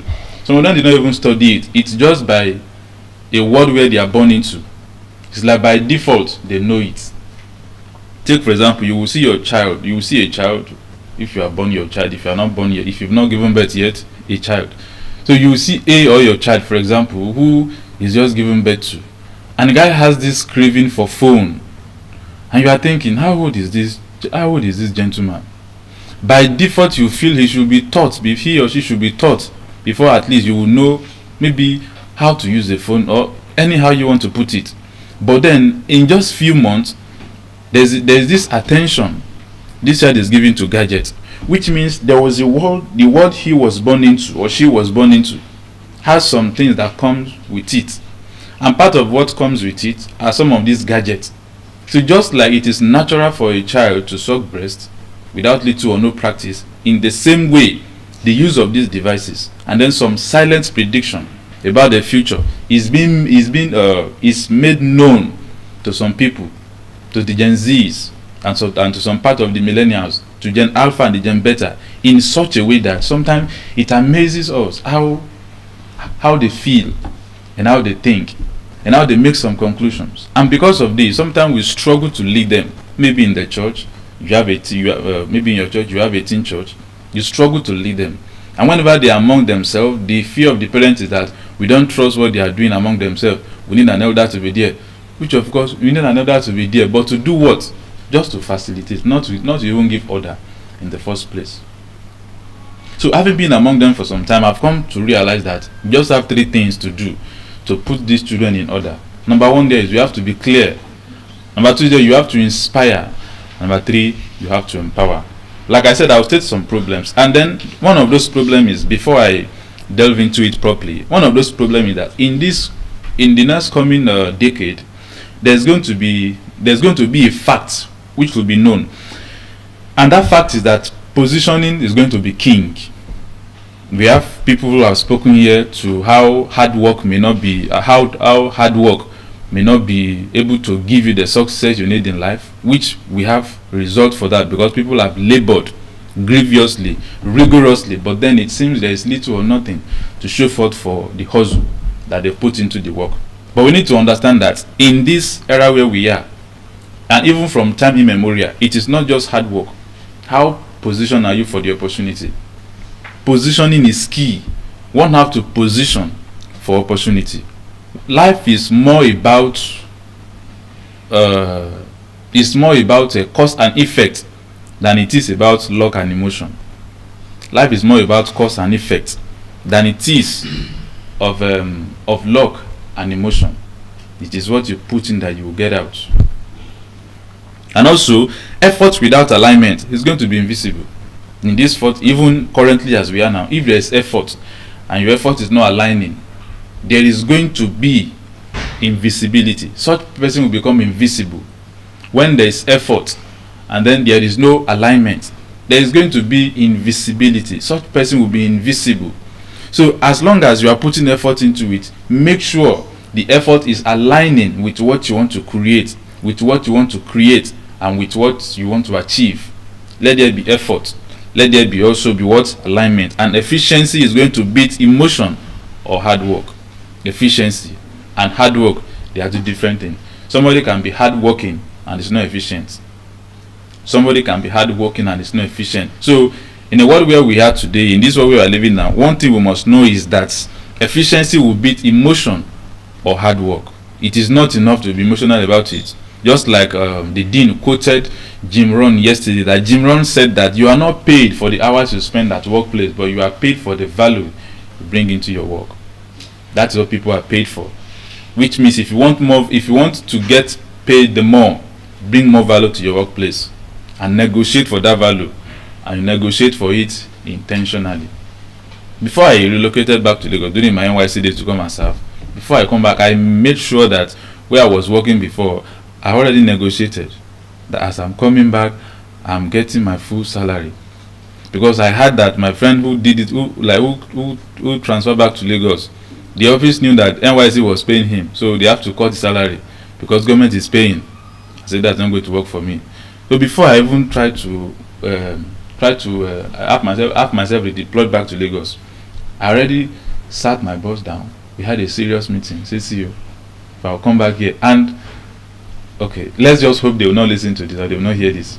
I know where they were lacking at that point in time, and I know it's a place I could fit in very well. So I wasn't pushing out myself that I have to come, I have to come, I have to come. I only amplified that problem. I amplified the problem. They saw the problem and they were like, okay, if you leave now, what can you do? I said, well, I can try to come back to Lagos, but it's going to be difficult, but I can try. At that time, I know it was sure of me coming back, but you don't tell them you are coming, but you don't tell them you're sure, because if it is sure, then of course, you made it so easy for them. So, where I'm going is that efficiency is going to do more than hard work in this era. Not as if hard work is going to be zero, not as hard work is not going to be zero or it's not going to be zoned out. It cannot be zoned out. But then one must be hardworking, and at the same time you must be efficient. You must be able to adapt at any point in time, to steal at any point in time. When stealing means to adapt idea, to adapt into an idea, into a zone that is not even familiar with yours, but you are able to know, okay, that thing they are doing there, I don't know it, but I think I can do it. Then you do it. Take for example, in one of our training institutes, I don't know how to train in tech. I'm not very versatile with it. But what I do is that I bring people together, then get a tech bro. Is it tech bro they call them? Get a tech bro who can do it. Bring the person in, then he will teach. I will get the money from the student, and I pay the person based on our agreement. He goes. So you have to understand, how can I be efficient? People are learning this skill. Fine. Why not learn the business part of it? People are learning the skill. Fine. That is hard work on their own hand. Your own hard work is, how do I learn the business part of it? So I learned the business part of it, which is simple. I will get the people. Run the ad for yourself. We are running tech. We are running 30 days AI challenge, 30 days this and that. These are the tools we'll be using. When we are done, we'll give you this and this and this and this and this and that. People will come. When these people come, I can't on my camera to start teaching them about AI things, because I'm not very good at it. But I have people who are good at it, whose name can be used to certified people who are being taught. And then from there they can just go and use the certificate, because there is, take for example, in one of our courses about this AI stuff, we have somebody who is certified to teach in cybersecurity. So he is going to teach it, and then after he has taught it, we'll just attach his name to the certificate, because he has been approved to carry it out, which makes the certificate more genuine for people to make the certificate more legitimate, because of the not just the training institute, but then the name of the trainer who trained there. People can go to the length of trying to verify it to see if this person is actually qualified to take this course or not. So we search out these people, of course, and then we bring them in. They do the training, we get the money, and then we pay based on commission. That is efficiency, including hard work. So there are some other things you may not know how to do, but then you know people who know how to do them. Just learn the business part of it. You handle the business. And sometimes what some people do in this era is that whenever they see something they want to go into, which I would advise some of us to do, and then they needed somebody's knowledge or somebody's idea about it, what they do is that they will just open that part of the business. And having opened the part, I'm trying to bring about efficiency and hard work now. And having opened that business, they will just go to their mentor. Most of the time people use mentor who has the knowledge of it, but they know that the time for him to be coming for counseling almost on a daily basis will not be there. But you need the man's interest or the woman's interest in that business. What do? Just give him 5% of it. When you give him the person 5% of the business, which means a part of him is not in the business, so he has to work for that 5%. By working on that 5%, your company is growing. He is getting his 5%, you are getting your own money. Efficiency and hard work. Another thing that is going to happen in this forthcoming generation is that there are going to be that somebody can work and still be terribly irrelevant. And because of that, there are 4 types of people that are going to that we are going to see in that generation, starting from probably by 2030 in full force, but we haven't seen them now. These 4 persons are, number one, they replaced. We are going to see people who have been replaced. This replaces that, you see, in a fast-moving world, standing still is not safe. Standing still is the way out. Way out, I mean, is the exit door. So in a fast-moving world, in a fast-moving economy, standing still is not the way out. People standing still is the exit door for themselves. So people who don't want to embrace some technology, who don't want to embrace some type of people or some type of persons, who don't want to embrace some ways of thinking, they are going to be replaced. Who don't want to do some training, who don't want to take some courses, they are going to be replaced. So number one of those people is, we are going to see people who are going to be replaced. So we have the replaced. Another person we have in that economy is the resisting. People who are trying to fight emotionally the system. So they are trying to resist change. And one thing about change is that the change you see is less powerful than the one you cannot see. The change you see changing before you is less powerful than the one you cannot see. Let me give you an example. There's I'm not a science student, but science students, I think in SS1 they taught us about a change is I think a reversible and irreversible change. There's a form where something will change, and then when that thing changes, it can still go back to the original form. But then for the irreversible change, once it changes, it cannot change anymore to it cannot change anymore to the older one. That is a form of irreversible change. Now another one here is that change that is silent is the most powerful of all change. What is a silent change? Take for example the day a couple have sex together, and then at the end of the day, after a few weeks, the lady got pregnant. There is no day the lady had a noise in her belly, hearing bones coming together, the baby forming in her womb. The bones come, maybe on Tuesday the bones came together. They were like, wow, old dry bone, rise up. And then on the 3rd day, it was the left leg that came. And then the lady could feel that, okay, wow, it's like a second leg is here. And then on the 4th day, the intestine came. No. There is a change in that woman's body, but it's a silent change. You will not know what is happening. She will not know what is happening. All she will see after a few months or weeks is that what? Her belly is coming out. But when the formation started, she doesn't know. When the fetus was forming, she was not aware of what is happening to her. Take for example, let's say this person has HIV/AIDS, the other one doesn't have HIV/AIDS, and then 2 of them had sex.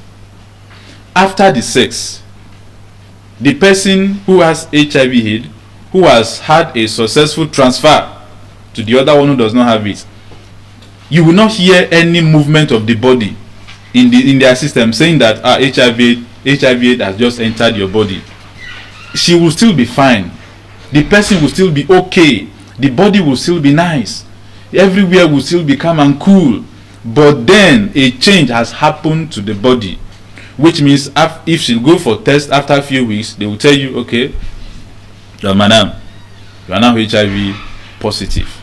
But the day that thing entered, no change happened. Nothing happened. So the change we will see happening before us is less powerful than the change we cannot see. Change is powerful. When we believe that the only thing constant is change, we must also be ready to understand that the ability of a change to be constant is a very dangerous thing. Because sometimes you will see it. If you see it, happy are ye. And sometimes you will not see it, which is a major problem. So the change we do not see is a problem. And the change in our economy today is a change we are not seeing. Sometimes we think we can hear it. But what we can do is that we try to have ourselves positioned for the opportunity when they come, and try to adapt to the change as soon as they are coming. People who refuse to adapt to that change, they will be resisting the change. So change should not be resisted. Another people we have there is the confused. In my earlier thought, I talked about the confused. That confusion is not a state of lack of knowledge. They have knowledge. They will attend every webinar. They will attend every import and deportation of trade. They will attend every master class. They will read every book. They will go to every class. Now, they've galvanized all this knowledge together. What do you do with it? They don't know. They are confused. And it's a very terrible state to be in. To be confused is something that is not palatable. You cannot afford to remain confused all your life. So confusion is being overwhelmed with information. People who are overwhelmed with information, with ideas, they almost know how to do everything, which sometimes is cool. But even though you can do everything, like my brother would say that, see, you need to be able to separate your hobby from what you need to do. Sometimes that you are good at it, it could just be a hobby. You cannot just have to dwell on it.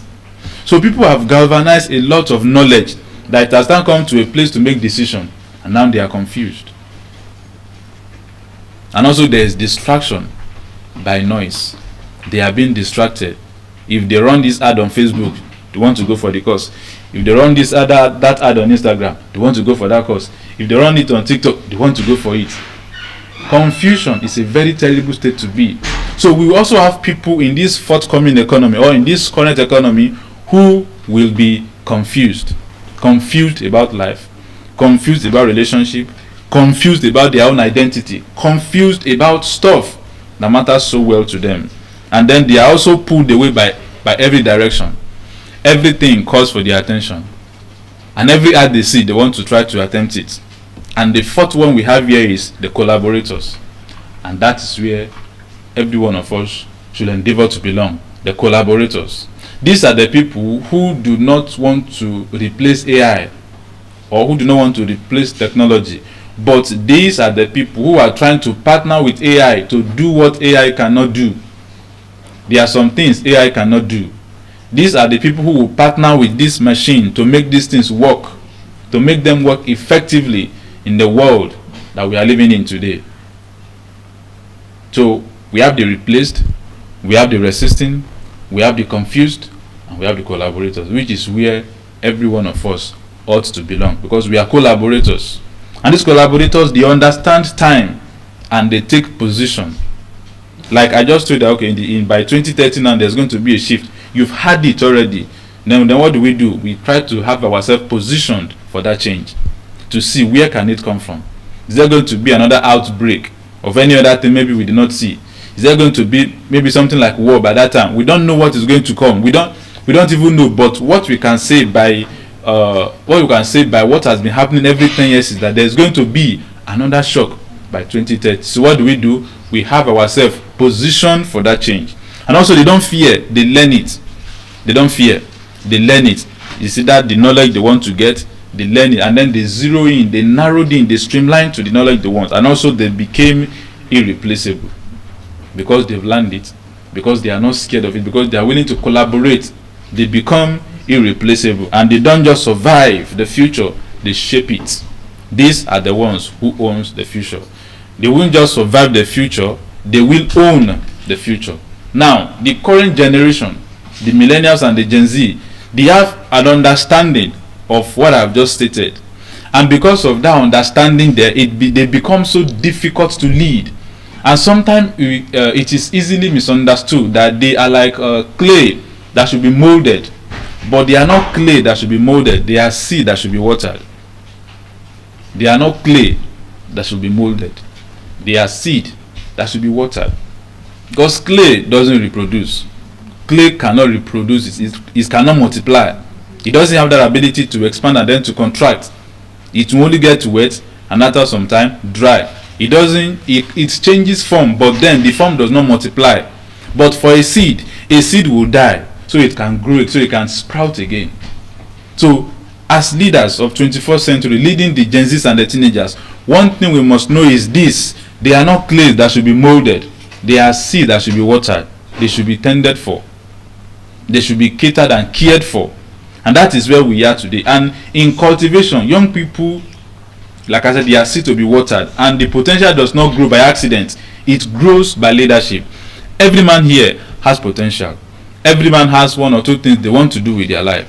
And at some point in your life, somebody has sometimes told you something that have altered for good the direction of your life today.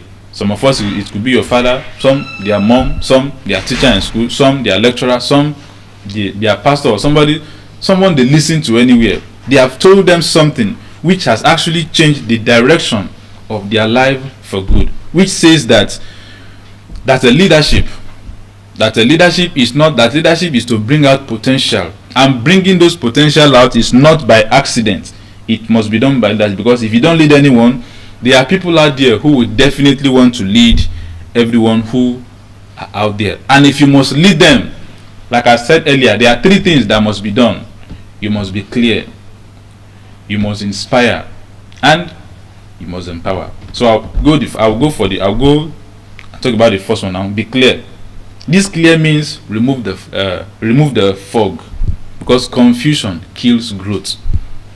Be clear. Remove the fog, because confusion kills growth. I was born in Kogi State, and I remember in those days then, sometimes I think during the Harmattan, when you come out early in the morning, it's not that common in Southwest. But then in Kogi State, when you come out sometime in the morning, you can't see far because there is a fog in your front.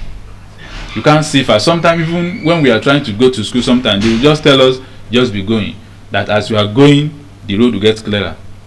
And then we believe that, okay, since it's what our mother said, we'll just be going. But we realize that as we are going, the fog, it's as if the fog is moving back, until after some time, we won't see it anymore. The point I'm driving at is this: to lead a sensitive generation as this, a generation whereby people now think with what they see, they think with their eyes, and then they conclude based on their emotion. If they feel it is right, then it is right. If they feel it is okay, then it is okay. They don't reasonably conclude about it. There's no coherence, there's no logical conclusion, there's no correspondence. Everything is just fine. Once people who are there are many, then it is okay. We can't just discard that generation that way. We cannot have them discarded. We have to do something about them. And where we can start from is to be clear with our instructions, with our demand. And this means to remove the fog. Because most leaders, they speak in ambiguity. They speak without clear. It's not clear. They can't really understand it. And sometimes when we say things that are not clear, they are even scared to come back and ask, sir, what did you say the other time? Because they believe that if they should ask you that question, heaven will have to fall. And because of that, they keep quiet. And the whole company or business is now becoming less productive. Also, when communication is done in ambiguity, vision becomes vague. Vision becomes vague. Vision becomes so vague. It is not clear anymore. Nobody understands it except the boss. Nobody knows where they are heading to except the boss. Only the boss has the idea. Only him has the vision. Only him knows where the company is going to. And he tries to communicate it in a very long sentence. Nobody understands. But one must be able to have a vision statement. No matter how long it is, everything should be able to coin into just one sentence that everybody can easily remember. That if they should wake you up, okay, what is the logo? What is the motto or the vision of your company? It is building the future and then connecting possibilities. That is very simple. Building futures, connecting possibilities, changing mindset to build system, changing mindset to influence system. It should be a culture that everybody can easily say, not what is vague. And on a daily basis, you try to point the finger to the direction where everybody is going to. And then when the vision is vague, people are left guessing because there is no direction. People will be left guessing around. Maybe today it could be that place we are going to. Maybe tomorrow it could be that place we are going to. But maybe next tomorrow we could be traveling backward because people are guessing. And when your vision becomes what people guess, or what your own followers, your people, I'm not saying your followers online, probably the people you work with. If your vision becomes what they are guessing, then there's going to be a lot of problem. Your vision should not be left for guessing. It should not be vague. No matter how big it is in your heart, put everything in just one line. You can brand it everywhere. You can write it everywhere in your room. Write it everywhere on your iPad, on your notes, on your diary, in your journal. Litter it everywhere until it becomes a part of you. changing mindset to influence system, building futures, connecting possibility.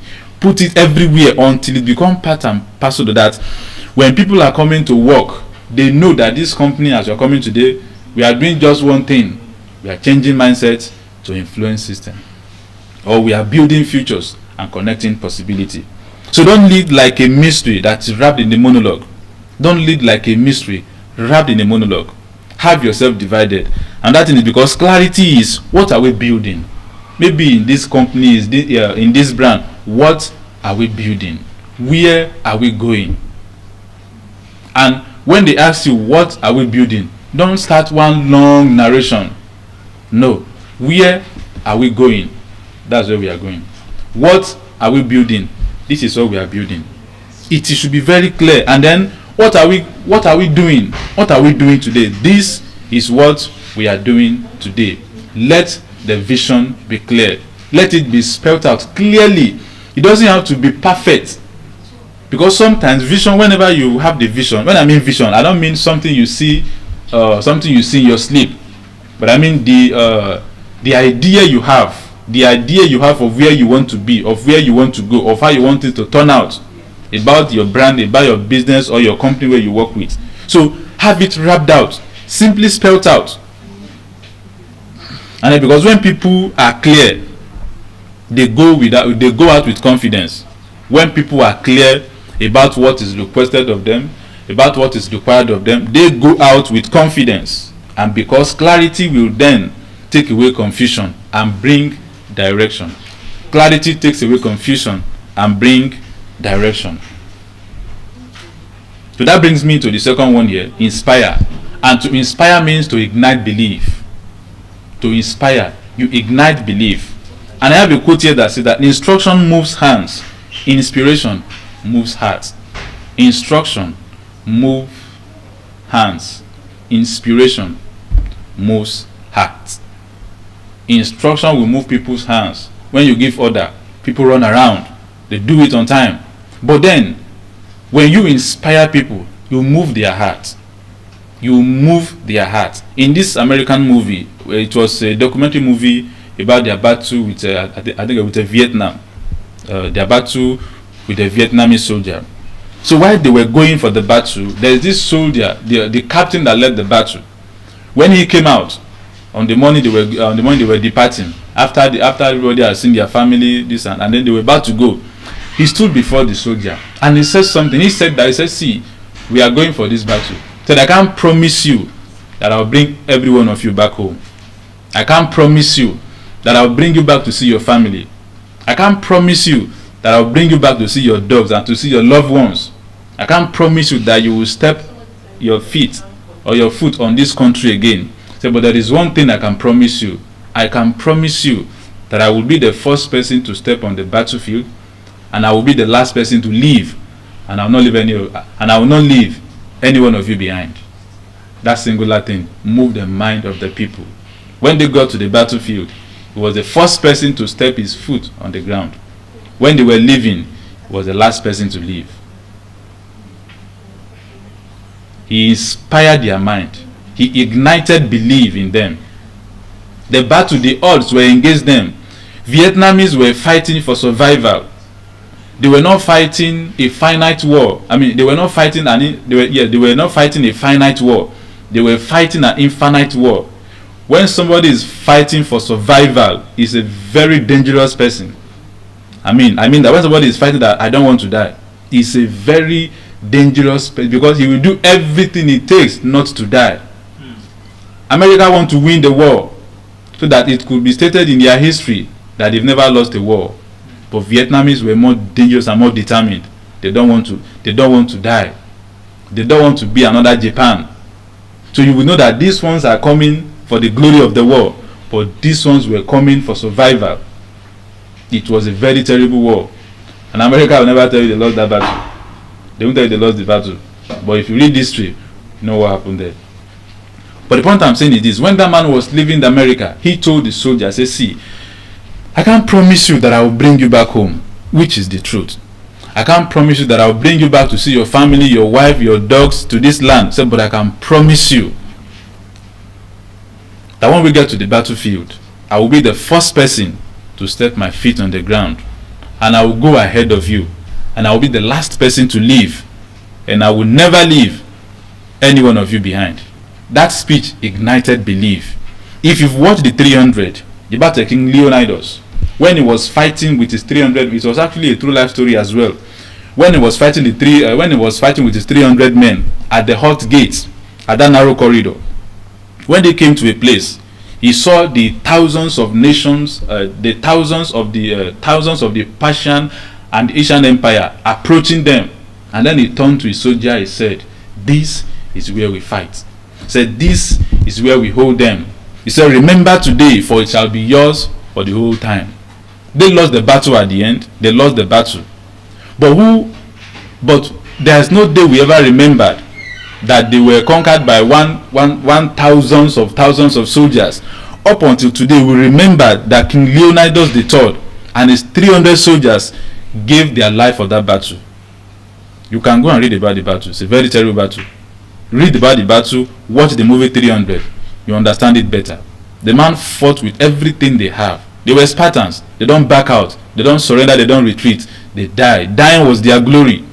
And when a man is ready to die for glory, he's a very desperate person. All those things was ignited by somebody who said something, who quickened their mind before quickening their hands.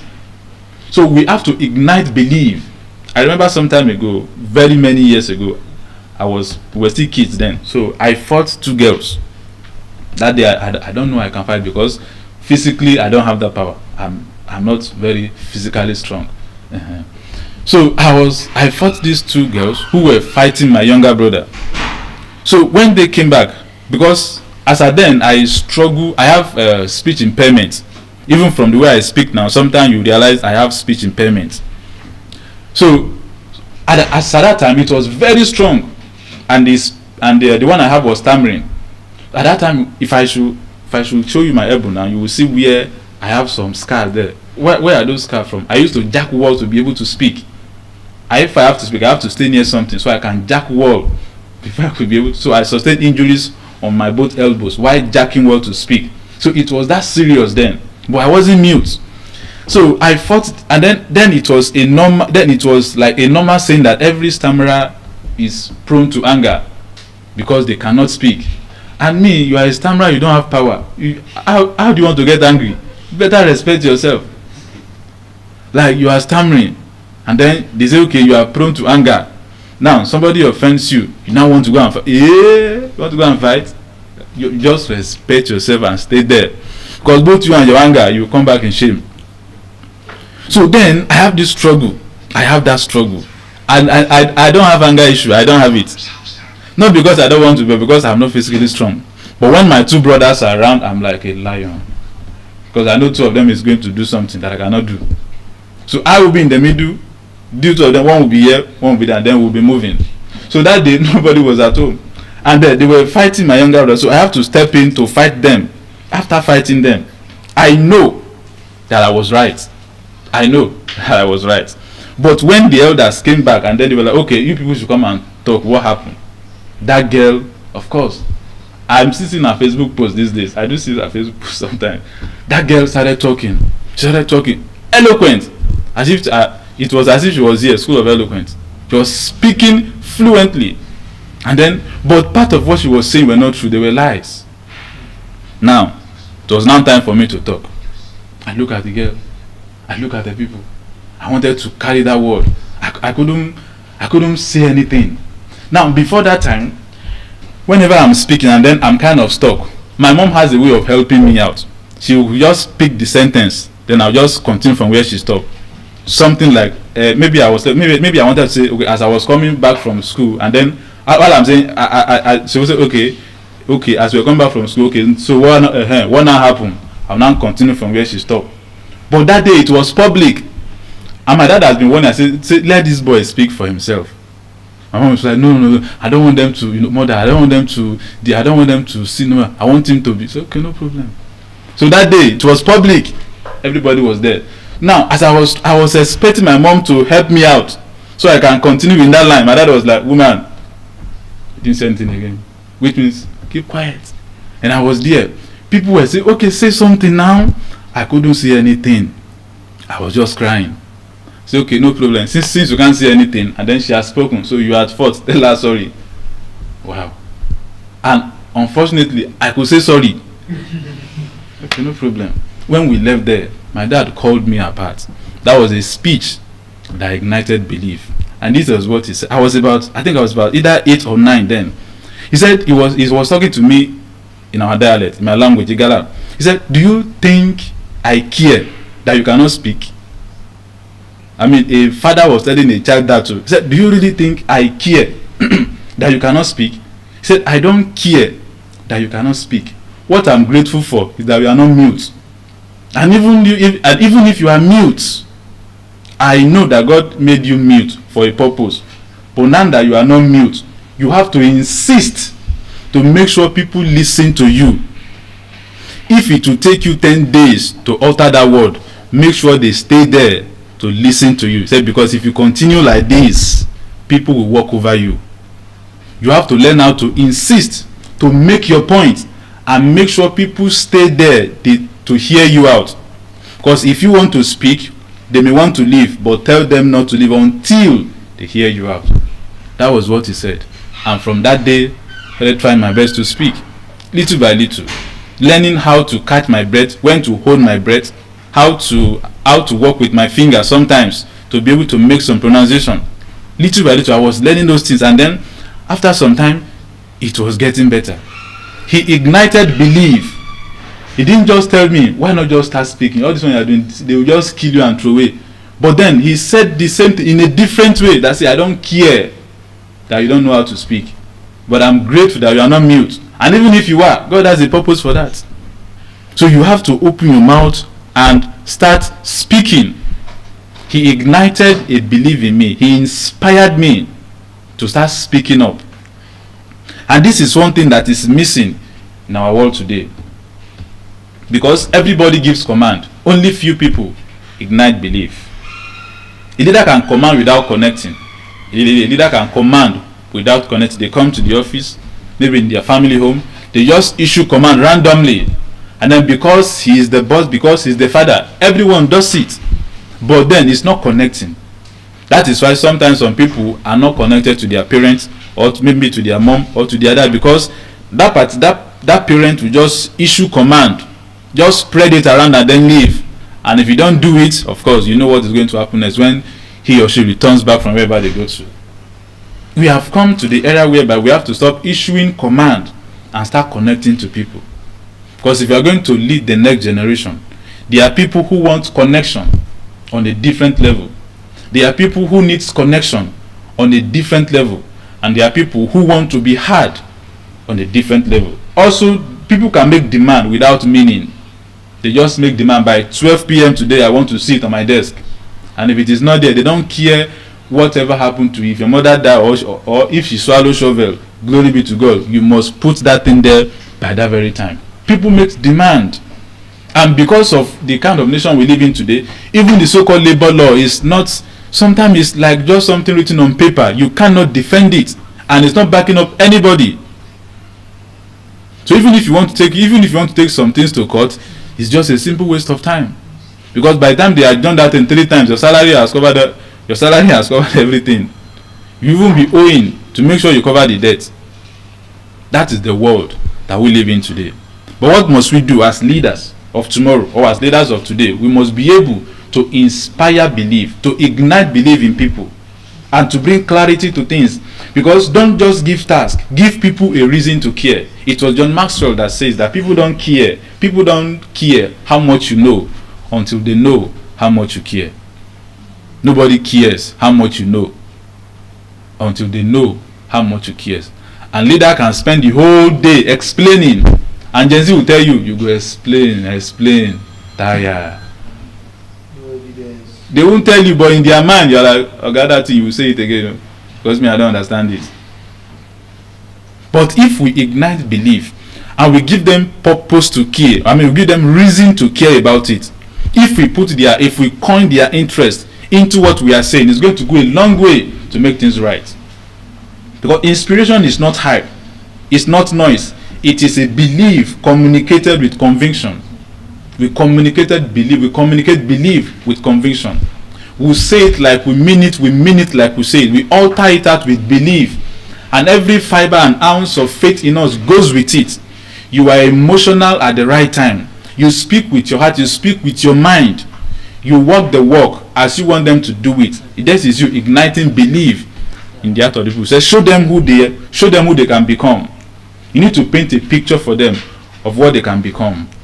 Everybody wants to become something, and they need a picture to know that, see, after, if I can be able to successfully do this thing, this is what I can become, and speak beyond what they see now. Which means a leader must be able to have a picture of tomorrow in mind. A clear picture of tomorrow must be conspicuously painted in the heart of the people. And because inspiration is invitation to dream, to rise, and to become. Inspiration is an invitation to rise and to become. When somebody is trying to inspire you, they are trying to invite you to rise up and to become something worthwhile. Because an inspired people don't need pushing, they need themselves. Because they will just push themselves, they will just lead themselves. When people are inspired, they don't need much pushing, they will just stand up and start leading themselves. So this takes me to empower, release, ownership. You have to empower, and you empower by releasing ownership. What does it mean to release ownership? There's this small brand we have, like an NGO for the teenagers. It's called Things. That's a teenagers things. Under these things, by God's grace, I founded it. But then, when I look at the people working with me there, I realize that they are teenagers. Yes, they are teenagers. But I look at the age gap between us. It's not up to 25 years. Then I know that these ones we will still be working together in the next 25 years or 50 years. Now, I'm not looking for people that I am 25 years older than. Now, why do I make it 25 years older than them? Because a generation is 25 years. Before, a generation was 40 years. Take, for example, the Bible will say that was why the generation that perished in the wilderness, because they were there for the span of 40 years, is a generation. But then, the way people lived long then was, people lived long so well then. So, for you to have a generation, it must be up to 40 years.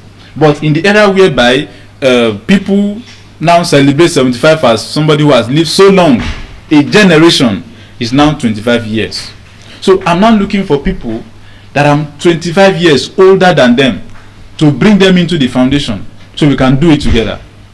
Because people that I am not 25 years older than them, in the next 50 years, we will still be working together. We will still be there together, working together. But people that I'm 25 years older than, that is the next generation.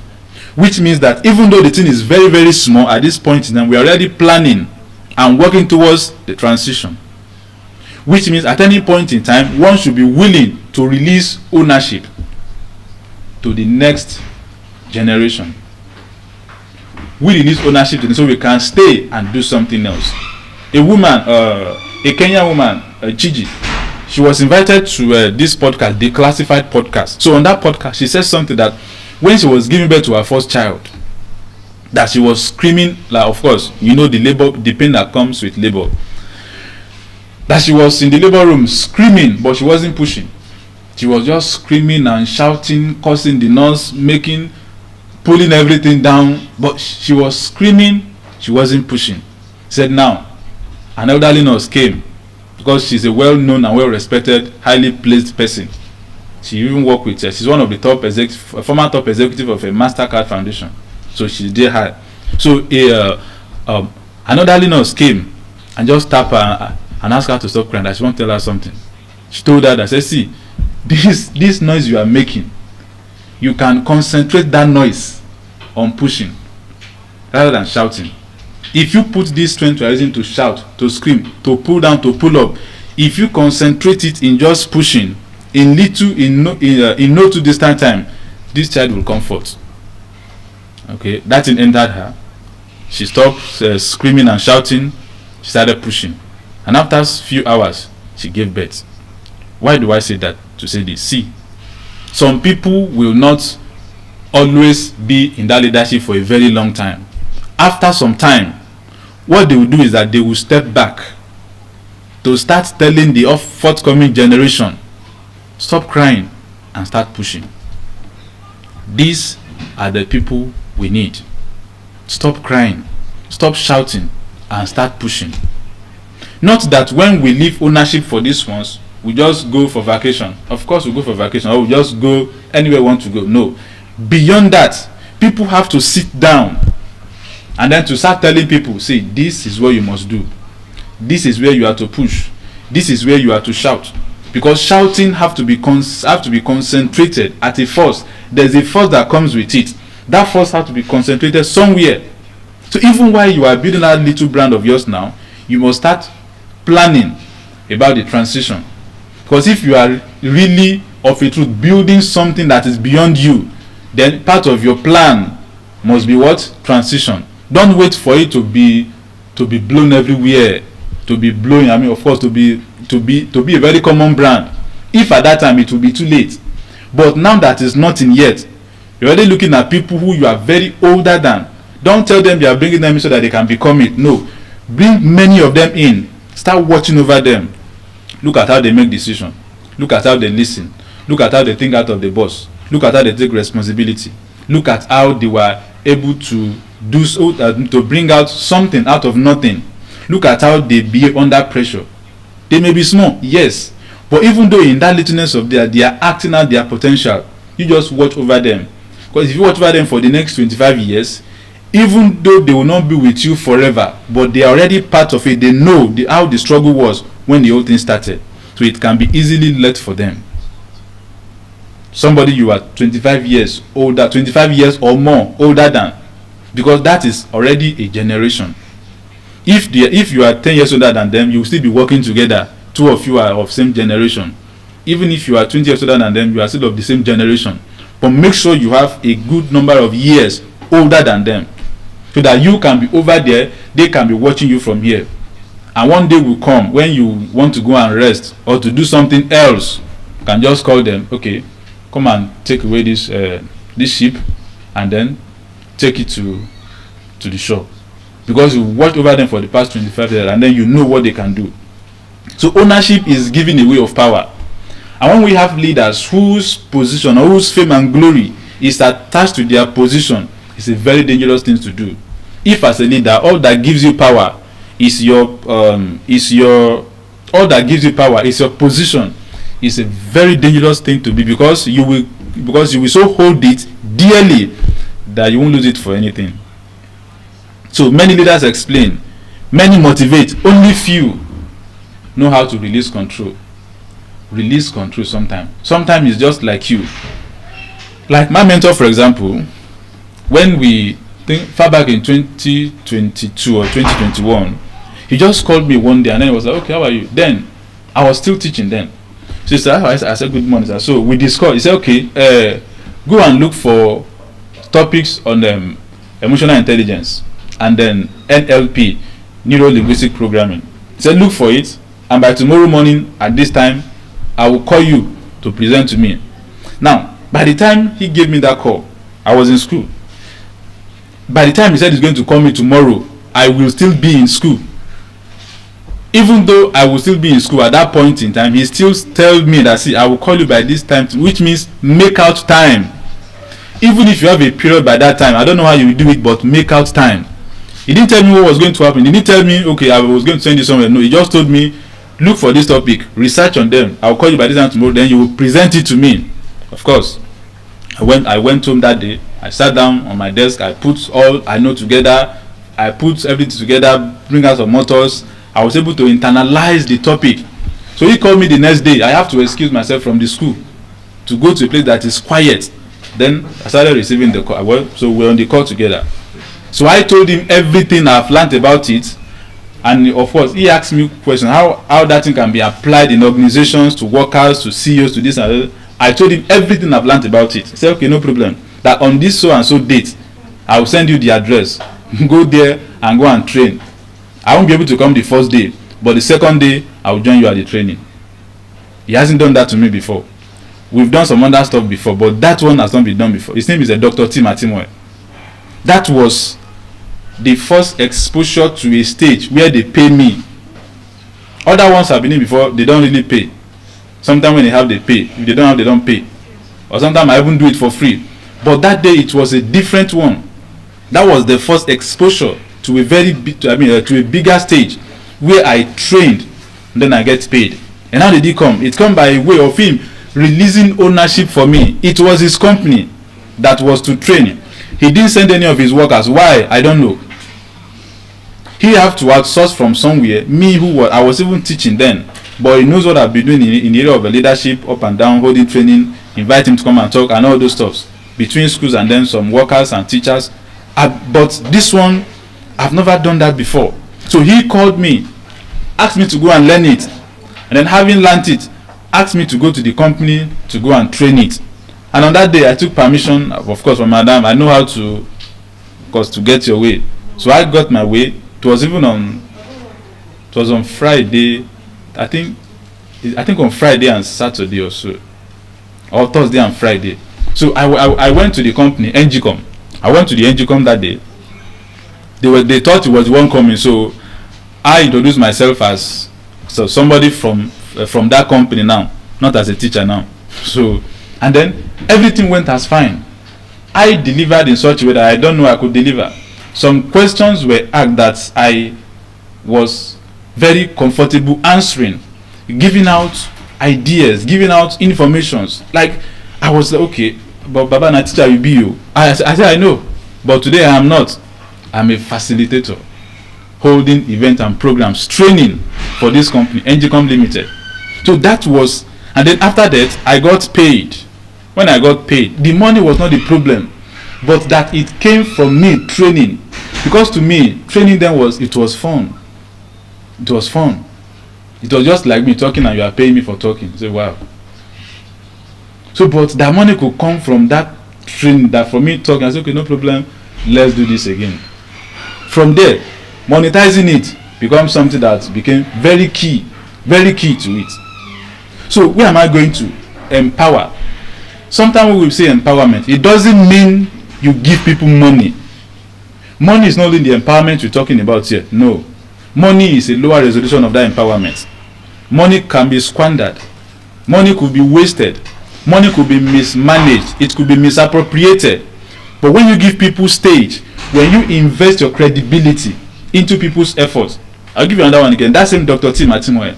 There was a day he was to receive an award from UN, an honorary award from the United Nations. He was in UK. So he called me a day before that day.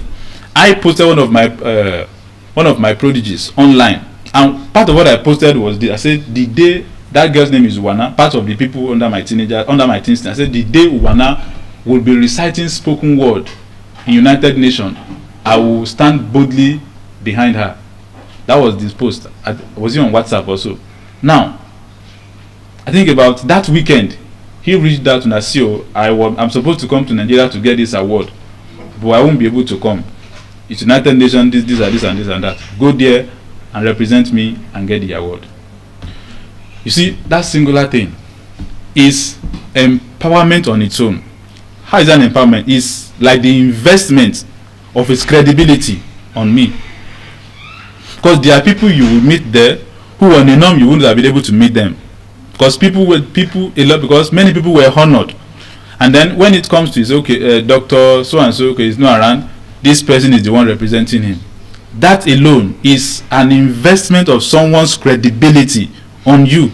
So empowerment is not only about money.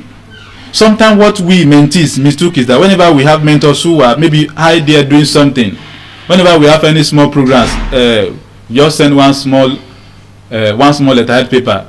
How do they put it again? From this and this company, we hereby right to request. I'm not saying you should not request fund for your mentors, but I'm also saying that don't request fund from them. Don't request fund from them. Tell them what you are doing and move on. Tell them what you want to do and move on. Don't expect anything from them. Don't expect anything. Just, okay, I'm by God's grace, by next week, I'm holding this banquet here. Thank you very much, sir. I covet your prayers. That is enough. Move on. They know. They know.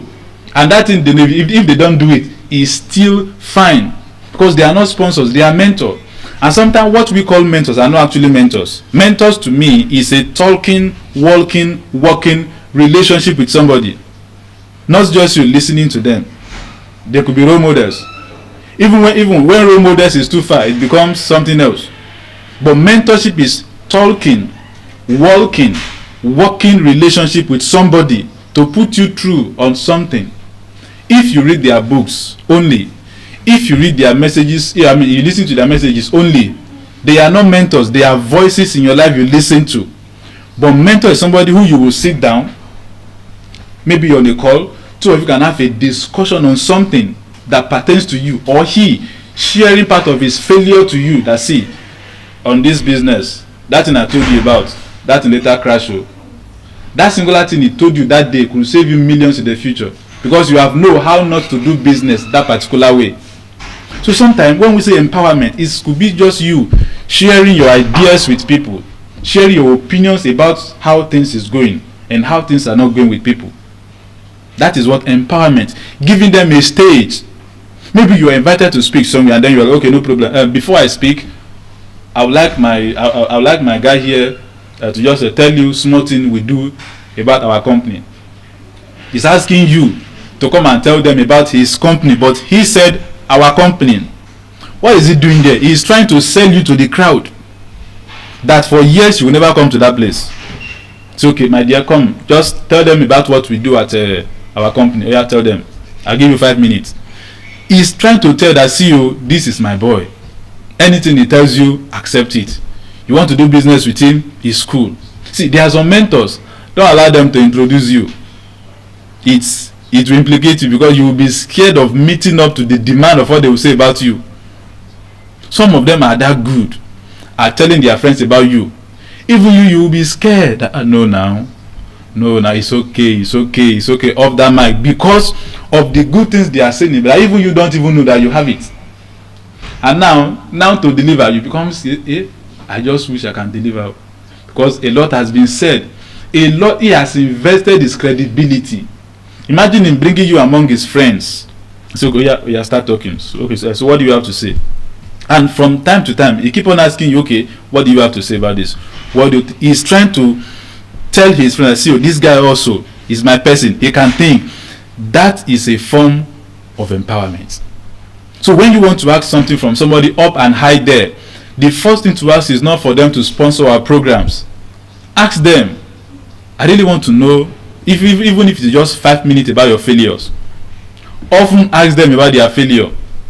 That's when they will tell you. If you're only interested in the successes, they could sense greediness, or somebody who wants to make it quick.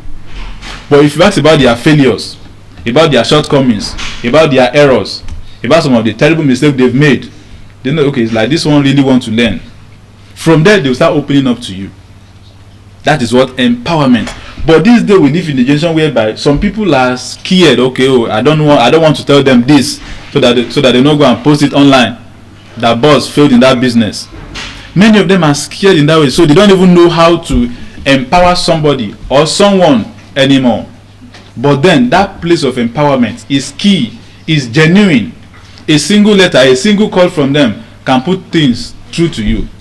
I didn't even know that my mentor got trained under Dr. Ubongesien. I didn't know he got trained under him.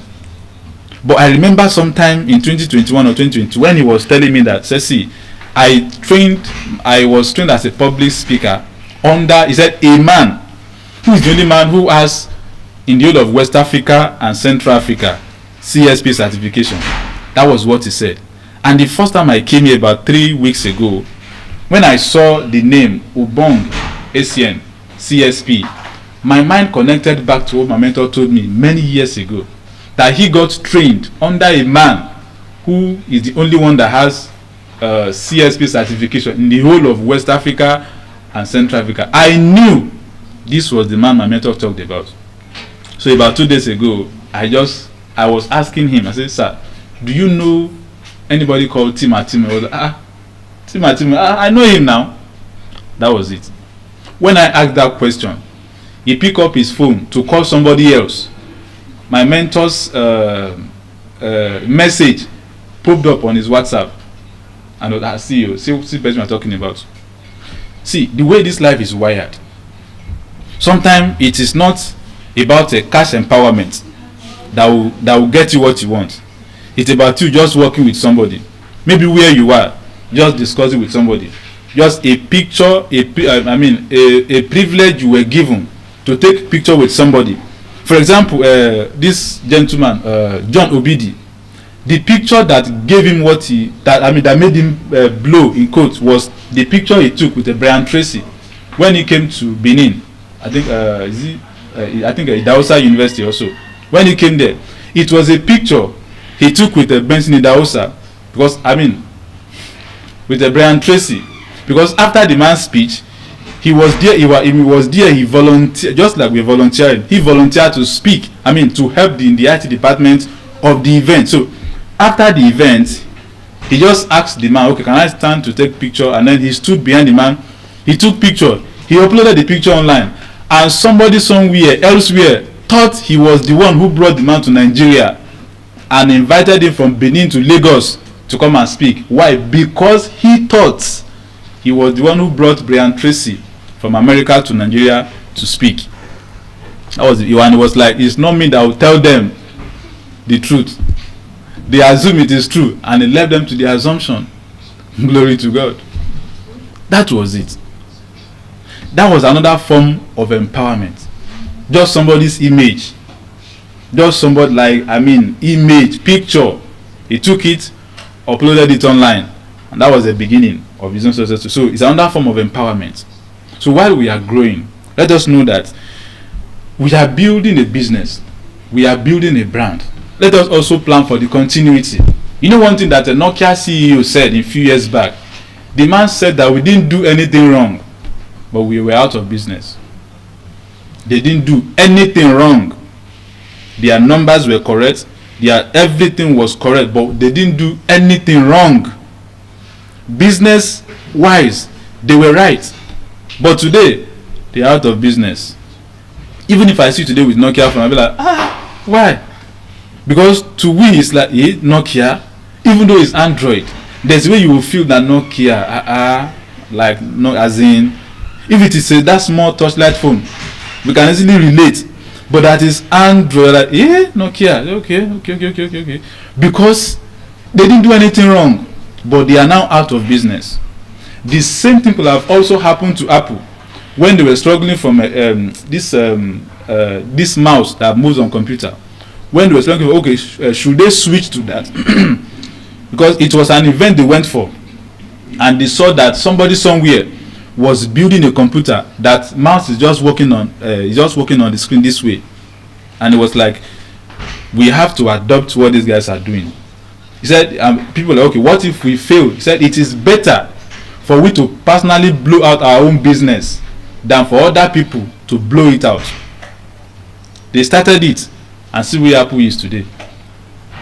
So while we are working, we must also plan for transition. You could be 25 years from now. Look for people you are 25 years older than. I know you say, okay, of course they are babies. Start looking at them, monitor them, see what they are doing.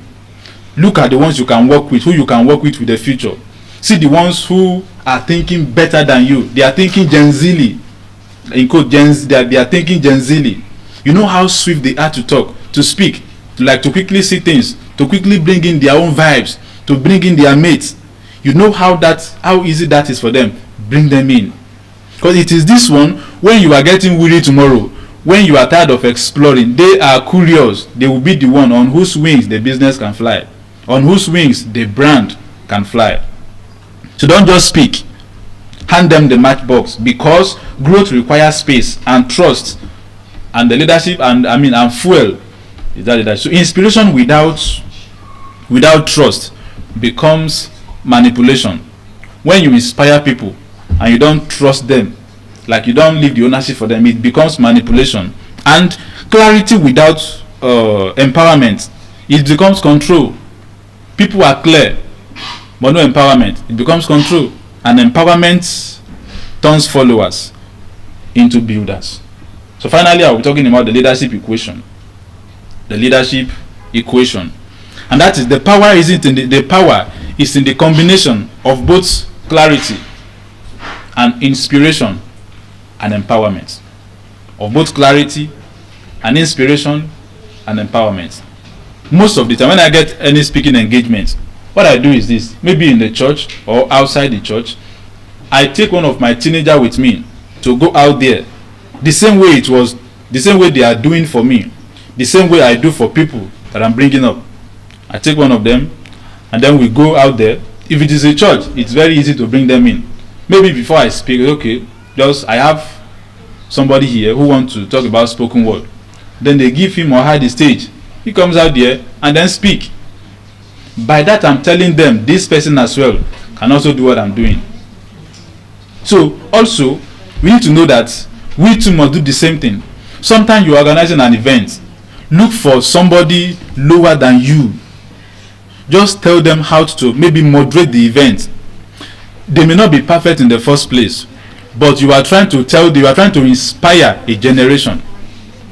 And also understand that clarity without empowerment is control, and inspiration without clarity is confusion, and empowerment without trust is chaos. When you combine all these three together, you no longer manage people, you multiply leaders. When you combine all these things together, you no longer manage people, but you are building leaders. So all this is not to expand followers, it's not to be dependent, but then it is to build leaders. So having said all this, I hope that at this point you have gained some access, some vision, some trust to know that while we build business in 21st century, we also need to plan to build leaders who will take it from where we have started from. So it's a plumb pleasing pleasure as well as a privilege, and I'll be handing the mic now to the next speaker. Thank you very much. Thank you very, very much. Good morning, everybody. It's a privilege to be here once again. I mean, it's not easy going back to back, round the clock, speaking. And once again, my name is Emmanuel Akiwamide. I'm a medical doctor by profession.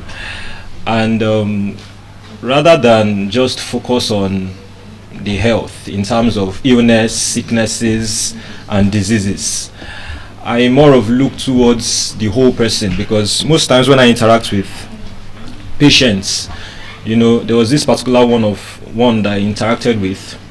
She had depression, and you know, when we got talking, I had to do a lot more of, you know, psychology discussion with her, teaching her how to handle stress, teaching her how to, you know, plan her life and various other things, rather than, you know, treating any major illness. I didn't prescribe any medication for her at that point, and it was then I knew and understood that being a doctor, we don't just address malaria, you know, sepsis and cough and catarrh.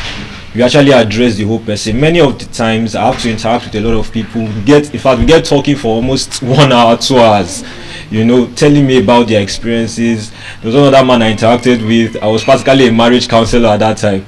I had to, of course, I'm not married yet, but I had to start teaching him how to handle his relationship with his wife and many other things. And this has led me to, you know, try to develop myself in various other areas. Just like the last time I spoke about, you know, financial illiteracy. Today I'll be talking about why many Nigerians remain stagnant. The actual topic was why many Nigerians remain financially stagnant. But I was like, not just financially stagnant. Many people are actually stagnant in their lives generally. While in school, I schooled in OAU. I had the privilege of interacting with a lot of young people, especially with regards to the academics. And one of the things I discovered, you know, I was in 100 level then, and let's say I was a bright student. I had a first class. So, and during in the first test, the chemistry test, I went to the scoreboard, I'm in medicine and surgery, so they wrote the scores according to department. So I went to the first, my own scoreboard. I saw the test scores, and very, very high, 30 over 40, 35 over 40, and many other things. And then I just decided to go around other departments. I went to the science department, and I was seeing ridiculous scores. I went to nutrition department. I saw, in fact, there was one particular time I was seeing binary scores 10 10 10, and I was like, what's the difference? Like, why are medical personnel having, or let's say medical trainees having much higher scores than other departments? What's the issue? So while in class one day, the lecturer was talking, and he didn't complete that particular statement he was talking about, and then he said, for the rest of the thing, just go and ask your medical people, they are far better than you. And I was like, why will you do that? My mother was like, what's so special about, of course I was in medicine, but I was like, what's so special? How I don't even like really do so much in terms of reading. Is it because I'm bright? I know personally that I'm not that bright. I just do the little I can do very, very efficiently. And so I was like, what's the issue? So I did something. I interacted more with the science department. I picked about 3 people.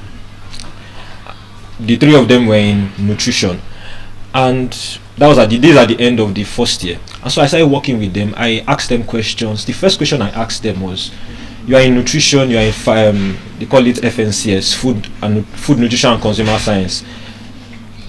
What do you want to become in future? I mean, this is a question that we are asked very frequently when we are young. I don't ask them the question, what do you want to become in future? And I started hearing, I want to become a doctor, I want to become a nurse. And I was looking really straight. I was like, I want to become a doctor, I want to become a nurse. But you're in food, nutrition, and consumer science. Like, how does it relate? How do you want to become a doctor while studying food, nutrition, and consumer science? And they could not give me an answer. It was at that point they recognized that what was pushing them, their motivation for reading or their motivation for success, their motivation in that department was not aligning with where they were. And they're already entering 200 level.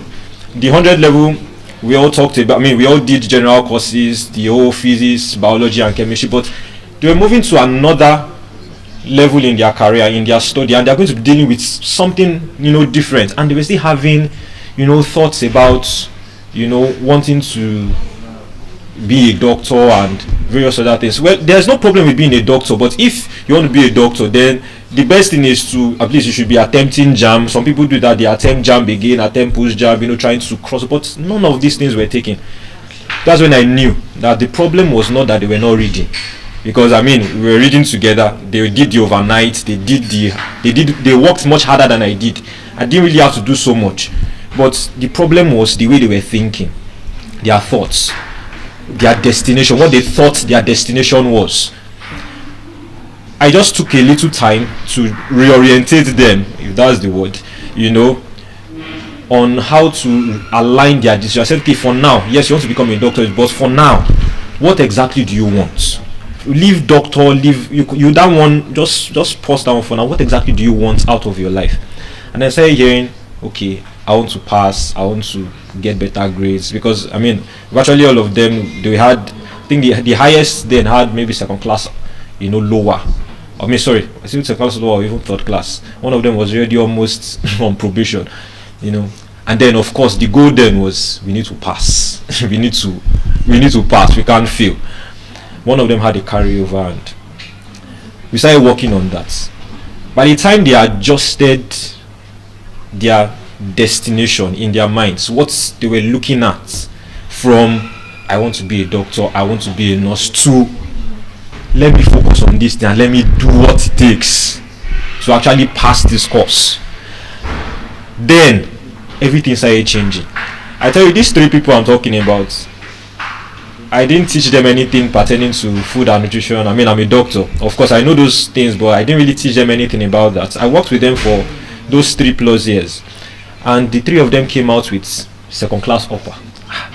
And I looked at the end of the results, I was like, this was an experiment I carried out unconsciously. I didn't even know it was going. I just wanted to see what was going to even happen to these people after this little orientation. So aside from just hearing it from people, talk about your mindset is, is what you need to change your mindset, change your life and everything. I saw this happen in reality. How people, just by changing their thinking, just by changing what they thought their destination was, they were able to transition from one state of existence to another. Somebody said something.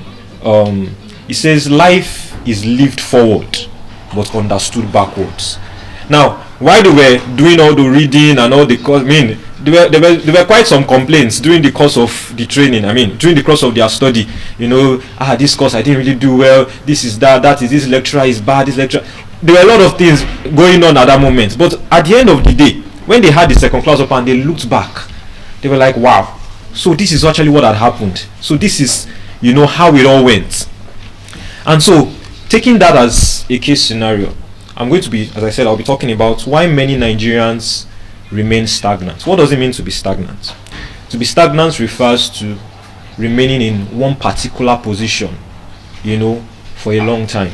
Or probably you are just rotating through the same lifestyle, the same results, having the same outcomes repeatedly over a long period of time.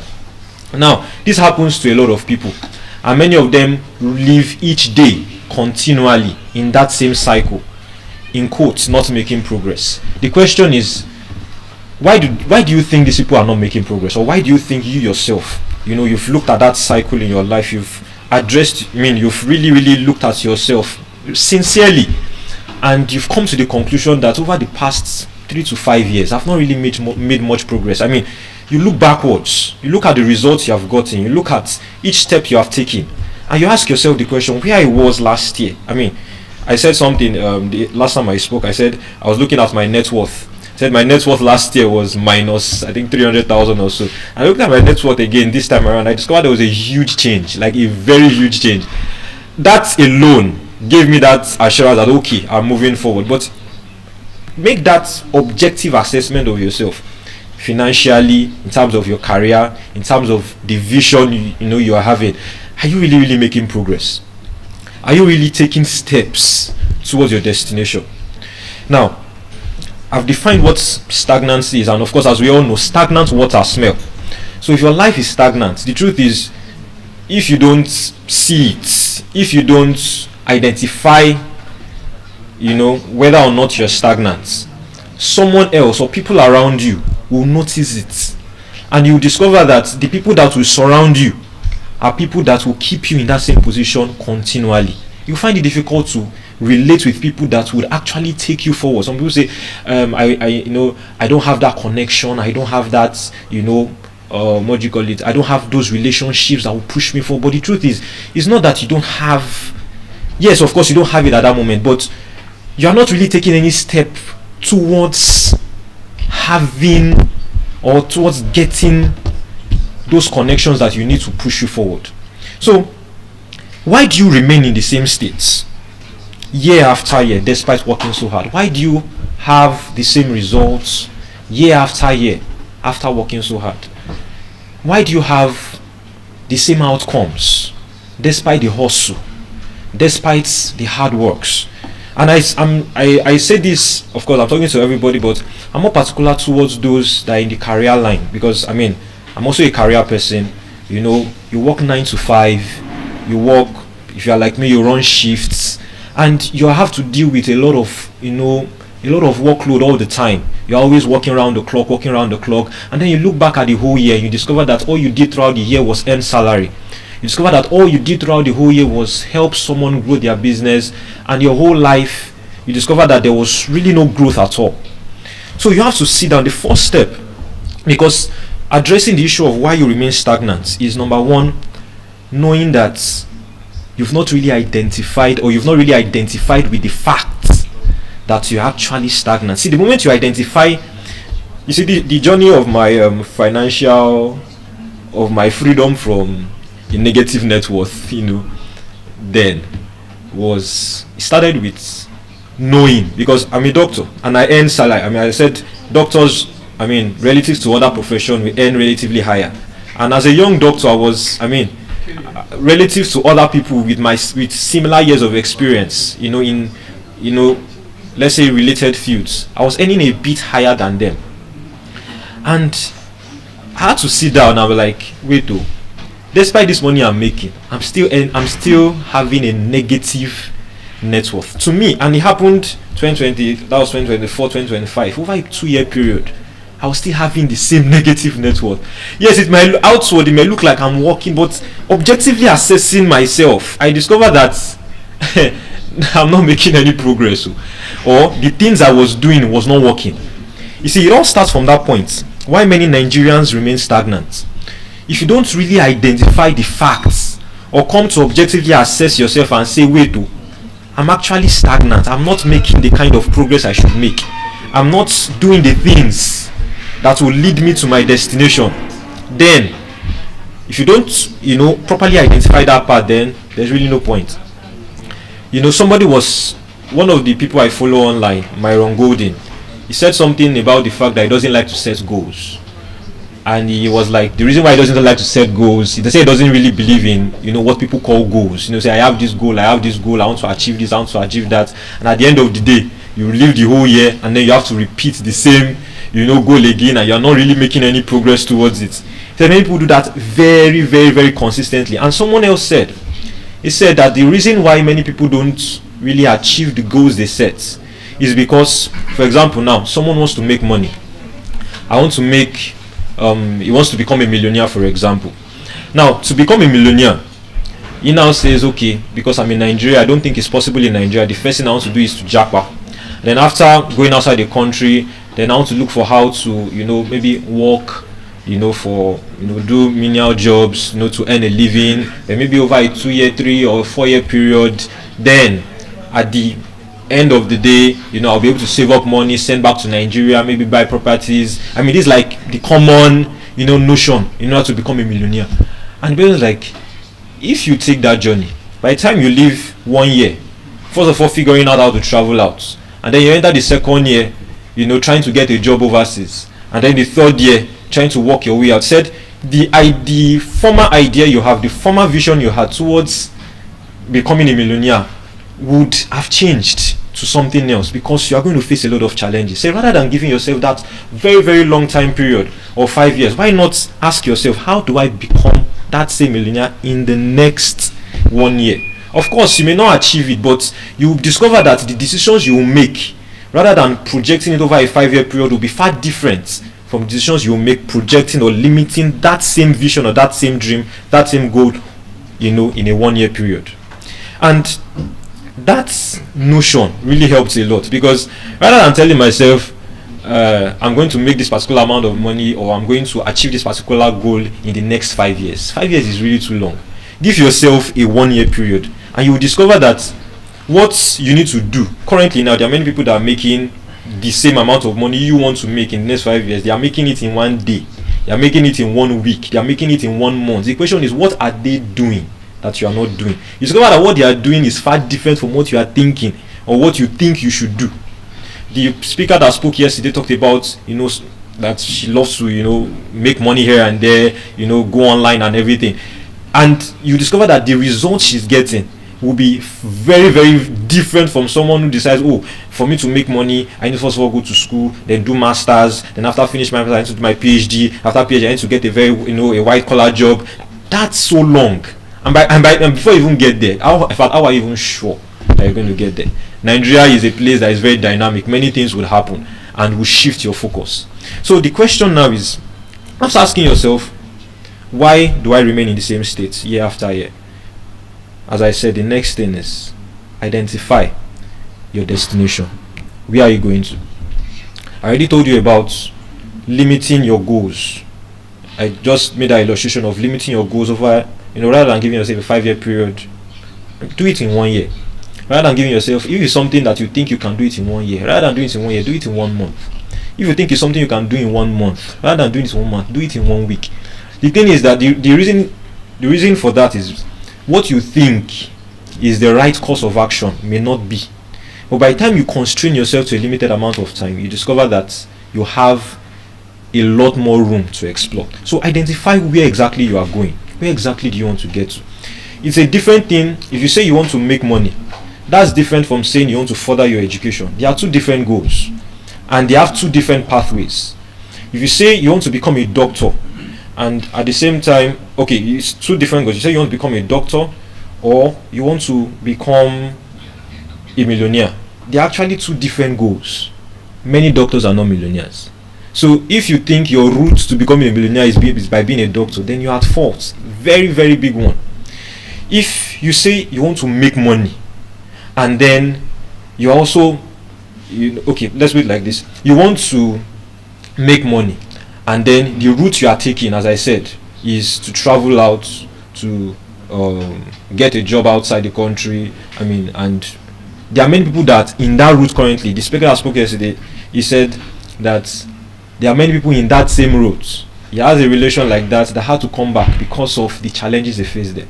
So if you want to make money, please, I plead with you, ask people who are actually making money and do. You see, it's as simple as that. Just do what you are doing. Of course, you will not get it in one day. You will not get it after 1 week. But the truth is, just do it. If you want to become a doctor, then follow the right pathway. Yes, the money, trust me, the money will not really be there like that. If you want to become a tech savvy, you want to, you want to build something tech related, that's totally different from I want to make money. Because for you to build something tech related, you have to be ready to invest a lot in terms of time, in terms of knowledge, in terms of skills, in terms of moving money for you to get to that stage. So it's completely different from the notion of saying I want to make money. If you want to make money, there are skills you can learn at that moment in 1 month that you start earning from. With sometimes you don't even have to pay to learn those skills. Very free online, free on YouTube. So properly identifying where you want to go to, identifying that destination really plays a big part in whether or not you achieve them. And I just try to differentiate it for you, because currently now, yes, even though a lot of people are getting more educated in terms of the fact that you don't have to go to school to make money. I mean, a lot of people are doing that. I mean, they already know. You have a lot of content creators out there doing that. But still, a lot of people are still in that notion. I'm not saying education is not good, no. In fact, without education, I don't think there will be a really strong limit to what you can achieve. But if you identify your goals properly and plan in that line, because that's the next thing. After knowing what you want, the next thing is to identify the right way to get to that destination. That's what I mean about differentiating the two things. Saying you want to make money and saying you want to go to school, to study medicine. As I said, there are two different things. So don't lump it together. So if you want to make money, draw a pathway that will lead you to that destination. If you want to become a doctor, draw a pathway that will lead you to that destination. If you want to become someone tech related, you want to build a tech company, draw a pathway that will lead you to that destination. If you want to travel out of the country and begin to work there, then draw a pathway towards that. Whatever you want to do, properly define it. Don't lump it together. If you know that currently now you are broke and you need to make money urgently, like that the way I'm going, if I don't do something very, very urgent, I will be homeless by the end of the year. Then gather yourself together and begin to look at things, look at people that are doing things that are getting the results you want. I use money that's like really the most common thing. You want to make money. I was saying that if I want to if I want to get money as soon as possible, I can't say I want to go and work in a hospital that will pay me at the end of the month, or even do a locum that will pay me probably not at the time I want. I'll probably have to do something like sales. It was on this my journey of identifying what I wanted. That's when I actually knew that a simple business like sales, yes, was difficult at first, was able to fetch me the amount, or let me have that goal I was looking for within the time frame that I actually needed it, as long as I put my mind to it. And that's what many of us need to overcome this aspect of stagnancy in our lives. Once you identify your destination, you identify the right path that takes you to that goal, whether financial, even in health. Let me talk about health a bit, because I'm very, I won't say I'm very experienced, but I have a little experience there. you see, at the beginning of the year, a lot of people will make health goals in terms of, I want to lose weight, I want to control my BP, I want to control my blood pressure, and many other things. Or somebody will just say, I just want to be healthy this year, I don't want to fall sick, or many other things. Number one thing, identify, as I said, the destination you are going to get to. People that have chronic illnesses, I'm saying this in case you have relatives, you may not be the one, but in case you have relatives that are facing that challenge, and these are people that have, managed these illnesses over a long period of time. Identify the facts that, number one, you are not controlling, let me use BP for example. Number one, you're not controlling your BP well. Number two, or BP or blood sugar or whatsoever it is. Then number two, identify the right pathway to get there. What do I need to do to control my BP? What do I need to do to control my blood sugar? And then begin to take proper steps in line with that goal. Because if you just generalize, I want to, my BP is low, and then you just check it, and then without having those proper steps, those proper, things outlined to get to that destination you are looking for, then it will just be a dream, and dreams don't get fulfilled until you wake up. So please, after talking about after knowing what you want, identifying the right way, and then properly defining the steps you need to take to get to where you need to get to, and in that aspect of defining the steps you need to take to get to where you need to get to, it entails, number one, research. Before I get to research, let's talk about the first one, thinking. Somebody said something recently. He says, thinking is hard. Sitting down to think is hard. But the truth is, thinking is what separates you from other living creatures. There are a lot of other creatures out there, the dogs, the cats, the lions, the plants. The difference between you as a human being and them, the reason why you are called, in quotes, a higher animal, or the reason why you are far more sophisticated in terms of, intellect and everything, is simply because you know how to think. And somebody said thinking is hard, and I said the reason why thinking is very hard for many people is because they don't think, they just act, they just do things, they just do it reflexively. This person is doing it, let me do it. This person is doing it, let me do it. This pathway, they said is working, Then I've also been a victim of that, and of course I really face the consequences of that, because I discovered that it's not just by, it's working, then let me also do it. No, without proper thinking, without properly sitting down to really look at your own circumstance. Somebody said truth is truth, but that truth is influenced by your own circumstances. Somebody said if you, for example now, you solve a problem, you get paid for that. That's truth. If you can solve a problem, someone can pay you for that. That's truth. But okay, you identify a problem and you actually have the solution to the problem, but the people that actually need the solution to your problem are not in your environment. You don't have the means to reach them. The question is, will you get paid for it?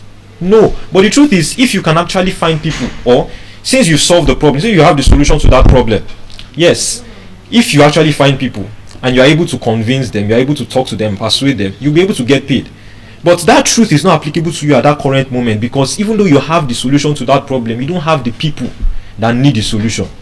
So, knowing that, as I was talking about, taking proper steps, identifying the proper steps you need to take towards getting the solution you need, towards getting to your destination.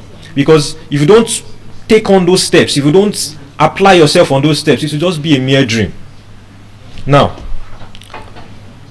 I mentioned, I talked about finance, that's, making money, which is something that we are all very familiar with. I also talked about health. And the other third aspect I want to talk about is relationships. Because as human beings, we are all built by our social network, we are built by, where the people we connect with and all. The progress in relationships, because one thing is, stagnancy in life is not just doesn't just happen. because you wish it. Nobody wishes to be stagnant. Nobody decides to be stagnant. Nobody has it in mind to be stagnant. But it just happens, and it happens to a lot of people. And one of the reasons is because they are limited by their relationships. Now, going through those same steps, number one, identifying what you want. The question is, what type of relationships do you want to build? Do you want to build quality relationships that will take you to your destination? Do you want to build relationships that will keep you where you are? Do you want to build relationships that will improve your career? Relationships that will improve your net worth? Do you want to build relationships that would define you properly and take you to a higher state of existence? Do you want to do that? After identifying that, the next thing is the pathway. So how do I get into those relationships? How do I meet these people? Now, knowing that, you know that, let's say, for example, you want to have contact with high net worth individuals. The first question is, where do they stay? Where do they congregate? How, do they relate? What things do they like to do? What games do they play? What things do they watch? What books do they read? And then you align yourself in that direction. And then you begin to discover that, they have these conferences that they go to, they have this, venture that, they go into, and then you align yourself in that pathway, you take those steps. So by the time you do that over time, consistently, you discover that the people you said you want to meet, you start meeting them one by one. Now, it's as simple, the way it's been explained is really so simple. But you see, the last step, which I'll talk about, is taking action.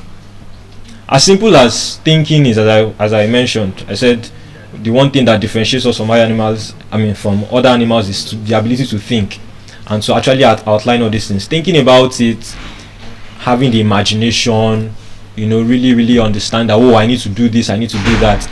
If you don't actually take that step out, number one, you will not even know how it feels to actually achieve those things. Because, you see, the thinking process makes you feel excited. The brain releases things like dopamine that makes you feel so excited. You feel like you've achieved it at that moment. You think it, and you say think it to believe it, and and then you think it and you are practically seeing yourself in that position. But you see, by the time you take that first step forward, people that are in business will understand. After having the business idea, they've written their business plan and everything so beautiful on paper, and then they take that first step towards running that business or towards doing something about that business. Then they realize it's not as rosy as it seems. But you see, the ability to take that first step already identifies you as a person that can actually achieve that thing. Because the first step is always the most difficult, trust me. Yes, of course, other steps are actually, they are challenging, but your ability to take the first step qualifies you for the journey. Your ability to take that first step in that line qualifies you for that journey. I was giving reference to my own financial status, moving from minus to at least something that I can build on. You see, taking that first step towards savings, as simple as it sounds, to save 20% of your income and then budget the rest, and to delay gratification, as juicy and as motivating as it will sound when you listen to speakers talk about it, by the time you take that first step towards it, then you understand.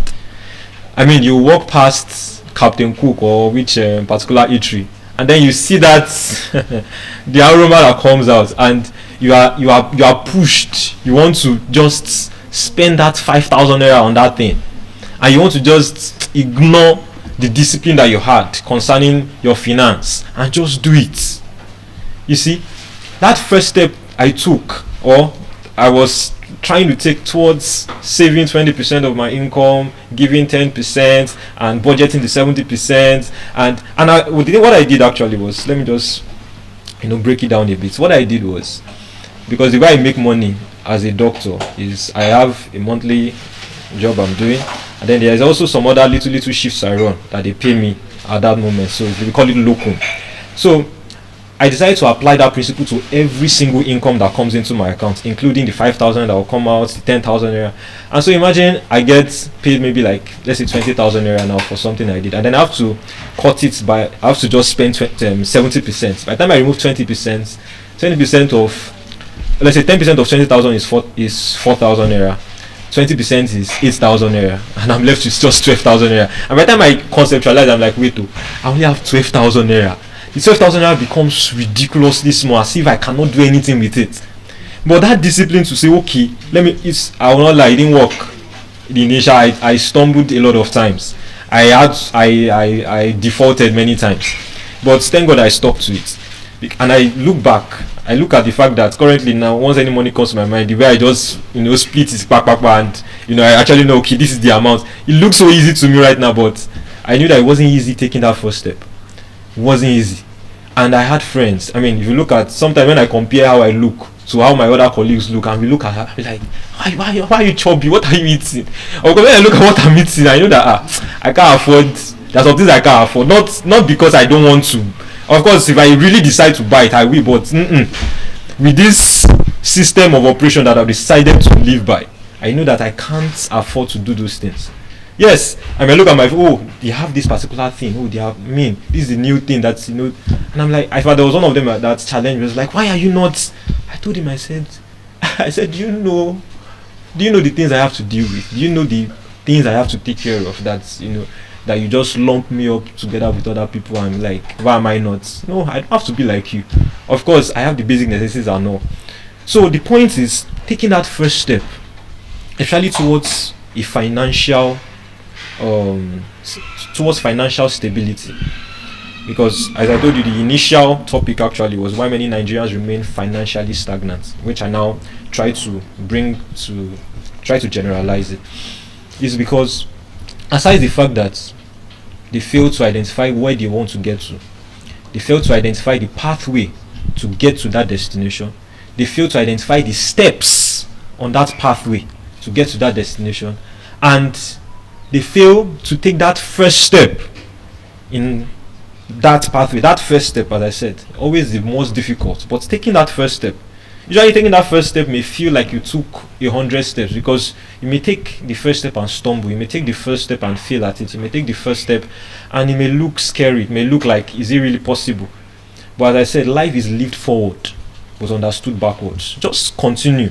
Just ignore the process. When I mean ignore the process, ignore the pains that you feel through the process. Ignore the fact that it's not working, or you think it's not working. It's actually working. You don't just see it. But by the time you look back, now I'm looking back and I'm like, thank God. Because I can still say that we are still in the first week where they paid salaries and all. By the time they paid our salaries and I looked at the money, I was like, hey, this money has finished again. When I mean finish, I've not spent it, but by the time I apportioned everything, and I was about to sink into the fact that, why am I like this again? I thought things would change, I thought things would get better. I just had to calm down and say, okay, Emmanuel, calm down. How much do you have in savings? How much do you have in investments? Calculate your total assets, calculate your total liabilities. By the time I did that, I was like, wait, okay. I've actually made progress. The reason why I was feeling like that was because I actually thought that I was going to buy this particular thing. I discovered that, by the time I did all the budgeting, I still couldn't afford it. Yes, it was, at that point, of course, that was a consumable. But by the time I looked at the true reality of things, I was like, wow, thank God I made that step. Thank God I took that decision. So, these are the things, or these are the reasons why many people remain stagnant. And of course, I said truth is truth.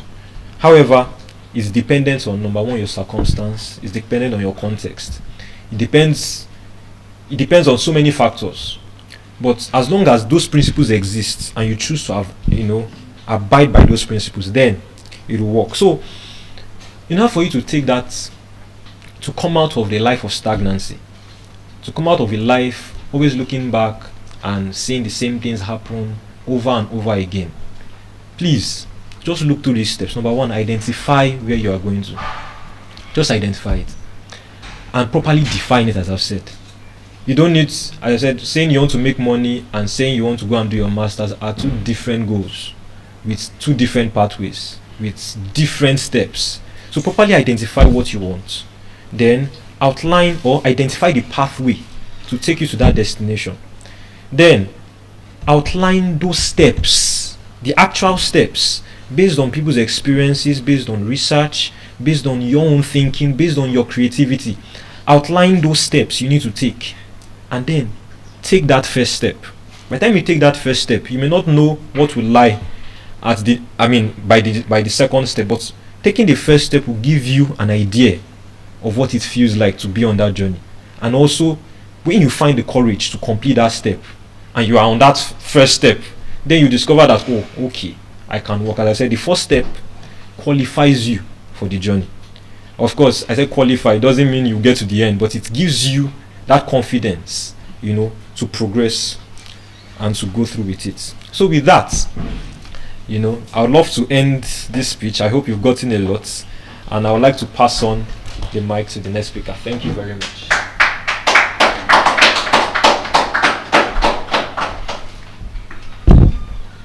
Good morning, everyone, once again. I remain Taiwo Ojewale.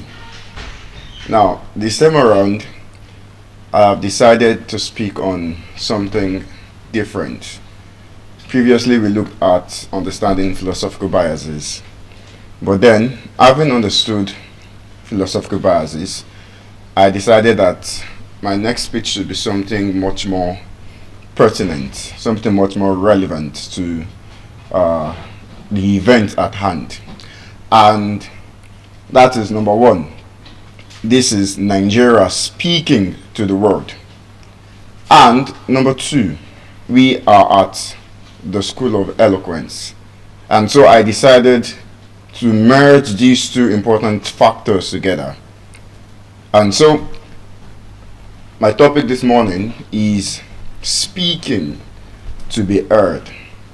The science and skill of clear pronunciation in Nigeria. After all, we're all speaking to the world. And in as much as we're speaking to the world, we must make sure that we're doing it rightly, that we're doing it fluently, and that we are doing it eloquently.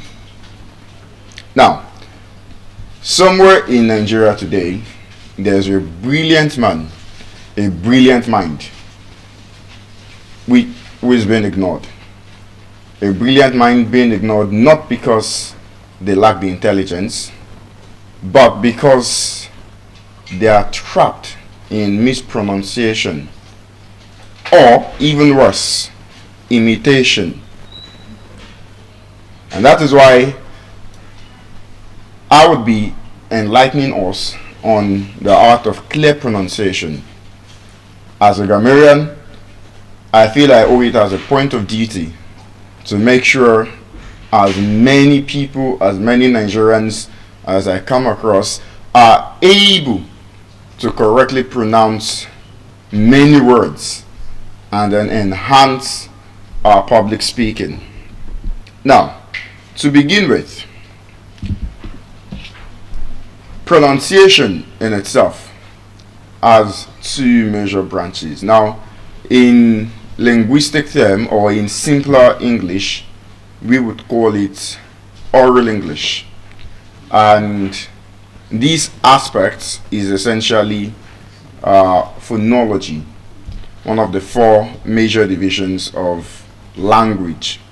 Phonology, the study, the art of how we pronounce words correctly, accurately, using the right sounds to convey meaning in our words. Now, to make sure we understand what I'm going to be discussing this morning, I'll be dividing it into two aspects, and I would really like for us to follow, because I assure you we are going to be learning, unlearning, and relearning. Now, let's start from learning before we unlearn. Now, I will divide it into two aspects. On one hand, we have the phonetics, sounds, stress, how we stress our words, our intonation, the pitch in our voice